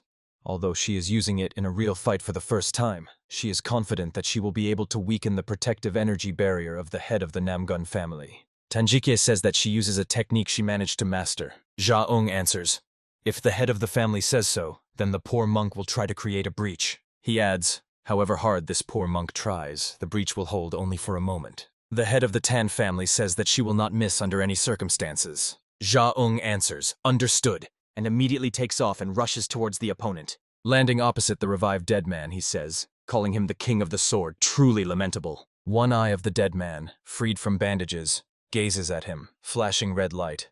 Jaeung continues to speak. "A man once called the greatest swordsman in the world, now has become a puppet of a demonic sect." The monk's hand clenches into a fist as he says that this is done not to crush him, but to preserve his honor. Jaeung asks him to accept this mercy. He uses the Vajra unbreakable body technique, the art of Prajna Tathagata. The hand of the dead man, gripping the sword hilt, is enveloped in a blue aura. Namgun Chanchon uses the Azure Sky technique, the infinite sword technique, Emperor's sword form. The opponents exchange glances and Jaeung rushes forward. The revived dead man also abruptly breaks away, hurrying to meet the opponent. Namgun Chanchon raises the sword above his head in a jump, while the monk lifts his hand to strike. The sword crashes down on Jaeung's hand. He thinks that for the first time since the Righteous Alliance leader appeared, he is experiencing this feeling again. The overwhelming density of pure chi, born from orthodox martial arts. He respectfully thinks, this is the secret technique of the Namgun family. This level is comparable to Shaolin, the very foundation of martial arts. The opponent's sword cuts the skin on his hand. Blood splatters. A groan escapes from the monk's lips. Jaeung feels the energy of the unbreakable Vajra breaking down. The dead man's sword intensifies the assault, wounding the monk's forearm along with his hand. Under his pressure, Jaeung drops to one knee. Namgun Chanchon is noticeably puzzled. The monk asks, he is confused because he can no longer lift the sword, right? But he also cannot pull it back. Even his dead eyes should find this strange. Raising his gaze to the revived corpse, Jaeung says that, as he can see for himself, this monk never neglected external physical arts, even after achieving enlightenment. Yes, in terms of internal energy he is inferior, but he still cannot completely suppress the fruits of his many years of training. Around the head of the Tan family, an energy vortex soared, fluttering the hems of her garment. When she previously taught Tanyan men the technique of sealing vessels and concealing chi, her son told her about his own attempt to use the flower rain of countless heavens against the evil sects. The son said, since he had never thought about energy Buddhist techniques, he reinterpreted it in his own way, using hidden weapon techniques. He demonstrated to her the techniques: destruction, dispersion, strike. Closing his eyes, Tang Jihye recalls. He said he focused on cyclical attacks, relying on 3 principles. After he himself, applying these principles, imitated the flower rain of countless heavens, he once again became convinced that this method has obvious limitations if one tries to integrate Buddhist energy techniques into it. Nevertheless, the combination of principles proved clearly effective. But what if instead of imitation, the The focus is on maximizing the strengthening of the connection between each principle. She swings the knife from left to right, the principle of destruction on the left, then sharply pulls her hand to the right, the principle of dispersion on the right. Closing her eyes, she plans to invest the principle of strike into her energy. The movements of Tang Jihye, clutching daggers in both hands, are graceful and majestic. She demonstrates the self-created martial art flying cutting whirlwind dance. Like a whirlwind, she rushes to where the confrontation between Jia Weng and Namgun Chanchon is taking place. The revived dead man raises his eyes burning with red fire at her. Seeing the approaching whirlwind, he tries to do something. Jia Weng asks, "Where is he going?" A hand woven from golden energy lowers onto the blade of the sword. He adds, "If he wants to get away from this monk, then let him give up the sword and leave." Namgun Chanchon turns to face the whirlwind but does not release the sword from his hand. The dead man tries to stop the onslaught of the whirlwind with his hand. The head of the Tang family, gathering energy permeated with the principles of destruction and dispersion, makes it the axis of rotation to grind both energy and flesh in a narrow zone. A scream bursts from the woman's mouth as she strikes. Tang Jihye freezes, clutching daggers in her hands. Behind her, a kneeling monk is visible, and the whirlwind cutting through the dead man's body. On the surviving part of Namgun Chanchon's face, confusion and bewilderment. Yellow sparks flash in the eyes of the head of the Tang family. Her face is focused and determined. Tang Jihye delivered a crushing blow to Namgun Chanchon. Jia Ung, respectfully looking at the woman, thinks that the clan leader is also an incredible master, although she cannot be compared to the Union leader. Even his Vajra indestructible body would not fully withstand this blow. Looking at the halved body of the opponent, the monk is glad that the matter is settled on this side. But the revived corpse is not stopped by the significant damage inflicted on his body. He frees his sword and the suddenly standing Jia Ung hastily increases the distance between them. Tang Jihye looks back. She realizes that she failed to destroy Namgun Chanchon. She cannot believe that even the remaining half of the revived corpse's body can continue fighting as if nothing happened. How can he move in such a state? The woman thinks that she needs to move. She realizes that she has just exhausted all her internal energy and cannot shake off the pressure from the heavy sword of the clan leader Namgun. Meanwhile, the revived corpse attacks her in a jump, preparing to deliver a crushing blow. Jia Ung rushes after Namgun Chanchon, who stands with his sword raised near the pillar of the energy vortex soaring to the heavens. A powerful explosion occurs at the base of the energy vortex, at the place where Tang Jihye stood. The monk shouts fiercely, "Head of the Tan family!" Jia Ung freezes. From his lips slips no. In the surviving eye of the corpse shines a red spark. With a heavy gaze, Namgun Chanchon looks at the new obstacle that has arisen in his path. Immediately 3 warriors stop the sword of the head of the Namgun clan with their blades, protecting Tang Jihye. The woman, glancing back at her protectors, says, "Captain Gejin, Captain Wanjin and Squad Commander Mo En-hui." Captain Tan Wanjin desperately holds back the onslaught of the revived corpse. Mo En-hui's face also shows tension. The woman thinks, their bodies have not yet reached the state of blooming. They barely move under the pressure of the heavy sword. She shifts her gaze to Captain Tan Gejin, who cautiously looks at the opponent. The head of the Tan family understands that, despite everything, they are going all the way to protect her. The blades of the Righteous Alliance warriors crumble under the onslaught of Namgun Chanchon's sword. However, the fact that they managed to hold back the Sword King is explained only by the fact that half of his body was already shattered. The heavy sword strike will continue to press endlessly until its energy is neutralized. Tang Jihye, looking at the revived corpse, which with one hand easily resists her fighters, realizes, if this continues, all 4 will be cut in half right now by this sword technique. An unexpected energy strike falls from somewhere to the side onto Namgun Chanchon. Her attention is drawn to a man on the roof of the mansion. Ilyep, rushing to them, says fortunately he managed to help in time. Jia Ung thanks everyone for buying him time. He uses the Vajra indestructible body technique, and a brush woven from golden energy appears again at the stump. He throws his hand forward, and his palm touches Namgun Chanchon's chest. The monk applies the technique's saturation with true Buddhist energy. Sternly looking up into the face of the revived corpse, the monk says that with his half-destroyed body, Buddhist energy can penetrate inside. He asks, does the head of the Namgun clan hear him? He adds that one who has reached the highest limit of the flowering stage would not allow such an evil technique to consume his mind. Namgun Chanchon, who lost half of his body, stands engulfed in the fire of a monk's energy. He says he must kill that man. He, the Sword King, is the only one who can stop him. To the head of the Namgun clan a voice reaches, no, he lost. Jia Ung says that denial of reality changes nothing. The righteous world of martial arts over many years of peace only enhanced its cultivation. But, deprived of real combat experience, it inevitably collapsed just like that, with the appearance of only 2 people. However, just as the subsequent waves of the river push forward the previous ones, now among them is the one who surpassed him and reached the absolute limit of mastery in swordsmanship. Jaeung continues to speak, so let him cast aside his attachments and trust the current generation. Neither of them are the main heroes of this era anymore. The face of Namgun Chanchkon begins to slowly disintegrate. The living dead says that he actually understood all of this. He adds that what upset him was not the defeat by demonic forces. Clenching his teeth tighter, he admits that what upset him was that he could no longer bear the title of King of Swords. Namgun Chanchon says, he understands that this very emotion was the driving force behind his submission as a Jiangshi, and yet he could not bring himself to admit it and remove the talisman. He says, "Ah, what a pitiful sight." In the end, he became an ugly figure rejecting the passage of time. Under the influence of the power of Jiawun, the corpse's body dissipates into the air, and the bandages fall to the ground. The monk says that he does not have long left to follow him. When that hour comes, he will tell him about today's decisive battle against the demonic path. Jaeung tells Ilyep his strike was a huge help. By the way, who is he? He introduces himself saying that he is from the Chongchan sect, which joined the alliance today. He explains that after the Union leader defeated one Jiangshi, he ordered him to pass on knowledge about how to defeat the living dead. Therefore, he came here while the others defended the battlefield. Ilyep says that the most reliable way to destroy a Jiangshi is to introduce energy flowing forward into the Baihui point. This will destroy the principle of reverse flow underlying their evil technique. He adds, fortunately, the master here was able to handle this with the help of true Buddhist energy. However, if they cannot use purifying energy like Buddhist energy, or if they do not have time to introduce it, the heads of the Tang clan and Jaeung listen to him attentively. Chonmen tells Oken that she has no choice but to destroy the head, heart, and dantian, all 3 points.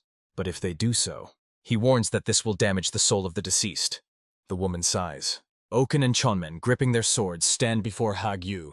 The young man thinks that this is simply unbelievable. The mere appearance of the dead before them is already astonishing. But for Master Hagyu to be so strong... He looks at the living dead who appeared before them, surrounded by a glowing blue aura. The bandages cover only the lower body and arms of the man. Chonmen thinks, well, after all, he is a master of the flowering state and the head of the sect, so it is not surprising that he is strong. However, he recalls that previously Master Hagyu from Zhongnan was known for his excellent teaching methods and ability to maintain harmony among students. Chonmen continues to ponder. As for combat skill, it was believed that he was inferior to his teacher. The young man glances at Oken, wondering, isn't that so? The woman says that the 36 swords of the Heavenly River are the limit of secret truth. Looking at the energy circle, in which various hieroglyphs shine, and in the center of which is Hagyu, she adds, it encompasses all 12 directions, top, middle, and bottom, with itself in the center. Another attack is met by Hagyu with such virtuoso sword movements that Oken cannot even get close to him. Assessing the opponent with a glance, she says, a sword combining offense and defense, leaving not a single gap. Chonmen asks, a sword of offense and defense used by the tireless Jiangshi? Will those who wield transformation swords be able to break through his defense? Oken replies, they will not. The young man asks in surprise, what? He is struck by such a direct answer. The woman explains that the sword of Manhwa cannot pierce the perfected sword of Zhongnan. She recalls how her sword split into 2 parts. It all began at that experience exchange meeting, destroyed in a moment of unrestrained anger when she lost to the sword technique of Hagyu. After the meeting ended in disaster, for some time she was the laughingstock of all Shanxi, the ridicule of Manhwa, which turned out to be no match for Zhongnan. Having lost in skill, she could not even object. Oken considered the opponent's technique to be composed only of basics, without any lofty principles. She promised herself that she would definitely take revenge. With this thought, she studied the Zhongnan sword, but she carefully practiced only 3 basics: horizontal cut, vertical cut, and thrust. The woman says, the true origin of the 3 forces. When their sword technique, perfected within the concept of the 3 forces, was completed, she concluded, it is impossible to break through this technique using transformation swords. Fiercely flashing her eyes, Oken adds, nevertheless, Manhwa has held its position until now because they break through not the sword technique, but the person. The woman states, Hagyu was a straightforward man, just like the sword he wielded. That was his virtue, but now it will become his weakness. Frowning at the opponent, Oken says, "They haven't trained together for a long time." Purple sparks flare in her eyes. Taking a fighting stance and raising her sword, she suggests remembering the old times. Oken suggests Hag-Yu recall the martial arts competition, then adds, "No, that duel from their youth." She hopes he remembers it. The woman uses the divine art of the Purple Dawn technique. Oken moves so fast that it seems she simply disappeared, dissolved into the air, leaving behind several pink petals falling to the ground. A purple whirlwind surrounds the Jongnan clan leader holding his sword before him. Oken's gaze is stern and full of determination. The woman, invisible to the opponent, penetrates the energy circle created by Hag-Yu. She approaches him from the left, and it seems he does not notice her. Without even turning his head toward her, he places his sword under her blade. Strong wind, carrying pink petals, crashes down on the revived dead man. In Hag-Yu's eyes burns a red spark. He slightly glances sideways. The man raises his sword and again parries the strike of the opponent who attacked him from behind. Confusion is in the woman's eyes. She clearly did not expect to face such skill. Hag-Yu easily deflects her numerous lightning-fast attacks. Chonmen, watching this battle, although it is difficult for the human eye to distinguish anything in the clouds of dust and energy haze, thinks. They said that transformation swords cannot break through the formation of the 36 swords of the Heavenly River. He mentally asks Oken, why does she stubbornly use transformation swords with deceptive maneuvers? Suddenly, Chonmen is struck by a guess. He notices that the energy of the purple mist still swirls along the trail where the sword passed. Hag-Yu impassively deflects Oken's attacks. He did the same back then, in those distant days, and it was magnificent. Fighting the girl, young Hag-Yu thinks that this time exchanging techniques with her is a true pleasure. The sparring took place at a tournament for exchanging experience between the main sects of Shanxi. The elders and their fellow disciples watched their battle. But more than their support and expectations, he longs to know her feelings. Looking at the girl, he mentally wonders, what about her? This moment when they cross swords together, like the dragon and the phoenix of Shenxi. Looking at the tears shining in her eyes, he mentally asks her, why does she have such a sad expression? Red flames blaze in the eyes of the revived dead, and from his lips escapes, why? A terrible explosion shakes the space. Chonmen, standing behind Oken, thrown back by the explosion, exclaims, "Master!" The woman manages to stand on her feet. The young man is stunned. He peers into the settling clouds of dust and smoke. The mighty figure of Hag-Yu appears before them. Chonmen is amazed. After such a fierce attack, not a single scratch. Oken, without looking back at the disciples, says, "She said it herself. Transformation swords cannot penetrate the completed formation of the 36 swords of the Heavenly River." Looking at the proudly straightened Hag-Yu, she adds, "The transformation sword of MANHWA is not meant to pierce the opponent's sword. It is a sword that penetrates the human heart and strikes vulnerable spots." She explains that her attacks against Hag-Yu so far have been limited to creating an energy formation. The man stands surrounded by a spiraling flow of purple aura and slowly falling petals to the ground. Streams of energy begin to accelerate, creating a vortex around Hag-Yu. Watching the accelerated streams scatter the man's gray hair, she says that from the very beginning she did not intend to win by directly crossing sword with Hag-Yu's sword.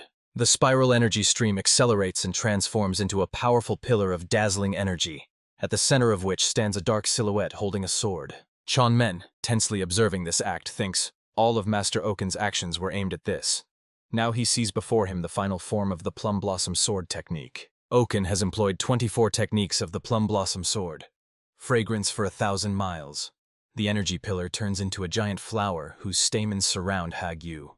Chonmen thinks that the beautiful energy petals are blooming into a lush flower, but in reality, each of them is like a powerful sword strike.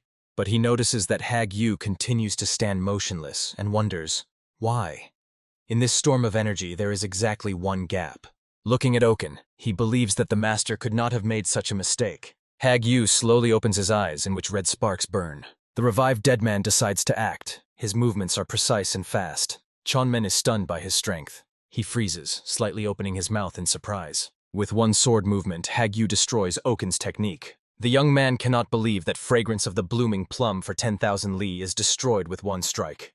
He hears Oken's voice telling him not to panic. The woman explains. She deliberately left this gap for him so that he could break through.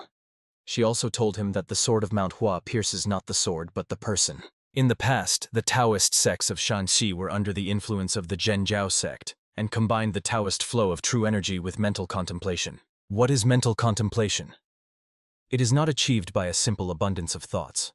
the mastered martial arts, the conversations they exchanged, and the actions that come and go. These experiences compose the contemplation, which is the self. No matter how distorted consciousness becomes from demonic arts, no matter how much a person loses themselves, if the body's memory is stimulated by the same movements, true Taoist energy will naturally flow again. True Taoist energy stimulates the Baihui point and is capable of restoring clarity of thought. Taking a fighting stance and raising the sword, the woman addresses Hagyu. So, how is it? Does he now remember that situation? Chanman tells her, no matter what, the one who is nurtured by demonic arts.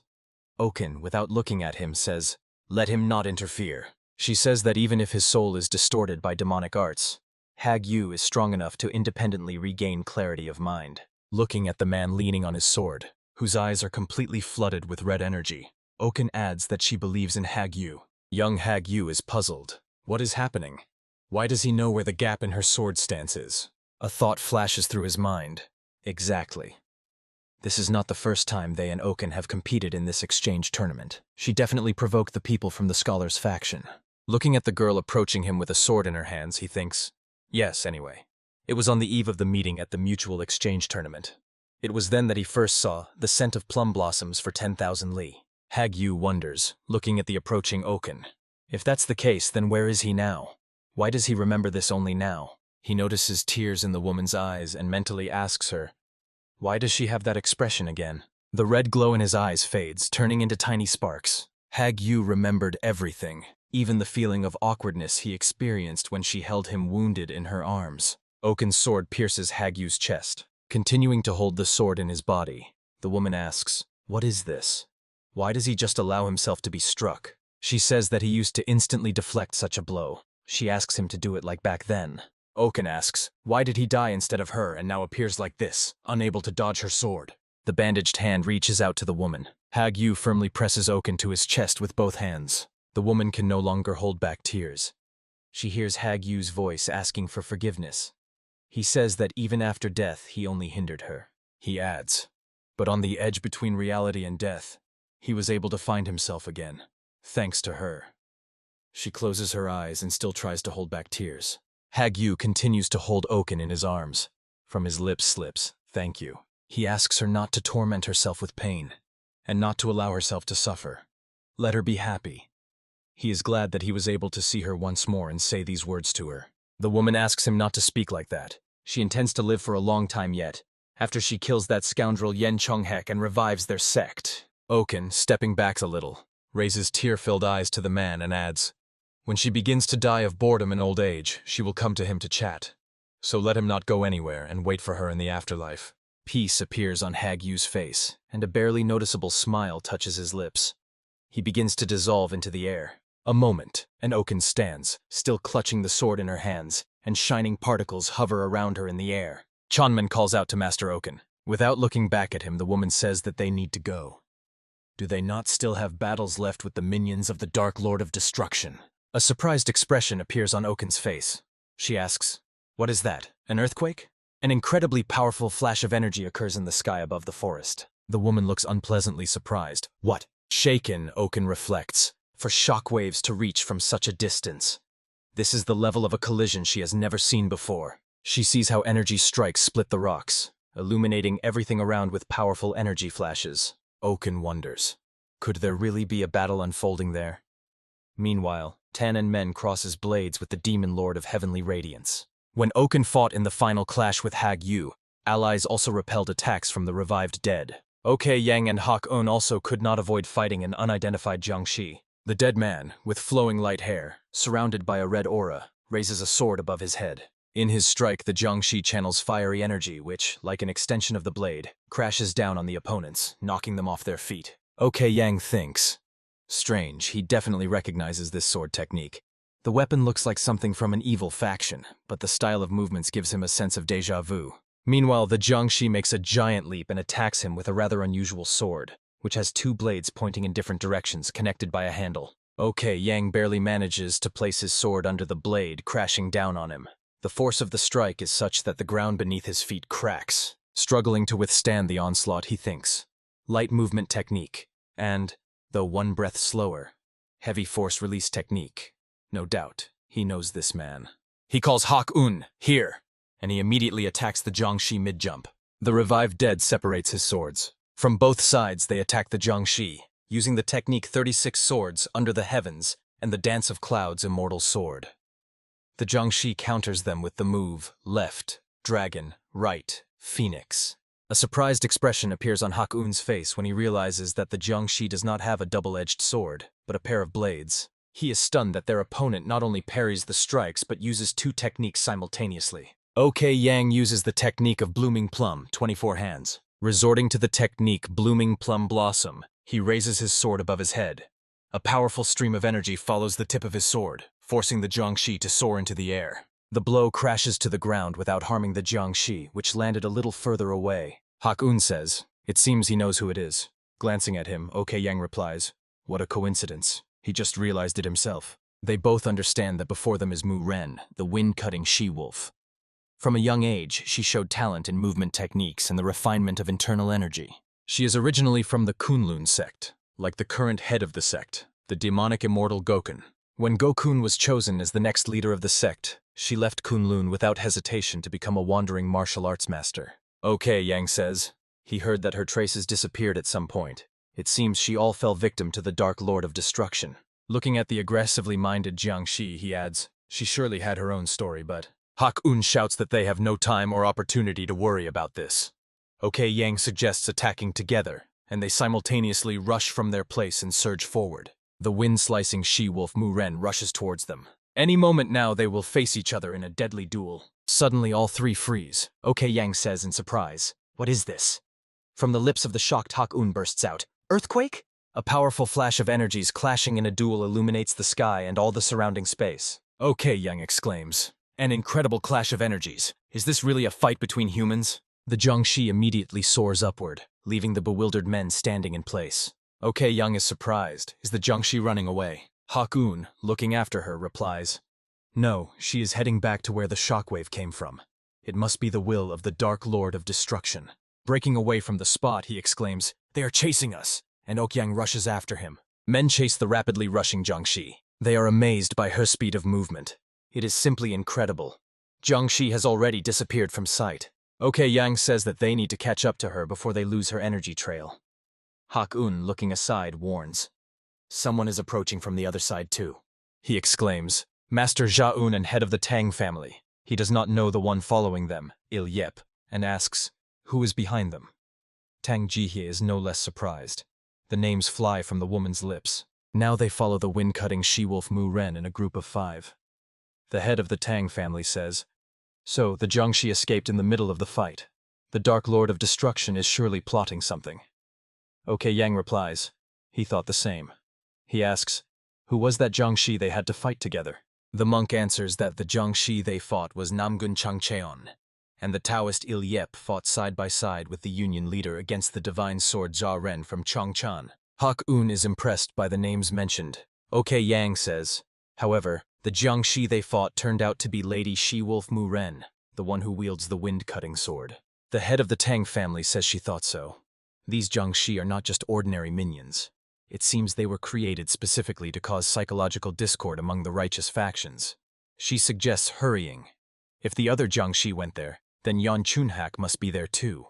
OK Yang calls out to Oken standing ahead, "Elder sister!" The woman looks back and says, "What? Is that OK Yang? And the others?" She adds that they arrived just in time.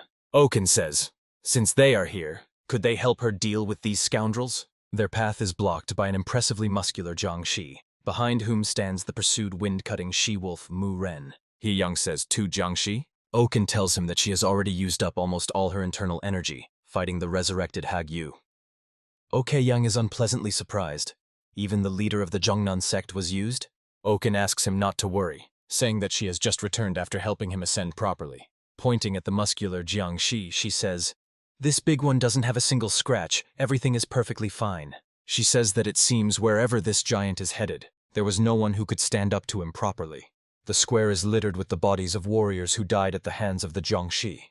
Among them lies Sun Qian, arms spread wide. Such an assessment by Oken is unfair to him, having faced this Jiangshi. When he first crossed swords with the huge living dead, he decided he could fully subjugate it, controlling its movements using the unbridled sword technique. Fighting, Sun Qian thinks. Unbridled sword technique. He does not know who this man was in life, but such a sword technique, based solely on energy, is vulnerable to the principle of late initiative of his Taiji sword. He leaps at the opponent, Taiji sword, the supreme final chapter. He uses the Taiji wisdom sword technique. Inside him, it feels as if something explodes, and he drops to his knees, supporting himself with one hand on the sword.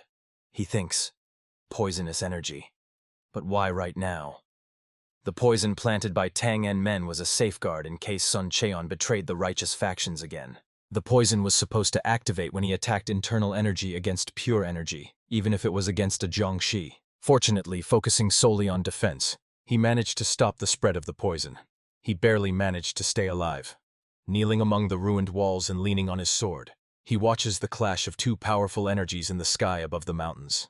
If that surge of energy behind the mountain hadn't caused the Jiangshi, he definitely would have died. He wonders, what kind of battle is happening there? Meanwhile, the fight between Tang and Men and Chonghak continues. The head of the Tan family looks at the sky where a battle is taking place, and the name of her son slips from her lips. Shaung says, "It seems everyone has already expended significant internal energy fighting the Jiangshi." Oken replies that fortunately, the Jiangshi, possibly due to magical influence, do not attack until they try to cross a certain line. A group of people and two undead stand opposite each other, separated by a bright beam. A voice sounds, "Then let them keep them." Everyone immediately turns their heads back, surprised that they did not notice the outsider's presence. Before them stand the resolute immortal sword of unity Taiho and the immortal demon of Kunlun Gokun. Taiho says they will deal with them.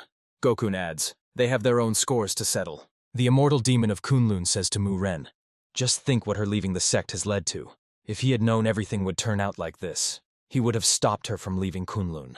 Taiho addresses the monstrously muscular Jiangshi, calling him Nuhan. He adds that they have not seen each other for a long time. The immortal sword of unity recognizes the nomad who mastered the Qingcheng martial arts. He recalls that he has opposed him more than once, causing chaos in Gansu province. Oken asks, will they manage? Other Jiangshi required no less than 2 masters, and they intend to fight each Jiangshi alone. Gokun replies that Kunlun has long opposed the cunning tricks of the demonic sect. For them, this is not surprising. Clenching the sword in his hand, he advises them to conserve their strength as much as possible. The immortal demon of Kunlun adds, "When this fight ends, they will all have to face the Dark Lord of Destruction."